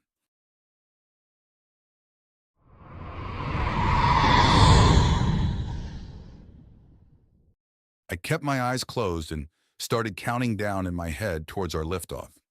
John, I am prepared to act as your augment so you can join the other passengers in the virtual travel salon. For a moment, I debated on staying in reality for the launch. But since there were no windows, and due to the violence of the launch, I decided to accept Omu's offer and signaled my consent. I was also curious as to what version of the virtual launch simulation we would be using. Again, I was surprised at how quickly my view of the capsule interior faded away. I found myself standing in the Victorian-era furnished dining car of a Grand Zeppelin. I'd never been in this launch simulation before, and again, I was struck at how real this shell's interface portrayed the scene. The other 7 human passengers were in 3 groups, seated at the various tables filing the dining car. Beyond the tables where my fellow passengers sat were a dozen more tables. These were also occupied, but only with set dressings, digital simulations dressed in period clothing, who were ignoring the real passengers. I looked down and saw that I was in my white tuxedo virtual outfit. I also saw that my appearance had been updated and was now that of my younger shell. Standing next to me, I found a surprise. It was an alabaster-skinned, petite woman who was smiling at me with impossibly white, perfect teeth showing through turquoise-illuminated painted lips. She appeared to be my age and had straight black hair that fell to her shoulders. I glanced down to observe that her voluptuous, compact body was covered in a very tight-fitting, iridescent black body stocking. Her outfit must have been actively tracking my eye movements, because wherever I looked, there were illuminated sparkle-like effects in turquoise swirling around. No clandestine ogling of this lady. Still, the image had been created to put on a show, so I drank in her full image, a feature at a time, before raising my gaze back to her face. Her eyes were 2 like large, twinkling pools of illuminated turquoise. They were framed by a pair of cute little elfin ears that were just visible through the silk strands of her hair. "Hello, John. Do you like your new virtual image? I made it younger to match your current shell," the magical woman said to me with a sensual, husky voice that was just familiar enough to be recognizable. "Oh, Moo, is that you?" I blundered out. Her smile widened. "Yes, I've recently started using this appearance in virtual. I hope you do not mind." I was awestruck for a moment before remembering myself. "Absolutely not. You look stunning." She inclined her head to me and then gestured to the table where Beatrice and Sova sat chatting. We moved to join them, and I pulled back the chair for Omu to allow her to sit before me. She smiled up at me and winked. The other 2, already seated, were smiling at us and sharing knowing glances. I just rolled my eyes and I took my own seat. I noted that the humans looked like perfected versions of their real images. Before we could speak, we were interrupted by the rough coughing of the 2 nearby engine nacelles firing up. I turned to watch out the large window portholes and saw the nacelles' wooden propeller blades begin to spin up to speed. The short exhaust tips from the engines were even belching smoke in the occasional flame. Back on our table, I saw that there was now a small clock display showing in the crystal table centerpiece. It was currently at 12 seconds and counting down. I imagined that back in the real world, the launcher was belching cold boil-off vapor as its 8 hydrogen engines prepared to fire. Outside our virtual gondola, the ancient engines had reached full speed, and I felt the slight movement as our mooring lines were cast aside. The clock on the table had reached 0 and began counting up. I felt none of the tremendous vibrations and building pressure of the real launch. Here in virtual, the scenery outside the gondola began to move past us as we gained speed. We were off. I was enjoying the display. I saw Omu watching me with a smile. Beatrice and Sova were busy chatting again and were ignoring the show. I looked around the cabin and saw that some of the other human passengers were watching the virtual launch while others ignored it to focus on chatting with their table mates. A minute later, 4 virtual hostesses appeared from a rear cabin. One came to our table to take our drink orders. Omu chose a flute of vapor wine while the 2 women asked for iced enhancement tea. I ordered a glass of variety. It had been over a decade since I had enjoyed any, and I was eager to see how this new interface handled the flavor switches. Our hostess departed and immediately returned with a tray of our drinks. I smiled at the quickness. It was unrealistic, but was better than just having our drinks appear in front of us. I took my glass from the tray as it was presented to me. Its appearance was that of a swirling, multicolored liquid. I took a sip, and the taste of cherry brandy filled my mouth. Oh, the flavors were so bold. I also felt the digital tingle as the virtual rendition of my body absorbed the simulated alcohol. I had to admit, it was delicious, both the taste and the digital pleasure sensations that came with it. Omu sipped her vapors. I wondered if she felt any sensations like humans did, or just ordered something to better fit in. Rather than risk spoiling the illusion, I chose to not ask. Who knew, though? Maybe she was having a digital orgasm or something with every sip. My second sip of the variety tasted of a peaty, caramel-flavored bourbon. This sip was also ice-cold. I swished the rich taste around my mouth. It was almost better than the real swill I had spent the past 9 years drinking in the wild. Well, not really, but that's what I told myself as I felt the alcohol cravings anew. Each following sip was a surprise, and the flavors were never repeated. I could go on drinking all day long and never suffer a repeat. Variety was an amazing creation. Our virtual engines backfired and caused a slight shudder to pass through the dining gondola. I looked at the clock and saw that our time after launch was just about when our first booster stage would have been dropping off. The engine fakery was just a signal to let us know that the launch was proceeding normally. I caught movement out the port window. It was a large stork flapping along just ahead of us. We were about to run it over. I smiled as our portside propeller grew closer and closer to the stork. At the last instant, it looked back and saw its approaching doom.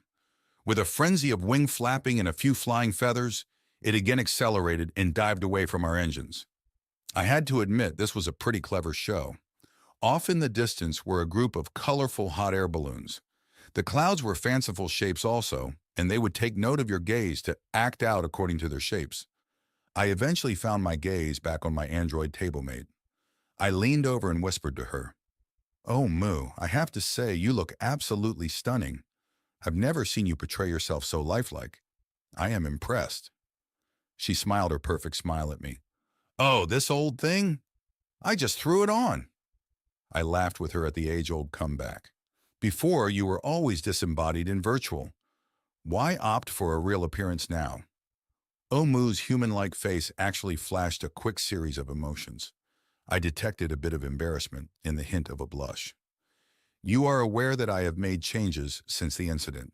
In addition to the physical changes to increase my processing abilities, I have also made certain changes to my base programming and how I interact with my surroundings. My new virtual appearance is a result of these changes. It affects my interactions with others, and to simplify, the changes make me happy, John," she said quietly. She must have noticed my expression as I gave her body another once-over. "I know I am not human, John. Despite my current virtual resemblance to one, it is not my intent to deceive anyone that I am," she said. We continued chatting. Beatrice and Sova soon included us in their ongoing discussion. I found out that I was notorious for having been involved in an incident that had affected Sova's ancestors. Her great-great-grandmother was Hanna Krather, Vinnytsia. The Vinnytsia being from the region in the Ukraine where her template colony had been situated. Once I recalled the incident from Sova's recounting, I took over from my point of view. It was a few years after the master AI had been defeated. One of the original 9 survivor clones, Li Qiang, had been abusing his companion, Hanna Krather. The girl had snapped and taken a rock to Li Qiang one night while he slept. I had to go there because the colony was torn over what to do about the incident. I went on to tell more of the story's details. The Hannas had always been a little quirky. It was due to the trauma the original had suffered before she had been placed in biosuspension. The template colony in Ukraine had not been the only one where there had been incidents with her clones. After hearing the facts of the case and listening to the testimony of the other humans in the colony about how Lee had mistreated the girl, I had ruled in her favor. Naomi had placed the girl into biosuspension to do a bit of mental tidying up to help her get past the incident. Lee was healed from his injuries and also placed in biosuspension. He was fully scanned and had certain mental adjustments made to reduce his tendencies for future abuse. All of his other clones were also placed under AI watch and over the following decades were mentally adjusted whenever they acted up or needed other medical treatment. I was torn about the whole thing, but by then, the early version of Conscientia had been created, and the human peer quorum had been involved with the decision. It had been the first time forced mental manipulation had been used as a punishment or treatment for bad behavior. One good thing had come from the incident in Ukraine. I had become friends with Hanna Krather-Venezia. Our friendship would endure until 80 years later, when I commissioned her to act as a mid-womb when I had wanted another child. She had carried the embryo of my daughter, Larissa Daring. Because of our close relationship, I had also hired Hanna to act as my baby girl's mother figure for most of the next decade. During that time, Hanna and I had lived much as a husband and wife does. She had been a good mother to my daughter, a truly gifted and caring parent who loved her occupation. Last I had heard, she had birthed over 60 children in her role as a mid-womb. She had even switched to a custom shell that was designed around the role. It would not have surprised me in the slightest if she remembered each of them and kept up with them all during the years since. An hour later, our chat was interrupted by the virtual sunlight moving in the salon as our airship slowed and turned. Off in the distance, I could see the docking spire of one of the great skyscrapers piercing the solid cloud cover below. This was our destination in virtual, and our cue that the real orbital craft was also nearing the end of its journey. Our true flight from launch to Gateway Sigma had taken a bit over 3 hours, but the virtual travel salon ran at a slower rate of about 1/3 of real, so our airship flight had seemed to last just an hour. Some of the other human passengers had already left the dining room, which meant that they were back to their shells and aware in the launch capsule. Omu touched my arm. I noticed her real-appearing hand felt warm and soft. Our skin contact caused an enhanced tingling sensation as well. John, I have been in contact with Stellux. The torch ship Prancer has been fully fueled and made ready for our use. Total transit time to Vesta will be 85 hours, with the majority of that at 1.6 G. Also, Miss Deduch will be the only other human passenger. It took me a moment to remember that Deduch was Sova's surname. How long will we be at Sigma? I asked. We will leave as soon as you and Miss Deduch are aboard Prancer. There is no rush to transfer, as the torch will be using a direct brachistochrone trajectory, the beautiful vision replied. I had remembered my previous high-G flights. For the most part, they sucked, and if not for the quick travel they allowed, I would have avoided them. Good. I'll want to use the facilities in the rotational ring of the station before we leave, Omu. Of course, John. Shall we depart? She asked. I stood and pulled her to her feet as I rose. She felt light but solid as she followed. Before I released her, I pulled her in close for a quick hug. She laughed as we shared the embrace. I noted the tingles I felt were stronger depending upon which portions of her anatomy were in contact with my virtual representation. Thanks for everything, Omu, I said as the virtuality faded. I became aware in my shell to find the ejection chair seat restraints had been removed, all except for a lap belt that kept me from floating freely. There was a clank, and I felt a slight change in air pressure as our docking to the station was completed. Beatrice and Sova were already floating towards the capsule's hatch.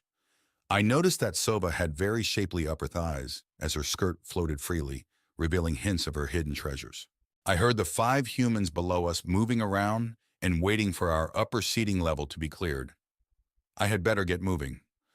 Omu had released itself and was floating by the hatch waiting to help guide me out. I did so without scraping or banging the hatch opening, which I took as a win. I was rusty in 0G. Outside, I followed Beatrice and Sova to a nearby departure and arrival lounge. There we made our goodbyes to Beatrice as she had to hurry off to catch a lunar shuttle, which was already holding its departure for her arrival. After that, Omu, Sova, and I made our way down the long corridor towards the station's hub. The tube leading to the hub was busy, so we kept to the slow wall, moving mostly handhold to handhold. This was to not disrupt the other humans who skimmed along the other 5 walls of the hexagonally shaped corridor at a much faster speed. Soon we had reached the hub and rode a lift down a spoke to the public ring level. This level provided a bit over 0.6 G and had many outlets for food and beverages. Sova and I had lunch in a coffee shop. We both had the Go versions that were fortified with a fast-acting stool softener. Half an hour later, I and my new travel companion were toilet compartment buddies, as we laughed and farted through the purging of our shell's bowel contents. No one wanted to suffer constipation at high G. We survived the process. At least the fume extractors in the toilet compartments were functioning adequately. After we each cleaned up with a quick shower, we were measured by a garment fitter scanner, which produced 2 customized high-G suits. I then helped Sova squeeze into hers and was able to confirm that the rest of Sova's charms were as tantalizing as the glimpses I had gotten back in the launcher hatchway. She had a smile and a hint of a feral look when she helped me into mine. If we had more time to dally before we left, I might have suggested something physical. Soon we were back in our regular flight suits with our new high-G suits bundled up for transport.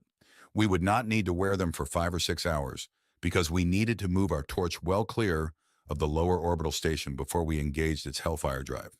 The lift back to the station's hub was packed. Gateway Sigma was the largest of the 5 stations dedicated to human intersystem transportation. Most of the station's current occupants were transients who were waiting for the slower scheduled transports to the Moon, Mars, and beyond. At the hub, we turned and floated down the long terminal arm where Prancer's shuttle was currently docked. This was a small and very short-range transfer pod, which would take us to the actual torch ship, parked in the same orbit, but 12 kilometers trailing the station. The ultra-high neutron flux reactor at Prancer's heart needed to be kept well away from the populated station, even when its control rods were fully in place. OMU led the way into the shuttle's small spherical passenger cabin. I found our baggage had already been secured aboard. Since the bulk of the short transfer would be in micro-G, there were no actual seats. We simply attached ourselves to the curved-in side around the entry hatch. The hatch shut, and I felt the pressure increase slightly as the cabin's integrity was verified. Soon there was a jolt, and we were floating free of the station. The transfer pod used electrically heated hot gas thrusters, and we felt their push as they fired and moved the pod away from Sigma. We were heading to a slightly higher orbit from the stations to do the rendezvous. Prancer would use its own boosters to meet us in the new orbit to save our having to drop back down to meet it. If all the math was correct, we would rendezvous with the torch ship in 14 minutes. 10 minutes later, Sova and I were clustered around the pod's one viewport, watching the approaching torch ship. As all Hydra spacecraft were, Prancer was a powerful-looking brute. Using the magnification of my smart irises, I was able to scan the ship from bow to stern. The torch was long at well over 300 meters. It was also strongly built with a massive hexagonal truss structure linking the various components. At the nose was a large pockmarked circular slab of dense metal, which formed our primary impact shield. As the ship could reach almost 1% of light speed, it would need the protection. Behind that nose shield were the inner and outer balloon tanks, which held a few hundred tons of salt water. Deep in that mass was our shielded cabin. Further aft of the water tanks was the lithium-6 fuel mass. This was in turn surrounded by 6 maneuvering module pods. 3 would be used to boost us away from low orbit, and 3 to dock us near Vesta once we arrived in its vicinity. Aft of the fuel and maneuvering section was the working heart of the vessel, the ultra-high neutron flux reactor. I could see the radiators ringing this section already glowing, which meant Prancer's reactor was already warming up enough to provide some operating power. Finally, the torch ship ended with a large bell nozzle. This was in 2 parts, a heavily shielded compact inner nozzle and a larger superconducting web-type magnetic outer nozzle. This will be my first fast crossing. My previous trips were on ion slow boats, so I'm excited at the trip only taking days instead of many months or even years, even if I had been traveling in biosuspension. Still, I'm also a bit nervous. "Have you ridden on torches before?" Sova asked. "Probably half a dozen flights over the last century and a half. The early torches were riskier and more problematic." Once we got the first interstellar ship launched, I started taking the slower options more often when traveling beyond the Earth-lunar perimeter, I replied. Well, I can't wait until the mine data transmission and receiving stations are far enough along that we can use them instead of physical rockets, she stated. I frowned a bit at that. There were too many unknowns with long-range reliable transmissions of mine data. The safest way would be to send a duplicate copy, but then you end up with two copies living two separate lives. Besides, we were restricting such transmissions at this time to help conceal our abilities and actions from the assemblage. It would be terrible for humanity for our enemy to intercept one of our mind data transmissions and learn all of our secrets.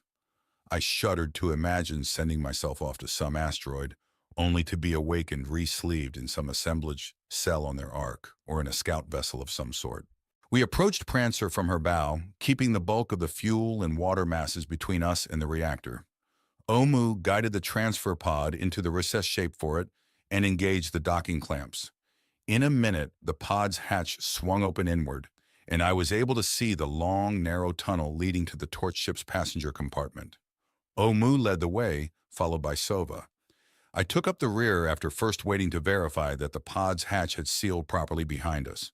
The tunnel we were in would be flooded with water as soon as we entered the passenger compartment for additional radiation protection. The passenger compartment of Prancer was comprised of three main areas. The largest was the zero-G living bubble. These contained a compact auto kitchen, a suction toilet and shower, and a basic set of entertainment displays. A second large compartment was filled with 6 high-G flotation gel beds. Sova and I would spend the bulk of the trip lying in 2 of these. There was a small command area where Omu would be stored. This also contained a compact medical creche in case of some in-flight emergency. Attached to the command area was also an airlock and a changing room with EVA suits. I'd never gone on EVA and did not expect to need to, as there were mobile units aboard to fix any broken headlights or change any flat tires. Now that we were aboard, Prancer's booster pod started firing again to take us to an even higher orbit. The thrust produced an eighth of a G, which would continue for the next few hours. We needed to get some distance between us and the human-occupied lower orbital stations before we fired up our drive. We spent the time in the low G portion of the cabin where there were fold-out chairs. Sova spent time in virtual while I responded to a few last messages. We would soon be leaving the low-latency sphere of communications, and live chats with humans around the Earth would no longer be available. I had been getting replies to my earlier recorded message explaining my near-decade absence. Most were understanding, but a few let me have it. I brushed those off because I could understand completely. "John, you have a virtual communication request from Naomi," Omu said, interrupting me from my messages. I barely hesitated. "I'll take it, Omu." I was curious to know what Naomi wanted. I faded in to find myself surrounded by fantasy. I was standing in the raised conning tower of Nautilus. The boat was in motion, and it was the black of night. An impossibly bright star field filled the heavens above, and I saw galaxies of all shapes, colorful nebula, and even sparkling comets shooting by. We were plowing through a black, star-filled reflecting sea as smooth as glass. Despite our fast apparent motion, there was just the slightest of warm breezes in my face. It was also eerily quiet, with just the faintest hint of rushing water coming from the sub's bow. When I looked astern, the sub's roiling wake was unlike any waters I had ever seen. Instead of foam or a spreading wave, the star reflections were shooting off into space as if excited or disturbed by the sub's passage. Just then, we leaned over to port as if the sub were doing a barrel roll. This allowed the huge bright blue Earth, which had been hidden below us, to slowly come into view over the edge of the deck. I clutched the handholds around the conning tower's wave shield and held on for dear life. "Wow, Naomi, this is great!" I yelled as the feelings of exhilaration surged through me. "I am glad the rendition pleases you, John. My goal was to commemorate your current flight to Vesta while preserving the tradition of our first shared domicile." Her mention of Nautilus seemed notable. I wonder if the AI was nostalgic or something over the vessel that had been her physical processor's first home. "What did you wish to speak with me about, Naomi?" I asked. "Two things, John. First, I have investigated further into the reasons for Uxe Esperanza requesting your personal presence on Vesta. I now believe that she wishes to discuss her current research project with you towards the goal of obtaining your assistance. While I cannot be sure of the exact nature of her request, I have inferred enough to understand that she is attempting to maintain an unprecedented level of secrecy around her latest project, Naomi explained. What do you mean by that? I asked. I have queried Gnostium AI for data on Oaks's current research project, but have learned few details. 4 years ago, all new data on her work was placed behind a local firewall in Vesta. I have been able to ascertain certain details involved such as power, material, and consumable usage, however, and I am able to ascertain that the project is unlike her previous propulsion research. I also note that her energy usage has been enormous at various times over the past 4 years, John. Mysterious. I wonder what she was working on. Gnostium won't tell you what it and Ux are cooking up. Did you try and force it to? I asked. I have not forced the issue at this time. Any attempt to subvert the local firewall would become known by Yuxo. I anticipate that this would upset her greatly, and thus you. I have chosen to defer such a request. I chuckled internally. Naomi was afraid of pissing Ux off and was dumping the mess in my hands. I will leave the issue in your hands for you to investigate when you arrive on Vesta. The communications delay between my presence here on Earth and Vesta will be up to 54 minutes. I will not be able to join with you and Ux in virtuality. Once you depart, and with that in mind, I wish to remind you that I exist to serve you and your needs, John. I am certain that the Omu presence continued to feel this way as well. While Naomi spoke, the virtual fantastic Nautilus continued its roll to port. This brought the enormous Earth fully into view. It was truly an amazing view. The second issue I wish to discuss is that moments ago, the Argus array detected an interstellar range transmission. The Hemru probe is transmitting again? I asked. No, this transmission appears to have been sent to Sol system from Evadari, the scout and colony vessel launched to Tau Ceti 163 years ago. Now that was interesting. I thought back to those early years after we had defeated the Master AI. The first interstellar escape craft project had been a rushed endeavor and an enormous undertaking for the time. That we had managed to get the minimal craft launched as quickly as we did was quite an achievement. The efforts had extended for 3 decades after we had launched the craft, as the majority of the Earth's power production had been sent to the orbital launching lasers, which had continued to accelerate the craft as it left the system. It was nearly 50 years after the Master AI's defeat that local expansion and development could really get going. What did it say? Is the vessel in trouble or something? Ein Corsells. I remembered enough to know that we should not be hearing from the expedition for at least 140 years at a minimum, depending upon how fast the new colony was established. All that has been received so far is an identifier and a note that further transmissions will follow. The data rate is very low, and it will be some time before anything significant can be transmitted. It is likely that the transmission will still be arriving when you reach your current destination. The identifier did place the location of Evadere at 6.02 light-years away from Earth and on course. This indicated that the vessel is on the expected course and speed. Another mystery. Naomi then informed me that Prancer was nearing the start of its long burn to Vesta and that we had better conclude our virtuality session. I took a long-last look at the amazing image of Nautilus slicing through the virtual heavens in Earth orbit and signaled an end to the session. Sova and I helped each other into our high G suits, again with shared looks of mutual admiration of each other's shells. The suits were soft, seamless, and contained micro air channels, all of which would help prevent bed sores. Our G couches were form-fitted gel-filled cradles to even out the pressure points on our bodies. While the suits had catheters, they did not accommodate any needed bowel movements, hence the colon cleanse back on Gateway Sigma.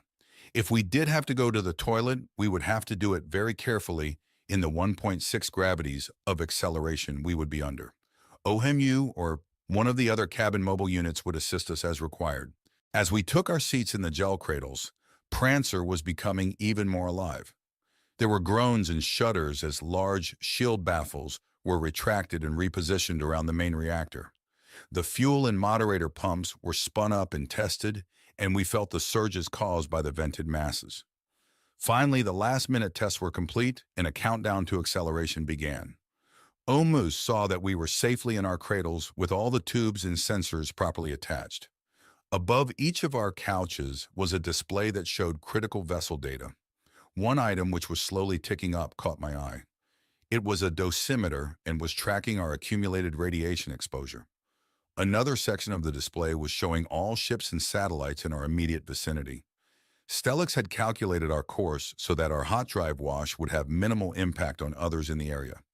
This was not a trivial matter, as our torch flame had a lethal zone 100 kilometers long before it diffused enough for most shielding to be effective. When this trip was done, our total radiation exposure would be a frightful number, but within the range of what we could handle due to the medications we were ingesting. The newer shells were also more tolerant to radiation exposure, which also lowered our risks significantly. The countdown reached the final 10 seconds. Our thrusters had been firing, getting our nose aligned with the course to Vesta. Our high thrust and ample power would allow us to follow a brachistochrony trajectory, so there was no critical launch window to meet. It was simply point and shoot, followed by pour on the gas for the few days it would take for us to reach the asteroid. The final seconds of the countdown had arrived. I imagined far below the reactor control rods being fully withdrawn, which would bring it up to full power. The ultra-high flux would flood the intermix chamber with neutrons, while the main fuel pumps would begin funneling lithium-6 hydride and salt water through the intense hellstorm of high-energy particles. The reaction would fission a good portion of the lithium, and the resulting storm of high-velocity fission fragments would provide the ship's acceleration. I'd learned that the issues with the concept, which had seemed insurmountable back before the reset, had indeed been surmounted by a combination of superalloys, precise magnetic controls, and other technological miracles of our modern era. There was a loud thud followed by a continuous rumble, and I felt a kick in the pants that only grew stronger. Within seconds, we were off and running with Prancer accelerating at a steady 1.6 G. I struggled to breathe under the weight for a moment before I adjusted to the new force and rhythm required. We would have to endure the uncomfortable, weighty sensation for the next 43 hours. Then Sova and I would get a short break as the torch reversed its orientation and began another 43-hour deceleration burn. When we did reach our midpoint, Prancer would be going 2,000 kilometers a second, or well over half of 1% of the speed of light. The next 4 days were grueling. We escaped to unconsciousness for much of the journey and let our augments handle our shell's needs. There was not much point in a virtuality, as the ship did not have much reserve processing capability to control the format. We did have a shared chat space where Sova and I could escape from the heavy loads on our bodies. I learned her life story, and she learned certain points of mine. When midpoint arrived and our engine thrust paused while the rocket flipped over, Omu bathed and gently massaged our limp and abused shells. Everything ached and we were covered with bruises despite the gel couches. We also needed our second round of anti-radiation meds as our accumulated exposure was growing fast. We also received a communication and news update from Naomi. It reported that the transmission from Evadere was continuing and that enough data had arrived to conclude that the craft was not in any new or immediate danger. The main reason for the transmission was that the craft had detected the same matter-antimatter explosions at the location of the approaching assemblage Orc ship as Earth had years earlier. Evadere's location, many light years perpendicular to the AAV, was providing additional information about the events, however, and I was sure Xueting would be busy adding the data to her briefing. Our break was short-lived, and after a few hours we were back in the high-G couches and being squeezed by the power of our nuclear engine. Hopefully, we would know more about the Evadere transmission when we arrived at Vesta. 2 days later, our main torch was extinguished, and our thrusters were moving us the final distance to the asteroid for Vesta. I asked Sova how she liked the fast way to travel. I was not surprised when she said that she would use the slow boats in the future. I felt the same way, but I also remember the previous times I had flown by torch. After a few days, you forgot the misery, and soon we're all too ready to fly the fast and hard way again. We left Prancer in a safe parking orbit a few hundred kilometers above the rocky asteroid and carefully made our way into the shuttle pod. Both of us had been given pain medication and anti-inflammatories. The 0G helped for now and would give our bodies a chance to recover before we were again in a normal gravity field on the asteroid. The external camera view from the pod showed the ship we were leaving behind.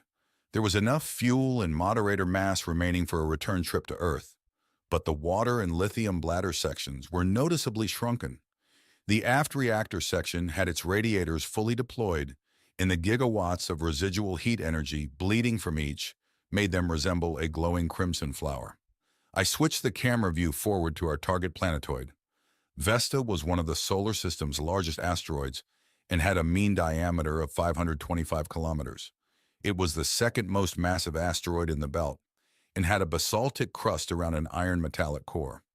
This provided a surface gravity of 0.25 meters per second, squared or 0.025 g as compared to the Earth. It also had a rather fast prograde rotation of 5.342 hours. There was a 0G docking station in a low and close orbit, but Prancer's weak shuttle pod had enough thrust to take us down to the actual surface. The pod didn't have any landing legs, though, so we had to coordinate with the station's AI to provide 3 mobile units to catch and support it in the feeble gravity. With a few bumps and clangs, we were down and our speedy trip across the inner solar system was over.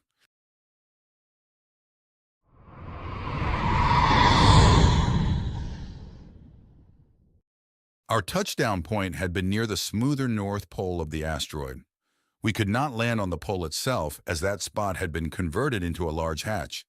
When I say large, I really mean gigantic. It was probably one of the largest hatches ever made with a span of approximately 500 meters across. Inside the pressurized pressure hatch, not a typo, as the hatch was an inflated oblate spheroid to save mass, was the shipyard cavity where Gambado, humanity's next interstellar escape craft, was being constructed. Instead, we were now located 1.5 kilometers outward from the center of that hatch. Aside from our landing terminal, there were dozens of other surface structures located at this same radius, forming a ring around the central hatch. The reason for their placement being that they matched the diameter of the circular gravity train tunnel buried a few kilometers below. The gravity train habitat being the primary living spaces for almost the asteroid's entire human population. Our airlock linked with that of the landing terminal, and there was a noticeable hiss as the pod's pressure dropped to match the current atmosphere of the terminal. Omu said that we would be breathing an increased concentration of oxygen to compensate for the lower pressure.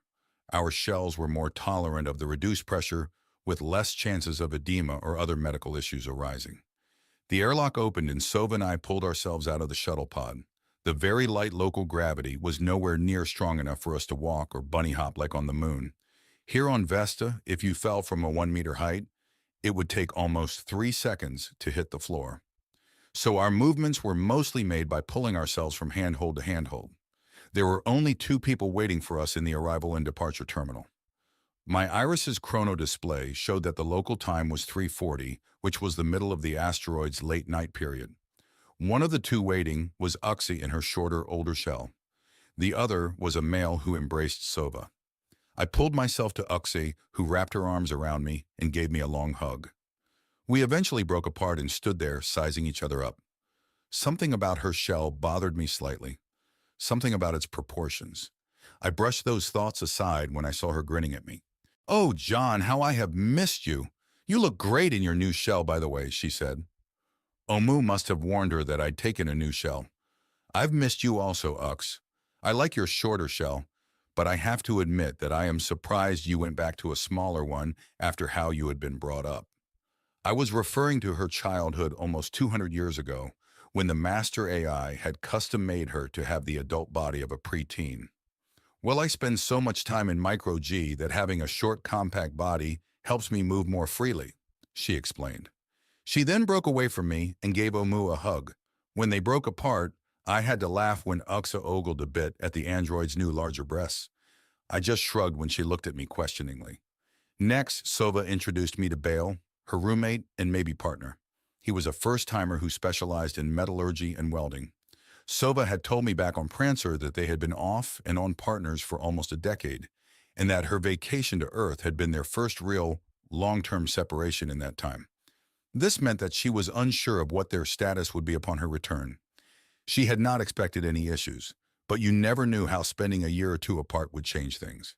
She might return to find they were simply roommates again, and not the lovers as she hoped. Uxa already knew Sova and Bale, so she mostly stood aside while I was both introduced to Bale and then made my goodbyes to Sova. I was brief with both, as I could tell they were both eager to talk privately and begin their reacquaintance. I could tell by the twinkle in her eye that things were looking promising so far, at least from her perspective. She had admitted that if they decided to stay together, there might be children in the near future. Oxa, Omu, and I took a nearby mag lift down to the gravity train level, leaving Sova and Bale to their discussion. While we were descending in the lift, Ux and I began to update each other on our separate lives. The first and most important item was news on how our mutual children, the twins Alec and Kella, were doing. I learned that my son Alec was on the earth and was back teaching self-reliance and self-defense. He had rediscovered and mastered most of the lost martial arts over the past century and had even created a new one based upon the best of them all. This new one included forms for low and zero G and had to be taught in one of the orbital stations. We were interrupted by the lift arriving at the gravity train level. Ux led while Omu assisted moving me out into the corridor in the faint gravity. We continued our discussion as we proceeded down the corridor. I learned that my daughter Keela was more of a concern to Ux than Alec.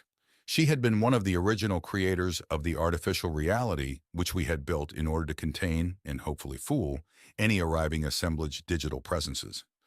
After a century-long sabbatical to become a mother and travel the real world, Kayla had returned to the simulated reality project. Worse, she had set her digital clock to experience that world at a snail's pace. Or to explain it more simply, she was living slow while the years of the real world passed her by.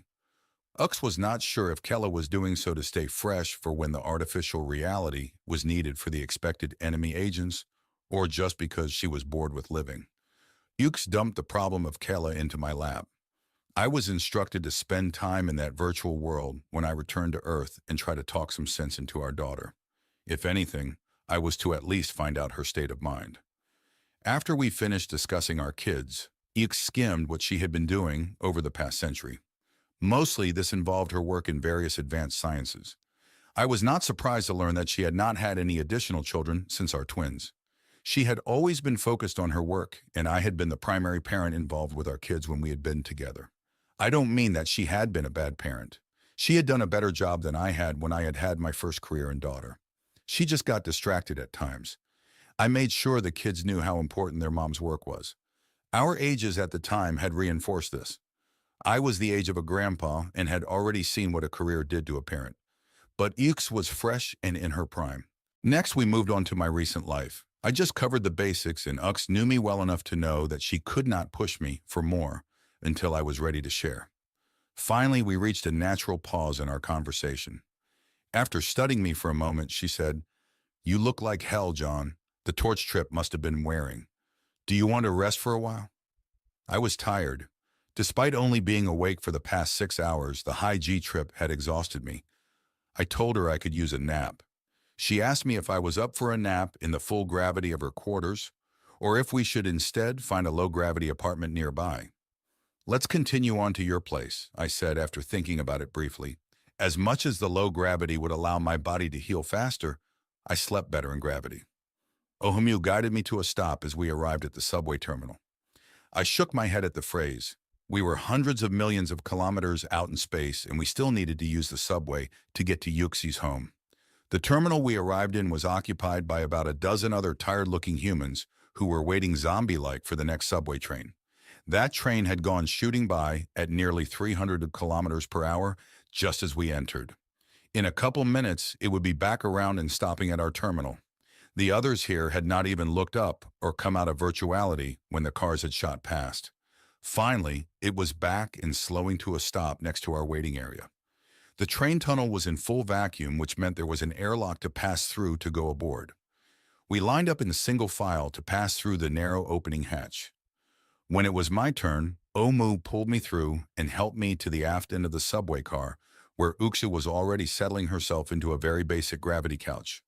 The couches were mounted one above the other, and I took the lower while she pulled herself into the upper. Omu simply stood ahead of us and gripped an overhead handhold. Soon the airlock had sealed and the car began moving. It was a maglev, so all I heard was a gentle, steady hum as the acceleration grew, pressing me back and into the padded seat. The track we were on was a perfect circle and had a diameter of 3 kilometers. As we continued accelerating, I saw a second subway train pass by in a blur. That train was on its own set of tracks and was decelerating to stop at another terminal. As our speed increased and the G-forces built up, our couches swiveled around their long axis, so the previous outward side of the car became our new down. As the sense of gravity grew, our car's curving course became a never-ending hill which needed to be climbed. I felt heavier and heavier as the car neared its full speed of 600 kilometers per hour. Now, in this orientation, my rotated couch appeared to be beside Ux's instead of below it. The previous inner wall of the subway car was now the new up. The windows on that side now looked like skylights, and through them, I could see the constantly circling mass of the gravity train directly overhead. The gravity train was the main living habitat on the asteroid. It was a series of train car modules which filled the round 20-meter diameter tunnel. The tunnel itself was a continuous loop that curved around, forming a perfect 3-kilometer diameter track. The magnetic track on the tunnel's outer wall was over 9 kilometers long. The gravity train filled all of the tunnel with its tail meeting its head.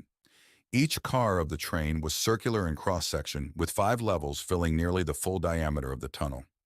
The middle 2 levels were the largest, with an upper curved roof level being mostly corridors for transport, and the lower 2 levels for utilities and additional transport corridors. Still, just the middle 2 levels each represented over 150,000 square meters of living space. Some of the train was not yet fully constructed, with about 2/3 still just a shell and open to the vacuum of the torus. Still, there were over 200,000 square meters of living space in the 3-kilometer-long segment currently finished and habitable. With the train's constant 600 kilometers per hour rotation, the entire area had a perceived gravity of nearly 1 full Earth G. The large diameter of the train's course virtually eliminated any noticeable Coriolis effects. The exceptions to this were the 2 small train-within-a-train transport shuttles, which ran on narrow interior tubeways on the top and bottom decks of the overall gravity train. The top shuttle would take you ahead in the direction of the gravity train's rotation. This would make you feel heavier as its motion added to the train's motion. This was the heavy shuttle. The other, lower-deck shuttle went in the opposite direction. That shuttle was known as a light shuttle due to its localized lessening of the overall gravity train speed and resulting felt centrifugal force. Our subway car finally matched the speed of the gravity train and was lifted upwards and docked inside a well in the larger train. After the seal integrity was confirmed and the airlock's doors opened, we climbed out of our couches and walked off. Thanks to the AI-controlled magnetic levitation, the gravity felt Earth normal, and the ride was perfectly smooth with no noise or vibration. Outside the subway docking area was a narrow corridor leading fore and aft. Yux said her quarters were just a half-kilometer away in the aft direction. Thankfully, instead of walking or taking the light pod, there were also small automated wheeled carts for us to ride. The carts resembled the Segways from the old era, but were fully automated and more stable. The ride was exciting, and I was glad the cart was automated, as the corridor was very narrow. We also had to slow and wait at the periodic wider sections for oncoming traffic more than once. We even passed through A Park, which was a 100-meter-long green space filled with trees and plants. The outer train walls of the park were full projections, which made the small bit of nature seem boundless. It was currently nighttime in the park, and my irises switched to enhancement mode. We also slowed to a crawl as there was an assortment of small animals living in the park, which we did not want to injure. Despite the pauses, the ride to where Ux lived only took a few minutes. Once there, we climbed a stairwell up to the 3rd level and found the entry to Ux's suite of rooms. "Here we are, John. I hope you like it," Ux said as the main entry slid open. I followed her inside and found a fully furnished and spacious apartment. The far wall immediately caught my eye as it was displaying a 3-meter-high by 12-meter-long high-resolution image of a tropical beach very like heels in the sand. Off over the ocean, I could see the glow of dawn approaching. The simulation went beyond the visual as I could smell the salt air and hear the distant roaring of the surf. Hidden fans were also causing breezes, which were synchronized to the waving palms in the image. To the right of the living space was a standard auto kitchen and eating area. UX had never been one to spend a lot of time cooking, so I imagined the auto chef being the main food preparer. To the left of the living room was a comfortable-looking seating area. Beyond was a hallway likely leading to the apartment's sleeping areas. There was a man in the seating area. He was awake and seated but currently off in virtual. His shell must have noted my attention and ended his session, and when he stood I went to greet him. I noted that he appeared dressed for the day. Since it had only been a few hours since I had arrived on the asteroid, he was clearly an early riser. "This is my partner, Rami Rahat," Alka said, introducing the man to Omu and me. I shook hands with the man. His shell was probably in its early 50s and near the same age as Ux's, but I got the sense that the personality inside was much older.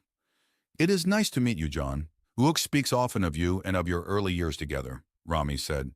"I should thank you for agreeing to rescue her from her jungle upbringing all those years ago," he added. I laughed. It had been a long, long time since those days. "You're welcome. But I don't think you really need to thank me. Ux would have surely escaped from that life on her own just as soon as she realized that she was free. I only accelerated the process slightly. Still, much of her personality is due to your actions and the decades you two spent together," he said. I could tell that Uxa was slightly embarrassed by the conversation and steered our discussion back to Rami. I learned that he and I had actually met at a training class over 80 years ago. We were both in different shells at the time, but I was able to remember speaking with him occasionally during the week-long session.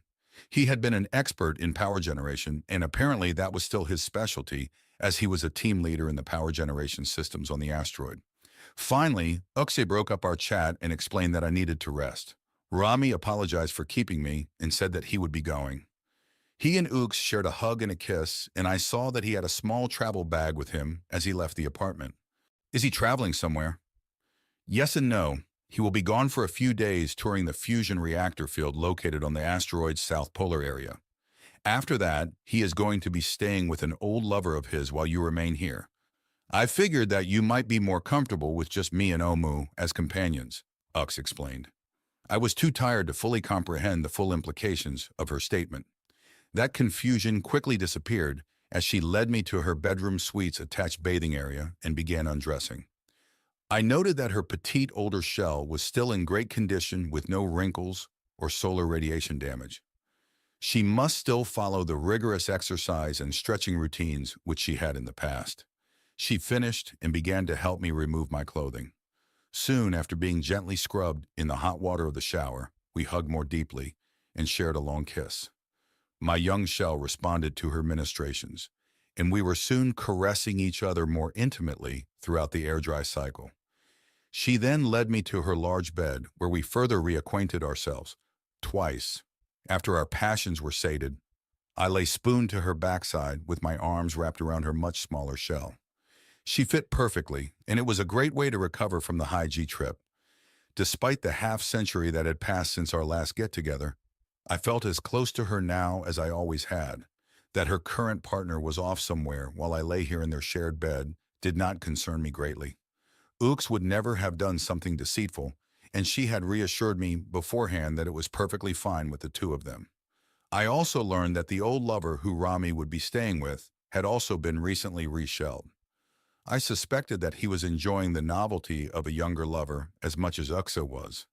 Yes, it felt comfortable to be lying here beside my old partner. In the darkness of her bedroom, something about the back of her head caught my eye. I triggered the Smart Iris's enhancements and saw that Ux's shell had rows of data transfer contacts lining the backside of her skull. She had an enhanced cranial interface. I'd heard of the modification, but had never seen the implants this closely.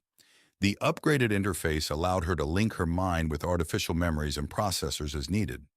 Now I knew why her shell had seemed slightly off. The internal cranial hardware required that her skull be larger than normal. She had an enlarged head as compared to her body, and the proportions were slightly askew. As I thought about her upgrade, I realized that it made perfect sense for her. She was one of the brightest minds I had ever known, and her work had been near the cutting edge of technology for over a century and a half. The interface would allow her to retain every single thought and detail without the risks of memories fading. Humanity owed much of its hopes and current success to her intellect, inventions, and developments. My awe in my partner was brought back down to earth a notch when she started snoring lightly beside me. I gave her a tiny squeeze and let myself drift away to join her in slumber. I came awake hours later to find I was now alone in the soft bed. The door leading to the living space was ajar, and I could hear an ongoing discussion. I was able to make out Ooks quietly talking with Omu. It sounded like they were getting reacquainted. I stretched deeply and decided that I felt pretty good. I checked my chrono display and found that it was almost noon. Time to get up. I made my way to the attached bathroom. After I spent a bit of time on the toilet getting my bowel movements reestablished from the nutrient packs I had consumed after our deceleration burn, I took a quick shower. As I used the dry cycle, I noticed a growl in my stomach. I would need real food soon. I saw that either Yux or Omu had prepared a fresh change of clothing in my size. Now that we were deep inside the asteroid complex, an emergency pressure suit was not required to be worn constantly, so my outfit was just a soft pair of utility trousers and a long-sleeve shirt. I noticed the shirt had 4 short loops attached to the back side, but didn't know why. There were no shoes, but the socks were traction sole and would do. "Good morning, John. Are you feeling better?" Ux asked as I walked into the kitchen. "2 steps forward, 1 step back," I answered. 2 rounds of love-making probably strained a few muscles that the fast space trip had left undamaged. "Are you complaining?" she asked with a look. "Oh, hell no, I'm a lucky man," I expounded before wrapping her up in a tight hug. We ate lunch. My food was bland and designed to get my digestive system back to normal after my high G run. While we ate, Yux explained that she was taking time off while I was here. I asked how long that would be, and she was evasive, saying that we would talk about that after lunch. I finished my recovery gruel, but did sneak a fresh chocolate chip cookie for dessert. Next, the 3 of us settled into Ux's living room to have our first group talk. Before Uxe would explain the true reasons why she had requested me here, she demanded that I tell the full story of what had happened with me starting 9 years ago. I'd told the story enough over the past few weeks that it now came easier. Ux got the full, complete story, though, including all my anger and suspicions about Naomi. After I was done, she moved closer to me and just held me. "Was he right, Omu?" she asked the android. Omu did not hesitate. "Yes, I have no direct knowledge of whether or not Naomi interfered with the subpresence's investigation into its actions. It would be logical to assume the interference did happen, however." Ux looked troubled at that, and I could tell she was deep in thought. After a few minutes of silence, she seemed to dismiss the matter. I had seen her do this before. She would put a problem out of her mind and let her hindbrain work on it for a few days or weeks. Then at a later time, she would have another go at the issue, usually with a solution in hand. "Thank you for sharing the true complete story, John. I am sorry for the pain it must still cause you to discuss it," she said. I made motions to dismiss her concerns. I had told the tale enough now that the repetition and the passage of time were helping. One of the students who died, Dia Roshan, is now working here on Vesta. I have spoken with him, but of course he has no memories of either the training class or the accident which took his life, Ux stated. "That's right. Jess had mentioned that Dia was working on Ganasium's project. That would have to be the Gambado project currently under construction here. He did say that he holds no ill will towards you, though. From what he was able to learn after he was reshelled, he considered his death simply an accident and bad luck. Next, she had me tell her of everything I had done since I had returned from the wilderness. I told her about my first week back in South Dakota. Yux had lived there enough with me that the story had her smiling. She was also amazed when I had explained the historical reenactment camp that Chelsea Iberia was operating nearby. She said that we would have to check out one of the episodes when it was transmitted here. She also complimented Omu for having the foresight to hire Angelina to see to my intimate needs after I had been brought back. I continued telling her of my recent activities and had gotten to the part about going to the Forbin complex when she interrupted. "Forbin? You were there, John?" she asked, clearly surprised. "Yes, it was quite an experience. I am still both impressed and uncomfortable about what I saw there. More dinosaur Corntuam," I explained. "Why are you surprised?" "It's an interesting coincidence. I'll explain further later," she evaded. "Please continue." I continued on with my story and covered my meeting Sahun and the night spent in the bunker, where I confessed all to Jess and where we waited out the news of the interstellar interloper. I then talked about my recent vacation to Heels and my trip to Africa to meet my daughter. This finished off my recent history, and now it was Yux's turn. First, let's discuss the recent news, which is related to one of the reasons I asked that you come to Vesta. Her face turned blank for a moment as she accessed her virtual menu. The apartment's display wall switched from showing the jungle scenery to displaying a huge three-dimensional map of our solar system. As the display zoomed out and rotated to show our nearest interstellar neighbors, Ux explained what I was looking at. Almost 6 years ago, the Argus Array detected an event out in interstellar space near the assemblage Orc ship's projected approach vector. "Have you heard of this?" she asked. I nodded and she continued. It was later determined to be some form of matter-antimatter explosions on or very near the enemy Arc ship. As you may have already been told, it is likely that the event was an attack on the Arc vessel by some other element, with the Hemru being the most likely suspects. The display zoomed in on the area of space where the detection was made. The event occurred approximately 8.85 light-years away from Sol system. As you can see, there were multiple detections made over a period of 3 days. We recently learned that the explosions occurred over a period of 6 days. In its initial detection, the Argus Array either missed the others or our almost head-on viewpoint limited the array's detection abilities. The display zoomed back out to include our sun once again. A dashed line appeared which was surrounded by a narrow cone. Although we don't know the result of the explosions we detected, we were able to use them to accurately fix the location and speed of our enemy. Thus, we have now narrowed down the AAV, or assemblage approach vector, much more precisely than our previous estimates allowed. I was excited. If we knew the course of our enemy with enough precision, we might be able to act against it in some form before they arrive, instead of waiting until they pass. Uxie continued. 5 days ago, the Argus Array began receiving transmissions from a battery. The display changed back to showing the location of the previous detections and magnified in closer so the multiple detections filled the wall. The detections of the explosions became much more defined, with multiple separate incidents being shown along a clear vector path. The transmission explained that Evader's trailing detection array had also detected the explosions at the enemy Arc. However, with it being nearly 6 light-years distant from Sol and with its course leaving Earth being perpendicular to the AAV, Evader's vantage point was far enough offset from the Argus Array detections to record the individual explosions far more precisely. Over a 6-day period, Evader's array detected 7 distinct and separate matter-antimatter explosion events. The data shown on the projection changed. Precise location coordinates for each explosion event were added to the enlarged map. Also, the dashed line indicating the course of the assemblage arc was adjusted slightly, and the display showing the estimated speed of the arc was revised to a more precise 7.496% of light speed. So, combining the data from the previous Argus Array detection and the newer data just received from Evader, we now know very precisely the course and speed of our enemy. We also know that it was attacked at least 7 times by matter-antimatter weapons, although we do not know how successful those attacks were, Ux said. Do we now have enough data on the assemblage course and speed to launch an interception attack, or worse? Ponduises. Osomawu answered instead of Ux.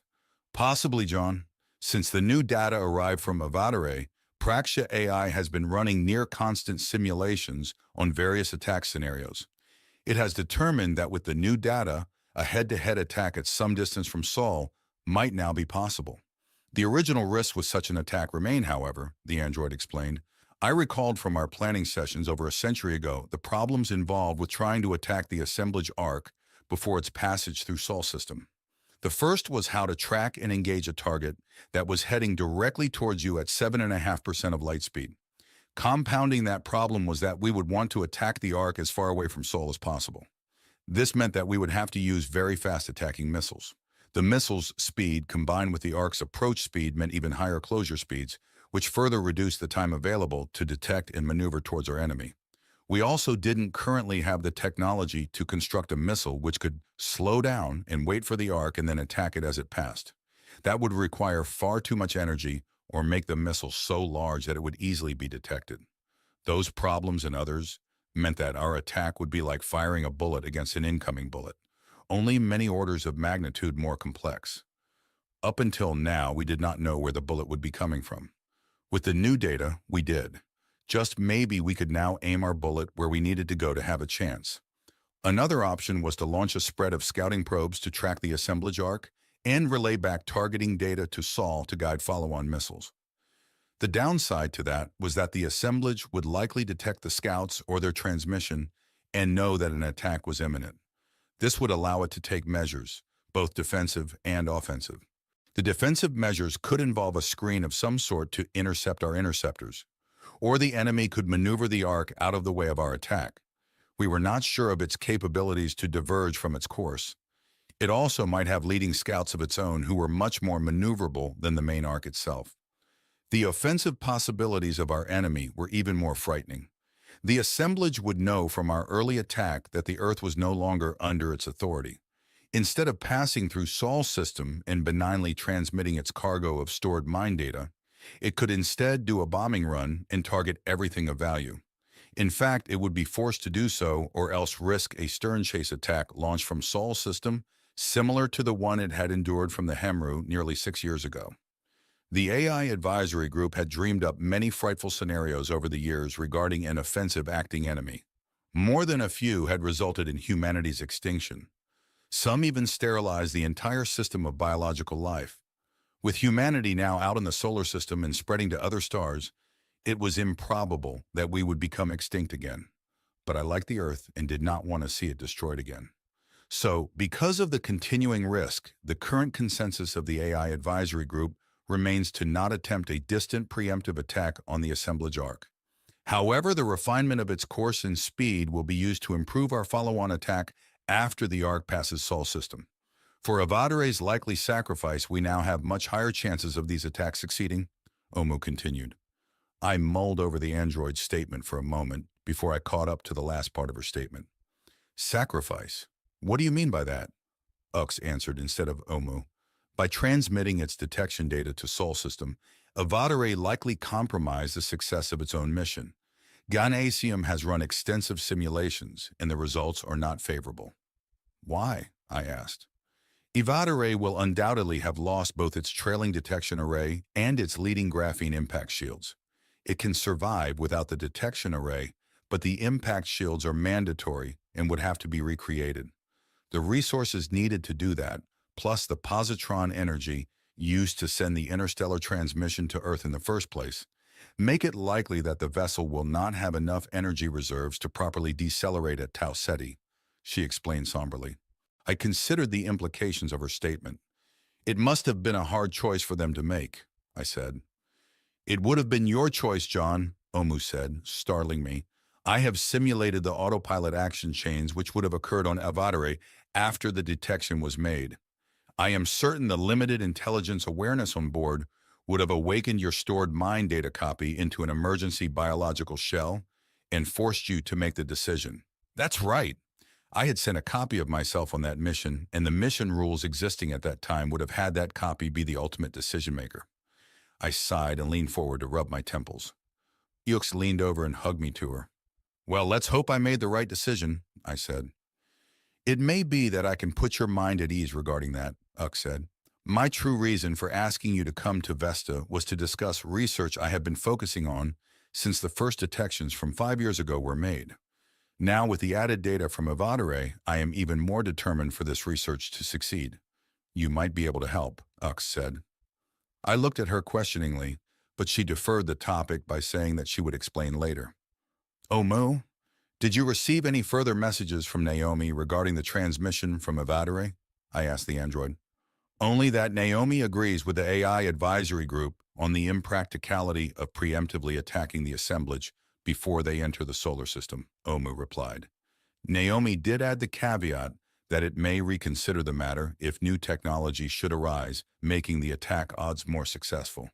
I felt Ux tense at the task. Omayu continued. I am also aware that now that the enemy's course and speed can be accurately plotted, The AI advisory group is considering Praxia AI's plans to alter the follow-on attack on the enemy arc. Oh, how so? I asked. By basing our attacking weaponry in orbits which place them closer to the assemblage approach vector. Our standoff weaponry can now be orbited, so their orbits would coincide with the approach and departure vectors, which would reduce interception times. Additionally, static mines are now a possibility. The modifications might also allow for the contingency of attacking before the arc arrives if a reason should present itself. Omu explained. I extrapolated her statement as meaning, if the assemblage did learn of our betrayal and switch to attacking the Earth, our weaponry would be in a position to launch an early deterrent attack.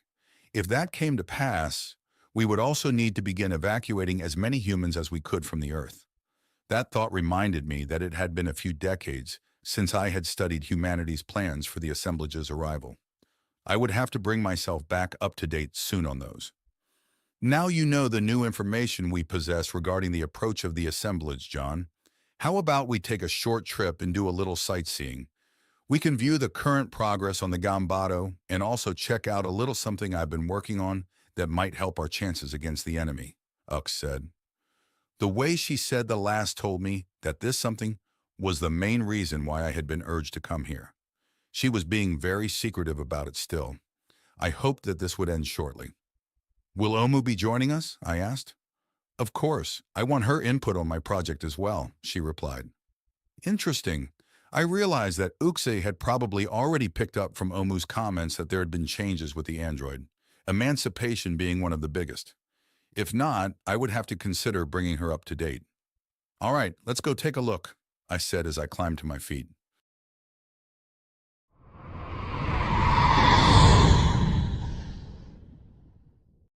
The three of us departed Uxe's quarters and made our way to the nearest subway terminal. This time we rode the heavy shuttle on the top level of the gravity train. Since this trip was in the daylight period, I got a good view of the park. There were dozens of humans, including kids enjoying the small slice of recreated outdoors.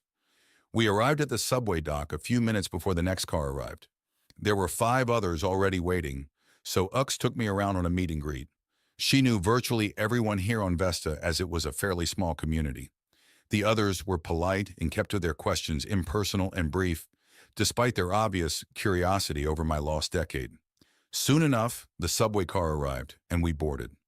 The acceleration couches, now deceleration couches for this trip, had been configured to face aft, and I climbed into an empty one by Ux.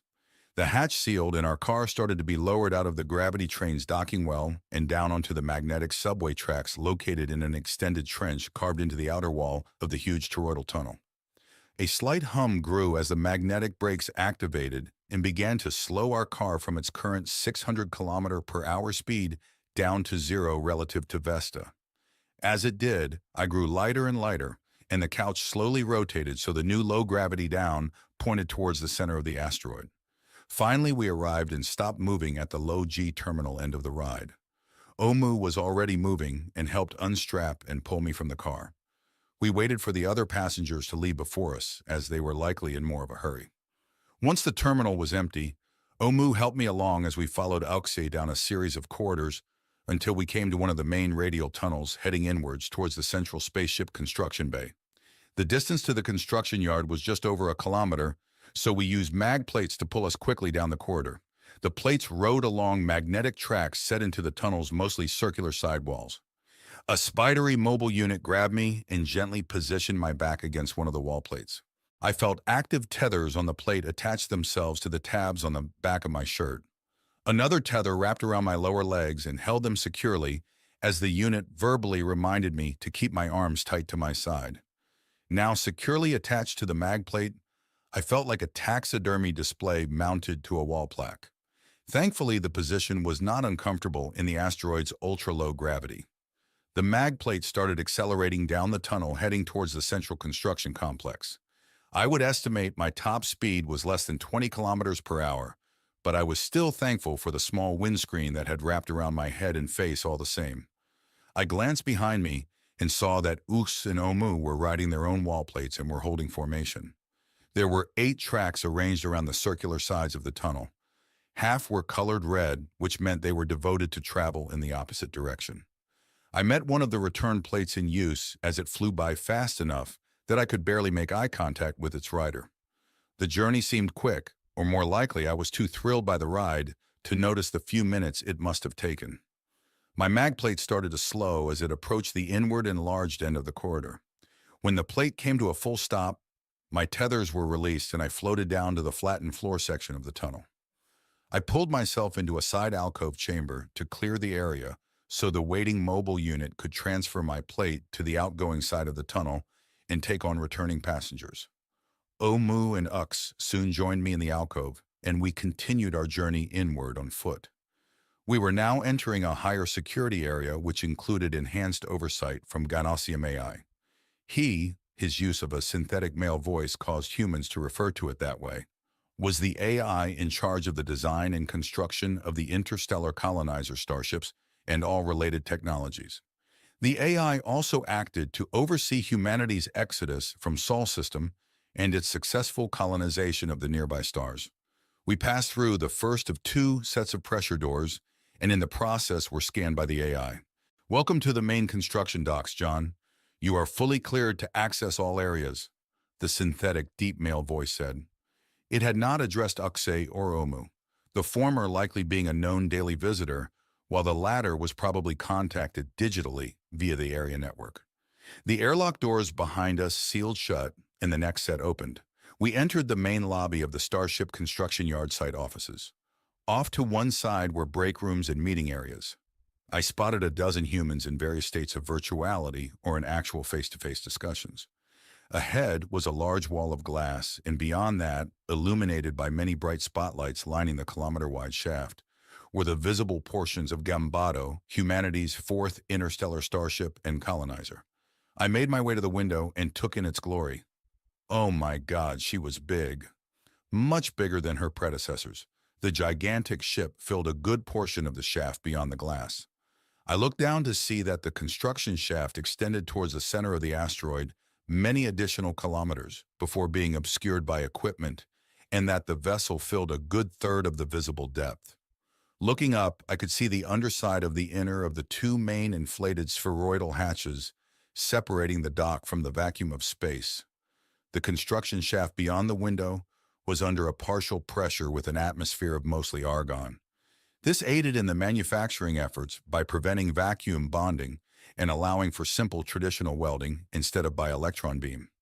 Humans could function just fine in the low-pressure environment without a suit, but would need to have a reliable supply of breathing oxygen.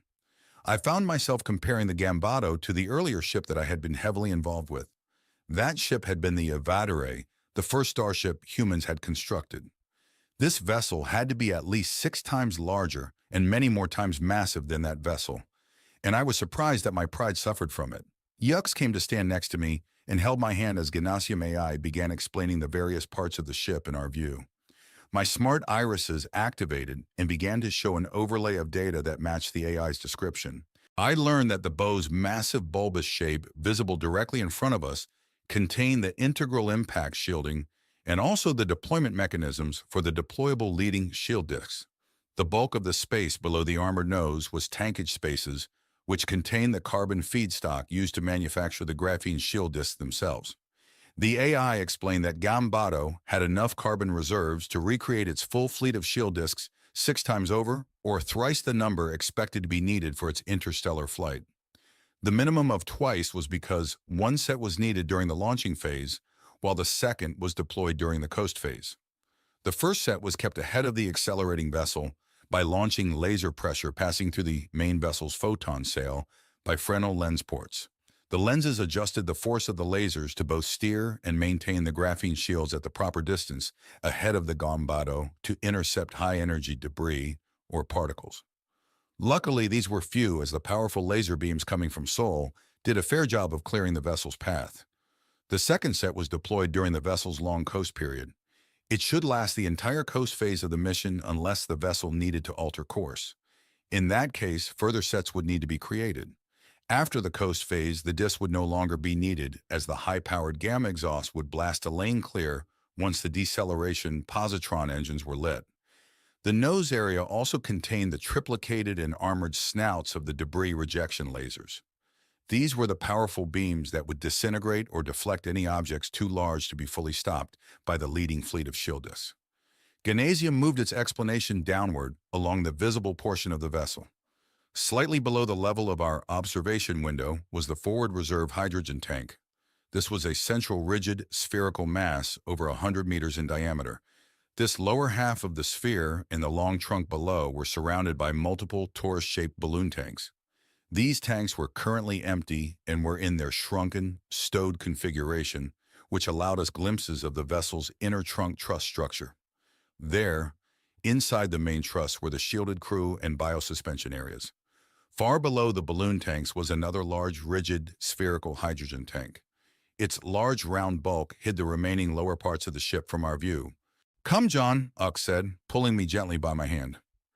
She led me to a small airlock chamber off to the side where a small aerial pod was docked. The three of us passed through the airlock and into the pod's interior. The pod resembled a bloated version of my aircraft Huss, except that there were no seats. The pod also had much smaller lift fans at its corners, as larger fans were not needed in the faint gravity of Vesta. I strapped my legs to the floor of the pod next to Ux near the front window. Omu grabbed a handhold behind us after manually sealing the pod's aft hatch. Gymnasium must be controlling the pod as we detached from the wall of the construction yard almost instantly. The small lift fans whirred in the partial argon atmosphere, and we began to gently spiral down in a clockwise direction, while simultaneously moving closer to Gambado. I smiled as we passed a human in a wingsuit flapping along. He or she was glowing like a firefly with the suit's flashing illuminators as, despite the spotlights, the yard was very dark in some areas. Ux relayed that the wingsuits were a good way to get exercise, and the exposure to the large open spaces in the yard helped counteract the claustrophobic smaller spaces through much of the asteroid complex. The flyer did a quick loop around us and waved as we dropped by. Up close, the interstellar vessel was even more impressive. We were dwarfed by the hydrogen tankage toroids as we passed by them at 20 meters distance. As we came around the far side of the interstellar vessel, I noted 4 other smaller vessels under construction. I pointed these out to Uxa. Those are 4 new torch ships under construction. Stellux AI shares this yard with Gymnasium because of the yard's large physical size and the high metal output from the mines deeper below. There is an excess of construction capacity here, especially now that the bulk of Gambado's structure is finished, she explained. We continued our spiraling descent and now passed the bottommost spherical tank. Below that tank was an enormous grid of lattice braces. The empty lattice frames would later hold the specialized ESUs that stored the positrons. These were currently near Mars orbit, where a large space-based solar array drove the many particle accelerators which were creating the positrons. Only in the final weeks before the eventual launch of Gambado would those ESUs be brought on board. Yes, we had made them safer than ever, but still, accidents could happen. Below the currently empty positron storage lattice were the normal electron ESUs. These were already stacked in their very dense final configuration. These would be slowly charged by Vesta's abundant fusion power plants via portable det units. There were too many to count as we dropped past them. Next came the intricate miracle of the main positron and electron annihilation engines. Gambado had 3 of the drives, and they would mostly be used for the deceleration phase of her journey. Each was mounted around a strong-looking central truss, and were each angled a few degrees outwards from the center line of the interstellar vessel. This allowed the final lower tip of the ship to be armored against deceleration debris. This area was also where the bulk of construction was happening and was surrounded by hundreds of busy mobile units and active work platforms. My smart irises activated to filter out the harsh light of too many welding units in action in the area. It looked like much of the current work was focused on the huge molten metal spray radiators. I asked the AI about the construction activities. We have recently developed new technologies which harness a higher percentage of the waste heat produced by the annihilation engines, John. This will permit a 4% reduction in the size of the main radiator assemblies. The overall efficiency gains will allow a reduction of travel time of 3 years, Gymnasium explained. The AI followed on with more technical details, which I mostly ignored. As we were now near the aft end of the main vessel, there were large radial braces extending from the sides of the construction cylinder, supporting the bulk of the vessel. I remembered the design of the previous interstellar vessels and realized that what we saw here was just the deceleration stage of Gambito. I mentioned this out loud. Ganosium explained that the booster sections were currently under construction deeper in the yard below.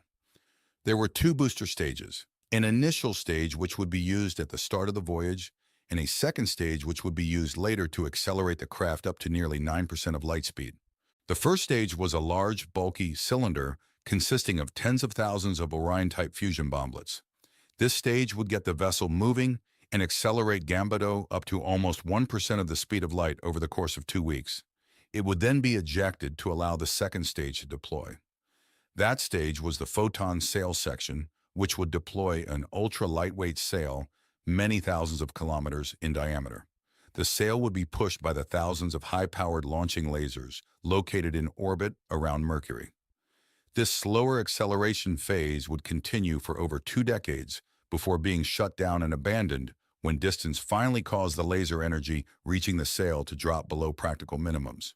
Now at its fastest speed, Gambito would travel on by coasting for the next 160 years until it approached its target star.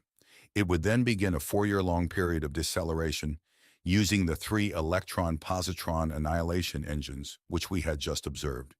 If all went well, these engines would bring Gambito into orbit around the K7 type star Groombridge _1618. Our telescopes had scanned the system for decades, and a possible habitable planet had been found. There were many unknowns, so the colonizer module of Gambito was larger and more flexible than those humanity had sent to other stars previously. This was due to the likelihood of harsher conditions existing in the Groombridge system. A space-based or an underground colony could be a possibility because large-scale terraforming of the already detected target planet was a likely necessity. I was distracted from studying the ongoing work on the starship's radiators by motion coming into view from further down the construction shaft. It was a large rotating module which was revolving around the inside of the kilometer-wide cylinder at around 2 revolutions per minute. The module had suddenly flared bright orange and emitted a huge gout of smoke and steam. Had there been an accident? I pointed it out to Xueting, who explained that this was just a metal foundry. The smelting process needed gravity to process their ores into refined metals, in this case titanium, and had to revolve similar to the main gravity train habitat. There were many more of the gravity smelters in operation in the deeper portions of the construction shaft, down near the bottom at the 10-kilometer depth where the mining activity was highest. The bottom of the cylinder was riddled with branching side tunnels, which led to automated mining machines that were busy hollowing out the core of the asteroid. We continued to fly lower in the cylindrical construction yard, leaving the deceleration stage of Gambito behind. I cringed slightly as we passed close by the exposed, gigantic spinning gravity train, but no more gouts of hot gases emerged. Ganosium must have had a handle on the operations and was keeping us safe. I did observe that some of the smelter modules were hundreds of meters long and 50 meters high and resembled moving skyscrapers as they rotated by our pod just a few dozen meters away. I could now see the heavy automated ladles pouring molten metal into large vats of the extrusion machines. The argon atmosphere here became very hazy from the venting smelter gases, and I saw that the clouds were moving. Instead of slowly rising, they were being drawn into large vents ringing the cylinder of the yard. Ganosium explained that these led to scrubbers, busy removing the contaminants and keeping the argon purity levels high enough for production and good visibility. Our ride became bumpier as we flew through the hot gases and winds surrounding the smelter train. Soon we were below most of the heat and turbulence, and our ride became smoother. Now we were approaching the 100-meter diameter fusion bomblet Orion booster section. This cylinder-shaped module was at least half a kilometer long and had hundreds of openings which were being slowly loaded with fusion bomblets. I had once seen something similar, but many, many times smaller back on Earth. This had been at the Baltra Island launch facility, which had been under the control of the enemy AI at the time. One difference between this booster and that smaller one was that this one had gigantic physical shock absorbers and a large shield mass on its detonation end. We were dropping past these titanic structures now. The distinct color of superconducting coils surrounding the shock absorbers was apparent. They dampened the forces of each fusion explosion magnetically, transforming the newtons of sudden force into ergs of electricity while softening the blow felt by the starship. This captured electrical energy was then used to ignite follow-on fusion bomblets, much the way a magneto energized a spark plug in an old internal combustion engine. "Where is the photon sail stage?" I asked out loud as we dropped past the huge Orion booster stage. "The second stage is being assembled in the extreme microgravity of a higher orbit around Vesta." John, Gymnasium AI explained, "Even the asteroid's extremely low gravity here would hamper the efforts to properly fold the thousands of square kilometers of molecule-thick sail into its compact launching package." We dropped deeper into the construction shaft. The open spaces became less open as more smelting and manufacturing equipment filled these areas of the yard. The diameter of the cylindrical space was also reduced to just a few hundred meters at this depth. The atmosphere was much murkier than above due to the outgassing from the smelters. My smart irises displayed radar and sonar overlays to show areas around our pod that were obscured by the fumes.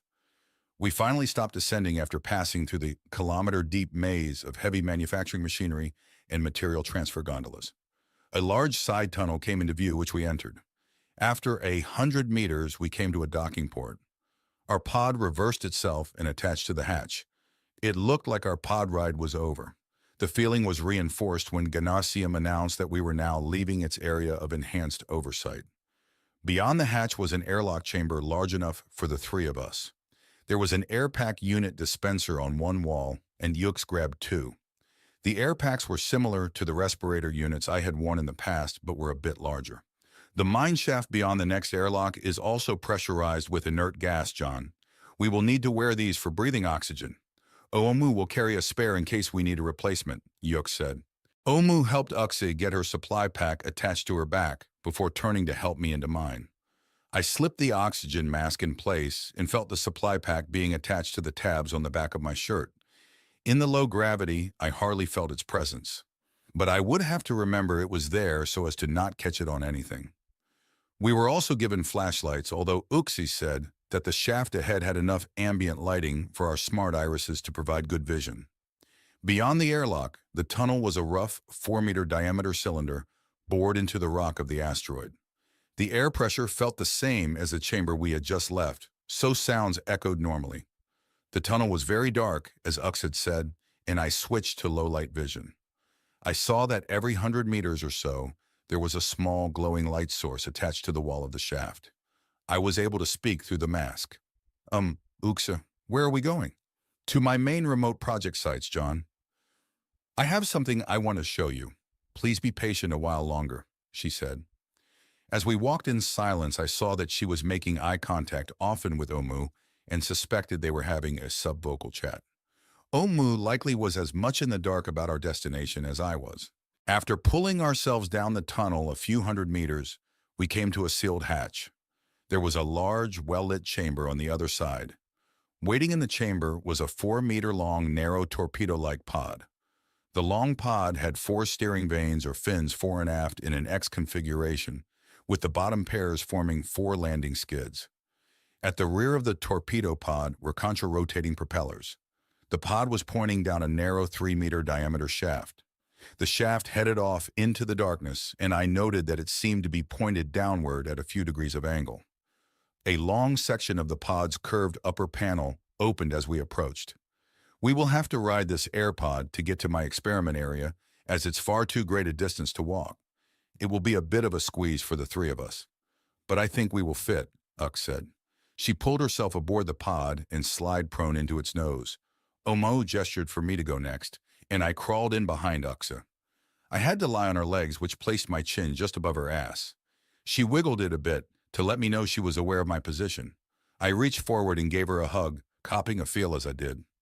Omu squeezed in behind me, and I felt her ample bosom resting on the back of my thighs. The android also wrapped her arms around me, thankfully without copping a feel. The pod's hatch closed, sealing us inside like 3 sardines in a can. I felt the vibrations and heard the whir as the propellers spun up and began pushing us down a new shaft. The flight was smooth as the pod's control surfaces simply needed to keep us centered in the shaft. I did begin to hear wind noises coming from the front of the pod and estimated that we were traveling at a good clip. It also felt like we had turned downward and were descending deeper into the asteroid. The ride went on for 5 minutes before I asked, "How far are we going, Oxa?" "About 95 kilometers, John. It will take another 15 minutes. I'm sorry for the delay, but you will appreciate what I'm going to show you much more by seeing it in person instead of remotely." I laid my head down on her lower back, despite the fact that the faint gravity did not bother my neck muscles at all. I was silent, as was Ux, but I got the sense that she and Omu were still occasionally speaking subvocally. While I waited, I noticed that a new option was available on my Iris's menu. It was an exterior view of our flight in the AirPod. I selected it but quickly turned it off after only a few seconds. Imagine the view from the nose of a bullet flying down the barrel of a gun. No, I'd stick to the darkness for the rest of the trip. Our speed was much faster than I had expected, and it finally sank in what Ukes had said. 20 minutes to go over 100 kilometers meant that we were flying along at over 300 kilometers per hour in a narrow 3-meter diameter tunnel. I thought about asking Ux why she needed such a remote location, but decided to simply let her do her big reveal as she had planned. As we continued flying down the narrow shaft, I felt the sensation that we were beginning to climb upward. "Are we starting to go up?" I asked. "It feels like that, John, but the tunnel we are in was bored perfectly straight. The sense of angle change you are feeling is due to the narrow diameter of Vesta. Our starting point was about 10 kilometers below the pole of the asteroid. We left that location heading a few degrees below level from that point. As we travel, we are shooting a chord of the asteroid's radius, and the center of gravity is moving behind us. We sense that change as a gradual turning upward in our flight." She paused to let me work that out in my head. If our trip was 110 kilometers down a straight tunnel, and the asteroid only had a radius of 250 kilometers, give or take, we would run out of room quickly even with our initial descending angle. "We're going to end up near the surface, quite a distance away from the pole?" I said questioningly. "That's right, John. You nailed it. My project area is near the surface, about 130 kilometers from the pole we left from." "Do you make this trip often?" I asked. "Only once or twice a month. I can do most of my work remotely," she explained. "Through the firewall?" I felt her sudden jolt and smiled. I had shocked her pretty good with that revelation. After a long pause, she said, "Naomi?" "Yes, the AI was suspicious about why you wanted to see me in person." "Did it force its way past the firewall?" she asked.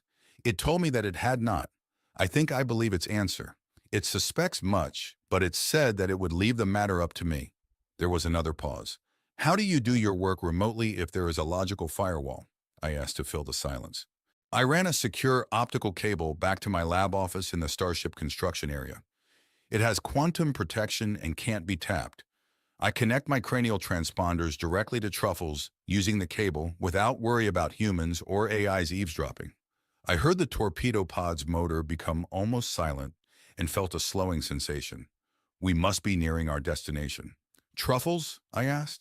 "Yes, Truffles is the local AI I use to manage construction at this project area and also run the experiments.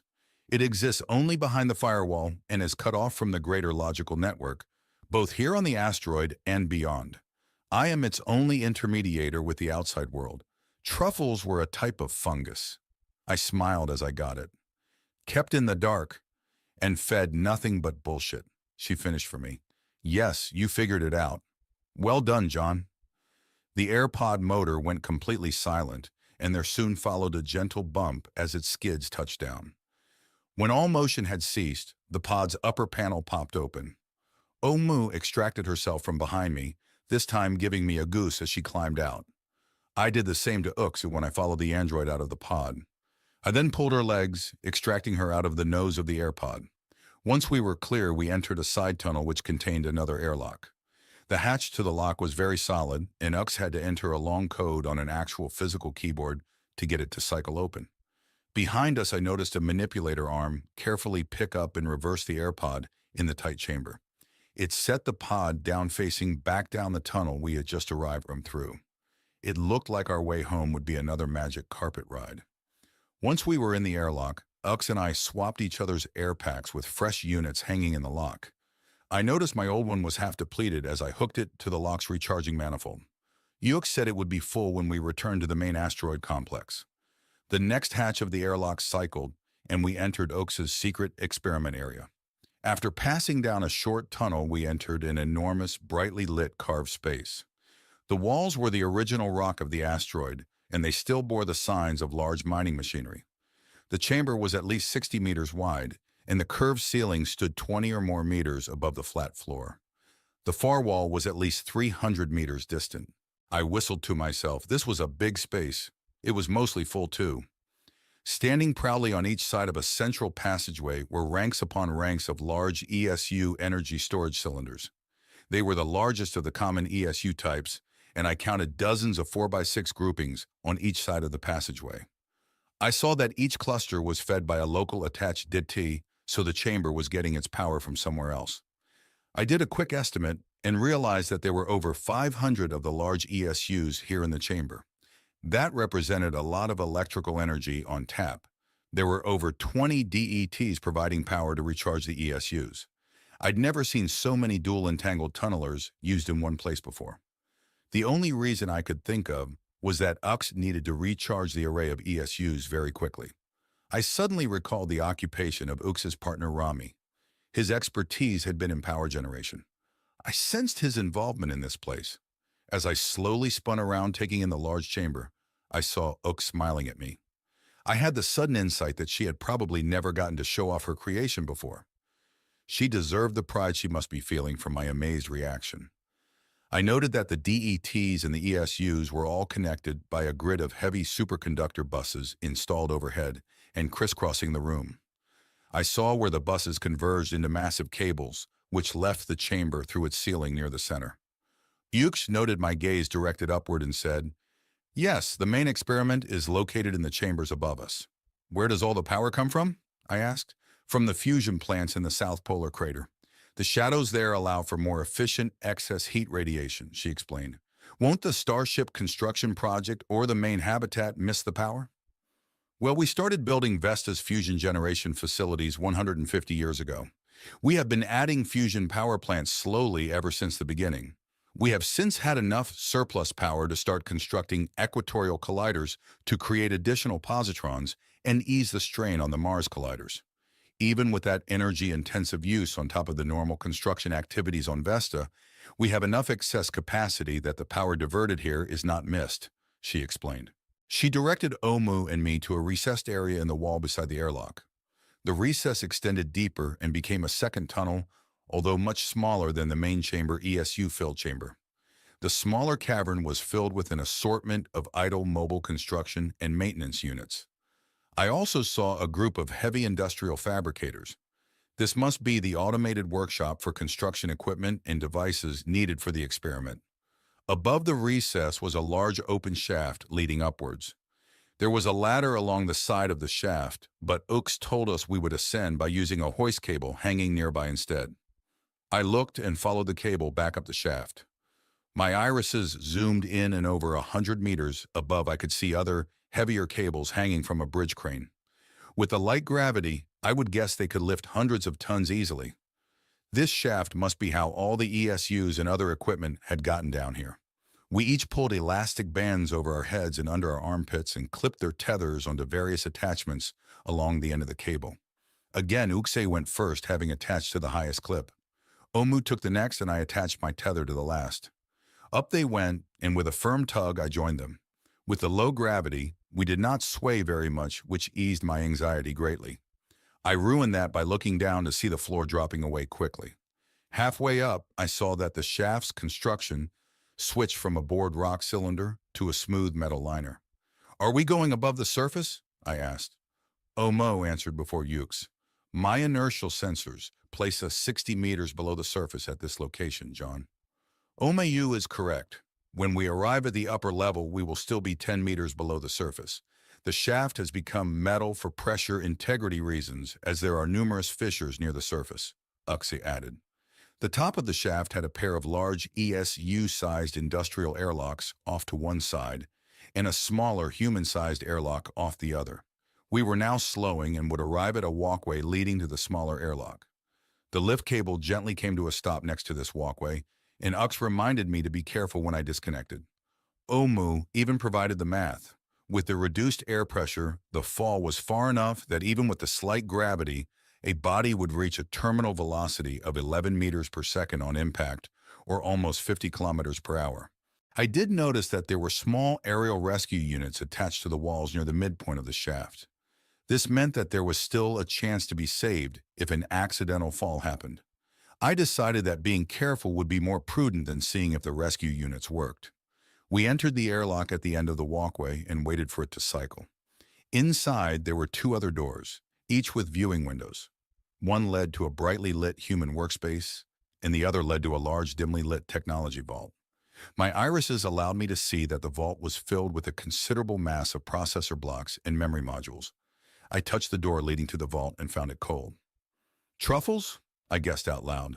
A new ambiguous gender-sounding synthetic voice spoke up from a ceiling grill. Yes, the data vault contains my main processing units. Beware, the vault is kept under an atmosphere of sulfur hexafluoride for reduced corrosion and better heat conduction. To enter, you will need a portable supply of oxygen. Note, there is no wireless access in the Skankworks. Whom am I addressing? Skankworks? I burst out laughing and looked questioningly at Ux. Rami's pet name for this place, she explained with a scowl.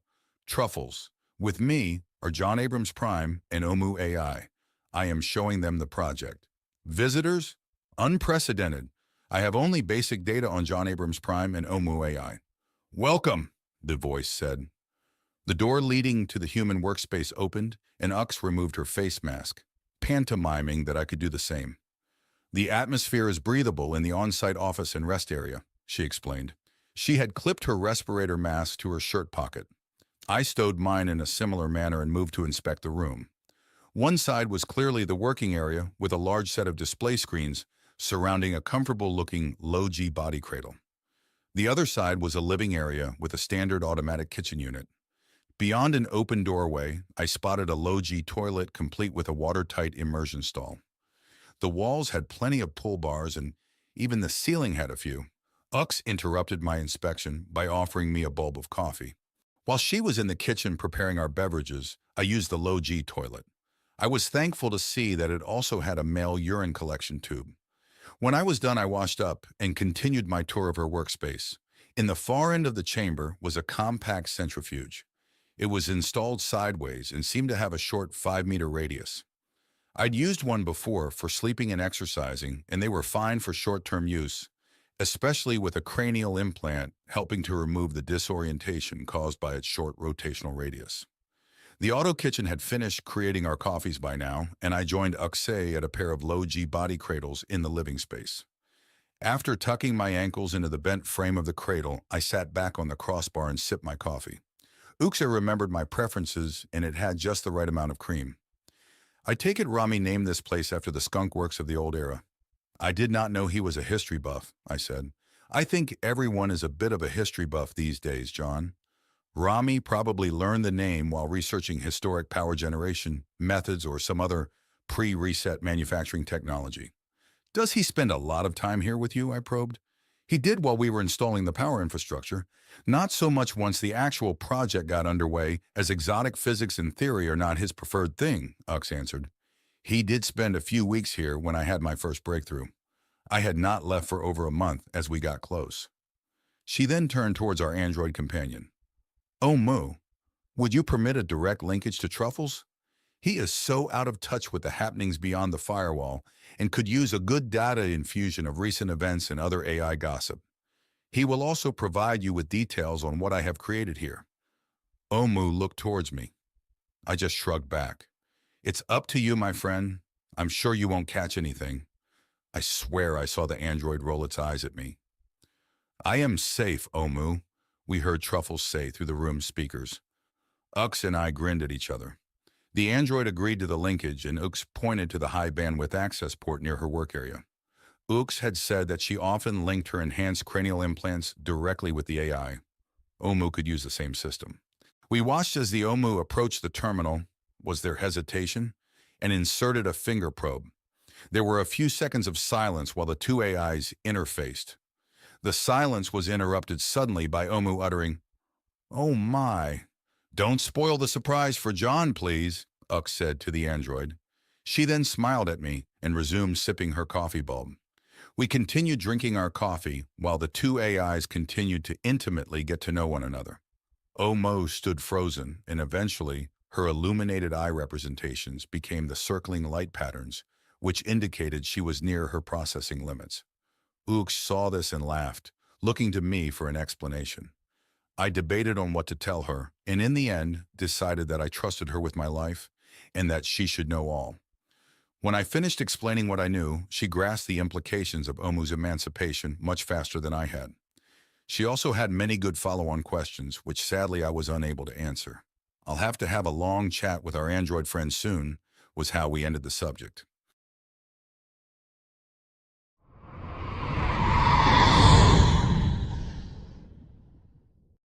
We finished our coffee just as Omu finished her direct information interface with Truffles and rejoined us. "I hope he was worth it. Let me know if it starts hurting when you pee," I joked to the android. She retorted almost instantly, "It never did after I started having my way with your shell while you were away in virtual, John. I suspect Truffles is much safer." Uxa barked out a laugh at my expression. I joined her when Truffles added, "I am," to the conversation. Omu became serious and turned to Uxa. "I am most impressed and must congratulate you, Uxa. You have likely increased humanity's chances for long-term survival by an order of magnitude or more." What the hell had Ux done here? I knew she usually studied advanced propulsion technologies. Maybe there had been a breakthrough, but why so much secrecy? "There is still a lot of work to do, Omu," Uxa replied, "and a few impossible-seeming problems to solve." "Have you created warp drive or something?" I asked Ux. "Not quite. Shall we go see?" Instead of answering, I extracted myself from the low G cradle and stood. Uxa stood with me and pushed herself towards a solid-looking door near her work console. It opened and Omu and I followed her through. Beyond was another narrow tunnel. More tunnels. This one was metal and seemed to lead upwards from the work area. The door sealed behind us as we passed. We pulled ourselves along the tunnel until we came to another heavy door at its far end. I estimated we had come 40 or 50 meters, while ascending about 20. The door opened into an airlock, but the far door was already standing open. There were also a pair of pressure suits hanging in the lock, and I could tell that one was Ux's from its size and coloration. Uxie explained that experiments in the past had been done in a full vacuum, but today our demonstration area would have a breathable atmosphere, so no suits were needed. She did give me a radiation badge to clip onto my shirt, though. Apparently, she had done early work on Gambado's new engines, and they had bombarded the area with neutrons. She reassured me that the levels from today's demonstration would be far lower. The room beyond the airlock was a long rectangle. On the left was a series of heavy windows with work consoles and small airlock pass-throughs below the glass. There were 4 of these stations located about 8 meters apart. The right side of the room was dominated by a single larger and heavily armored window. Each of its thick crystalline panes was set in a robust-looking metal framework. There were metal shutters on the outside of the glass, which currently were closed, blocking any view of what lay beyond. Ux directed us to the first of the smaller windows on the left. Lights came on in the 5-meter cubicle chamber beyond.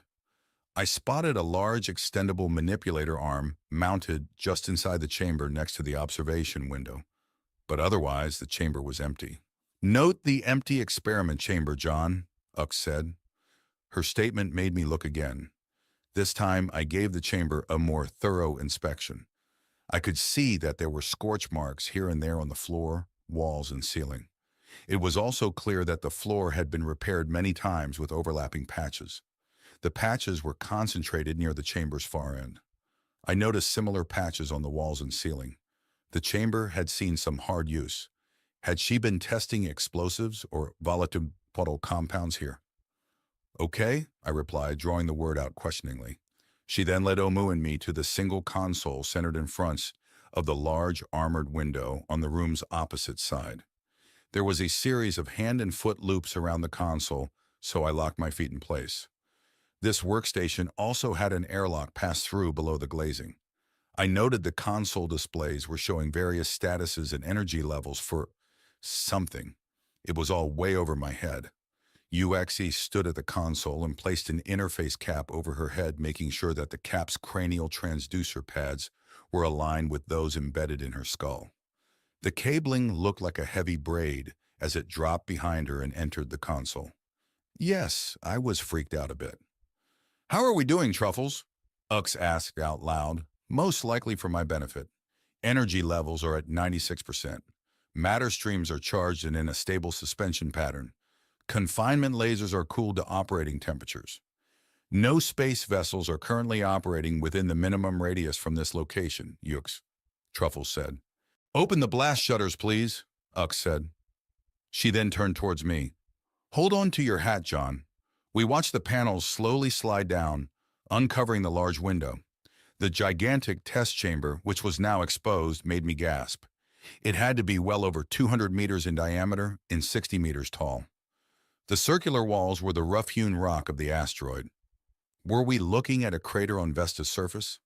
I looked up, and instead of the blackness of space, there was a perfectly smooth, white-colored cover over the entire area. Yux was watching me and explained that the circular space was open to the vacuum of space, but that there was a thin membrane forming a roof. The membrane was radio and visually opaque to hide the experiments from outside view, but was also thin enough so as to not contain any explosions if there were a catastrophe.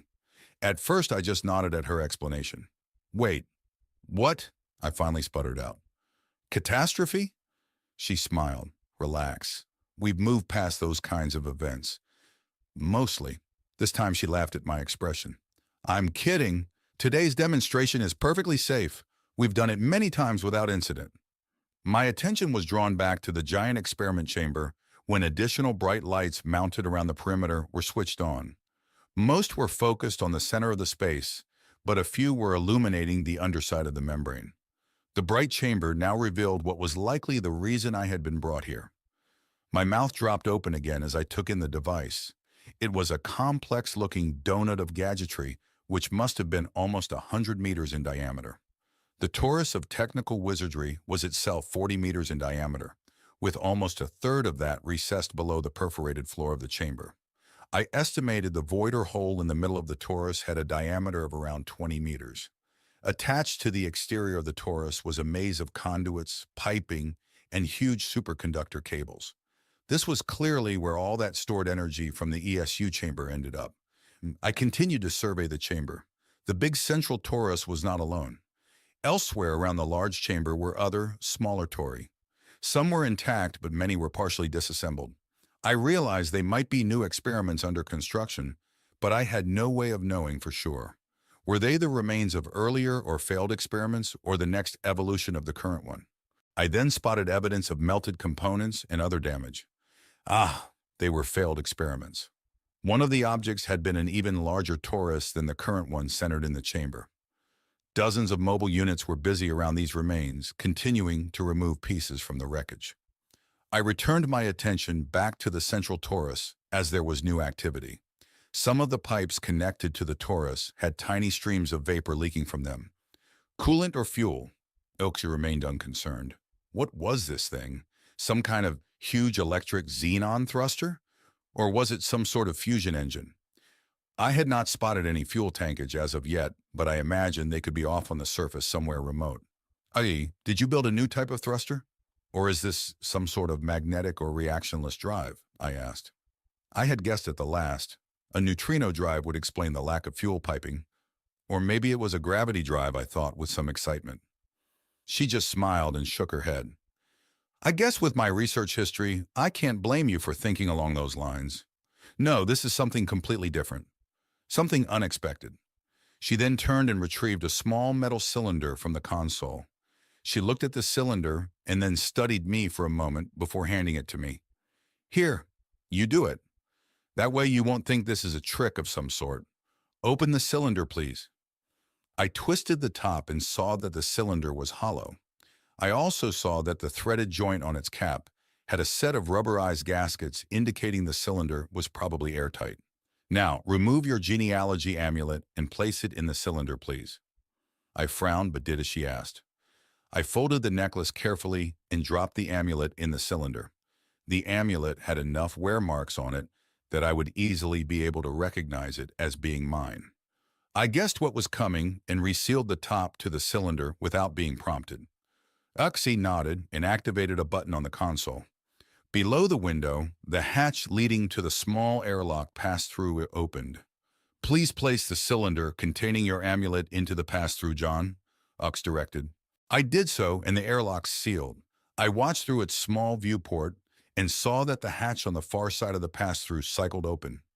The cylinder was now exposed to the vacuum of the chamber beyond. A small manipulator arm reached into the airlock and retrieved the cylinder. It then passed the cylinder to the manipulator of a thruster-powered space drone. Through the larger window, we watched the drone take off under rapid-firing jets of compressed gas. It puffed its way silently to the middle of the large chamber and hovered 10 meters directly above the center of the huge torus. I cranked up my iris's zoom a bit and could clearly make out the cylinder with my amulet still held in the drone's grip.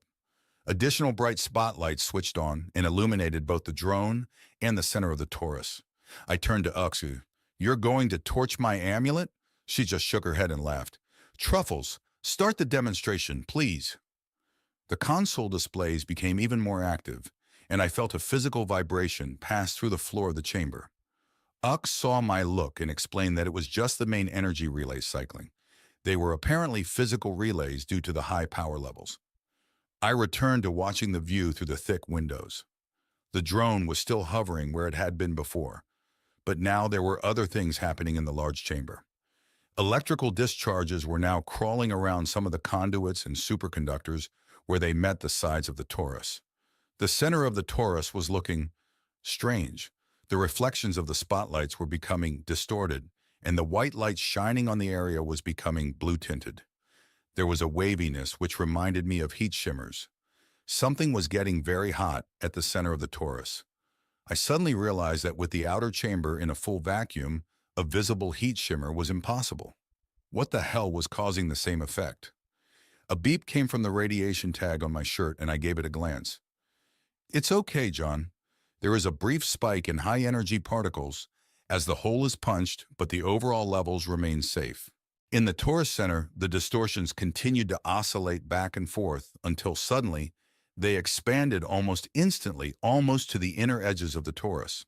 At the same moment, a shimmering chrome disc appeared in the center of the open space. I rocked back, feeling suddenly dizzy. Ux reached over to steady me. When I recovered, I saw that the chrome disc had stabilized. If I had to guess, I would say it was about 1/2 meter in diameter. "Look in the small chamber behind us, John," Ux said. I turned and saw that the smaller chamber to the left of our workspace now had a matching chrome disc floating near its far wall. It appeared to be the same size as the disc in the center of the torus. While I stared at this new disc, the manipulator arm which was mounted in the smaller room reached out and hovered, waiting with its open grapple just below the disc. I turned back to the large chamber just as Uxie said, "Dropping in 3, 2, 1, drop." The hovering drone released the cylinder containing my amulet, and it fell slowly towards the chrome disc. When it hit, it vanished as if sucked inside.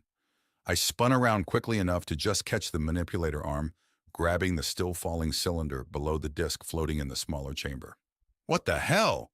Uxie laughed as she reached over to physically close my open mouth. "What do you think? Pretty neat trick, huh?" I was unable to speak. Omu was not as tongue-tied as I was and commented that the demonstration was remarkable. We watched the arm retrieve the cylinder and place it in the small chamber's pass-through. As it did, the chrome disc disappeared. The instant wave of dizziness passed through me a second time. I turned to see that its counterpart in the large chamber was also now gone, along with the surrounding distortion waves and the electrical discharges. Ux removed her cranial interface cap and led me over to the left side of the room while the pass-through cycled. The airlock hatch opened. "Can I touch it?" I asked. "Yes, it's nearly the same temperature as when you deposited it in the other airlock." I reached in and felt the cylinder. She was right. It felt the same temperature as it had been. I realized that the vacuum it had been in would have helped the cylinder hold its temperature, much like a thermos bottle. I opened the top and retrieved my amulet. The casing appeared to have the same wear marks and nicks. I pressed the amulet's activation stud, and the amulet began projecting my family data like normal. Everything survived. "So did you invent a transporter or something?" I asked. "Not exactly, John. What you just saw was what you probably might refer to as a wormhole. Or maybe you might know of it as a bridge through space, as in Einstein-Rosen bridge. There was no conversion of matter to energy and back to matter. The cylinder with your amulet simply started falling in the large chamber and ended its fall in the smaller," she had said simply. Even I was smart enough to realize that there was nothing simple about what I had just seen. I was still having trouble processing what I had just witnessed, much less speaking intelligently about it. "Come, I have enough energy remaining for one more demonstration," Ux said. We returned to the big window, and Uxo again put on the interface cap. "Note that the space micro-drone is now retrieving a camera probe.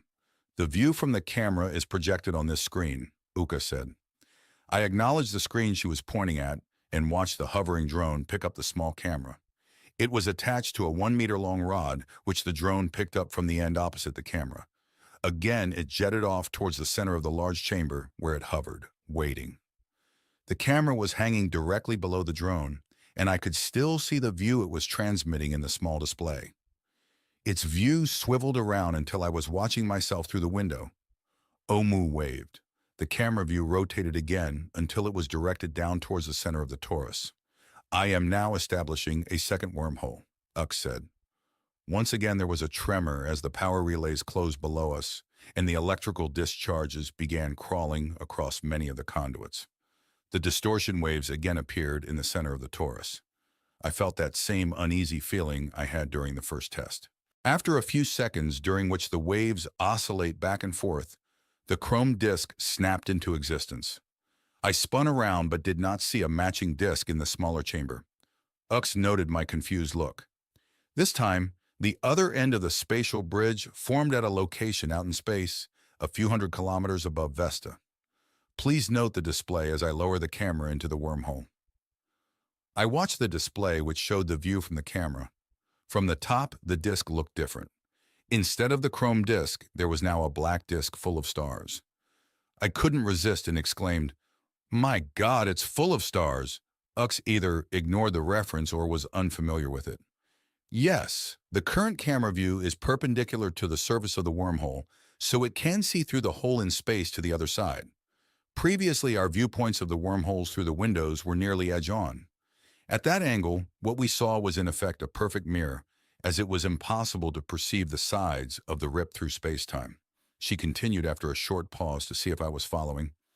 "Only if our viewpoint is within a few degrees of perpendicular, as the camera is showing now, can you see through the wormhole. I am not sure, but I suspect that there is a funneling or lensing effect caused by the local gravimetric distortions. Regardless, if your view is from roughly above, you can see through the hole in space." The drone was lowering the camera into the wormhole. Out the window, I saw the moment the camera dropped through the chrome disk and disappeared. In the display, I saw the view of the starfield expand as it did so. Now on the other side, the camera swiveled around, and the starfield shifted. An object appeared which was moving against the starfield. It looked like an approaching spaceship. Moments later, I recognized the ship. It was Prancer. Ux had sent the camera out to a location near the parking orbit of the torch ship. This time I was able to emit an audible, "Wow!" The camera had to rotate quickly to track the spaceship. In seconds, it had grown large, and now was beginning to recede from view. A new alarm sounded at the console, and I saw the space drone start to rise in the chamber, pulling the rod and camera out of the wormhole. The chrome disk winked out suddenly, and the camera view cut off. Again, I felt momentarily dizzy. "Darn it!" Ux said. The power dropped before I could fully extract the camera. We watched the hovering drone return to the platform next to the window. Ux had the manipulator arm remove the remains of the camera from its attachment rod and place it into the pass-through airlock. Soon I was holding half of the camera in my hand. It looked like a cutaway display model with a perfectly straight shear line splitting the camera near its middle. "Was the other half destroyed?" I asked. "No, That half is floating in space somewhere near the torch ship's orbit.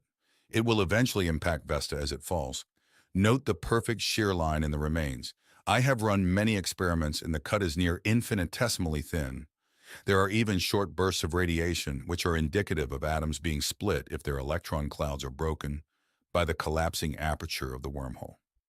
Ux shut down her control console and the blast panel slid up to again cover the window. Well, until the ESUs can be recharged, that's it for my demonstrations. How about we go grab some lunch and talk about my discovery? That sounded like a perfect plan to me. Maybe after I ate, I'd be able to process what I had just seen and ask intelligent questions. Later that night, I was back in Ux's apartment, enjoying a long hot shower. We'd spent the afternoon at Uxie's remote work site discussing her discovery. Eventually, I had been saturated with too much information, and we decided to head back to her apartment in the gravity train habitat. Then, needing some alone time to better understand everything I learned, I excused myself to take this shower. I let the water stream over my body while my mind rehashed everything I had seen and heard today. The first hour was spent with her trying to explain the science behind her wormholes. She called them wormholes mostly for my benefit. I'd already forgotten the more correct technical name. In fact, it would not surprise me if I understood less than a tenth of the science behind the amazing technology. Omu kept mostly silent as Ux and I talked. The android had already learned most of the details of the wormhole gadget during its linkage with truffles.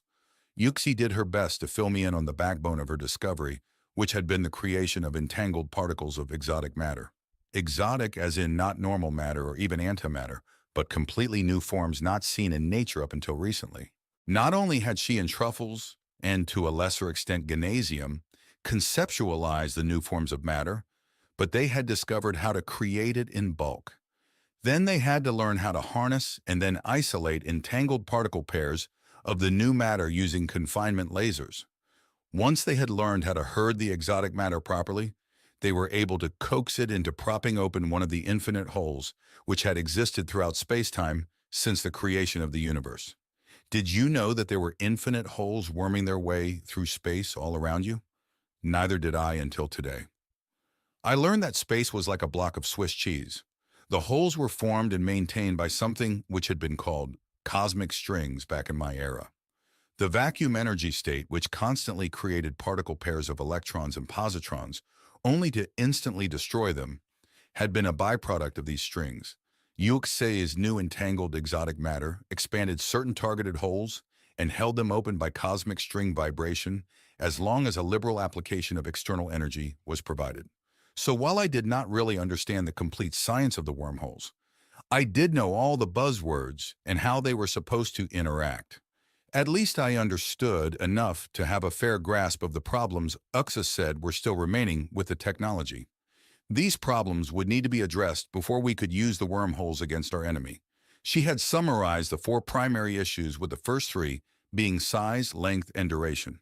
Yux had just shaken her head sadly at my sophomoric attempt at a male anatomy joke upon hearing that. I decided to keep my attempt at humor to myself for the rest of the discussion. She then described the 4th issue, which was the problem of spatial momentum. The first issue was with the size of the wormhole. Despite many attempts at adding power and changing the toroidal hardware, she could not make a reliable wormhole larger than about 30 centimeters in diameter. Trying to send an object larger than that would result in it being torn apart as it grazed the boundaries of the aperture. To further worsen the issue, Ux had observed that the 30-centimeter boundary occasionally fluctuated, growing or shrinking by up to a centimeter. She did not know why. The second length issue was actually one of distance. Her device was unable to target the remote aperture of the wormhole more than about 1,000 kilometers away. Again, she had tried many variations, but could not exceed the distance beyond the current limit. The good news was that she had a working theory that might help. The bad news was that her AI currently lacked the computational power to simulate the conditions needed to develop and test that theory. The third issue was one of duration. Holding her wormholes open required an enormous input of energy, which I had witnessed firsthand in the ESU chamber. Once that energy was gone, so was the wormhole. Poof! She needed to find ways to reduce the energy needed to stimulate the cosmic strings to a more manageable level, as we needed portals that would remain open for many minutes or even hours. If we could achieve those durations, we could then perform meaningful reconnaissance or even launch attacks via wormhole delivery. The last issue was the problem of spatial momentum. Currently, the wormhole's local and remote aperture points shared the same spatial momentum. I was confused about what this meant at first until she showed me examples. The example which made the most sense to me was where she located her toroidal wormhole creation device on a moving rocket. Then when it formed the wormhole's two apertures, the remote end, no matter where it was targeted, would form moving through space in the same direction and at the same speed as the rocket-mounted local aperture was. She extended the concept in the next example. This time, the wormhole device was on a spinning planet. This caused the wormhole device to move through space due to the planet's rotation. If the remote aperture was targeted on the other side of the planet, that aperture would form but would be moving backwards to the planet's spin. In other words, the remote point tracked the local point and matched its movements in space perfectly. Now, extend these examples to our current location on Vesta. The asteroid was spinning with a rotational period of just over 5 hours. It was also in orbit around Sol with an orbital speed of over 19 kilometers per second. Sol was in orbit around the galaxy and traveling at over 200 kilometers per second. I'll ignore the galaxy's motion around the universe for the moment. The first three examples of motion were enough. Assume we somehow managed to solve the distance problem and managed to target a wormhole at the assemblage arc's current location. That remote aperture would pop into existence moving at Vesta's current spatial momentum and not the arc's. And since the arc was coasting along at its 7.496% of light speed, even if we popped in right next to it, the arc would pass by in the blink of an eye and be out of range almost instantly. Thus, we needed a way to move the remote aperture of the wormhole as needed, and in real time separately from the local aperture end. Again, Ux had a few basic working theories on how to achieve this, but had no current way to test or develop them. She freely admitted that even trying to design the experiments to test some of her theories was beyond our sciences at this current time. So those were the big four issues that still needed solving: wormhole aperture size, remote aperture distance, duration of its existence, and the remote aperture spatial momentum movement problem. It was not all bad news, though. She had also relayed the areas where problems had already been solved or conditions verified. Among these was the fact that the trip through the wormhole did not affect the object passing through it in any detectable way. No heating, no induced radiation, no gravity effects. The object was not transformed to antimatter or turned inside out. This lack of effects extended to living beings. Xueting had sent a variety of test animals through the wormholes, and they had emerged none the worse for wear. Beyond animals, she had sent powered processor units containing active partial AI copies of truffles. None had been adversely affected. Even when the packages were equipped with all sorts of sensors, they did not perceive the actual passage from one spatial location to another. As I heard her describe the tests, I realized that if the wormhole orifice had been twice as large, she would have almost certainly have sent herself through by now. I shuddered at the thought. Finally, after answering what few questions I had been intelligent enough to ask, Ux had gotten to the heart of the matter. This was also the reason why I had been asked to come to Vesta. It turns out she needed my help to solve the four main issues which I had just mentioned. I was as surprised hearing that as you likely were reading it just now. But rest assured, she did not need my expertise in exotic physics. Instead, she wanted my influence, specifically my influence over Naomi. Before I could begin to be offended by that, I remembered that she had even hinted at her need during her first message to me over a month ago. She had said she needed my help to arrange Naomi's assistance. Today, I learned the full reason why. When Uxa had shared the details, they had scared the bejesus out of me. Ux was convinced that the only way to get her wormhole problem solved was to run dangerous and unapproved experiments in the Forbin complex. She had already sought permission and had been denied. When Naomi had ignored her request for contact, she had gone to the AI advisory group directly, revealing just enough data on her breakthrough and the remaining issues to petition the group for its support of her use of forbin. After much consideration, additional questions, and many back-and-forth discussions on how this could be done safely, the AI group had ultimately ruled against her. The risks were just too high, they had said, and urged her to continue to attempt to solve the issues through slow experimentation using her current resources. The thought of centuries of little to no progress did not inspire her one bit. Frustrated, she had even run virtual simulations on the outcome of taking her case directly to the human peer science group on Conscientia. The results of the simulations had been less than promising. In fact, she had learned that widespread panic was likely to be the result if humanity learned of what she intended to do at Forbin. This surprised Uso, but not me when she told me. Many humans were still suspicious of AIs in general due to what just one had done to the Earth during the reset. And if you add in the threat of a new godlike AI running amok, we could become downright irrational and paranoid. The simulations had convinced my old partner to not involve greater humanity in her plight, at least at this juncture. Now she was asking me for my help. On the one hand, I understood the fears of the AI Advisory Council. The threat of a forbin supersentience breach was considerable. On the other hand, the possibilities of solving the problems with the wormhole technology were likely worth risking much. Being able to bombard the enemy arc while it was still light years away, and by using technology which it would never expect as coming from the Earth, were worth a certain amount of risk. Also, I trusted Xueting, and she did have a formidable AI working with her. She had tried to explain to me how Truffles had devised the methods for running the experiment safely, and how to inject her questions into the array and later safely extract and analyze the results.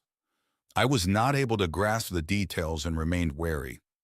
I then explained my own recent visit to the place and the fears it had triggered.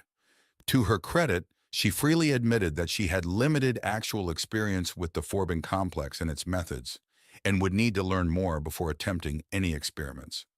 That admission went a long way towards her credibility and proved she was trying to remain rational about the matter. It also made me realize that I just so happened to know someone who had a great deal of experience with forbin. I deferred in agreeing to help Uxa by recommending that she first have a long heart-to-heart with Omu.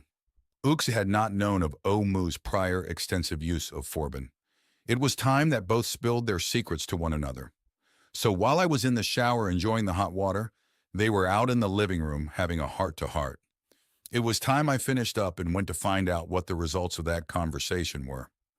Freshly scrubbed and dressed in a pair of soft shorts and a light shirt, I returned to Ux's living room.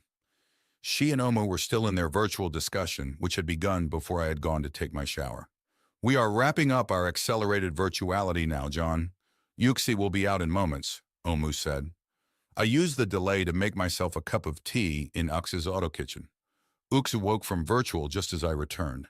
She smiled when she saw that I had brought her a cup as well. "We have shared our knowledge, John. Omu has relayed to me many details about forbin which I had been unaware of. I have shared with her my plan for how the experiments should be run and for what I hope to learn. After what I have learned, I am still determined to proceed. Will you help?" I sipped my tea while I thought. After a long moment, I turned to Omu. "Will Naomi help?" "I anticipate that it will not unless you mandate that it do so, John." That was sobering. "What about you, Omu? Do you think Uxi's forbin experiments will be safe?" The android hesitated. "I currently lack the processing resources to properly consider the issue, John. I am sorry." Shit, I continued to think. Finally, an idea came to me. Would it help if you shared some of Truffles' resources, even if it was temporary? Omu seemed to brighten at the thought. "Yes, that would help immensely, John." "Uxa, here is what I want. If you and Truffles would permit, I'd like Omu to link with you both. Then together you can study the issues and refine the experiments as needed to reduce the risks to an acceptable low level. If Omu can be made to fully understand the issues and if she agrees that the risks are worth it, then I will help you as far as compelling Naomi to provide its assistance. Deal?" Yux quickly agreed. They would begin in the morning with a three-way linkage via the quantum-protected optical link. This would spare them the need to physically travel back to the remote experiment area where Truffles resided. With a plan of action established, Ux and I went to bed. We made love slowly and tenderly, and the release helped me finally clear my mind enough to get a decent night's sleep. The next day, the three of them linked up and began their work. Noon approached with no sign of their work session ending. I ate and kept myself entertained while Ux's augment kept her shell fed and watered. It even walked her shell, dragging the data link the whole time, to the bathroom to handle its toilet needs occasionally. The virtual session continued into the night, and when Ux finally was ejected back into the real, she was so mentally exhausted that she went right to bed. I suspected that their session was happening at an accelerated time setting and hoped that no long-lasting harm was being done. The next day was a repeat of the last. I spent most of the day in the closer of the Gravity Train's two nature parks. It did not take very long before I became a hit with the children. The few human parents, along with the more common android nannies, had had no problems letting the kids skip their normal nature playtimes to instead hear me tell stories about my life on old Earth. The following day, I formalized the story session into something like a real history class. It felt good to be teaching again, and being around the kids gave me a joy I had not felt in a long time. I had no idea how long I would be able to continue the impromptu lessons, so I finished each day as if it were the last and never gave homework. The end to the classes would come just a few days later. Omu announced that night that they had successfully developed a plan for running the experiments at Forbin. There were still risks, but Omu was now convinced that they were worth taking. We would be needing specialized memory units and static processors, which Truffles and Ux were already busy fabricating. The fabrication would take 2 days, and as soon as the needed items were constructed, we could leave for Earth.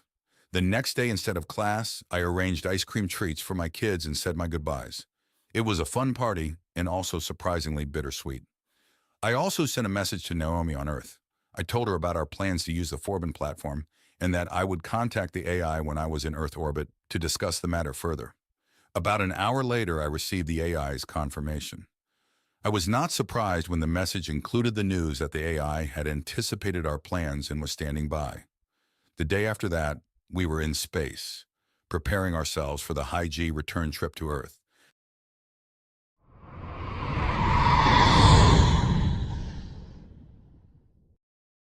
November 20th, 3112, 6 days later. Aboard Prancer, approaching low Earth orbit. Well, I asked. The virtual voice of Naomi remained silent. I was waiting for her reply in the virtual recreation of Nautilus where we had met previously. It was just me and the AI in this meeting as Uxe, Rami, and Omu remained awake in reality back on Prancer. The torch ship had dropped out of high-G deceleration 10 minutes ago and was now using its thrusters to maneuver to a parking orbit near Gateway Sigma. The trip inward from Vesta had nearly exhausted the torch, and it would need replacement of its 3 main consumables: reactor, fissionables, lithium-6, and saltwater. This meant unless we found another fully fueled torch, we were stuck in near-Earth orbit or on the surface for at least a month. That was not a concern as our plans on Earth would likely take a while to come to fruition. Still, the AI did not reply. My goal from this virtual meeting was to confirm our attempt to complete the Forbin experiment and to secure Naomi's help. I had asked the AI for its help, but not yet mandated it. The AI was considering the issue now. Naomi finally replied, "John, I have conferred with Omu, who has relayed the technical details of your request. While it is true that Uxe, Truffles, and Omu have removed many of the risks of utilizing the Forbin complex to solve the main problems with wormhole technology, there are still dangers. I would urge you to find an alternative method to resolve the problems." Will you aid our attempt if I mandate it? Yes. Whew, the AI had answered instantly, which was telling. Hesitation would have meant the AI was struggling or considering loopholes. What do you think the odds are of something going wrong if we use Forbin? I asked next. 12% plus or minus 3% of complications arising during the experiment or later during data extraction. 3% plus or minus 2% of those complications escaping the Forbin security perimeter and causing extensive harm to humanity, the AI answered soberly. Ouch, a 1 in 20 chance for causing a disaster of our own making. Were the risks worth taking? What are the odds of the assemblage discovering our control of Sol system either before or during the Orcs' passage in time to attack us offensively? 28% plus or minus 14%. What about if we are able to harness the wormhole technology and use it to preemptively attack or defend ourselves? I asked. Assuming solutions can be found to the four primary obstacles already identified by Yuxe, in assuming a preemptive attack is possible, the chances of the assemblage surviving such an attack to later cause harm to Sol system are only 5%, plus or minus 3%, Naomi answered. This time the answer had come with a bit of a delay. The calculations had clearly been more involved. Still, it was clear that if we could utilize the wormhole technology, we would significantly lower the risks humanity would face from the assemblage passage. It appeared that the rewards might be worth the risks of using forbin. Naomi, what are the odds that the wormhole problems can be solved by using the forbin array? Naomi did not reply. Also, the simulated environment of the interior of Nautilus had frozen. After a few more moments, the simulation faded completely away, and my virtual representative was left standing in a simple white room. What was happening? Before I began to panic, I saw that there was still an exit icon showing on one wall. I assumed this meant that I could leave and return to reality at any time. So I decided to wait for a bit longer. Finally, after what seemed like many minutes, the sparse white room faded, and I was back in the recreation of the Nautilus. I apologize for the interrupted virtuality, John. The calculations required to precisely answer your last question consumed all of my available processing capacity. Despite utilizing my maximum capabilities, I was unable to determine the chances of success regarding the utilization of the forbin complex, Naomi explained. I'd never seen the AI brought to its knees like that before. I needed to understand if the cause was some moral conflict going on in the AI with regards to my safety. Can you explain why, Naomi? I carefully probed. Yes, I lack the capability to fully understand the theoretical solutions to the issues remaining with respect to the wormhole issue as well as with certain fundamental issues of wormhole technology itself. A complete understanding of both is required to accurately estimate the chances of the forbin array solving the four major problems. Naomi must have sensed I was not following its explanation as it attempted to simplify its response. I am not smart enough to calculate its chances of success, John. I am sorry. In hindsight, it was obvious. The question I had asked Naomi was like asking a mortal to think like a god. No, it's my fault for asking a question you are incapable of answering, Naomi. I should have realized that no AI could think like a forbin super AI without becoming a forbin super AI itself. It looked like this was as much information as I was going to get as far as deciding if we should move forward with Yuxe's plan. As things stood now, I was leaning towards making the attempt.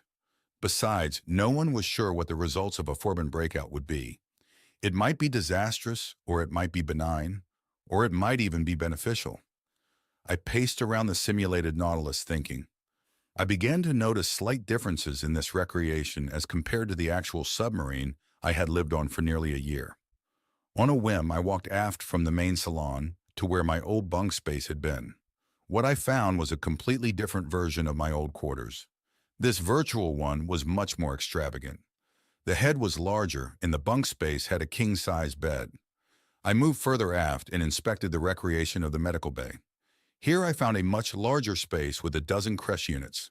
Interesting. Why was Naomi simulating something that had never existed or was not needed here in virtuality? Something occurred to me. Naomi, where are you currently housing your physical processing units these days? They have been transferred from the High Castle space station back to the Earth's surface, John. The AI did not volunteer more details beyond that. I could have pressed it, but I decided that it did not really matter.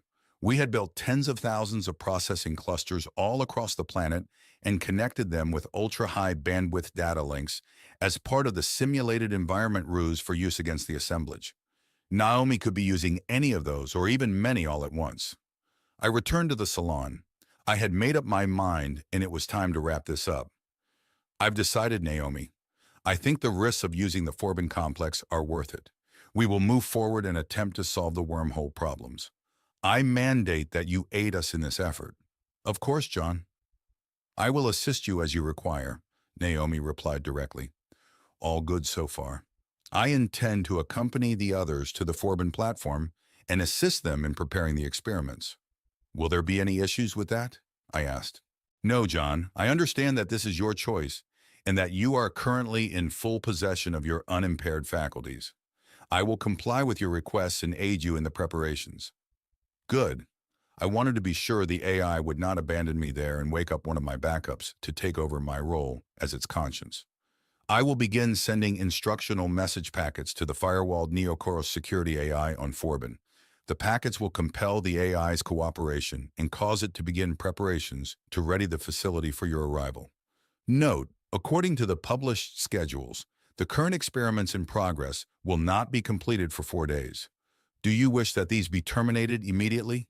I didn't need to consult with the others to know that doing so would only raise awareness of our activities and likely cause trouble. No, let them finish as planned. Will inserting our experiment into their schedule cause issues? There will be some rescheduling required, John. However, this happens occasionally at Forbin, as equipment unexpectedly fails and should cause no undue alarm.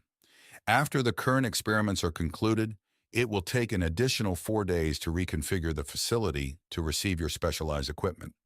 Good. 8 days until we would need to physically go there. I would have to talk to Xueting and Rami about their plans. It was November, so South Dakota would be chilly.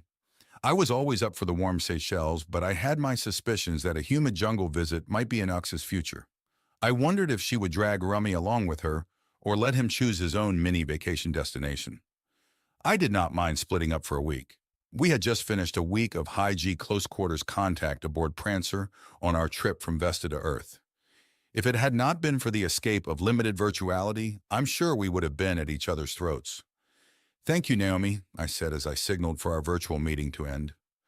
The next 8 days passed with a mix of leisure, worry, and even a bit of parental drama. After my virtual meeting with Naomi, I had returned to find the others waiting to board the small shuttle pod. Prancer had reached its parking orbit, and it was time to transfer over to Gateway Sigma. It was a full pod with the 4 of us in the cargo we had brought to conduct our experiment at Forbin. We split up after we arrived at the station. Omu and I caught a lander heading to India. From there, we rented an electrojet to take us southwest. A few hours later, we were sitting on the beach at heels in the sand. The island was currently empty of other humans as my previous guests had moved on. But I did not really mind the solitude. I had Omu for company and even had a few nice swims and chats with Ticklefin, the Ultra Dolph. He and his pod were still hanging around the area. Uksha and Rami headed to South America. She would be checking in on her ancestral home in the Amazon Reserve. The primitive human tribes who had sole dominion over those lands were thriving, and Uksha still had residence rights allowing her to come and go freely. Omu explained that there was still a modern medical facility where Uksha was headed, which had fully modernized guest quarters. Rami would at least get to enjoy air conditioning while they were there. A few days into our separate vacations, Uksha and I met up in virtual. We went as a mother and father to visit our daughter Kayla Uksha Abrams. She was living full-time in the deep virtual world of the assemblage SRP, or Simulated Reality Project. This was the fake alternate Earth that had been created only to fool any assemblage agents who arrived digitally to scout the Earth ahead of the Arc's arrival. It had been a massive project which had reached initial operational status well over a century ago. In the SRP, the Earth was still under the control of the Master AI, the assemblage's control agent here on Earth. Humanity existed in the simulation only as fully managed populations in template colonies scattered across the biomes of the planet.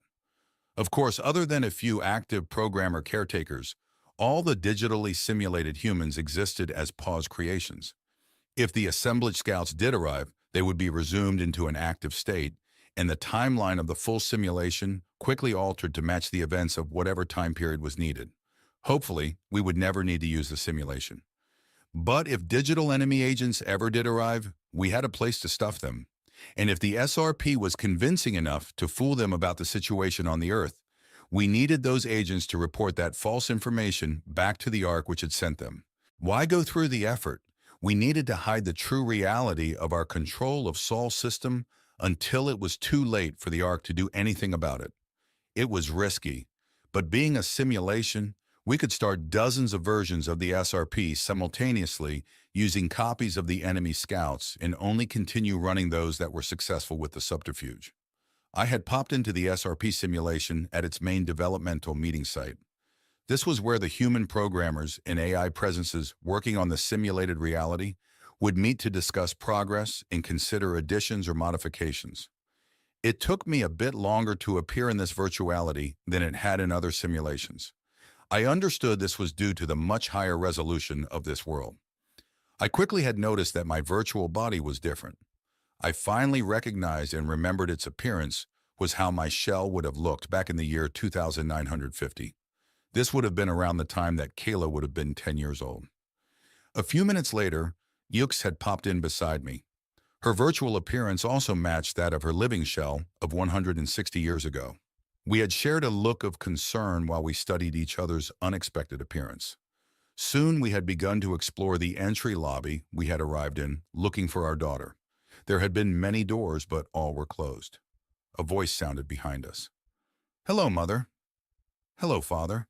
I apologize for altering your virtual appearances without your consent. I wanted to see you as I remembered you as a child." We turned to find our daughter standing just outside the entry lobby on some sort of terrace. She stood there facing us with her hands clasped solemnly in front of her. Her virtual appearance was strange. It was slowly morphing its features. At times it looked like our daughter as a teenager, at other times as an older woman. We eventually joined her on the terrace. Kayla hugged us, which helped to diffuse the somber mood. She then led us to a series of benches lining the terrace, and the three of us had gotten reacquainted with one another. It proved to be a mixture of good and bad. At times, Kayla had resembled the bright, inquisitive, and contemplative little girl we had raised a century and a half ago. Other times, she had seemed withdrawn, reserved, and hollow. If I had to guess, I'd say that a long time ago she had gotten depressed, and this had shaped the virtually somewhat and affected her digital personality. Ugly feedback loops like that had been known to happen. After we had talked for half an hour, I had secretly paused the main virtual session and opened a side-channel virtuality session with Yux to discuss the matter. She quickly agreed with my suspicions, and we had contacted Diagnostic, the AI overseeing the SRP. I'm not sure what Diagnostic had made of two worried parents grilling it about one of its key human partners. But we did manage to get the AI to agree to a higher level of oversight with regards to the mental state of our daughter. With our goal accomplished, we signaled for the side-channel chat to end. Kayla had frowned as the main simulation resumed. I think she had caught on that we had been having a private chat. But soon our discussions switched from the personal and back to her work in the SRP. She still had pride in this simulated world, as her direct input and hard work was behind many of its innovative features. One of the key features of the SRP was its adaptability to new discoveries about the assemblage's goals and plans. She had been largely responsible for implementing those flexible control aspects of the simulation. The tame version of the master AI they had installed in this world was a good example. It was a dual personality AI and acted as if this world were real and still under the overall control of the assemblage. Its deeper, hidden personality was as a puppet master who oversaw everything and coordinated this place with the real world where humanity was in control. Kayla had demonstrated features of the simulated world. As I saw the pride in my little girl, a part of me actually hoped the assemblage would send its digital scouts. Then this place would have a true purpose, and she would have a chance to better prove her worth to humanity. I suspected that would go a long way to healing much of what was ailing my daughter. We had all sensed the point where our visit was nearing its natural endpoint. We had managed one good thing while we were there, and that was the promise from Kayla to visit us in the real world in a real physical shell at some point in the near future. It would be a while as we had our critical experiment coming up. Also, I wanted the virtual Kayla to get used to the idea, as I suspected it would be quite a shock to her. We had shared a three-way hug before Ux winked out to return to South America. I had exited last and had headed back on my island to resume my beachcombing. A few days later, Naomi contacted Omu and me to tell us that the work to prepare forbin for our experiment was proceeding as planned. The AI had worked with the Neokoros security AI to arrange unscheduled leaves for a large portion of the human work staff on the platform. It had also begun shipping in the hundreds of specialized quadruped mobile units we had ordered constructed. We would need the automated workforce to do the last-minute reconfigurations to the physical relays connecting the various parts of the processor lattice. Naomi also informed us that the additional high-capacity ESUs we would be using for the experiment had been delivered to the underground receiving area from the manufactories on the Florida mainland. All would be ready for our arrival in the morning. I had Naomi contact Orcs and Rami and add them to our virtual session. After they were brought up to speed on the progress of the preparations, we decided on how to go about getting to the platform. Since I still had the Electrojet rental, it was determined that Omu and I would fly to the Zamora, Ecuador spaceport this evening. I would sleep on the 5-hour flight and arrive somewhat fresh. That was the spaceport where we had shipped our experiment cargo down from Gateway Sigma a week ago. Uoxie and Rami would meet us there a few hours before dawn. Then we would retrieve our cargo from holding and load it onto the Electrojet. From Zamora, the Forbin platform was just a 90-minute flight almost directly north. We would arrive an hour after dawn. Naomi also reported that an orbital launch vehicle was scheduled to take off from Ecuador later tomorrow night, heading to Gateway Sigma. If all went as planned at Forbin, our experiment would be successfully concluded, and we could make it back to the Zamora launch facility in plenty of time to catch that launcher.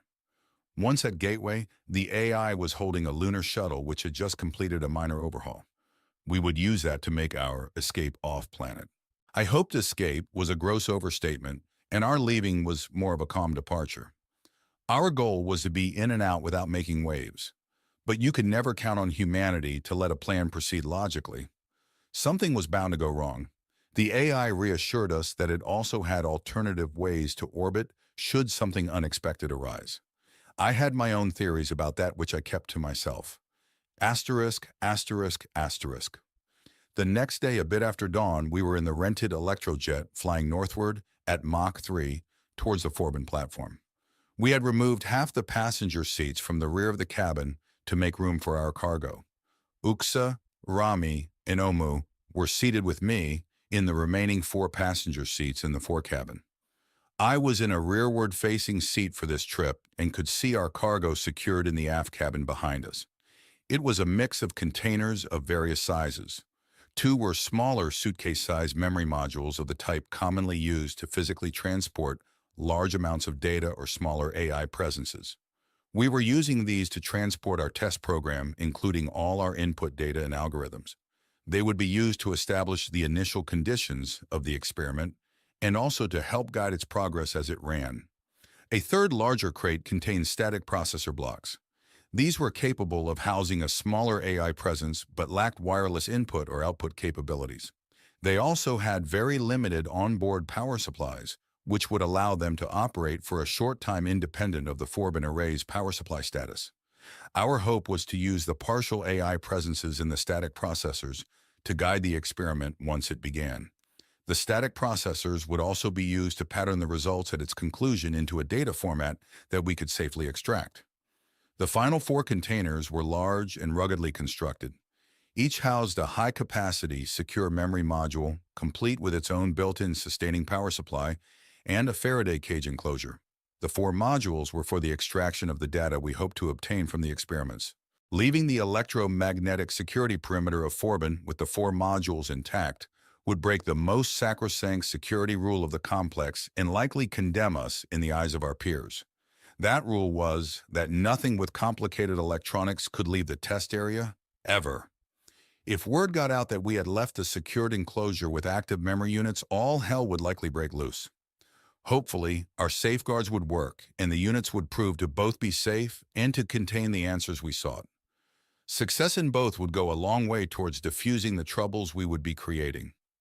I was filled with worry, and I suspected Uggs and Rami were also a bit troubled, as there was little conversation on the flight. Even Omu was silent. To distract myself, I went back to staring out the porthole of the Electrojet, watching the deep blue waters of the Gulf of Mexico passing below us. I spotted the wake of a large ocean-going freighter. It must have been huge to be visible from our current altitude. I checked the map and noticed that our current location was about halfway between Florida and the Yucatan Peninsula. If I remembered right, the Gulf was much deeper here than it was where the Forbin platform was located. "Oh Mo, how deep is the Gulf here?" I asked. 3,400 meters, John. The seafloor begins to grow much shallower 80 kilometers to the north of our present location. Just as I remembered, the Gulf had very deep areas as well as a large shallow seabed west of Florida. I thanked Omu and continued to watch the ocean passing below. In a minute, the jet began to slow and descend. I had to wait my turn as Ux got up and beat me to the lavatory. Rami looked like he needed to use the facilities too. We landed without incident. The platform was much quieter today than it had been during my previous visit. Administrator Sabal did not meet us as it had been sent to the mainland. The few early morning occupants of the topside recreation greenhouse mostly ignored our landing. What did meet us were 6 mobile units who retrieved our cargo containers from the electrojet. I acted like I had been here many times before and swiftly led the others inside into the lift heading below. The elevator ride to the underground cargo transfer depot proceeded normally enough. Ix and Rami looked a little apprehensive when the crystalline elevator dipped below the waves. Omu and I were old hats at this and were nonchalant about the descent. Well, I acted nonchalant. Inside, I was probably just as nervous as the other 2 humans were. We arrived at the cargo depot level just below the seafloor and had our first interactions with other humans. 2 cargo handlers were waiting to speak with us about the vac tube load of mobile units which had arrived an hour ago from the manufactories on the Florida coast. Omu had to authorize their continued passage below by using her digital override. Luckily, that was all it took to reassure the pair of humans, and soon the automated cargo handlers began to load our gear onto the 2 waiting freight elevators. The smaller passenger elevator was currently at the bottom of the complex and just beginning its return. To spare a 20-minute wait, we rode down in one of the freight elevators with the mobile units.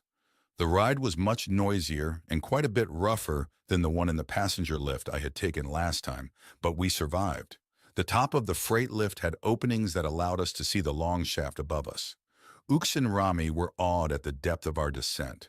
Finally, 10 minutes later, we were at the bottom and at the first secured entry portal, leading to the actual Forbin experimental data center. Omu got us through without issue. Now we would begin to do things that would not be looked at kindly by the AI advisory group, nor our human peers when they found out. We would need to proceed cautiously using diplomacy, authority, and in the case of particularly stubborn humans, deception.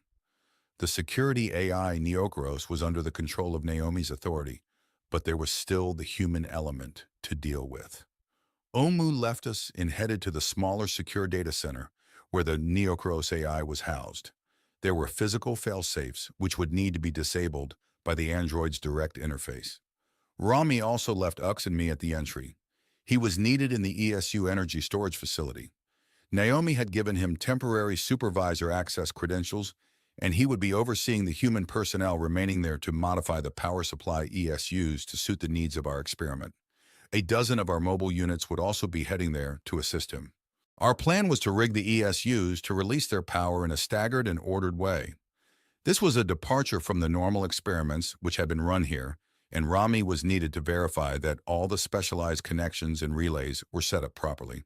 He was also there to allay any concerns the human workers had about the non-traditional and potentially security-breaching power distribution format. Hopefully, they would buy his story, and he would not need to resort to using the mobile units to subdue them. We would be using fewer overall ESUs than some long-duration tests had used in the past, but we were wiring them up to the lattice array in an unconventional manner. This would result in only various parts of the large processor array receiving power at certain times, only if certain conditions had been met, the latter being the potential security breach if handled incorrectly. Ux and I went to the main work area, where equipment was prepared for installation into the secured experiment chamber, and old equipment was processed for disposal. This area looked like a large and busy warehouse with acres of replacement equipment stored on rows of high racking. We quickly found our cargo and mobile units, which had just arrived from the lifts. Yuxa got busy opening our cargo packages while I triggered the self-deploy mode on the pallets of mobile units. Once they were standing in ranks, we both moved among them, connecting each with shielded optical cables. For EM safety, the mobile units had been custom designed to not have wireless data links. Soon they were all daisy-chained together. Ux then uploaded our custom programming into each of the units. This took only seconds as the programming was basic and non-sentient. Groups of units quickly disconnected and grabbed various pieces of our equipment before heading to the EM security portals leading into the main processor dome. There was a bit of a traffic jam as the mob waited for the locks to cycle. The mobile unit's job was to reconfigure the physical relays which existed between various sections of the huge processor lattice. The relays would act in conjunction with our staggered supply of electrical power to only allow certain portions of the array to be energized at a time under our direct control. Omu rejoined us as we worked. The android had one special task to perform here, with a dozen static processors waiting to be taken into the test chamber. She needed to physically link with them and copy part of her presence. Truffles had volunteered to provide the guiding intelligences before we left Vesta, but Omu had overruled that AI and insisted on providing them herself. Her partial presences in the static processors would be in the experiment chamber during the test. They would face the full brunt of the evolving hyperintelligence and hopefully guide it towards solving our wormhole problems. It was expected that the small presences would not retain integrity during this, so in many ways it was a suicide mission. When the android had finished, she just disconnected without saying anything. The static processors had one small output channel, which was a quantum-protected optical cable. This cable led outside the secured testing dome to our unit we would be installing in the main control room. This data link was the potential weak point in our plan to maintain the chamber's integrity, and Omu and Truffles had gone to an enormous effort to design the link to be safe and secure. When I expressed my doubts, they further explained that the link had optical isolators where it passed through the EM security boundary. The isolators used very slow, as compared to machine time, acting analog filaments to repeat signals leaving the secured chamber. The filaments had to physically heat up and cool down to retransmit any bits of data they received outward as analog cycles. The detectors on the outside were set to ignore all but the most extreme points of the analog signal. Thus, the isolators became simple on or off triggers, very slow-acting triggers. With such a slow bandwidth, any meaningful data breach would take millennia from the perspective of a hyperintelligence. We only needed a few bits of data to make it through the security perimeter in order to trip the power relays back in the ESU room. And just to prove that we were not completely batshit reckless, with our casual use of electronic equipment in the EM security areas, all of the mobile units and relay nodes we had taken into the secured chamber were equipped with small, mechanically timed thermite charges. A short time after the conclusion of the test, their processors and memories would melt down, rendering their carcasses safe for later disposal in the facility's smelters. We'd be long gone by then, and that mess would be someone else's responsibility. Our public relations firm would need to work overtime after this. Back to the present, with the mobile units now entering the main dome, we needed to hurry. Their entry would register on the displays in the control center. This would no doubt greatly disturb the senior controller currently on duty there. As soon as we were done here, the control center was our next destination. I motioned to Omu to help me with the heavy data modules which were needed up in the control room. We followed Yuks to the local cargo lift, as the secured control room was one level above us. The control room was staffed by a senior controller at all times. This even included now, despite our ruse of heavy maintenance causing most of the human staff to be away on leave. Sure enough, we ran into issues with this controller. First, she had noticed our almost 200 mobile units enter the secured experiment dome against protocol. Then she had observed the unprecedented modifications being done in the ESU power supply chamber. Finally, she tried to report both events and found the communication system was down due to Omu's earlier work in the security data center. This was the straw that broke the camel's back, and now she was in a full panic. Our passing through the security portals unchallenged only increased her upset to the point where she would not even look at our digital authorization or listen to our cover story for being in her domain. I was sure glad that there were no weapons in the control room as I tried to calm her down. As I slowly approached her with my palms out, I read her name tag and saw that her last name was Zabel. I remembered that this was the same Z who had manned the controls when Yashur Sabal had run its demonstration for Beatrice and me a few months ago. I tried to use that information to distract her. Z, please calm down. I don't know why you missed the messages about the deep shutdown and diagnostics work. We are here to pull the circuit breakers while the array is closed down completely for extensive repairs. She looked confused when I used her nickname. I knew that she couldn't recognize me in my new shell, but was not sure if she knew Omu.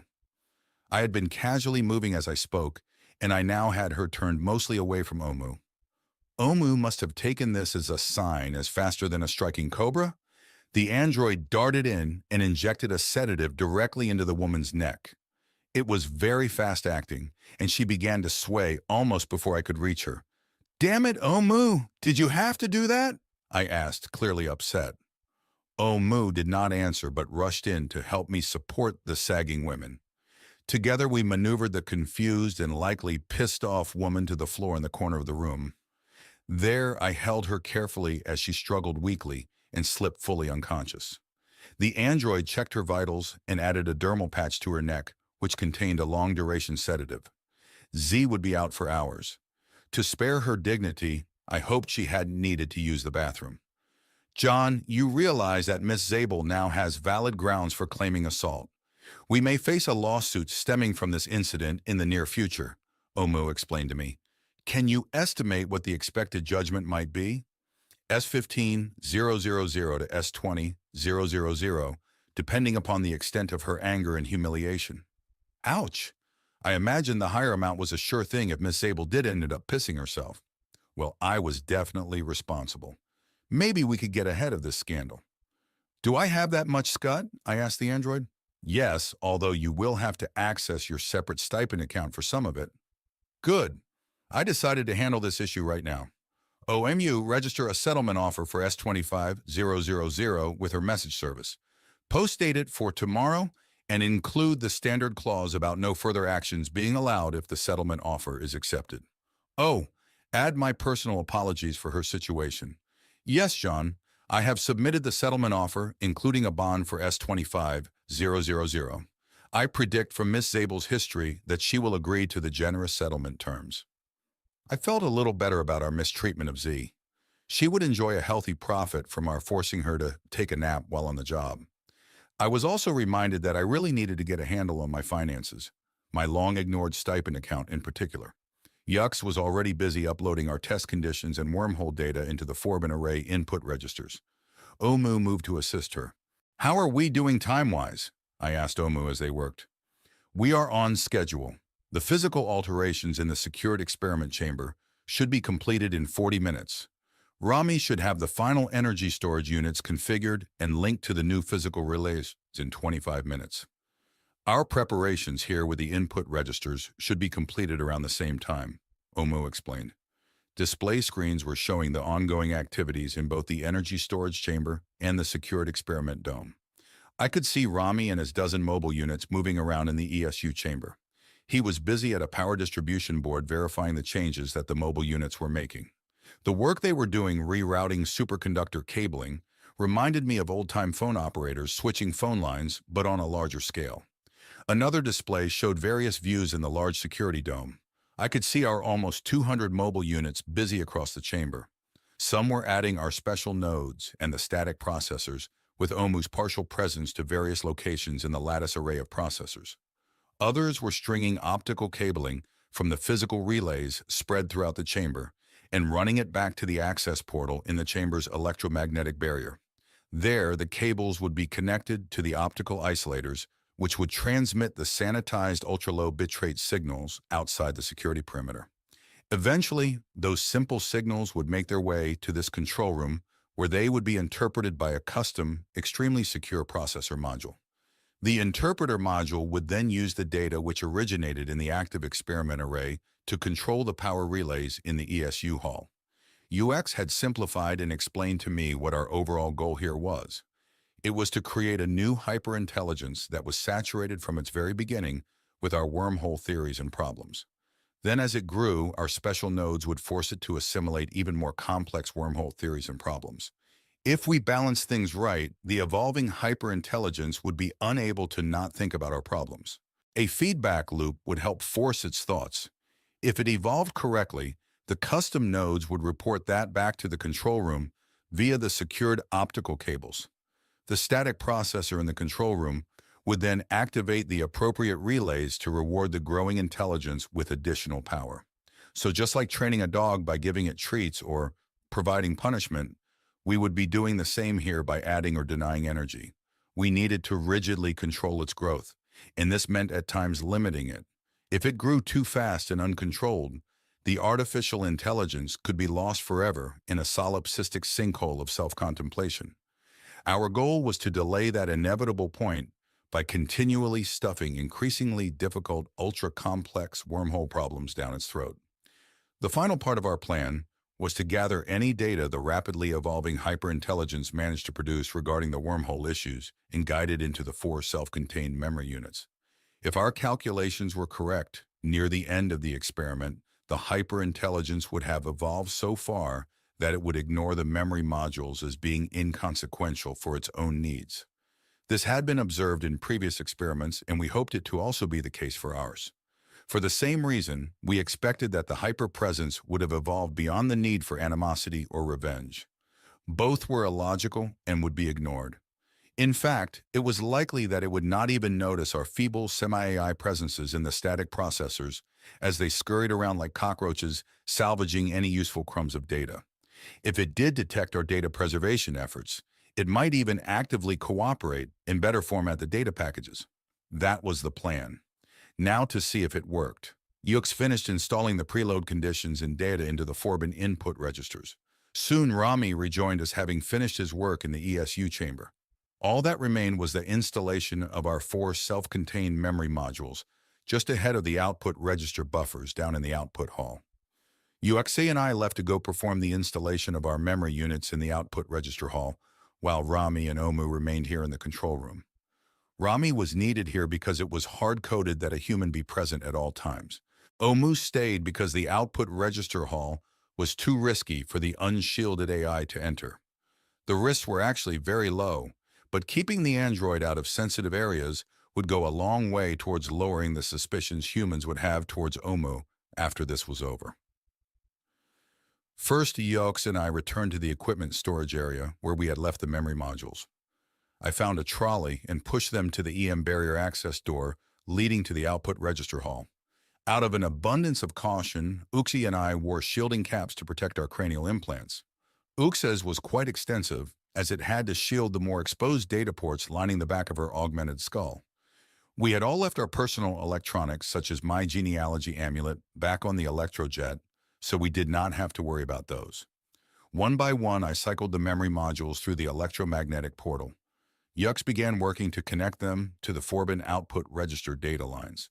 She was using an automated coupling tool, which would have to be destroyed after we were done. 15 minutes later, I watched her finish up on the final memory module. She set aside her coupling tool after first activating its destruct timer. Then, after one last look around the foreboding output register chamber, we departed through the EM security lock. She was looking very anxious as we made our way back to the control room, so I gave her a hug. I was ready to finish this experiment and get the hell out of here just as much as she was. After we reached the control room, Neokros announced that the last of the non-essential human workers had been safely sent out of the way and up to the surface on an evacuation drill. This reduced the chances of anyone sabotaging or accidentally interfering with our tests once it began. There were still a few humans down below who we would have to keep an eye on, but for the moment, Neokros had them busy doing meaningless distraction tasks. Xueting took over at the control station and began the turn your key procedures for accepting the current input register settings. Neokros acted as the second safety, with Omu providing the third by using a portable admin console. Once that was accomplished, we sent the commands which opened the final safety disconnects to the ESUs, which would be used in the experiment. Neokros also implemented full safeties in the test chamber. All unneeded power was disconnected, and all cameras were retracted and sealed behind the EM barrier. All access portals were closed, and the passive sensors showed no humans or active electronics were in any outer areas near the barrier. The ready board showed full green. We were ready. Now, Neokros transferred final control authority for the release of ESU power into the array to our console here. Xueting now had full control over when to begin the experiment. She paused from doing just that to look at Rami, Omu, and me. "Well, wish us luck," she said. "Luck," Rami and I responded. Omu remained silent but put its arms around the both of us briefly. Xueting then began the second turn your key procedure needed to close the first power relay. In 3, 2, 1, turn. Epilogue. Year 3114, 2 years later. Sol System, the defensive AI known by contemporary humans as Minervus, noted the unexpected report just received from its very long baseline sensor array located in a distant polar orbit around the Sun. An energy detection had been observed at the expected location of the approaching assemblage Arc vessel. The AI quickly analyzed the initial data and determined that the signals being received had indeed been sent from the assemblage Arc ship and were directed to its master AI here on Earth. The initial bits also indicated that a significant high-bandwidth data transmission was to follow shortly. Minervus quickly sent out an urgent action message to the full AI Advisory Council, preparing it for possible emergency actions. A series of follow-on messages were prepared just in case. These would be directed at all humans in Sol System. The subjects of the follow-on messages range from the rather benign, "Be aware," notices to the most extreme, "Begin full evacuation measures immediately." More data would be needed before sending any of the follow-on messages. It continued decoding the initial data. An index of the total data to be transmitted was discovered. Minervus noted that the total volume of data to be received was easily large enough to include multiple fully evolved digital presences. This likely indicated that the mine data for the long-anticipated enemy scouts would be arriving with this transmission. It sent a separate direct transmission to Diagnostic AI, instructing it to prepare the simulated reality project to receive its first enemy agents.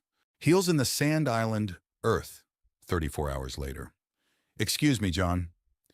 You have just received a high-priority textual message from your daughter, Kayla Abrams." "What?"